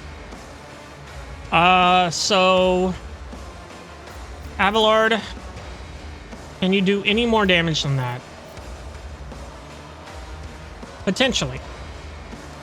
Potentially I can go here and then charge in and hit him. Victory is imminent. I'm gonna take a opportunity attack with a parry. Epic. Awesome. Excellent. Gray hair, sure hair. Okay, there we go. Abelard's gonna take another hit here. It But will be done. oof. That hurts. Let's go ahead and rockcrete this. Indeed. And then It will do be this. And then brace for impact. That gives everybody movement here. So now we can kind of get out of cover. Solomon is looking pretty hurt, and he doesn't have access to medical. So I think you go for this guy. Or you can go for one of these. One of these groups. You can get pretty far over there, too. You can get even farther over here. I think you do go for this group. We're going to go ahead and do that. Actually, let's just move up one more. Because we got the shield anyway. Cassia? I think we finally take you out of cover, my dear. Start heading over here to do damage to this guy. Always drowned in scarlet. We actually move up one more. I don't know why. Let's go ahead and do that. Yurlet, I don't really want to move. But I probably should. Nah, I'm not going to. Cabela. You are hurting, girl. I bring Let's get you in there. And retribution. Wilbur. Let's go ahead and put you next to Yurlet. And then Abelard himself, we can call it there. Let's make it quick. Oops, Pup's getting some damage. Oh no. Just a minor setback. Okay, he's doing pitiful damage now. So it's all fine. Let's go ahead and give... I don't have time for this. She has... Oh, she's just in range. Oh, epic. We're sending her in. We are sending her in. Be careful not to cross my gaze. Take care of that sorcerer. And then this. Already done. So, we have this here. I am a navigator, not a servitor. Ooh, baby! She is a goddess. Die. Duty demands. Die. And then we can give voice command to somebody. Glado? No. Oh, we can give it to Wilbur. Isn't this a job for the serfs? That's crazy range, but okay. Yurlet, take aim. Not a problem for me. And then I think we call it there. Now, for her, let's go ahead and move her back down here. And we're going to kind of do the same damn thing, I think.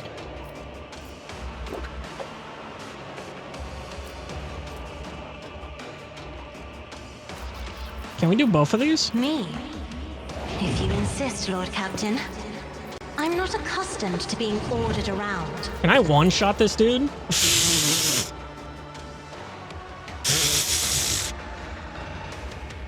The answer is yes. Is a job for the serfs? Aww, sad face. Let's go ahead and give this to Yurlet then. Let's go ahead and do this. I understand your intent. Go and do this. I am not your Critical hit. Another soul slips beyond the veil. He's dead. Okay. He's just talking in his sleep. Shh, shh, shh, shh. We've got the two corrupted nobles, and then we got the scorched Tadao. So This let's go and take care of him. Deal death with my hands. All right. Sick. That was an extra turn. I didn't even realize. Okay, and then we can move someone here. We can move Cabela. Do not dare ask. Abelard. I can give voice of command to someone. Everybody has it already.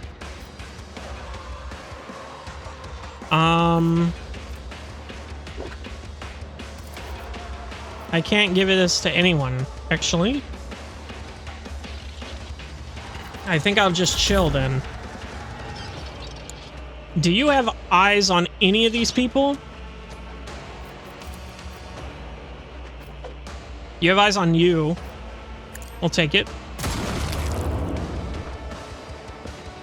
Okay, I need to reload. Rare that that happens. And then, do I have eyes on any of you? I have eyes on both of you. If it serves I'll take you. cause. If you ever even survive that long. Dodged. Lock, miss, dodge. Dodge. Aw, he took 2 damage. Arbitrators are made of plasteel. Okay. So let's go ahead and see if we can get a bleed on these guys, on all 3 of them. It's like we can't.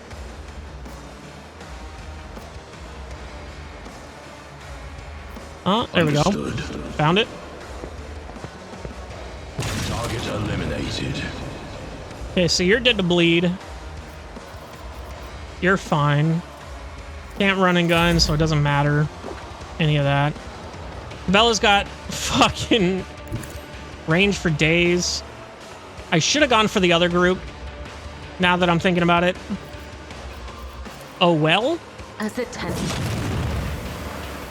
Doesn't really matter. Killing brings me no pleasure. I will leave footprints. Anyway. Of Scarlet. For now.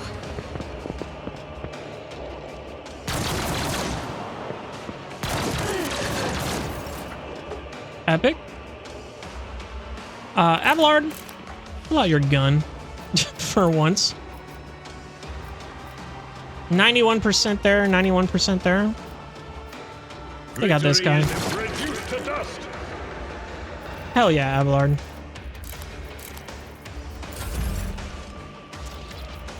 And then Rogue Trader himself. Not my specialty.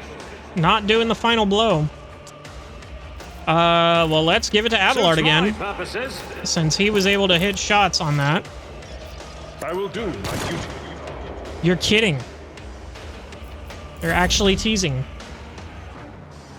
Well, if he's got shots on him, maybe I will too. nothing I can't do. You're kidding me. You're actually joking. This is insane. Can I hit her from here? I'm afraid I need not. line of sight? If I go up here, do I have line of sight? If only that You're were kidding. possible. I can get over here. Not enough movement points. What do you mean? Oh, it's over here.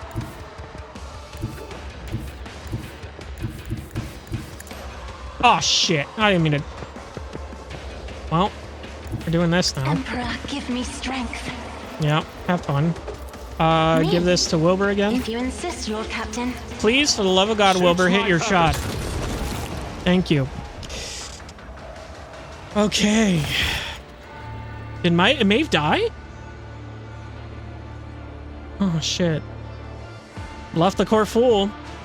In the ensuing silence, a gurgling snicker becomes clearly audible. 1, 2, 3, 4, 5. I see our guess is 2 alive. 4, 5, 4, 3, 2, 1. Start the gutting. Start the fun. The ugly shambles that is Roldo's face dissolves in a semblance of a smile. Yep. He's nasty looking. Cease your inane mutterings. You may open your mouth when you are asked a question, and you answer And your answer had better be honest and to the point, or I swear by the Lex, I will make you speak. Or rather, whatever remains of you after I finish preparing you for the interrogation. Whew, okay.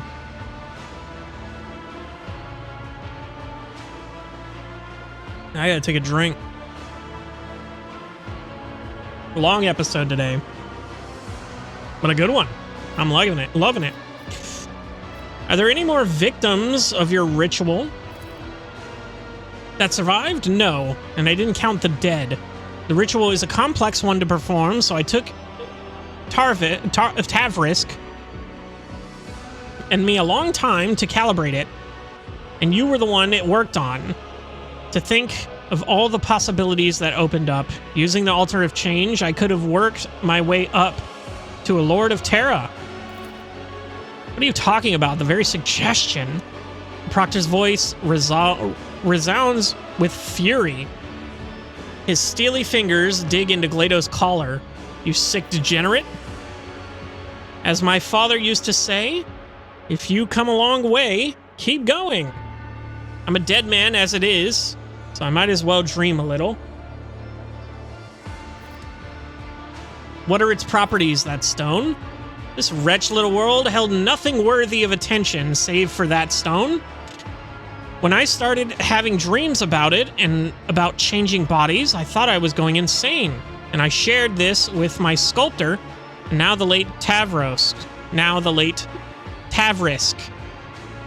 He helped me to understand the essence of the mineral. Experiments and studies followed, mostly carried out by Tavrisk. I don't have his gift, but oh, the things I could do if I were a sorcerer.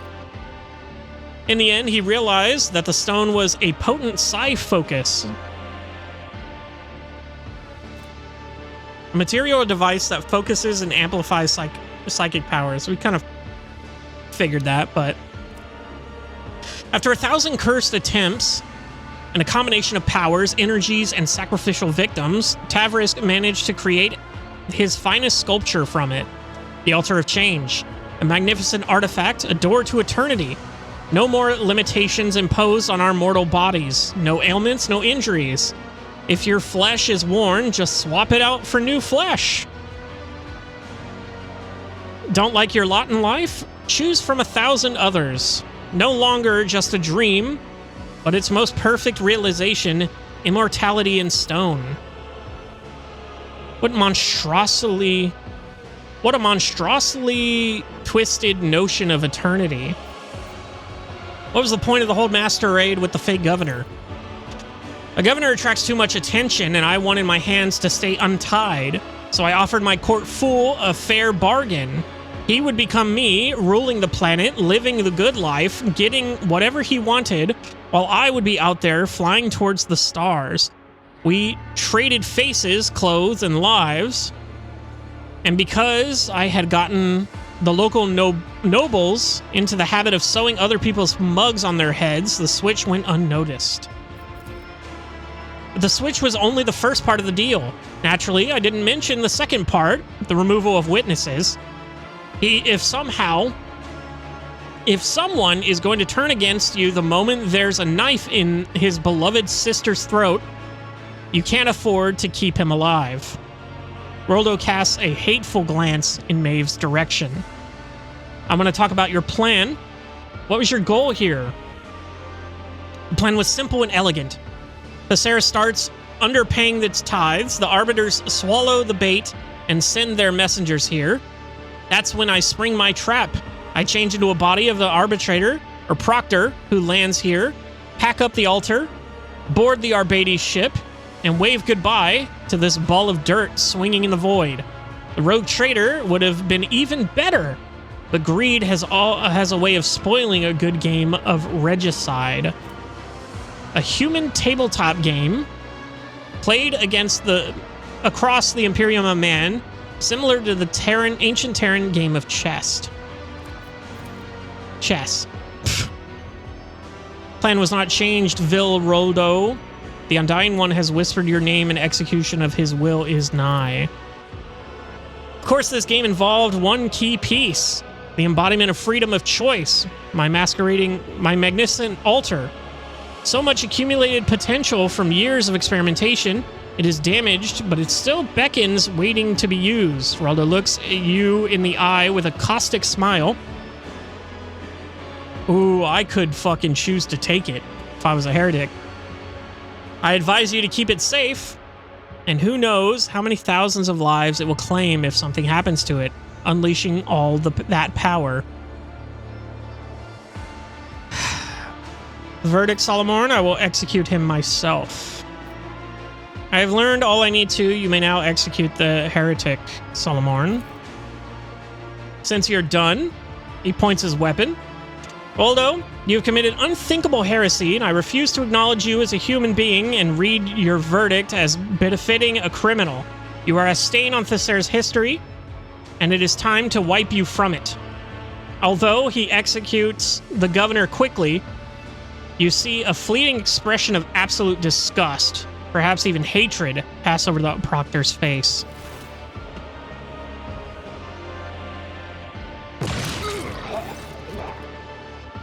Maeve opens her eyes and immediately jumps to her feet at the sight of a bloody corpse. She clenches her hand on her chest, and her eyes well up. He was not your brother, Maeve.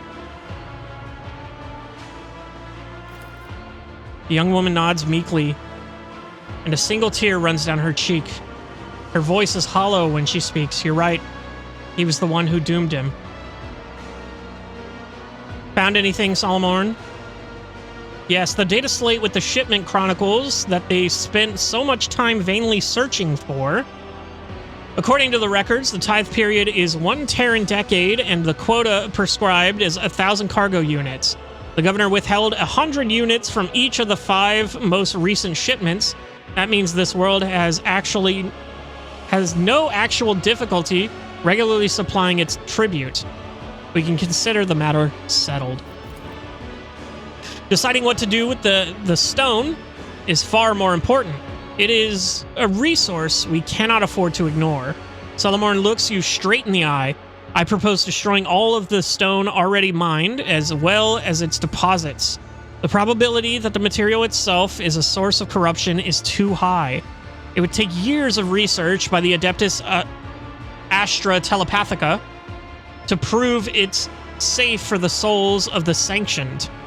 Years that Kronos does not have. Even the local adept had funds to spare. Even if the local adept had funds to spare. Allowing the abomination like that to exist is against the Lex. As for assessing the degree of Thesser's corruption and deciding its fate, the law prescribes leaving this world to the judgment of the world's owners, that is, the Administratum. Dare I remind you, Lord Captain, that no one besides you has any knowledge of this mineral's properties? If it is left here, no one will find out. Okay, holy, we got a choice on our hands. What a crafty way to paint me as a mindless henchman. Let me also remind you that I report directly to the Marshal, and my reports are thorough.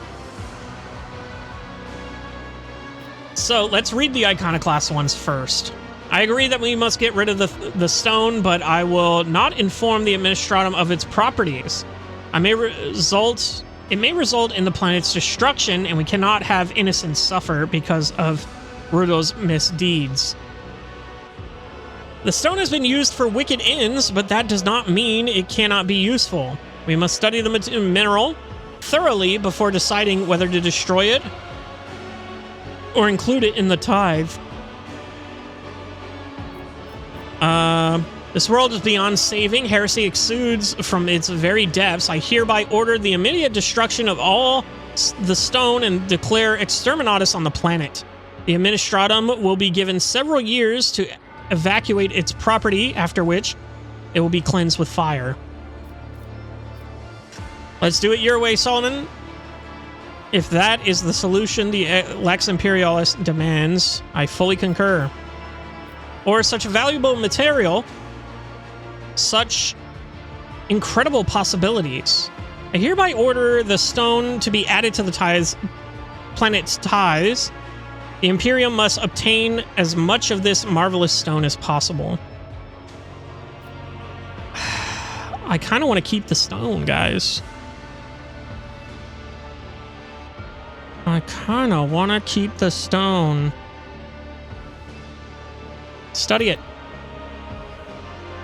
Grinds his teeth, but obediently declares, your orders are clear, rogue traitor. Iconoclast plus 15. A long talk, you desire to understand rather than destroy out of fear does your credit. But take heed. The minds of Monkey are fragile and ill-equipped to withstand something such as with such a strong connection to the Veil. Looks at you pleadingly. My celestial lord, what am I to do now? You were accomplice to the heretics, and you have been touched by sorcerer's blight.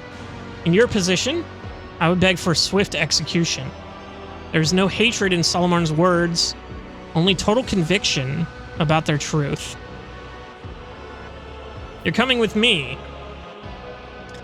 Executor. What can you do? Needs a new governor, one you can trust. You're coming with me. I'm taking you with me. You will join the ranks of the ship's servitors. Oh, shit. Execute her. What will you do is your business, Maeve. I will not interfere with your fate. What can you do? I can brew recaf. I can do sweet with a foam of cream or a strong special spices. I can dance, sing, carry strolls, and data slates. All right, you're coming with me. Thank you, my celestial lord. You are my savior. You're going to trust a heretic with brewing your recaf? Then you ought to take a dozen local commoners along as well to taste anything that criminal has handled. Invigorating hot drink contain caffeine or similar stimulants. It's coffee, bro. Then the Sarasate is decided. There's no point in staying here any longer. The heretic mentioned that destroying the altar would risk deaths among the local population. However, whether he was lying or trying to manipulate us is irrelevant. The abomination must be destroyed. As for any casualties, the Emperor will know his own. Yeah, I agree with that here. Destroy the altar, bury the altar. Secretly take a shard of the altar. Okay. As you approach the damaged altar, you feel an unpleasant weakness. You hear a faint ringing in your ears, as if the smooth surface of the stone is groaning from the wounds it has suffered. Dogmatic. Sacred fire of my ship's orbital cannons will raise the palace to the ground before this cursed object can corrupt another soul. We'll fill this abomination with tons of ferrocrite and hide it as best we can. That way it won't hurt anyone else. Ferrocrite? Yeah, we're going to do that one. Gain 80 egg experience and 5 iconoclasts. A strange ringing stops, leaving behind an unpleasant echo in your ears. Your head must still be suffering from the effects of moving between bodies. Voxmaster, you are interrupted by an anxious voice from the Vox. Lord Captain, do you read? The shuttle pirate reported the rescue operation. Enforcers are on their way. What is your status? Are you alive? Come in. I'm alive. Vigis. Prepare to depart. I have a very difficult day. Get me out of this blasted hole. No. Prepare to depart. Copy, Lord Captain. A moment of a ringing silence, and then 1,000 shards pierce your mind. A familiar voice coils around your thoughts, drowning them out. Are you leaving without even conversing with me, child? What? Without even asking yourself how much a vivid soul managed to remain intact after wandering in the darkness's embrace and donning another guise? Such rare luck for a mortal.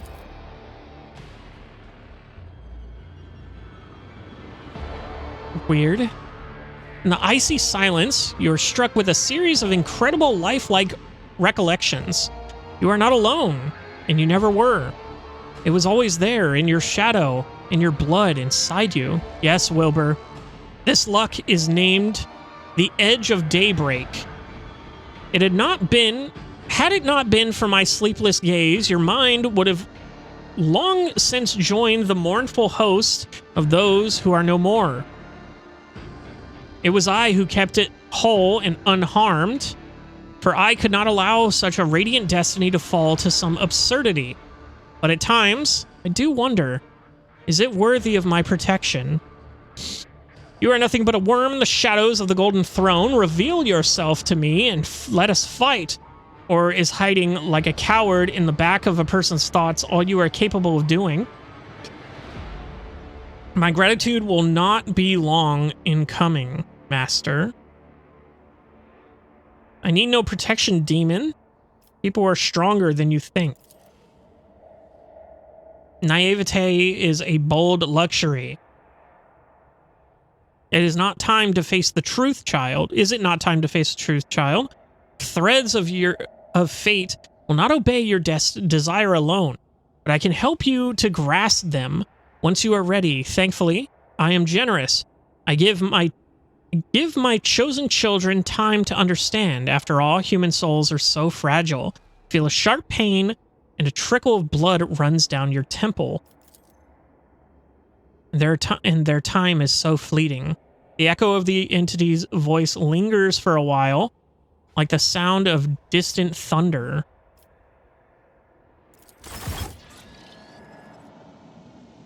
Oh, Abelard actually got an injury. Crazy. I didn't even notice. Lore warp 65. I did it? Hell yeah. You did it. And then we fucking loot like crazy, dog. Okay, we got Biomancy staff. Yeah, the Siphon Life. That's what I thought it was. I'll lay claim to the stars. All right. Now we loot. Oh, what is this? Heavy Maul. A power hammer. Interesting. One-handed. 30% armor penetration. Cruel Fate. Oh, shit. That's actually a better sniper rifle. Hold up. This weapon gains 75% over penetration. Whenever the wielder scores a critical hit, they regain 1 AP. Solid projectile weapons have an increased 50% over penetration. Max ammo of 5. Which is better than our 3. It has dodge reduction. This is just a better sniper rifle. I keep forgetting I have an arc rifle. That's actually so sick and does a ton of damage. Anyway, that's sick. The heavy maul is good for Cabela, I think. Might be. We'll see. And then we got all these things here. Let's go ahead and see here. Let's go ahead and touch everything here just once so we know what's going on. Okay, we've got a great sword. We've got the las guns. All good there. Got one more thing here. Just a sword. Yeah, we've got 2 things here. What else is there to... Am I crazy? Follow my lead. Am I crazy? Said there was more stuff to loot over there, but there's goods here. Just general goods. More bodies to search here with the las guns. Bodies here to search for las guns. And then we've got this over here. Look, yeah, there's 2. Corrupted Guard. Tada the Scourged. I won't tolerate weakness. I think we got them all. So I think the map's just bluffing. Let's go ahead and return to the Void Ship. We're back home, baby. Oof. This has been a long episode. I don't know if I'm going to break it up yet, but You probably already know if I did. Oh, man. What a crazy day. What a crazy day. So do we have to go back and report on Durongus? Or what? Dargonus? Find the seal. Inform the prefect of the inspection outcome. Arrange a reception for the Navis Nobilite. That's right. We have to head back there anyway. So I think we go down here. Find a path. Hopefully this connects here. Probably doesn't because we already did this here and it didn't connect. But we're going to go down here and then we're probably going to spin to go there. The 3. We'll have 7 when we get there. But, yeah. Yeah, that sounds like a plan. Let's go ahead and return to the bridge just so I can call it there for today because... Good lord. Good lordy lord, am I tired. Oh, damn, it's bedtime, too. Crazy. I just wanted to play an episode. I was just like, you know what? I'm going to play an episode of this. And it just kept going and going and going and going and going. But I tell you what, that DLC was super cool. I liked the hell out of that. It was super long. Like, well, it wasn't super long, but it was like incredibly long. Like, I am not mad that at the length of that DLC. We did get a new party member because of it, so that's sick. But yeah, man, we've got some leveling up to do. We've got another system to go to, and then hopefully that connects somewhere to where we can have a way back to Dargonus, where we give our report and then we talk to the Orcelios. I'll see you in the next one.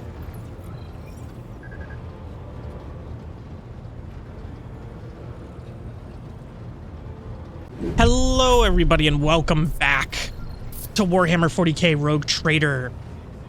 Oh, my stuff's already messing up. Excellent. Okay, anyway. We finished Thessera, so we now are going back to report.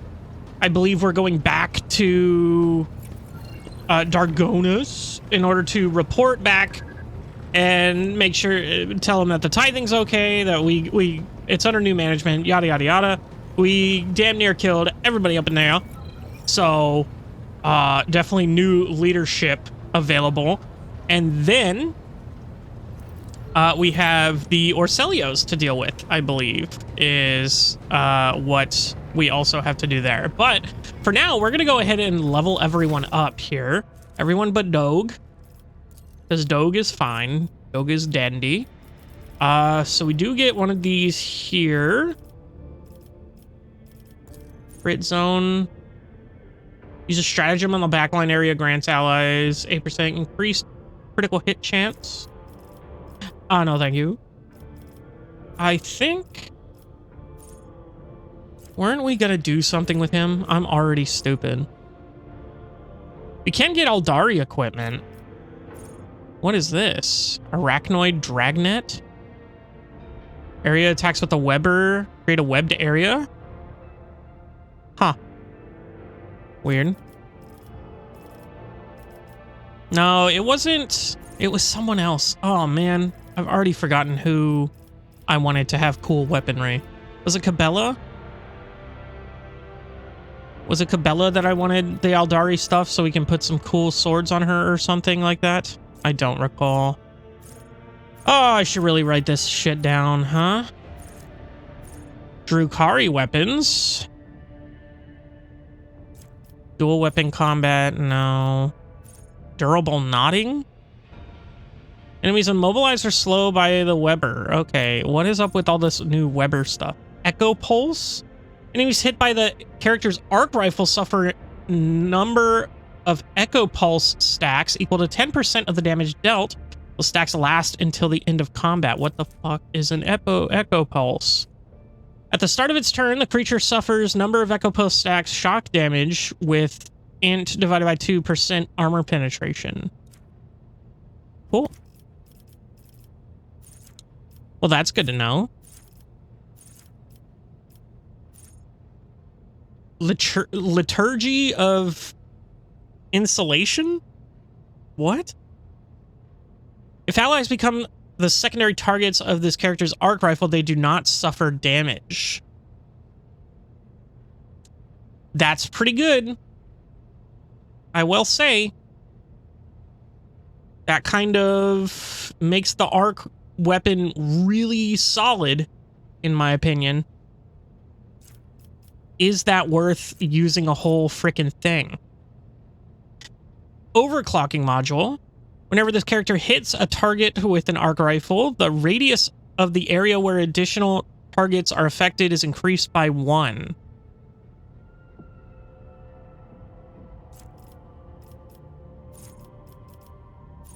I think we're going to go ahead and just take the liturgy of insulation. That way we can't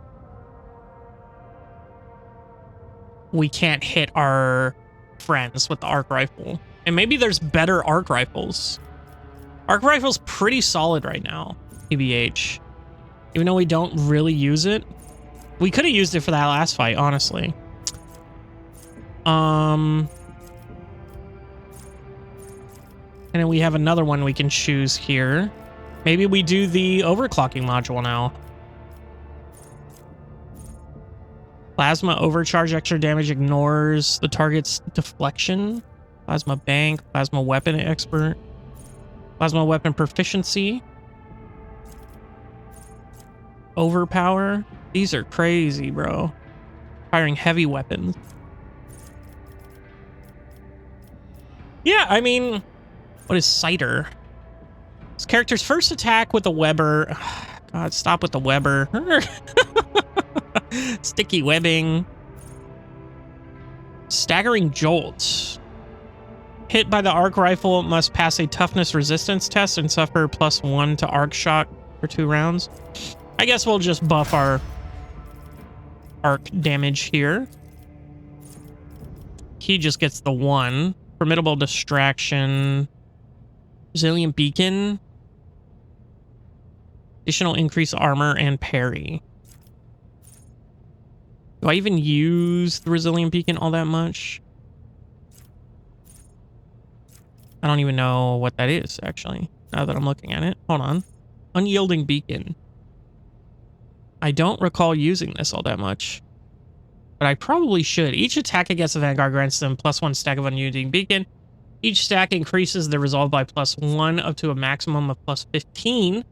All allies in the 2-cell radius around the Vanguard get 1/5 of the bonus. Temporary wounds applied to the Vanguard now stack. Not only remain stacked until the start of the Vanguard's turn. Okay. So it's just whenever he gets hit. And honestly, it would be so much better if he had some sort of taunt.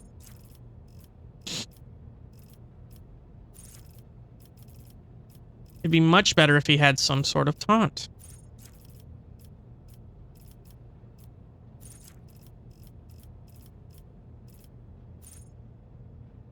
Yeah, I'm not seeing anything super good.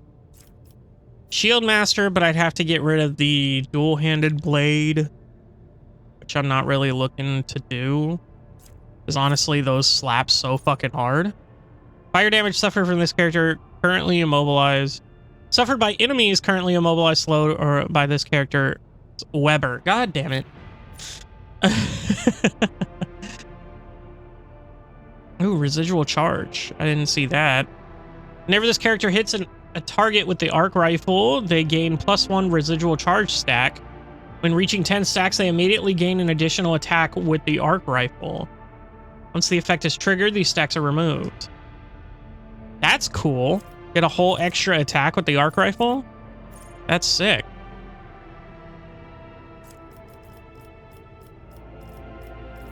But we need more...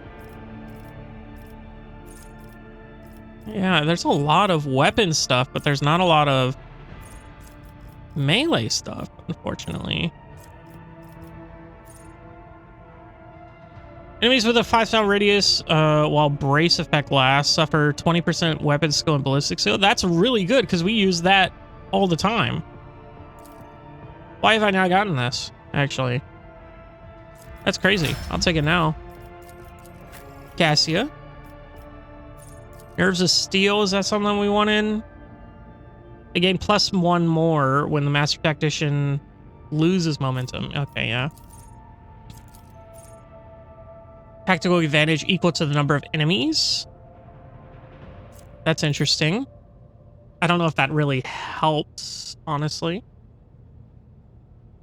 Master Tactician deals 12% more damage to targets with less than 50% wounds and heals 20% more wounds for targets when they are left less than 50%. I guess that's okay.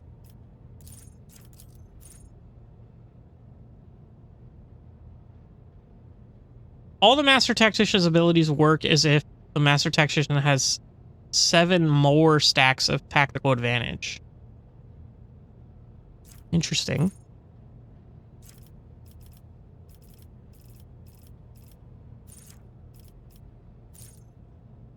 Blood Augury. Augury, right? Anyway. Enemies damaged by the Navigator suffer 11% more damage from any source of warp damage. The bonus damage stacks, yeah, not... We don't need bonus warp damage. None of our characters deal warp damage. Holy shit, there's so much. Just for the Navigator. Resistance tests with their willpower. Highest base character stats, such... Okay. -10 penalty to next resistance test. Enemies moved by the Navigator's powers suffer +4 damage for every 1 cell they move. Veil degradation is reduced by 1. Uses a Navigator power. That's sick. That's actually amazing. Holy hell. Executioner. Anatomy expert, I believe. Yeah, it uses Medicaid instead of toughness. Would that actually help her? So her toughness is 60. Her Medicaid is 88. So she would gain wounds from that. Which she kind of fucking needs, let's be real. Yeah, she gained 10 wounds from that. That's crazy. That's so good. And I'm a fucking idiot, because didn't I just say I needed the Xenos lore on her? Because I needed to... God, I'm so stupid. God, I'm actually trash terrible. I was just talking about it, and I already... Epic. Whenever prey is killed, all enemies in Telsain radius have their agility reduced. Whenever the bounty hunter is attacked in melee range for the first time since the end of their turn, they automatically dodge that attack and move 1 cell in the opposite direction. That's really good for her, actually. And then Solomorn.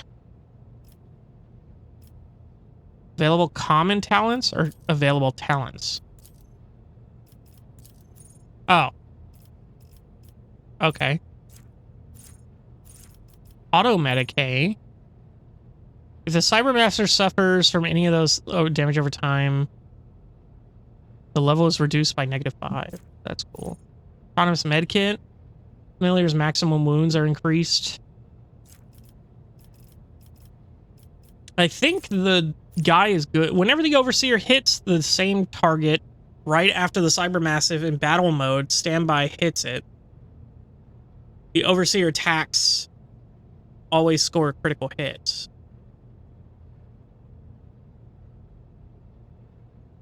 Meh. I don't really use that. I like the more apprehend ability.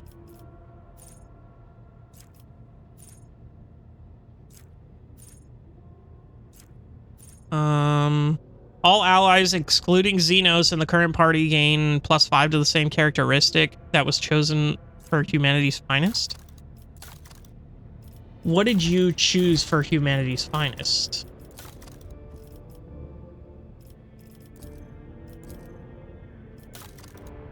Shit.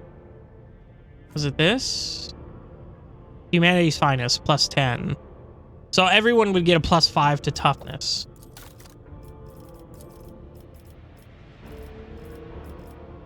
Which, I mean, isn't bad. Let's be real. Everybody plus 5 to toughness is pretty good. I think that's overall good. Law and Order.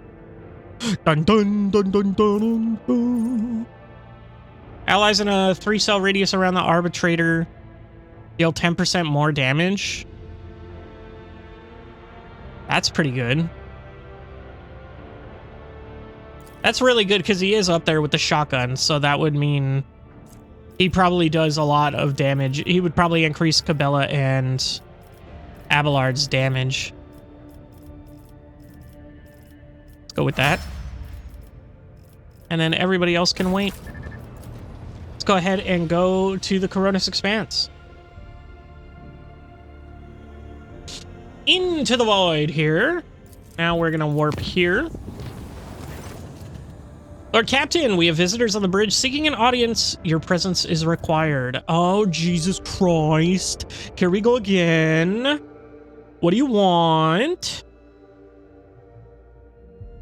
Better not be something stupid or else I'm gonna have some people killed, bro. Just kidding. I'm not like that. I'm never like that. Whoa, okay. Heyo, what's going on, everybody? What's happening? What's with all the cheering? Thank you, thank you. No autographs, please. No flash photography. Your lordship, the high factotum, bows low. Every few moments, Denrog brings a perfumed cloth to his face, but his expression remains obscureness. I don't even know what the fuck that word is.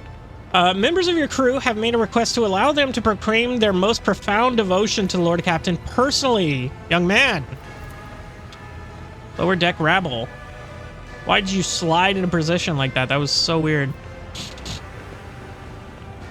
A man in a worn uniform bows awkwardly. Your Highness, your gracious Lord Captain, please let me speak on behalf of the whole crew and everyone and express our gratitude to you officially, so to speak. The kind of leader you are, the way you treat people, it's now known in every corner of the Expanse, from Footfall to the poorest, dirtiest, most unremarkable planet. All praise your dedication to the human spirit and goodwill. Everyone wants to serve under your command. There's no end to the volunteers. So the other day, when we were clearing out an abandoned sector for new living quarters, we found a forgotten vault right in the blige of the ship, literally beneath our feet. Well, it turned out the vault had some centuries-old weapons in it. It looked a bit odd, but they're powerful for sure.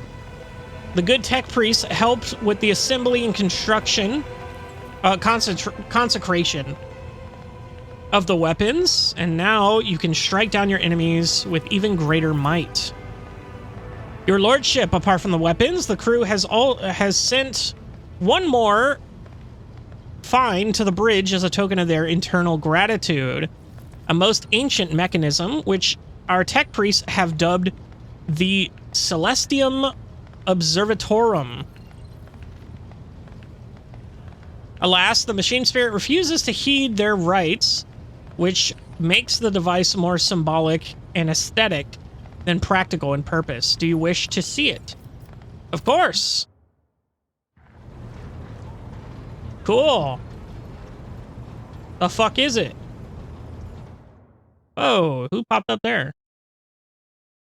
Why is my screen black? Oh, okay. It's those guys? Looms over the deck, while the spirit of the machine ancient mechanism is gone silent forever.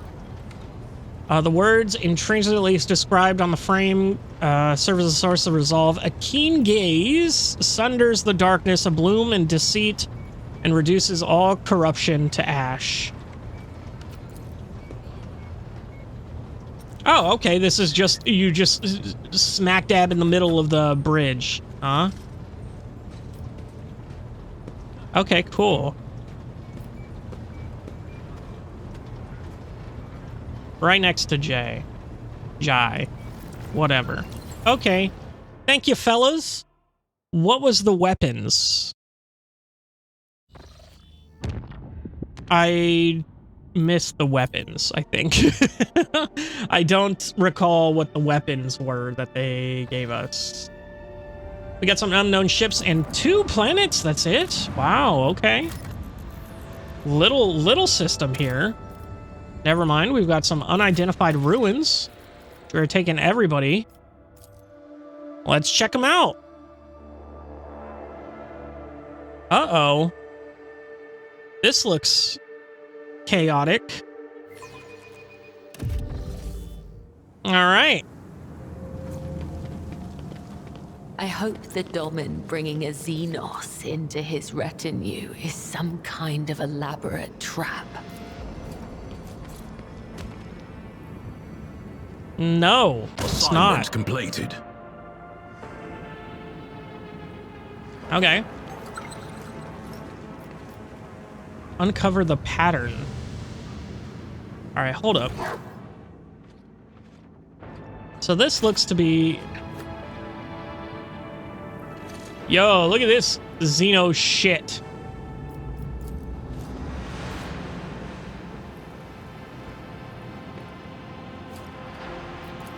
Okay. There's like a... It honestly looks like the wand from, like, Wicked. There's something over here. To the stars. There's athletics. 100% over here. Watch your steps. 95%. Oh, okay. It.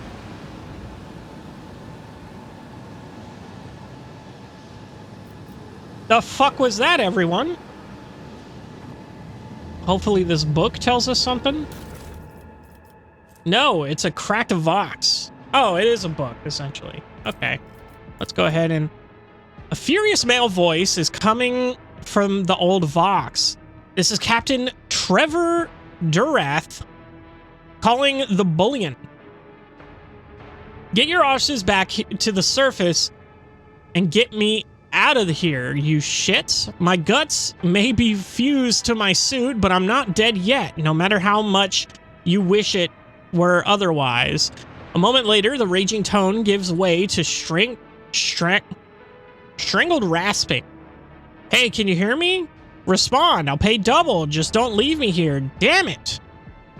It was all going so well. We even figured out how to open the first sphere thanks to the pattern on the floor. Yeah. Who knew they'd be so much trouble with the second one? I didn't. They didn't either, cowards. This moment the beam was directed back, it was already lying in with my guts turned inside out. And they were running off with my goods. Oh, Emperor, you whore son. Why'd you leave me like that? I'm scared. Oh, yes. No doubt. No, I didn't want to die. I don't want to die not alone. Aren't you supposed to watch over your children? Quiet, you lot. Shut up already. I can't even hear myself. The recording is silent for a few moments. All you can hear is the sound of someone pounding the shell of a void suit with a recording device. I'm cold. I wonder if I'll die from lack of oxygen or my organs will give out earlier. The damned gods, the damned Imperium. In the end, you will all serve the true masters. The human speak gradually deteriorates into indecipherable mixture of howling and crackling sounds. Sick.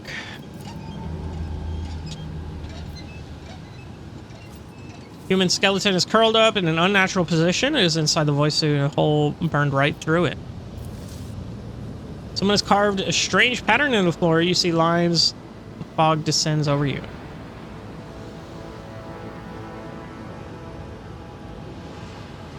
This seems like some shit I don't want to fuck with. And I certainly don't want to fuck it with everyone having wounds. So we're going to go ahead and just return to the void ship right quick-a-dickly. But we'll be right back. I probably shouldn't fuck with this at all. But curiosity killed the E-kitten. Am I right, boys? All right, let's go. None shall stand in my Let's way. go ahead and check out this path first here. Watch out. I was about to say, you find anything, boy? There remains an unknown structure haphazardly strewn about the plateau. Oh, there was goods here. I didn't even see that. Some Xenos goods. Cracked Xeno chest. Small chest from a strange material, has no keyhole or any other openings. The murky crystal on the lid is cracked. It continues to glow inscrutably. Your seneschal is always there for you.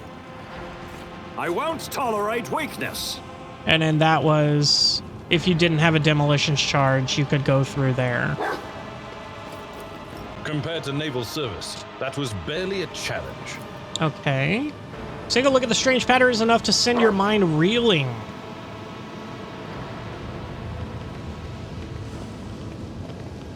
Redirect the energy beam.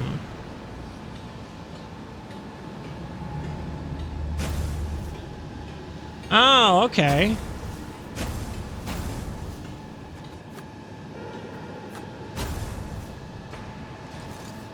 Uh-huh. And then we could do this. Uh-oh. Warp aberration. Okay. Let's go ahead and do this one easily.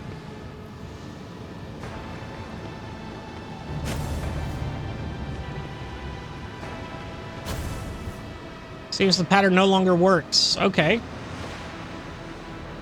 So it seems like this one's already done, which makes sense that they said that they already did it. It was the second one that they had trouble with.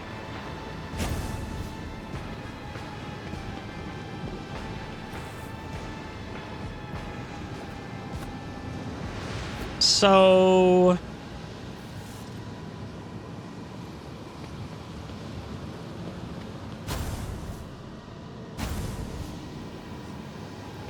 like this.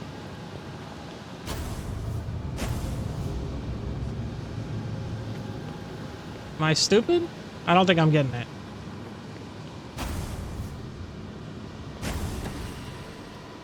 Aha! Look in the jaws. Ancient Force Sword. 1420. It's not better than Abelard's. Cleave Psychic Force. Whenever the wielder suffers energy, fire, power, or warp damage, the sword absorbs part of that damage, reducing it by 0% psi rating. The wielder gains 0% psi rating armor penetration for their next attack. Stacks. The sword deals an additional +0 psi rating damage. Most warriors prefer swords for they provide more flexibility on the battlefield against close somethings. Okay, that seems like a sword that would be good for if Follow my lead. Heinrich's, because he's the only one that has a melee weapon and a psi rating. Nobody else really does. So maybe, yes, maybe Heinrich's my boy. Well, he does have this, Will to Live, with an Inferno pistol.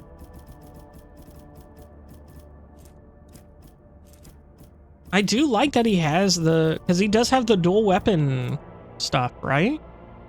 Pretty sure. Oh, his psi rating is 0 anyway. Gives the psyker access to new psychic powers. It also intensifies damaging psychic powers. Wait, so she's got a psi rating of 1 from the unsanctioned psyker. I don't think anybody else has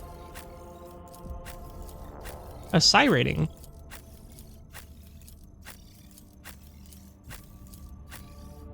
Yeah. Okay. Oh well. Was that all there was to it? I guess. I don't know. That's all I'm gonna look for. I'll tell you that much. And again, scan here. Okay, we got some adamantine for 2.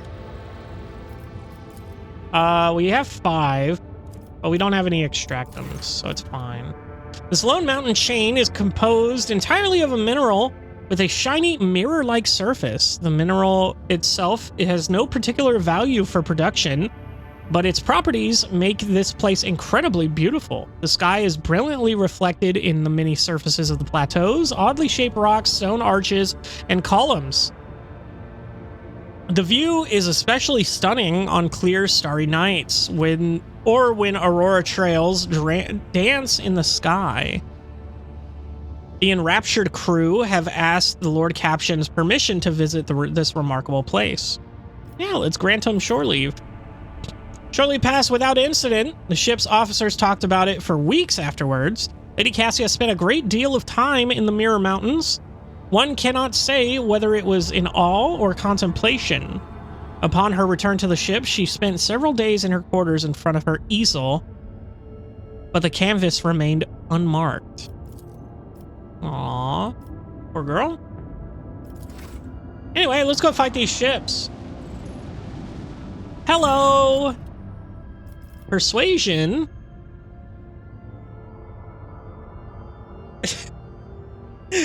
As soon as you draw close to the unknown ships, it points its loaded cannons directly at you. Several other ships emerge from the shadows of drifting asteroids tightly encircling you. Captain Xantha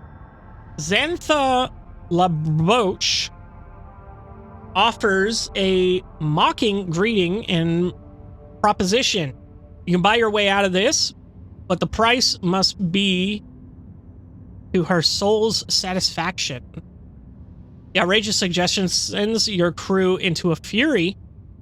You are in a no-win scenario. You can enter an uneven fight and lose everything, or shamefully pay you to save your skin, sacrificing only your pride.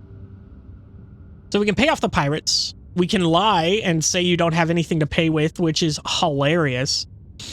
Coercion, 80%. Inform the pirates that daring to threaten a rogue trader will not go unpunished. Attack the nameless first ship first to gain the upper hand. Willpower, 80%. Order the navigator to flee through the warp. We're gonna persuade. Captain Laboche makes her displeasure quite apparent, but admits that killing penniless rogue traders isn't her style. The nameless ship retreat swiftly into the warp, leaving you alone. Hilarious. Actually hilarious. Penniless rogue traders is such an oxymoron. Let's see what we have here. So we do have this here, but we also have this here. Ooh, I didn't expect that, actually. And then what is this? This is an uncharted system. Well, I said we're going here, so I guess this can wait. Go ahead and travel this way. Lord Captain, we received an astropathic message from Dargonis. Achilles Scanladar reports the Xeno raids against the merchant ship in the silence of Margaret Sturberger. Coordinates of a hypothetical contact have been forwarded to the crew. If you wish to support your subjects and fight back against the Xenos personally, we must hurry. It is unlikely that the merchant's ship will be able to resist the enemies of humanity for long. During the period designated as the night shift in the air throughout the ship suddenly turned stale. Those who were awake reported feeling incredibly tired. Those who were asleep later reported having horrible nightmares. The Xenos, Yolette, one of the Lord Captain's personal retinue, was found delirious in one of the ship's bays. She was screaming in her unholy language, her arms raised high above her head, as if she was trying to keep the sky from falling. The enforcers were unable to free her from her trance. Two who attempted to move Yurlet were attacked and died instantly. The Xenos regained awareness about 10 hours later. She explained that she had seen her homeworld of Prodaksh collapsing around her, and she had been the only one able to hold up its walls. She added to that no monkey should ever touch her again without permission, and that in the future, she would deal with the call of the warp on her own. The Immaterium releases grasp for this time. Okay, but where is that contact? Dumped cargo. Find the seal.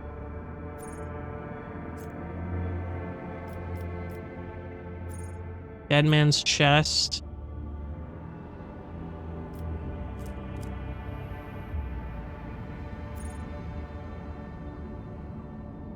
Where's my journal? That's not it. Silence of Mer Sigret. Where is that?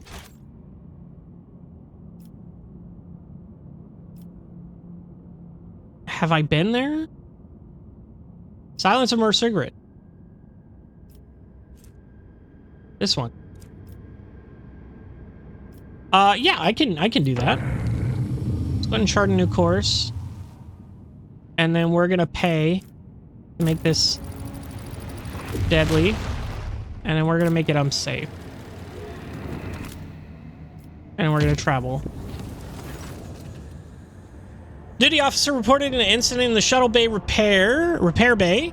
A security team was dispatched in response to a distress signal, but when they arrived, they discovered that the shuttle repair crew had doubled in number. Somehow, every crew member now had an identical twin, but each assured the enforcers that they were the real one. The enforcers immediately opened fire, killing everyone in the bay. The duty officer awarded the squad a commendation for their vigilance and efficiency. Ship left the hostile Immaterium and returned to real space. All right. So a little distraction here. Got the Drukhari void ships here. Have I been here? Scan is required. Okay, we'll scan after. I haven't been to any of these worlds. But let's go ahead and help out a brother. And then we'll see what happens from here. I stand ready to serve you and the All right. Imperium, Lord Captain. Damn straight, girly. Holy shit, this is cool. Anyway, where are our... Oh my god. Immortality denied destroyer. So there's 5... There's 5 guys. Oh, this is the guy we're saving. Okay. So we got a Last Hatred frigate, Last Hatred frigate, and we got some destroyers. We're gonna go for the destroyers first. We're gonna go here, so we can hit him with that.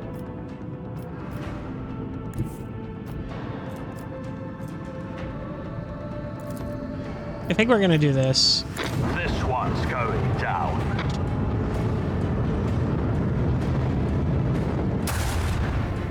Hey, that's a pretty fucking solid hit. And then we're gonna go ahead and shoot the torpedoes here. Hey, we got a unavailable. And why is it still whatever, Mabob? Let's go and increase our range here. No line of sight on the target. This ability cannot be used again this turn. Okay. Fire the launch batteries. That was a good shot.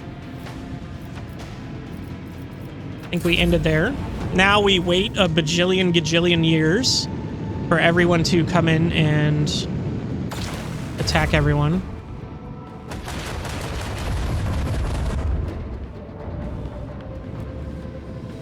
Yeah, come right up. Good one. Okay, that's actually perfect if I can get my people over there. My missiles. That's fine. Never mind. They're taking care of it.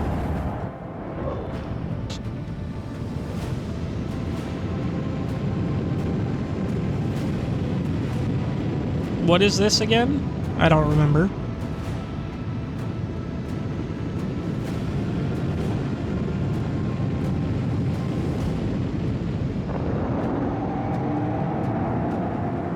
Four. I'm assuming they're gonna warp out of here. Holy shit. Heartless doing fucking work, bro. God damn. Yeah, my missiles are fucking incapable of doing anything now. Well, annihilate them. Let's go ahead and shoot them right here then.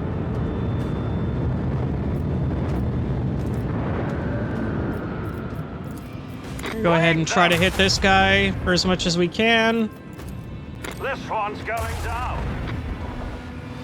We're doing a decent amount of damage there. Everything else is good.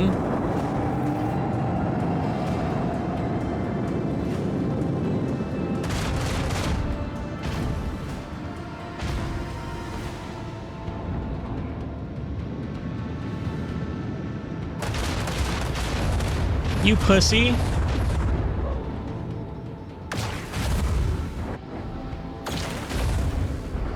Damn. That really fucking hurt him.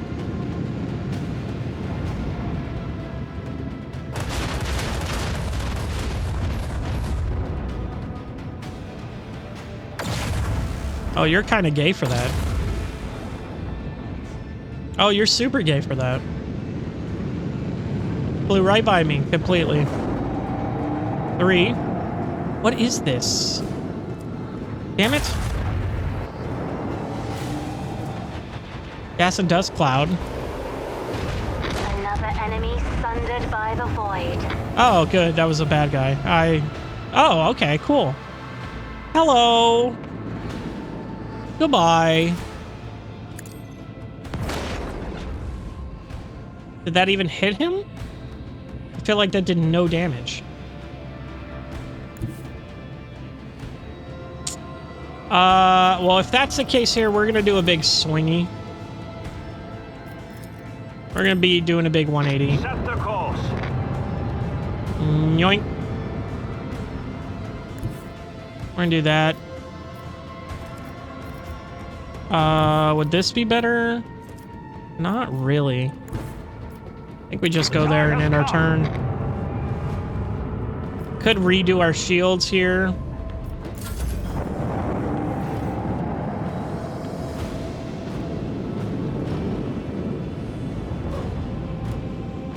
He's being a little bitch. Little pussy. 2 turns left. So they're out of here.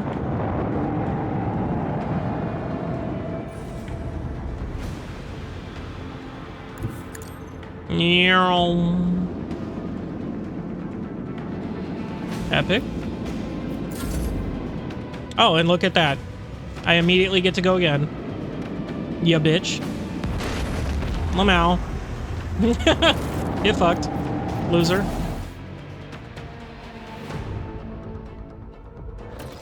Excellent. All right. A new message from Master Scalander, Lord Captain. This time, he is not reporting yet another attack against the alleged location of one of the Xenos leaders. Archie's aides have reported that said leader will be heading an attack on the paradise world of Grantis. There's one catch. The planet belongs to Caglios Winterscale, another rogue trader. Master Scalander noted in his message that responding to a distress call is unlikely to be considered an incursion into somebody else's territory. The governor of Grantis will most likely send out a call for aid the moment the raid begins, and if your void ship happens to be nearby, no one will question your reasons for landing. Excellent. Thank you. Good. Oh, a merchant ship. Oh, I can talk to the merchant ship. Oh, excellent. They gave me a shotgun. 24 to 36 is crazy. Love that for us. Lord Captain, we have received a Vox message from the rescued vessel. The ship's command sends their inordinate thanks for your assistance and reports that the shuttle has been dispatched to deliver something to our ship.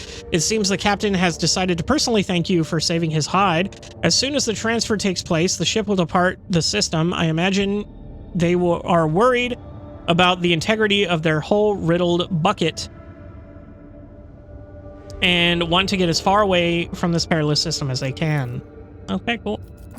All right, well, let's check out the stuff here. Some plasteel, 2 plasteel, don't need that. Let's go ahead and repair our ship for 1 scrap. That's fine. Nothing here, just some XP. Anything here? Okay, we got some phlogiston. 5 phlogiston. That's good. We already have 5. And then let's see what this is. Oh, the mechanism fragment. Okay, we're getting a ton of those. Don't know what they are or what they're for or whatever, but I'll take them. Promethium. And then another one here. A focusing lens. Fire range of lance weapons is reduced by 5%, but their damage is increased by 30%. Interesting. Go ahead and take a look here. Void ship management. Is that one of these? We'll slap it on there and see what's up. So this is a lance weapon. Torpedo tubes, this is a lance weapon. So it's reduced by 5, but it's greatly, but 30% increase to damage. Okay, but now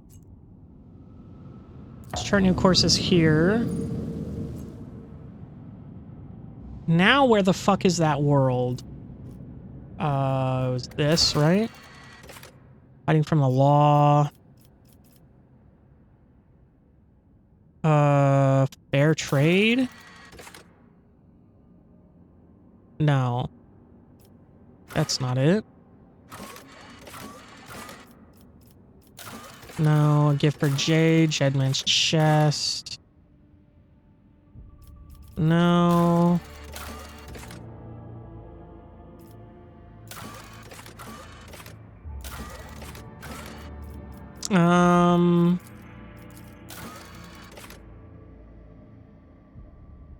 No. Eldarian distress. Maybe it's a rumor or a contract? Football. Damn. So we get 4 profit factor for 4 weapons and 4... We'll take that. That's all of our weapons, unfortunately. We can get 4 people, which we have 10 of. For promethium and chemicals, which we have a lot of. So I don't think that's good. We minus 2 profit factor for that. Okay, this is just straight up pass a check, and then we get all this. Okay, sick. Profit factor 3. For 5 and 5 of that, which I don't think so. People 4 for 2 profit factor. I'll take that. But I think that's it, right? Yeah. So I have 70 profit factor. I could just go back to the bridge and then trade with everyone and then spend that profit factor would be good, I guess, for the materials. So we have 70. Let's talk to the janitress here. Oh. Contact the Curiosity Merchants. Needs new equipment. And replace a painting. No, so I would like to order this. And then let's go ahead and go here. So we have all this. Accept. Simple staff. Executioner Mall.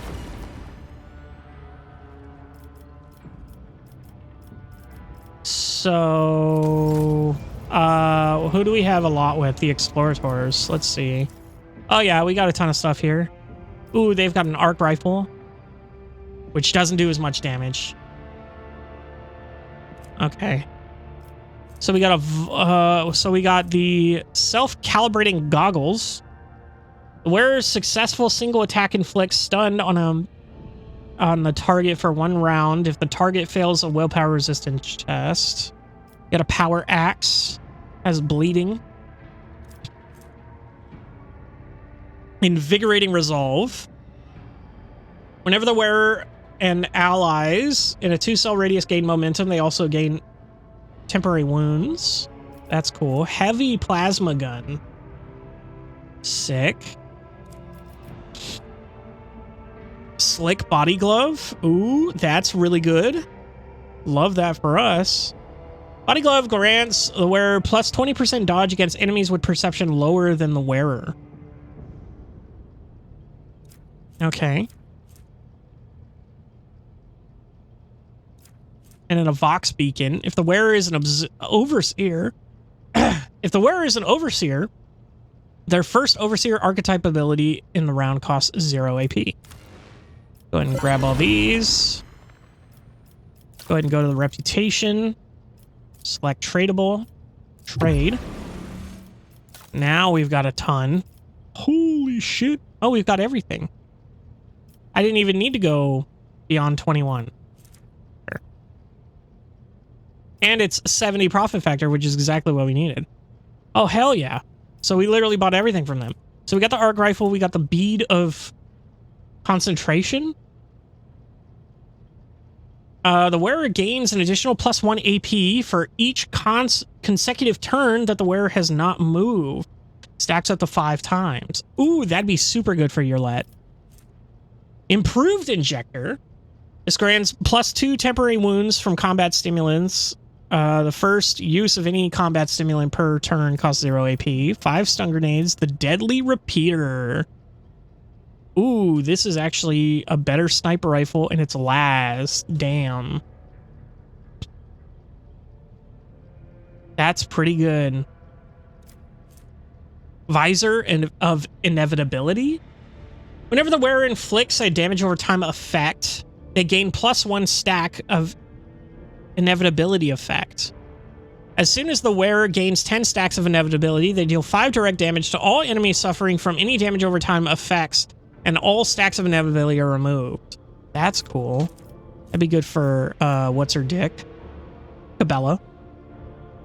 After using run and gun, the wearer gains plus 15% cover efficiency when in cover for 1 round. A heavy shield. Excellent. +1 deflection at +6% parry. That's sick. Heavy emergency cutter. Each attack with the saw increases the wielder's critical hit damage by 2%. This bonus stacks and lasts until the end of combat. Why would you want this? Especially that far in advance. Focus melt-a-gun. 70% armor penetration with 25 to 32. That's actually insane. An Temptus Carapace. 65, 4 armor deflection, plus 10%, plus 10 toughness for world property. Heavy armor proficiency. Let's go ahead and buy all available. Okay. We're good there. We don't have anything else to buy from him. So, let's start working on someone else here. The Imperial Navy, maybe? Ah, yes, they have all the ship stuff. They have a bunch of ship stuff. We only need to get to level 14 with them, but we need a profit factor of 127. So we can only get up to level 8 here. So let's see if we can do that. No, we cannot. We get up to level 6. Okay. Well, we got these torpedoes.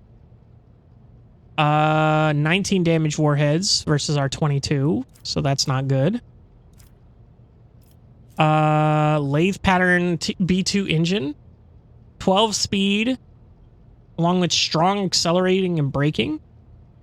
But ours is 12 speed with strong... In addition, it grants +3 additional void movement points when ramming. So ours is better. We have this battery, plasma battery, long-range broadside plasma macro cannons, firing 3 shots with 21 damage each. That's actually better than one of our things.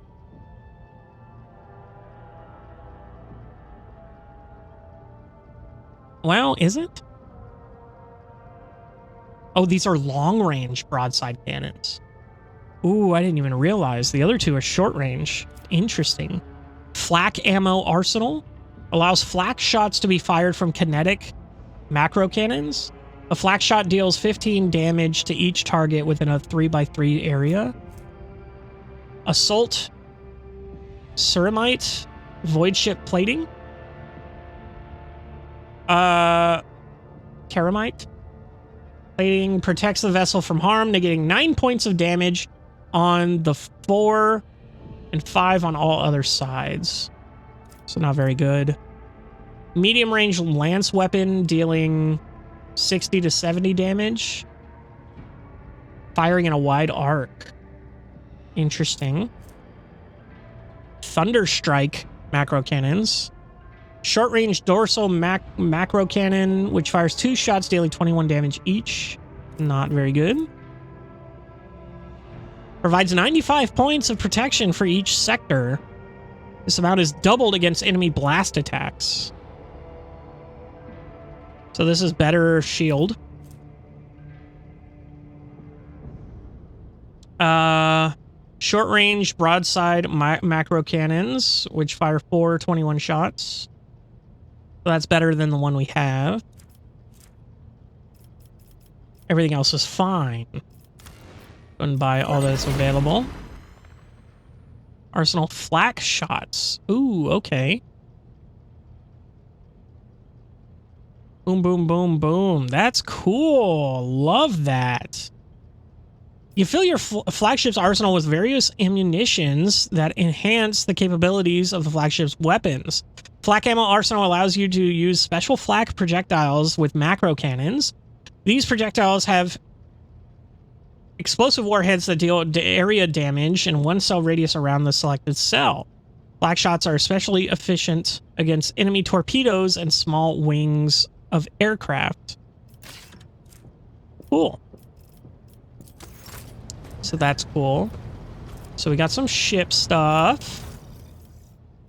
Let's go ahead and select all that we can here. Now we're level 7. So we can get that. We do have the discount from her. Discount of 5. But I mean, we can buy everything she owns up to level 21.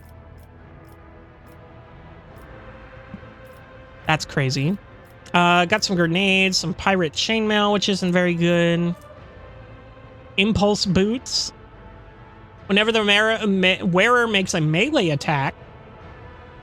area attack, they gain +2 movement and 6 critical hit chance Lasts until the end of round. That'd be good for Cabela, I think. Maybe. Auto pistol, not very good. Industrial hammer, not very good. Brinkwalker pendant. The wearer can move without provoking opportunity attacks as long as they have less than 50% wounds. Acid spitter. Oh, it's a Weber. No, thank you. Staff of Endless Flame. That's super good. Holy shit. That's crazy good. Okay. So let's go ahead and see where else here.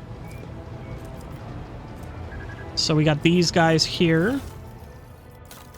Go ahead and select tradable. We're not going to get much out of this. Yeah, we don't even... But we can get all their stuff up to level 15. And then these guys, we can get... Oh, this is Vladam. We don't have anything tradable, though. Unfortunately. Cargo? Oh, cargo list. Oh, okay. Anyway. We can get the Commissar boots. Whenever the wearer chooses an ally as a target of their ability, the wearer immediately gets +4 MP. The target ally gains +4 MP at the start of the ally's next turn.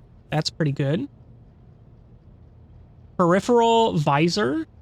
Each time the wearer spends 10 stacks of tactical advantage, they gain +1 resolve until the end of combat. That's really good for what's-her-face.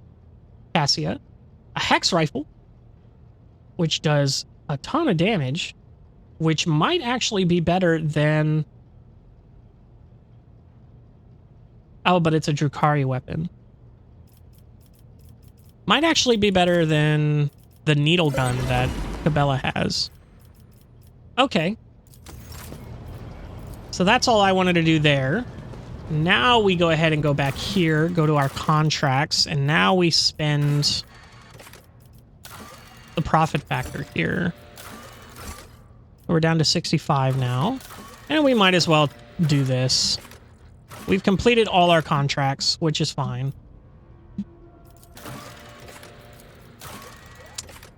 Rumors. Yeah, that's fine. Okay. So that was perfectly played and perfectly planned. Now let's go ahead and look at our inventory here, because we did get some new shit. We did get some new stuff. And it's going to be all the way down at the bottom here. So we did get this new sniper rifle for us. It is a las rifle, but it's super cool. It's not as good as the arc rifle still, but you know, it happens.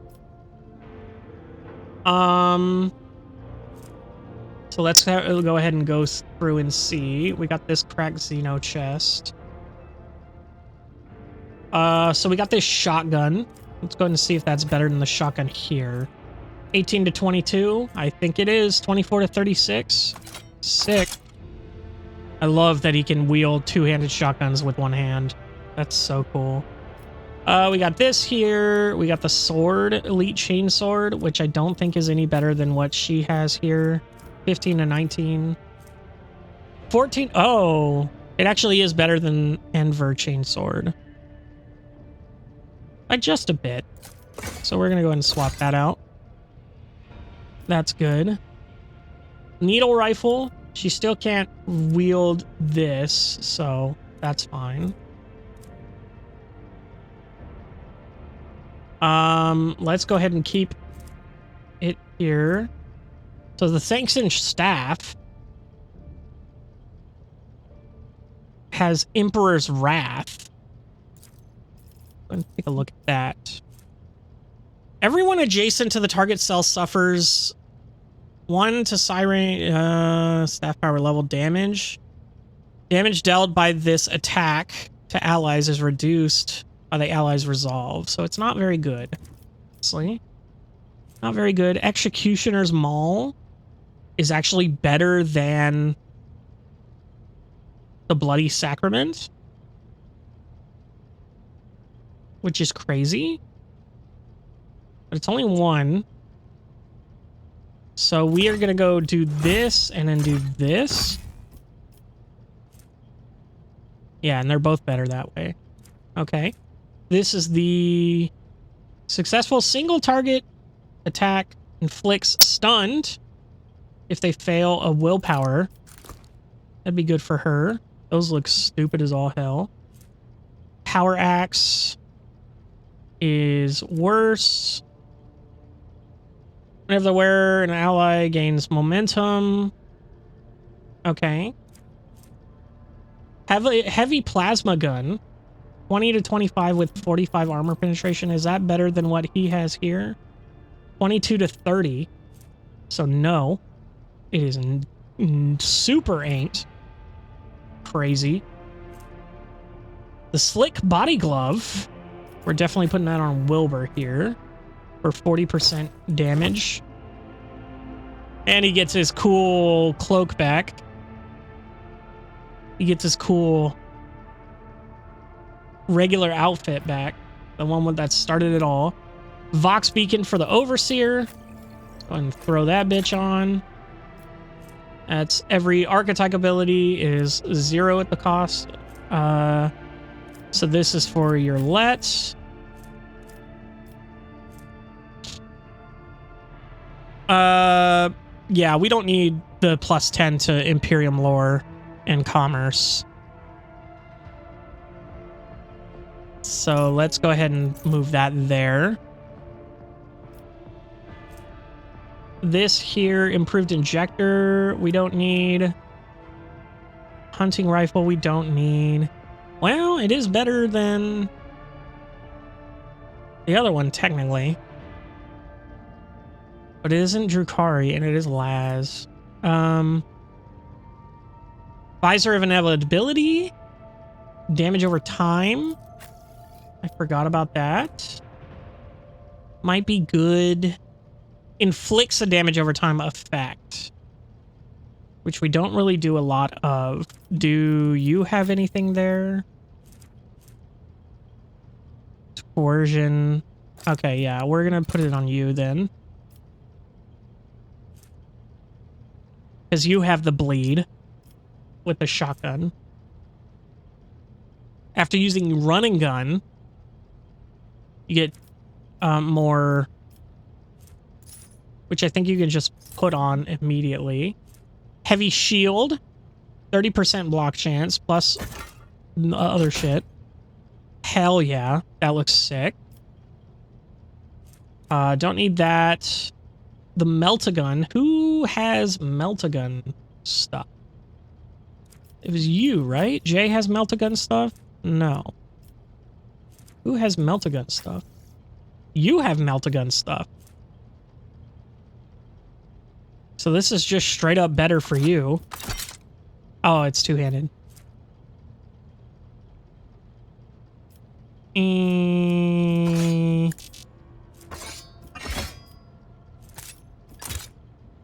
I don't know about that then. Does Argenta have Melt-A-Weapon? Oh, you have Melt-A-Weapons too. This actually does more damage than the plasma. That's actually crazy. We'll go ahead and throw that on you. And in Argenta, can you use plasma? You cannot. That's fine. Why do you have the fucking needle gun and the shotgun? Anyway. This heavy armor is definitely going on him, I believe. 65, yeah. Plus 10 toughness. Sick. Love that for you. We have all this stuff for the ship. We have this pirate chainmail, 50. Medium armor. So you use light armor. You use light armor. Well, I could actually probably put this on you. No, her stuff is better. Damn. Okay. Medium armor here. Do you wear medium armor? You wear light armor, but this is actually better than that. So we're going to put that on you. Do you wear medium armor? You wear light armor. But you can only wear Aldari stuff.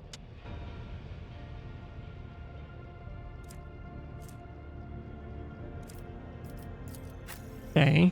And you wear medium armor. So this is way better for you. The pirate armor. We have these impulse boots. Melee area of attack. Let's go ahead and see if Bella can use those. I don't know what boots she has. Is dodge parried or scores a critical hit. The wearer gains +5 MP and does not provoke opportunity attacks until the end of their turn.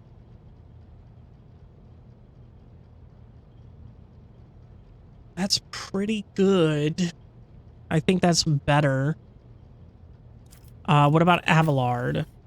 What are your boots? Double the resolve bonus that allies gain from the wearer's unyielding beacon ability. That is very specific. Industrial hammer, not very good. The wearer can move without provoking opportunity attacks as long as they have... Yeah, let's go ahead and put that on him. Well, should we put that on her? +10 strength. +12 Medicaid.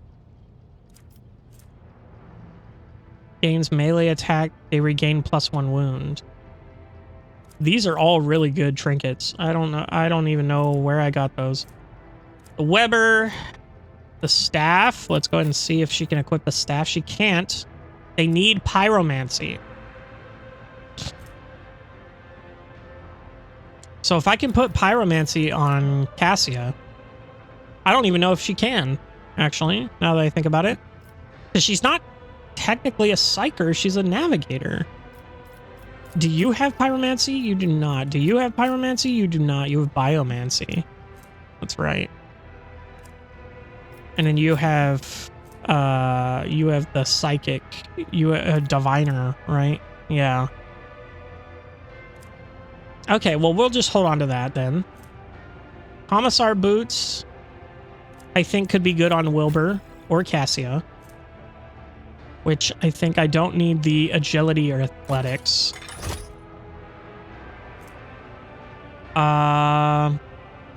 Tactical resolve, that's right. We can put that on her, I think.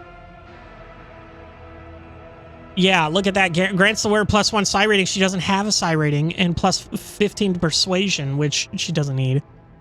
So we're gonna put these on instead. Adira, do you have those goggles? What do those do? Lower warp. And then you have the helmet, which grants taunting scream, which is good. So I'll put it on her. Hey, that looks sick. Very spooky, scary. And then the Drukari weapon. Do we want to put that on you? We can't. She's Aldari. That's right. Okay. I think that's good. Let's go ahead and take a look at the void ship itself here. We have all these cool little trinkets here. So this is better than that, but I want to get that out of here anyway. This is better shield.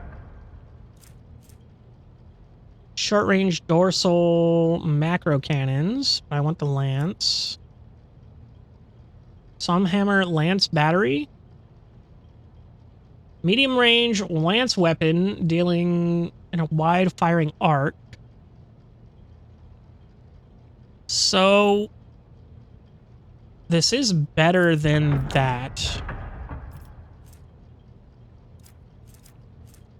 So that's good. Reducing 5 damage on each side and reducing damage dealt by internal fires by 50%. Flak ammo I can put on. What is this? Hull integrity +10. Yeah, we're gonna go ahead and put flak ammo in instead. This is the long broadside. So we need to do the Mars pattern. So we want to do Okay, is this? Yeah. So we want to do that there. This plasma drive, 12 speed. Okay, but it's worse. Torpedoes are worse. God's Bane, lance weapon. It's literally the same thing. Oh. It literally is the same thing. I didn't even realize. We have 2 of them. Okay. 7 points of damage on port and starboard and 3 points on the fore and aft.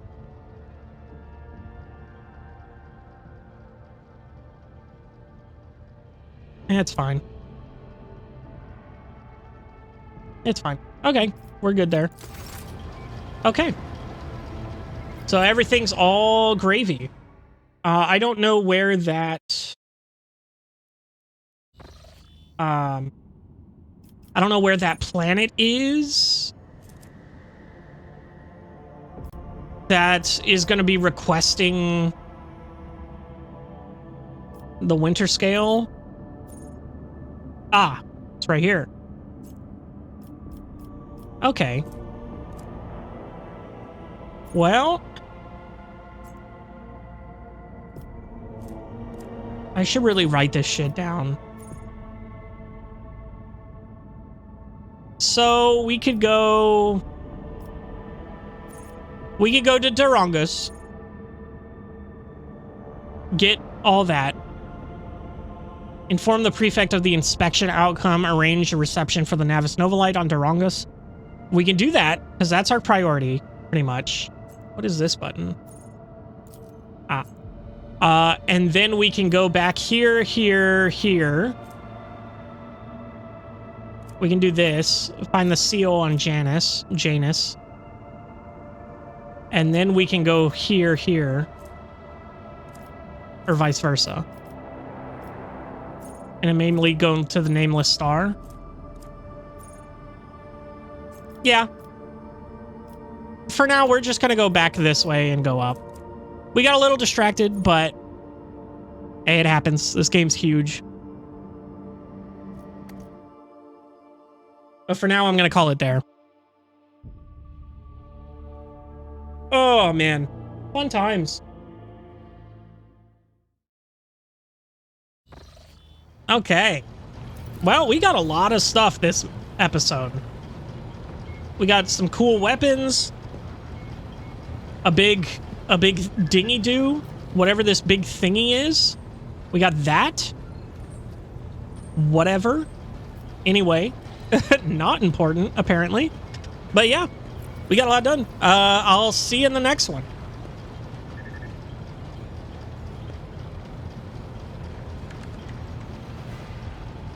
Hello, everybody, and welcome back to Warhammer 40K Rogue Trader. So, last time we did a lot of trading, actually, as a Rogue Trader, funny enough. A lot of trading got done.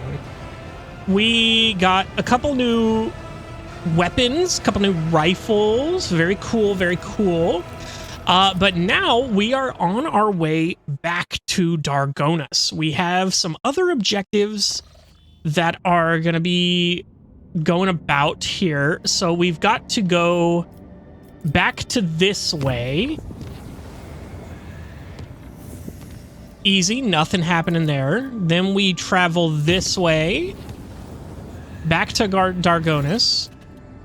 We took 9 damage. Epic. And we're going somewhere. Void Ship Depths. Probably should have read that. Oh well. We're schmovin'.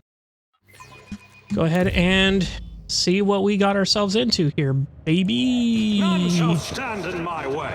None are better at searching. Alright. Oh, you're let? What the fuck was that?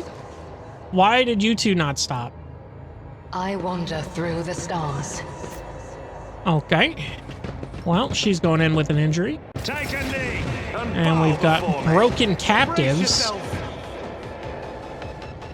Okay, we've got 16 enemies to deal with here. Well, are they all over there? Where? Bellet Sharpshooter. Aren't you like the Gene Stealer people? The one that was the same as the whatever? I already forgot his name, Lamau. Let's go ahead and put her right here. She's got full cover there. And then Leto. No, let's go ahead and take Solomorn. Let's put him right in here. I don't know if this is going to block a shot. They're very spread out, which is unfortunate. Leto, let's go ahead and get you over here. Cabela. Fortune smiles on us. An ill omen. Okay. That's good to know.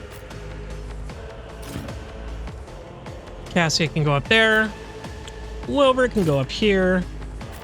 Abelard can go up there. Let's just start the battle. So, I think for now we just give this to Solomon, because he can immediately do the bleeding and armor penetration here, which might kill. Okay, it didn't kill, but they both have 1 and 3 health respectively, so they're essentially dead. And then you, sir, go ahead and apprehend him. Taking this task. That's crazy damage. Love that. We've got what here?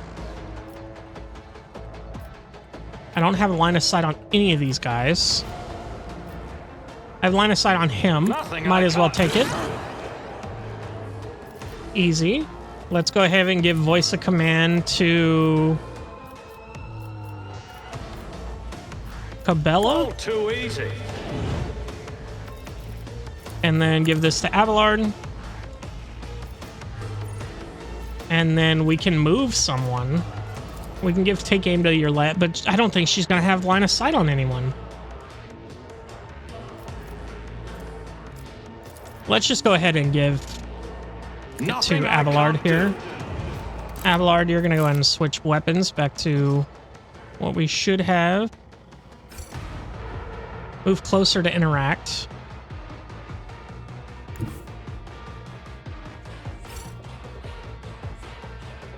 Not enough action points. Why does he have 0 action points? Oh, because it's not. I've seen worse battles than this in my time. Okay. Yeah. Because this is an extra turn. I forgot. I was playing as Wilbur here. Let's go ahead and just set this like right here. Might as well. Suits my purposes. This way!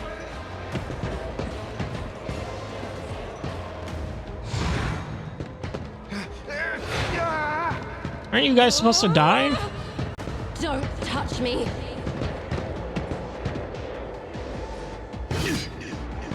Easy parry. Cassia, let's go ahead and put you here and then see what you can do with this. You can do quite a bit with that. Emperor, give me strength. Painted black. Pretty good. Not bad. Let's go ahead and give Abelard a turn here. Can he... All right, well, he's going to have to attack with this. Okay. Rude. At your beck and call. Let's go and do this. That's not the Seneschal's job. Everybody got extra movement. I should have moved with Cabela there. I can definitely move with him here. We can move you Got here. a job to do, Leto. All right. Marking the... All right.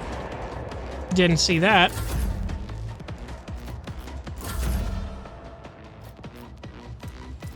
Let's go ahead and end our turn with her there. Oh yeah, this is a good... Love this for us. Oh, hate that for us. What is happening? Why did he shoot? Was that an attack of opportunity? Emperor, protect me! Oh yeah, gather around, guys. Holy shit. Well, let's go ahead and disarm this. An expected result. Then we can go ahead and kill this guy here. Pain and duty go hand in hand. Then we can go ahead and rush in and kill this guy here. Or we can kill this. Okay. Oh, he doesn't want to. Never mind. Let's just go ahead and kill this guy. Reduced to dust. Abelard can take it.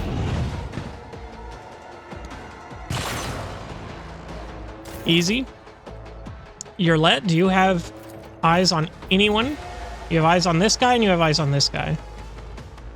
We can kill that guy with the other one. Death with my Okay. hands. I will not. Excuse you, If it bitch? serves your cause. Hear you moving. No more. Okay.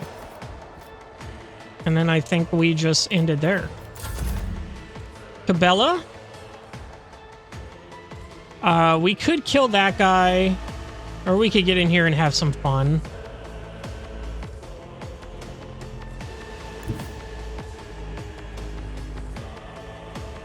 She has absolutely crazy movement. She has 27 movement. So if she's got all that movement, I think she just goes for the sniper back here. She's going to take some opportunity attacks from this guy here. Never mind. Crazy.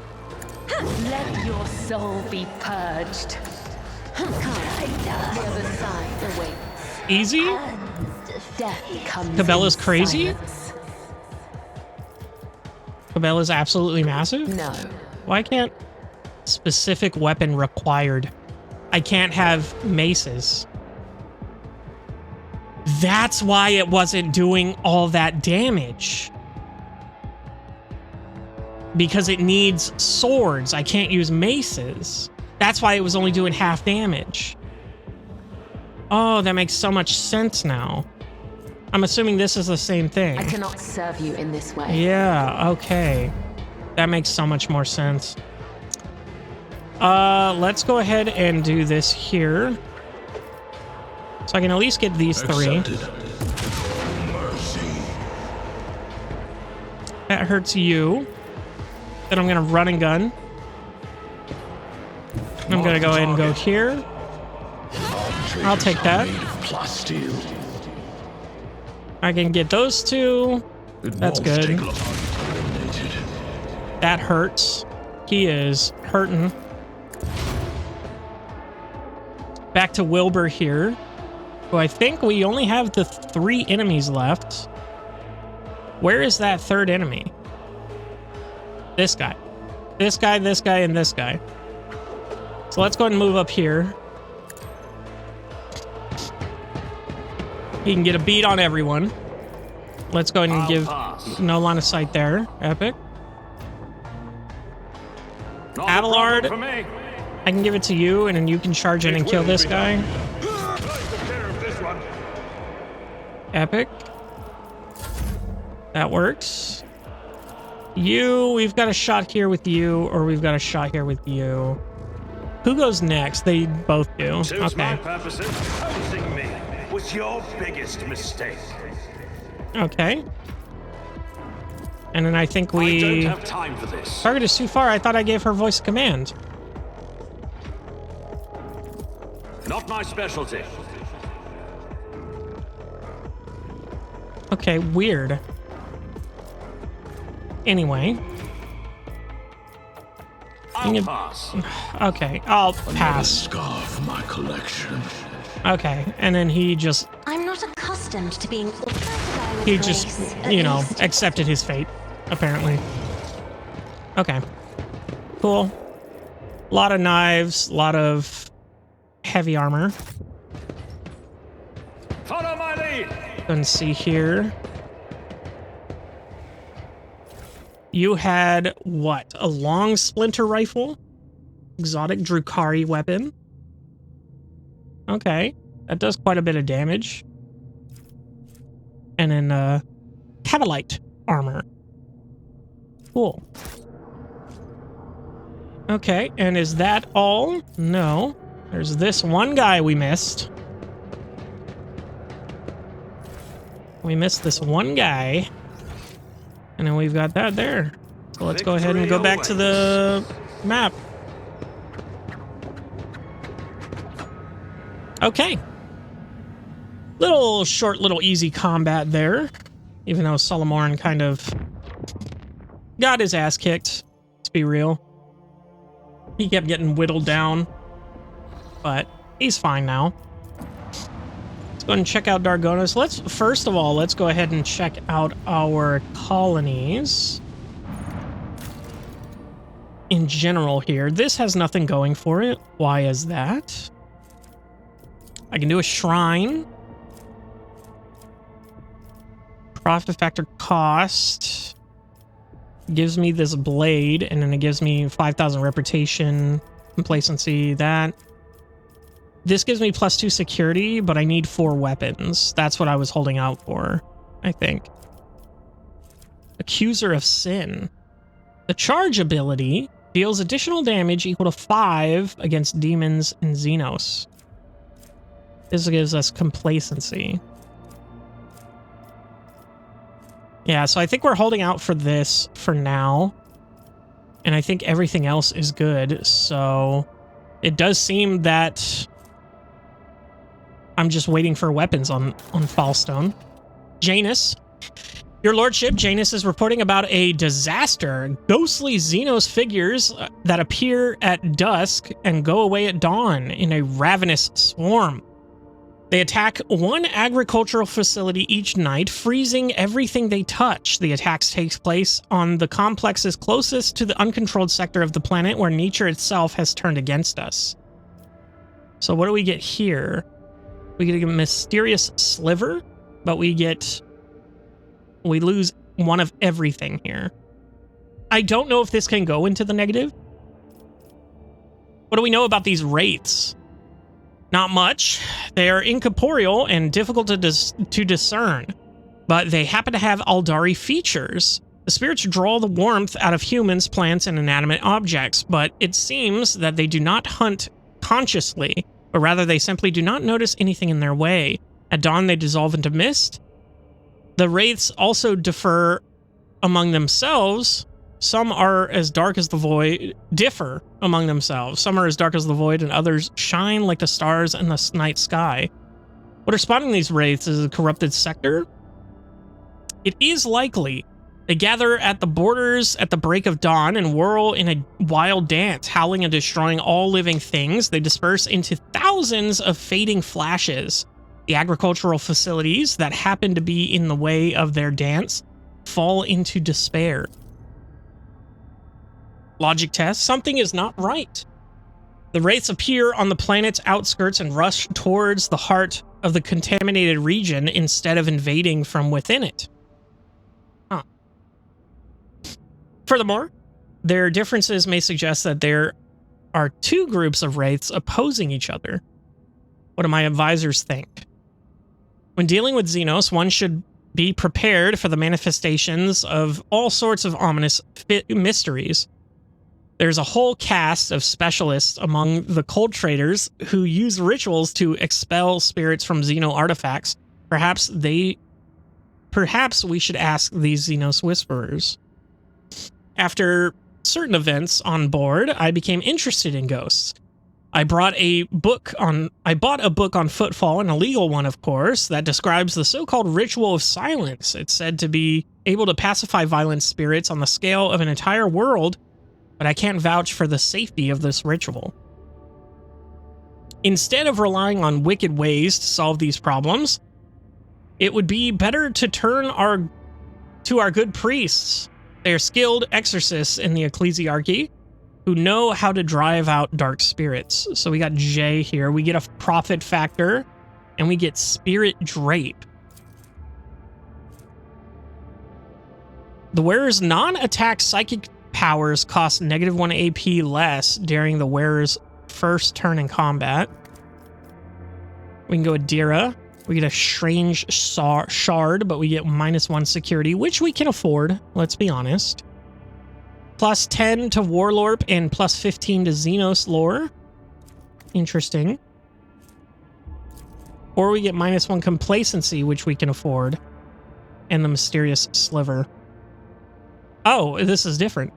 Whenever the wearer uses a major psychic power, they gain plus 20% to all psychic power damage until the end of the next turn. So we do gain a profit factor from this. All of these I'm not really worried about. This seems to be the best because we gain a profit factor and we don't lose any characteristics on the colony. So I think Jay can handle this. Oh, profit factor lost. Okay. Oh well. I was unaware. A group of suspicious characters covered in talismans arrive on Janus. After seeing the dance of ghosts firsthand, they conferred and they made a short trip into the jungle. They later returned, their numbers diminished, loaded with ancient Aldari obelisks stolen from the ruins. Locals have called the obelisks installed in the Agra complexes a blessed miracle. The energy resonance of the obelisk has formed intangible domes, providing shelter against the wraiths. +3 security. Okay, cool.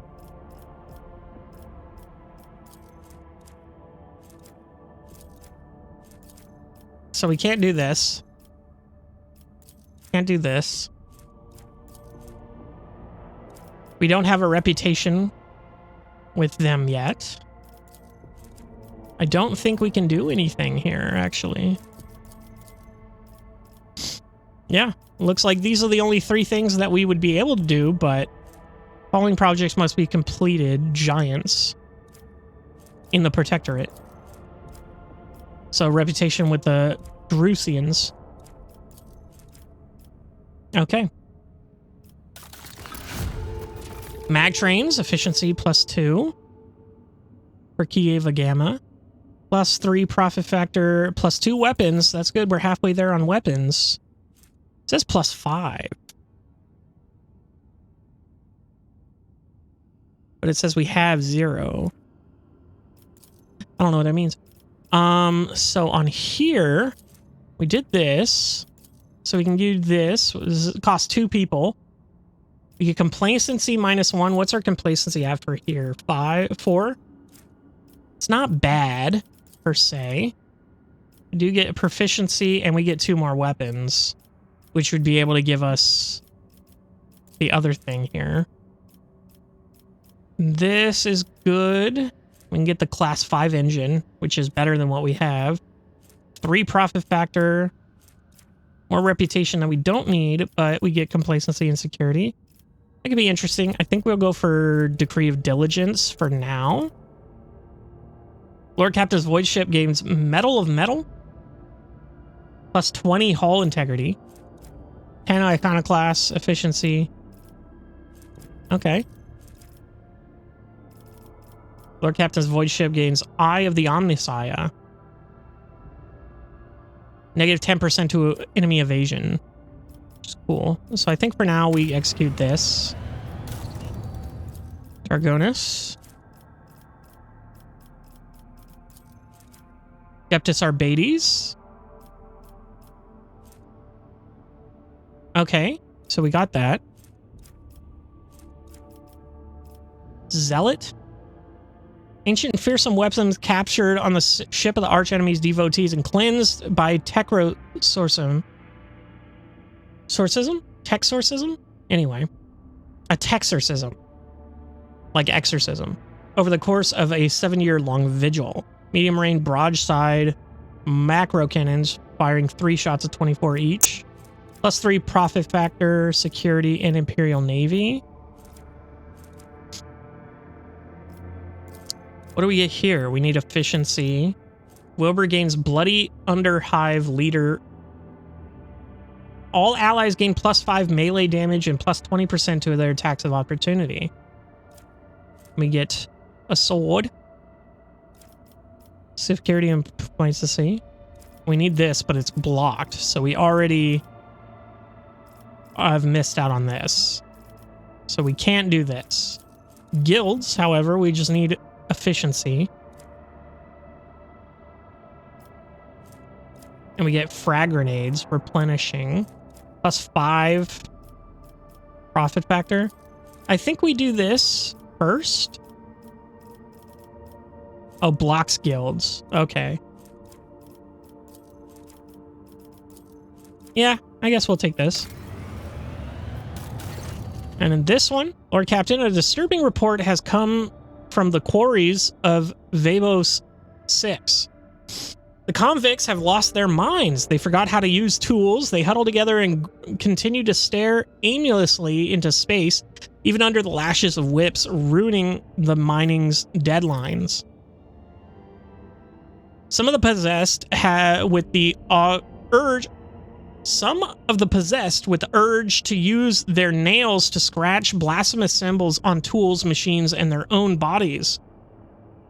The most mad have painted the walls of several mines from floor to ceiling with the symbols and then gone off deep into the mining tunnels. None of them could be found. Overseers considered it a ploy to divert attention away from the escapees and the impending rebellion. So what do we get here? Expert cartographer, but -1 efficiency. I don't know if it can go into the negative. All allies gain +7 logic. The rogue trader servants have succeeded in identifying and studying the patterns in the peculiar drawings made by the convicts. We get this here. We get a peculiar trinket. At the start of the wearer's turn, they gain deflection, temporary wounds. When the wearer's wounds drop to 0, they fall prone and gain 10% of their maximum wounds as temporary wounds. The wearer becomes a priority target of adjacent enemies while prone. If the wearer has no other allies with more than 0 wounds, they and their allies die. On the wearer's next turn, they regain 30% of their wounds if they still have temporary wounds. This effect activates only once per round. -1 security, which we can't really take. Or we get the Watchdogs of Vabos 6. Our overseers drive the crew in battle. Flagship gains +3 speed for the first round. Which, I mean, seems like the way to go for us. What are those symbols being scratched out of the convicts? It's hard to give these drawings any sort of intelligible definition. Unnaturally round circles connected by lines. The lines are interrupted by groups of dots. Some patterns follow a certain common logic, while others are unique. I can provide your lordship with pics of them. After examining the pics, you realize the symbols are connected through a strange logical sequence. What do my advisors here have to say? I'm detecting an intriguing pattern in the drawings of the symbols left by the prisoners. Hypothesis. They have a practical purpose, requesting clearance for the Adeptus Mechanicus to access the mines and investigate the specimens. Disappearing prisoners? What is the point of running away from penal servitude if the entire world is a prison cell? No, Shireen, these Ashmags have found some sort of smuggling tunnel network and are hiding there. And the drawings are their secret language, which they use to give orders to their fellow prisoners. I know some guys who can find such secret places and decipher these languages. If the convicts continue to disappear for no reason, then unrest will soon follow, whether out of fear or hope of the possibility of escape. To stifle this, we must put pressure on the convicts' leaders.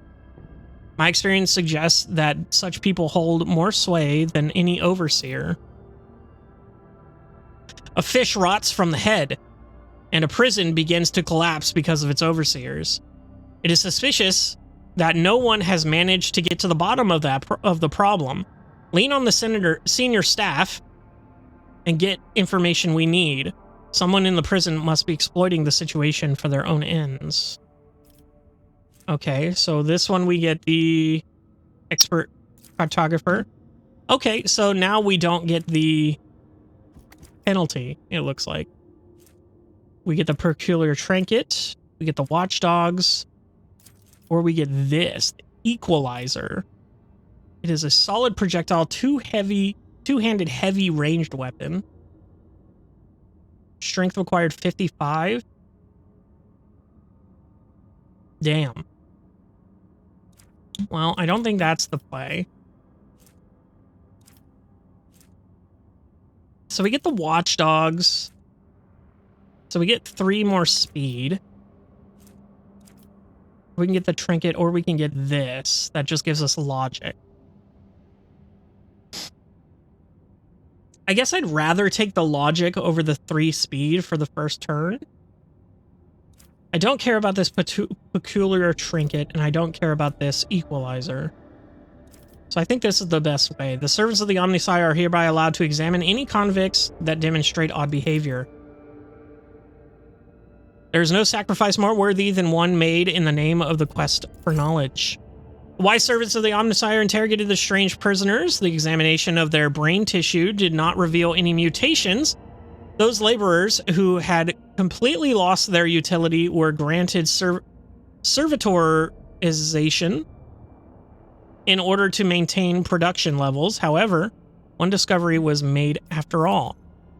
Prisoners' drawings were too systematic. They could not have been mere gibberish. The sets of repeating dashes and dots were far too familiar. It's Morse code. But if it was indeed a secret code, then judging by the complexity of the impossibility of decoding it, this language was definitely not invented by the convicts. Okay.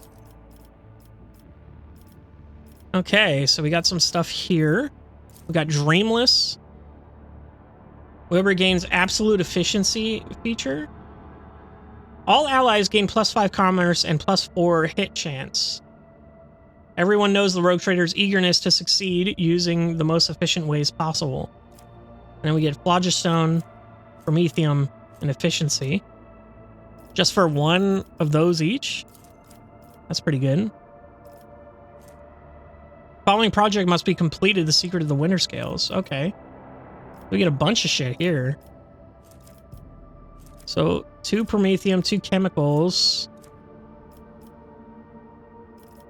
Okay, so we get 4 adamantine, 4 plasteel, 2 phlogiston, 2 efficiency, and -1 security. Virodomes. Blocks ergonomics.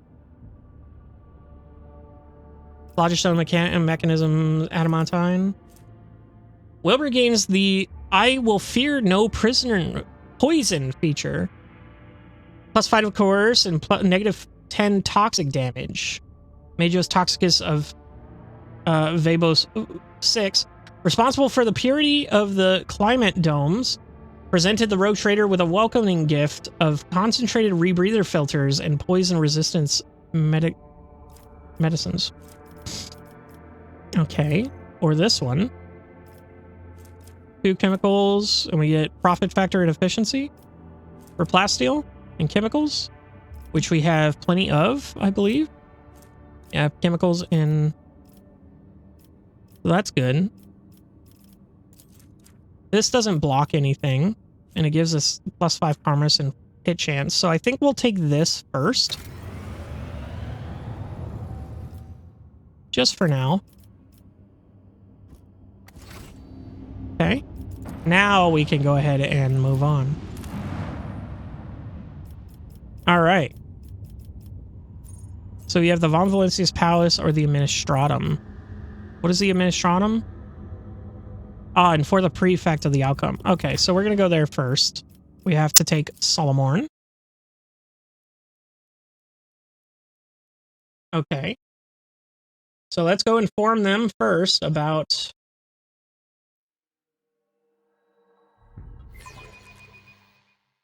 Let me see here.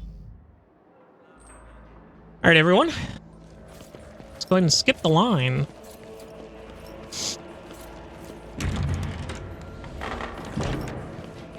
It's about time.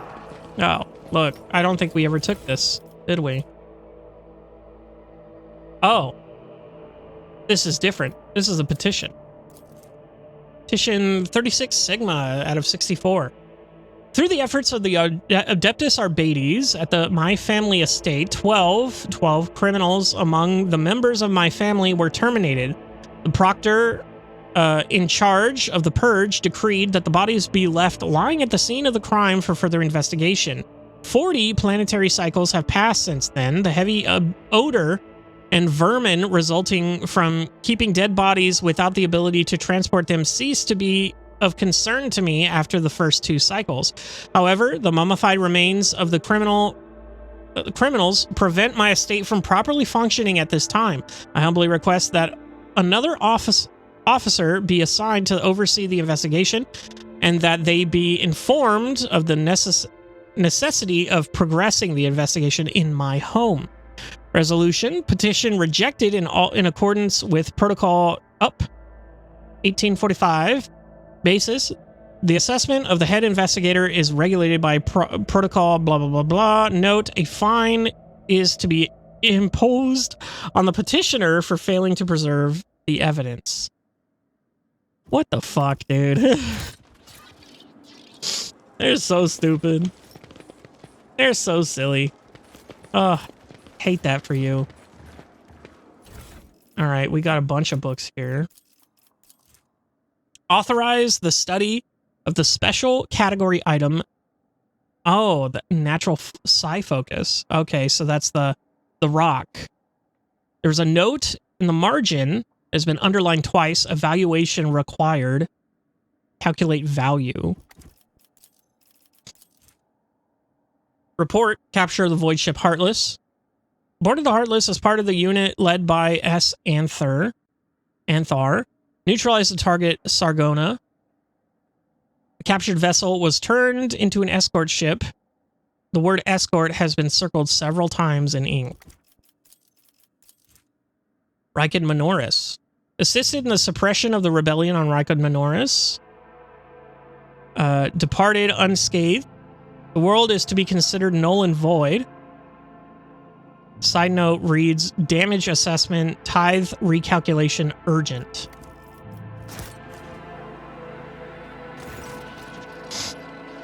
Okay.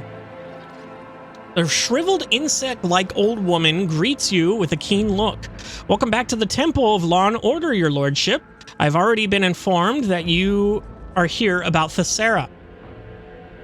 Prefect Volter nods to herself and snaps her brittle fingers, promoting a servo skull to flit closer, the creaking of the quill filling the air. Begin entry 51 divided by 4 alpha.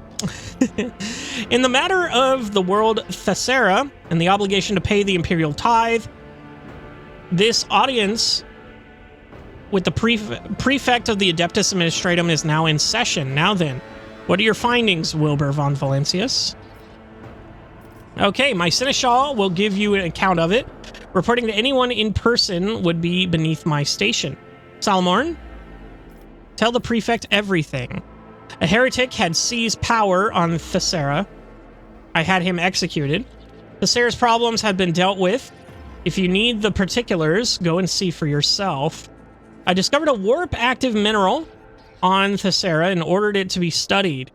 If the resource proves sufficiently useful to the Imperium, it will be included in the tithe. Solomon, tell Prefect everything. I'm afraid I cannot accept another person's report. Her shriveled fingers nimbly extract a piece of parchment from her stack of papers. It is covered with minuscule writing. According to Kronos Expanse Statute 19- whatever, any decision pertaining to matters of the tithe shall solely be answered for by the person that directly made said decision. A report made by any other person shall be deemed legally null and void. The prefect puts a document back in its place. As you can see, there is a sacred stipulation that you submit your report in person and that I accept it from no one else. Okay. So I guess I tell her that the heretic seized power on Thessera and I executed him. I see. The old woman looks at the intently over her ocular lenses. looks at you intently over her ocular lenses. This is regrettable news. Even if your action was forced by circumstance, the loss of the governor means the loss of very stability that any servant in the administratum is immutably obligated to uphold and protect. Well, let us get to the record then. The prefect turns to the servo skull. Road Trader Wilbur von Valancius effected the execution of the governor of Thessera, appointed by the Adeptus Administratum. Preliminary damage assessment and restoration forecast of the world's key structures, Class A severe, noted and recorded. I discovered a warp active material and ordered it to be included in the tithe. The prefect grimaces. I can quite confidently deem that outcome to be adverse to the interests of the Imperium. Alas, your lordship, I am duty-bound to deliver an exact and impartial assessment of the events. Rogue Trader Wilbur von Valancius authorized the study of the presumably warp-corrupted material located on the world Thessera. Due to the danger to the planet resulting from this decision, tithe shipments from Thessera can no longer be considered safe and are to be halted until further notice, noted and recorded. Prefect chews on her lip in thought. I will be frank with you, your lordship. The conclusions that were drawn regarding the Thessera inspection were far from satisfactory. Minor disturbances, such as a mass execution of mutants or the rabble Rabble's plot disguised as a celebration, are not nearly as dangerous as the, if you would permit my choice of words, coup that resulted from your investigation. I understand the consequences are something that those endowed with power won't to leave to their servants to deal with, and therefore something they find acceptable to ignore. And Scribia's ocular lenses flash as she looks up from her scrolls. However, I hope my words may help you to revise your approach to executing the Imperium's will in the Coronis Expanse in the future. With a tap of her nail, she dismisses the serval skull. How do you obtain such detailed information from the events on Thessera? I took care of a problematic world of yours, and you are twisting the facts regarding my efforts. One way or the other, we can consider the matter of Thessera closed, am I correct? How do you have that information? Duty dictates that the Adeptus Administratum officials always be adequately informed. Otherwise, our service to the Imperium's order would be of rather questionable use. Unfortunately, it is the same reason that I cannot disclose my sources to you. Nah, fuck you, you're twisting my words. Prefect's ocular lenses flash as she replies in an offended tone. I, his lowly and unworthy servant, have no right to twist any facts. My duty is to assess consequences and do everything I can to make sure the Imperium receives what it is owed. That is the purpose of my existence. Suddenly, the woman's voice becomes less stern and almost didactable. Didacted? I don't know what that means. Speaking from my wealth of experience, if I do say so myself, I say so. Taking care of the Imperium's prosperity is a heavy burden, albeit an honorable one. The fact that even a rogue trader can run into difficulties while doing it only further confirms my many years of observations. Anyway, we're done, right? Closed and recorded, yes. The old woman smacks her lips in satisfaction. However, that was just the first item on the agenda. Now on to the next matter. Oh, fuck you. Prefect beckons over another servo skull, which obediently takes its place at her side. Begin entry 52-1-Sigma. Complacency assessment of Proctor Salmorn Onthar, based on his performance during the mission of the world on Thessera. You hear a painful metallic creak as Solomon's augmented hand clenches into a fist. Competency assessment. Very well, Prefect. I am listening. What gives you the right to evaluate Solomorn? Solomorn did nothing that could be considered a violation of the Lex Imperialis. Someone has finally caught you by the scruff of your neck, eh, lawman? Let's see how this plays out. We'll defend him. So as to avoid misunderstanding, allow me to clarify that I am not making any judgment, but rather gathering information at Marshal Starch's request. Prefect turns to Solomorn. Proctor Anthar, you will be evaluating your own conduct in this instance. For my part, I will merely state a few key points. Let us begin. How would you describe your performance taking into account the following facts? Vulture produces a parchment scroll. You took part in the execution of an administratum appointee without its appropriate permission. You also allowed yourself to be captured, thus endangering your mission and imperiling the valuable equipment issued to you by the Adeptus Arbates.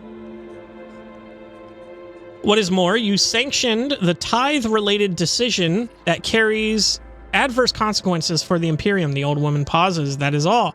Proceed with your self-evaluation.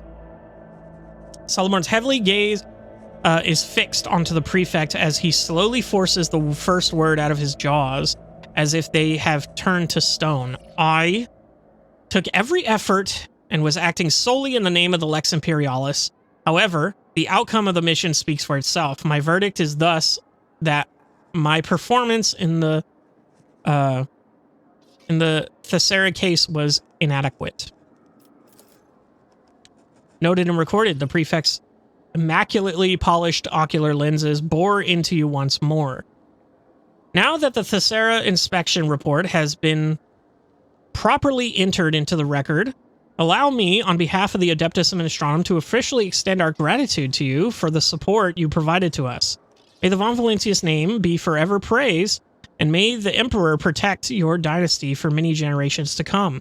That said, I must now request your assistance in a different capacity. A number of highly important court cases have accumulated at the Palace of Justice, the kind that require formal resolutions by the rogue trader himself. Are you biased against him? Are you not being a little harsh on yourself, Solomorn? What is this Palace of Justice? That is the Administratum's responsibility. Handle it yourself. How will the trial proceed? Aren't you being a little harsh on yourself, Solomorn?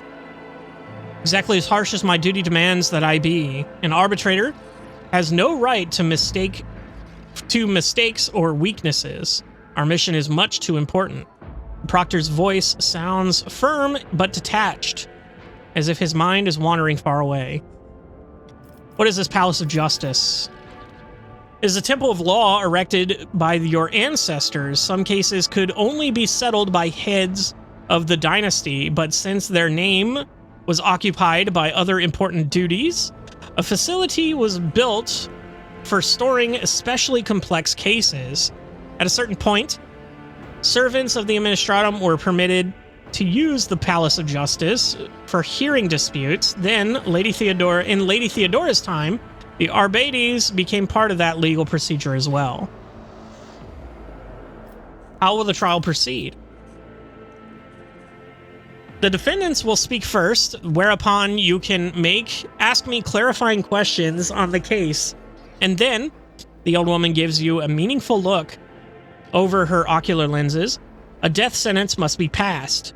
You are, of course, free to judge otherwise, but an execution is preferable, since in every case that will come before you, an outcome without highly unpleasant consequences is unlikely.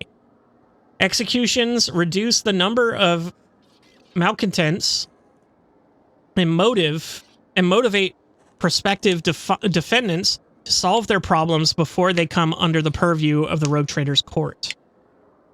One of the Rogue Trader's many duties is to met out justice. I agree. I hope we can get this over with quickly. As important as these cases may be, my personal business is even more so. No, let's do it.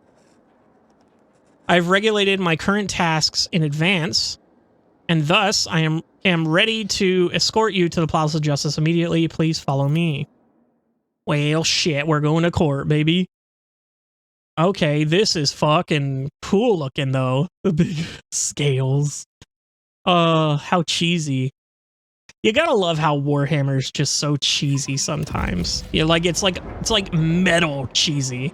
It's like if cheesy was cool. Damn.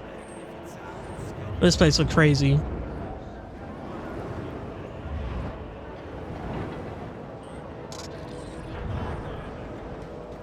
Okay. What's up, fool? Thank you for the bow. All right. Court Administrator. You are greeted by an impeccably dressed man with a perfectly straight back. The Arbades scale emblem is embroidered on his clothes. Glory to House von Valancius.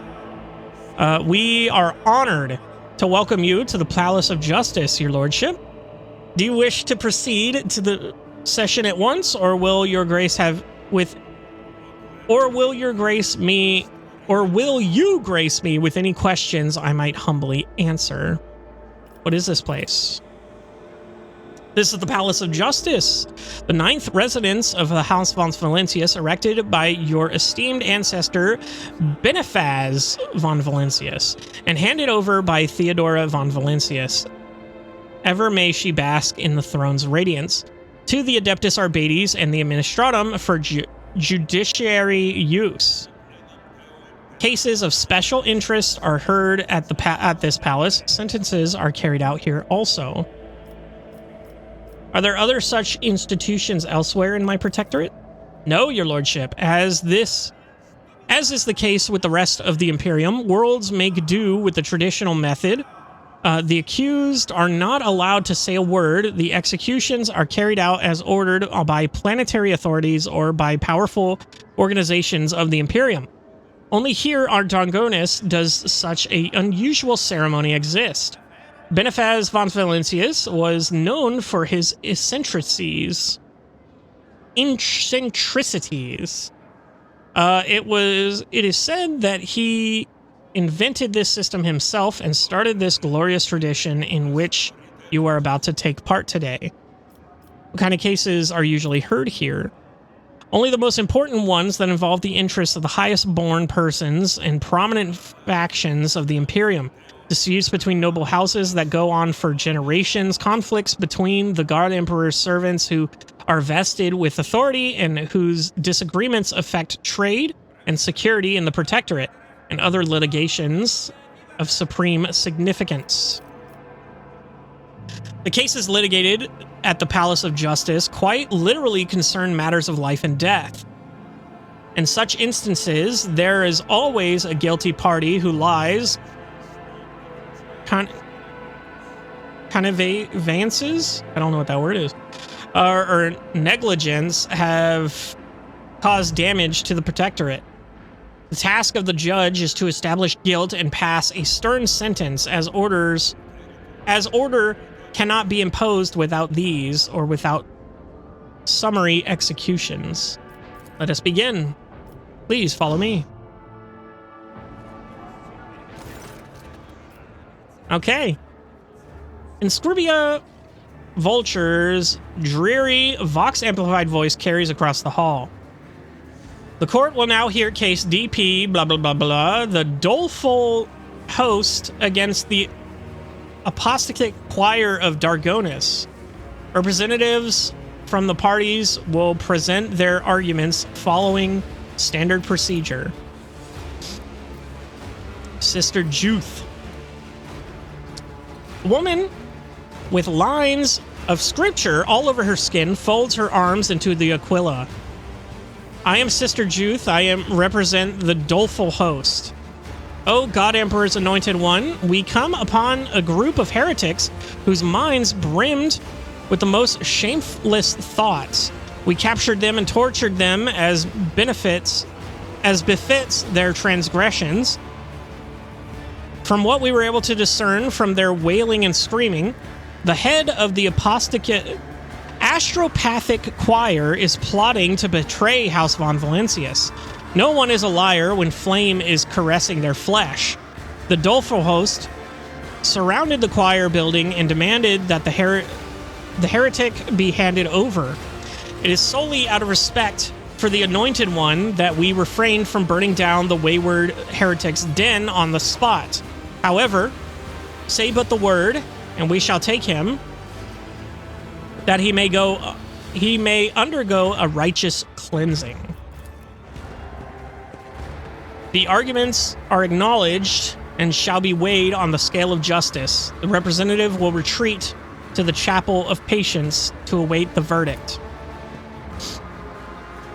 A gaunt man dressed in astropath robes is standing tall, but his voice trembles with fury. I am Master Angelio. I represent the Dargonis Astropathic Choir. These insidious and ignorant people are passing off their victims' ravings as truth. Your lordship, people will say anything under torture just to make the agony stop. We have served House von Valancius faithfully for decades. Master Praz, the longest of all. Please order them to stand down.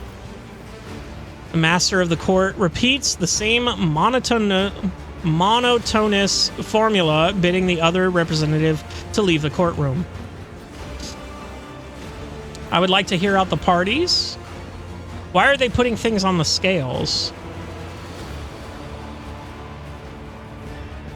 Switch to your Vox. Okay, hold on. Give me details about the parties to this conflict. I want to see who among them is trustworthy. Switch on your Vox. Vigis, quick, ask the ship's choir master whether Master Pras of Dargonis has been known to engage in any compromising behavior. I want to hear my retinue's opinions. The situation is complex and requires further investigation. I heard you, and I'm ready to pass my judgment. Let's ask the choir master. At once, your Lord Captain. At once, Lord Captain. The Palace of Justice falls silent for several minutes until Vigdis's voice returns. Choirmaster Wise has known Master Pras for quite a long time. He has made a very measured statement to the effect that for some time now, the mental images conveyed by Pras has taken on a shade of profound anxiety and have become more aloof and detached overall. Zachary Weiss attributes this to Pras' horrific experience during the warp storm, but he is less than completely sure, as there is still something that sets the Dargonis choirmaster messages apart from those of his fellow survivors. Okay.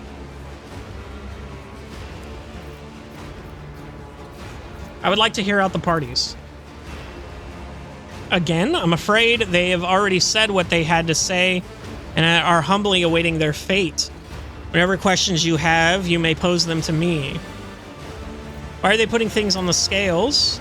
Scales of Justice are sacred relics, installed as a testament to the alliance between the Von Valancius dynasty on one side and the Adeptus Arbates and the Administratum on the other side. Legends say ancient machine spirit dwells within the relic. The Scales of Justice are only used on extraordinary occasions when the intervention of the rogue trader is necessary. Ceremony dictates that the items symbolizing the party's arguments are placed onto the scales, and once the verdict is announced, the machine spirit weighs the decision made and show either affirmation or rejection through the position of the scales. However, there's never been an occurrence where the rogue trader and the spirits of the scales were divided on a verdict. Tech use succeeded. It is highly unlikely that such an artifact actually exists.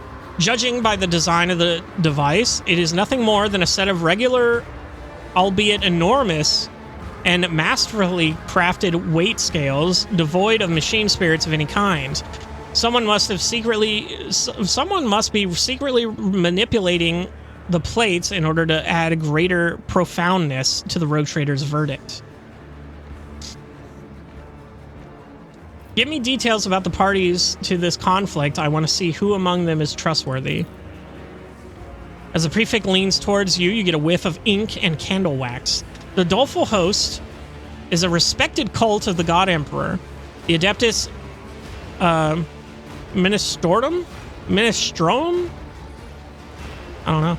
Has deemed them to be paragons of virtue who combat every manner of heresies, and has enlisted their aid in various conflicts. Naturally, the ecclesiarchy stops short of counting them among its warriors, but it uses them in very similar ways. The Astropathic Choir hardly needs an introduction. They are some of the most valuable servants of the Imperium, without whom any and all communication between your worlds would collapse. Excuse me, I got something in my throat. The Dargonis Choir took horrific casualties in the recent major warp storm. Master Prass made an enormous effort to at least partially restore communication. While we may not have proof of his innocence, Prass' dedication to his duties is beyond doubt. The old woman locks her shriveled fingers together. As you can see, this is an intricate situation. You recall a crucial nuance that has, on numerous occasions, protected the nobility from zealots looking to dispense arbitrary justice. The ecclesiarchy is forbidden from outfitting its own army. It should be easy to declare the host to be in violation of this covenant, and as a pretty bonus, seize all their property afterwards, solely as a lesson in humility, of course. Interesting. Okay, so there's zealots. I want to hear my retinue's opinions. Lord Captain, without a choir master, the power of Dragonis' astropaths would be significantly diminished. Unless a worthy replacement is found for Master Prass, he cannot be executed. The Seneschal frowns. There is a Chorda world that owes us an old debt, which could be repaid with a seasoned astropath. We can make the request, although it would leave the planet in question with barely any means of communication. Both parties have shown disrespect to the Imperium's authority. The doleful host is engaging in mob justice, and the defendant did not even deign to stand trial in person. Sentence them both to death. That would be the optimal outcome. Is it not excessive to execute both parties? No. Such a verdict will remind your subjects that only the Rogue Trader has the right to administer justice. Besides, if you take the host's side, it will inspire new self-proclaimed executioners, and if you absolve the astropaths and he turns out to have been guilty after all, other heretics will feel safe to act with impunity. That is why I can advise you to be stern. The Lex is on your side. Shit. If I say this situation is complex and requires further investigation, does that just, like, put it on the back burner? We'll try it. Prefect's dry fingers pressed down on the runes on her data slate. As I thought, I deeply regret to inform you that said further investigation is impossible. The host's fighters are already breaking down the doors of the choir. Delaying the decision would lead to uncontrollable consequences. I heard you. I'm ready to pass my judgment.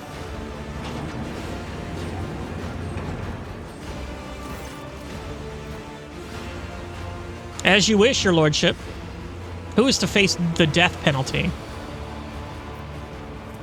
I get +2 efficiency. Oh, I get shift for this. I get +2. And I get a bunch of shit there.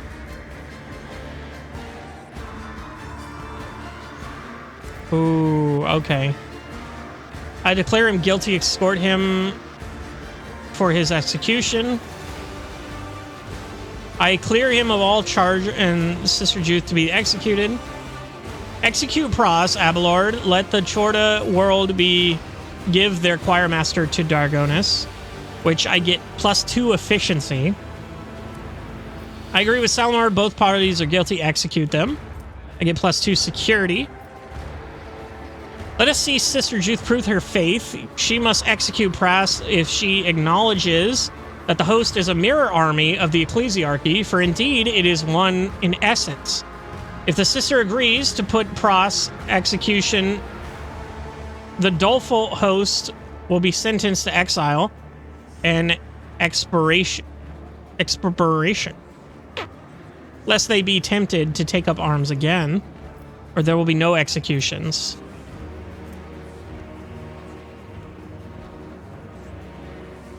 Shit. This sucks.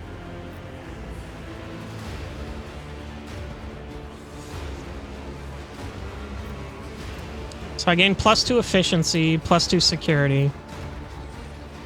Is this just for Dargonis? Why are you floating? You're just floating there.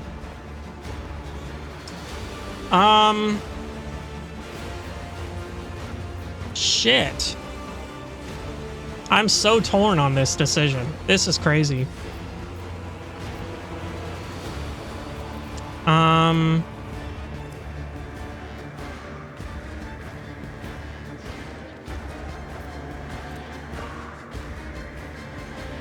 I'll lose 4 security and 4 efficiency. Does it tell me what my colony is right now?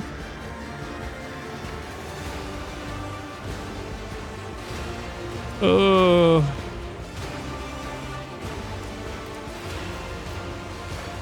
I guess I'll do this. I don't know.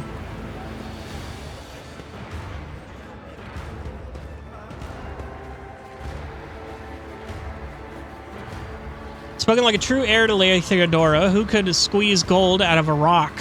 Sister Juth will never recant her statement. She would have no choice but to accept your conditions. Prefect proceeds matter-of-factly to the next scroll. The court will now hear petition CR whatever restated. The petitioner is Cardinal Avilas. Your arguments, please, Cardinal. Okay, I think we're gonna stop here for right now. Can I save this? I cannot. Shit. Okay, well, I guess I'm playing another episode immediately. Because I want to stop here. I wanna cut the court in half, chill the fuck out, because we've been playing for a while. But I guess I gotta keep going. I'll see you in the next one.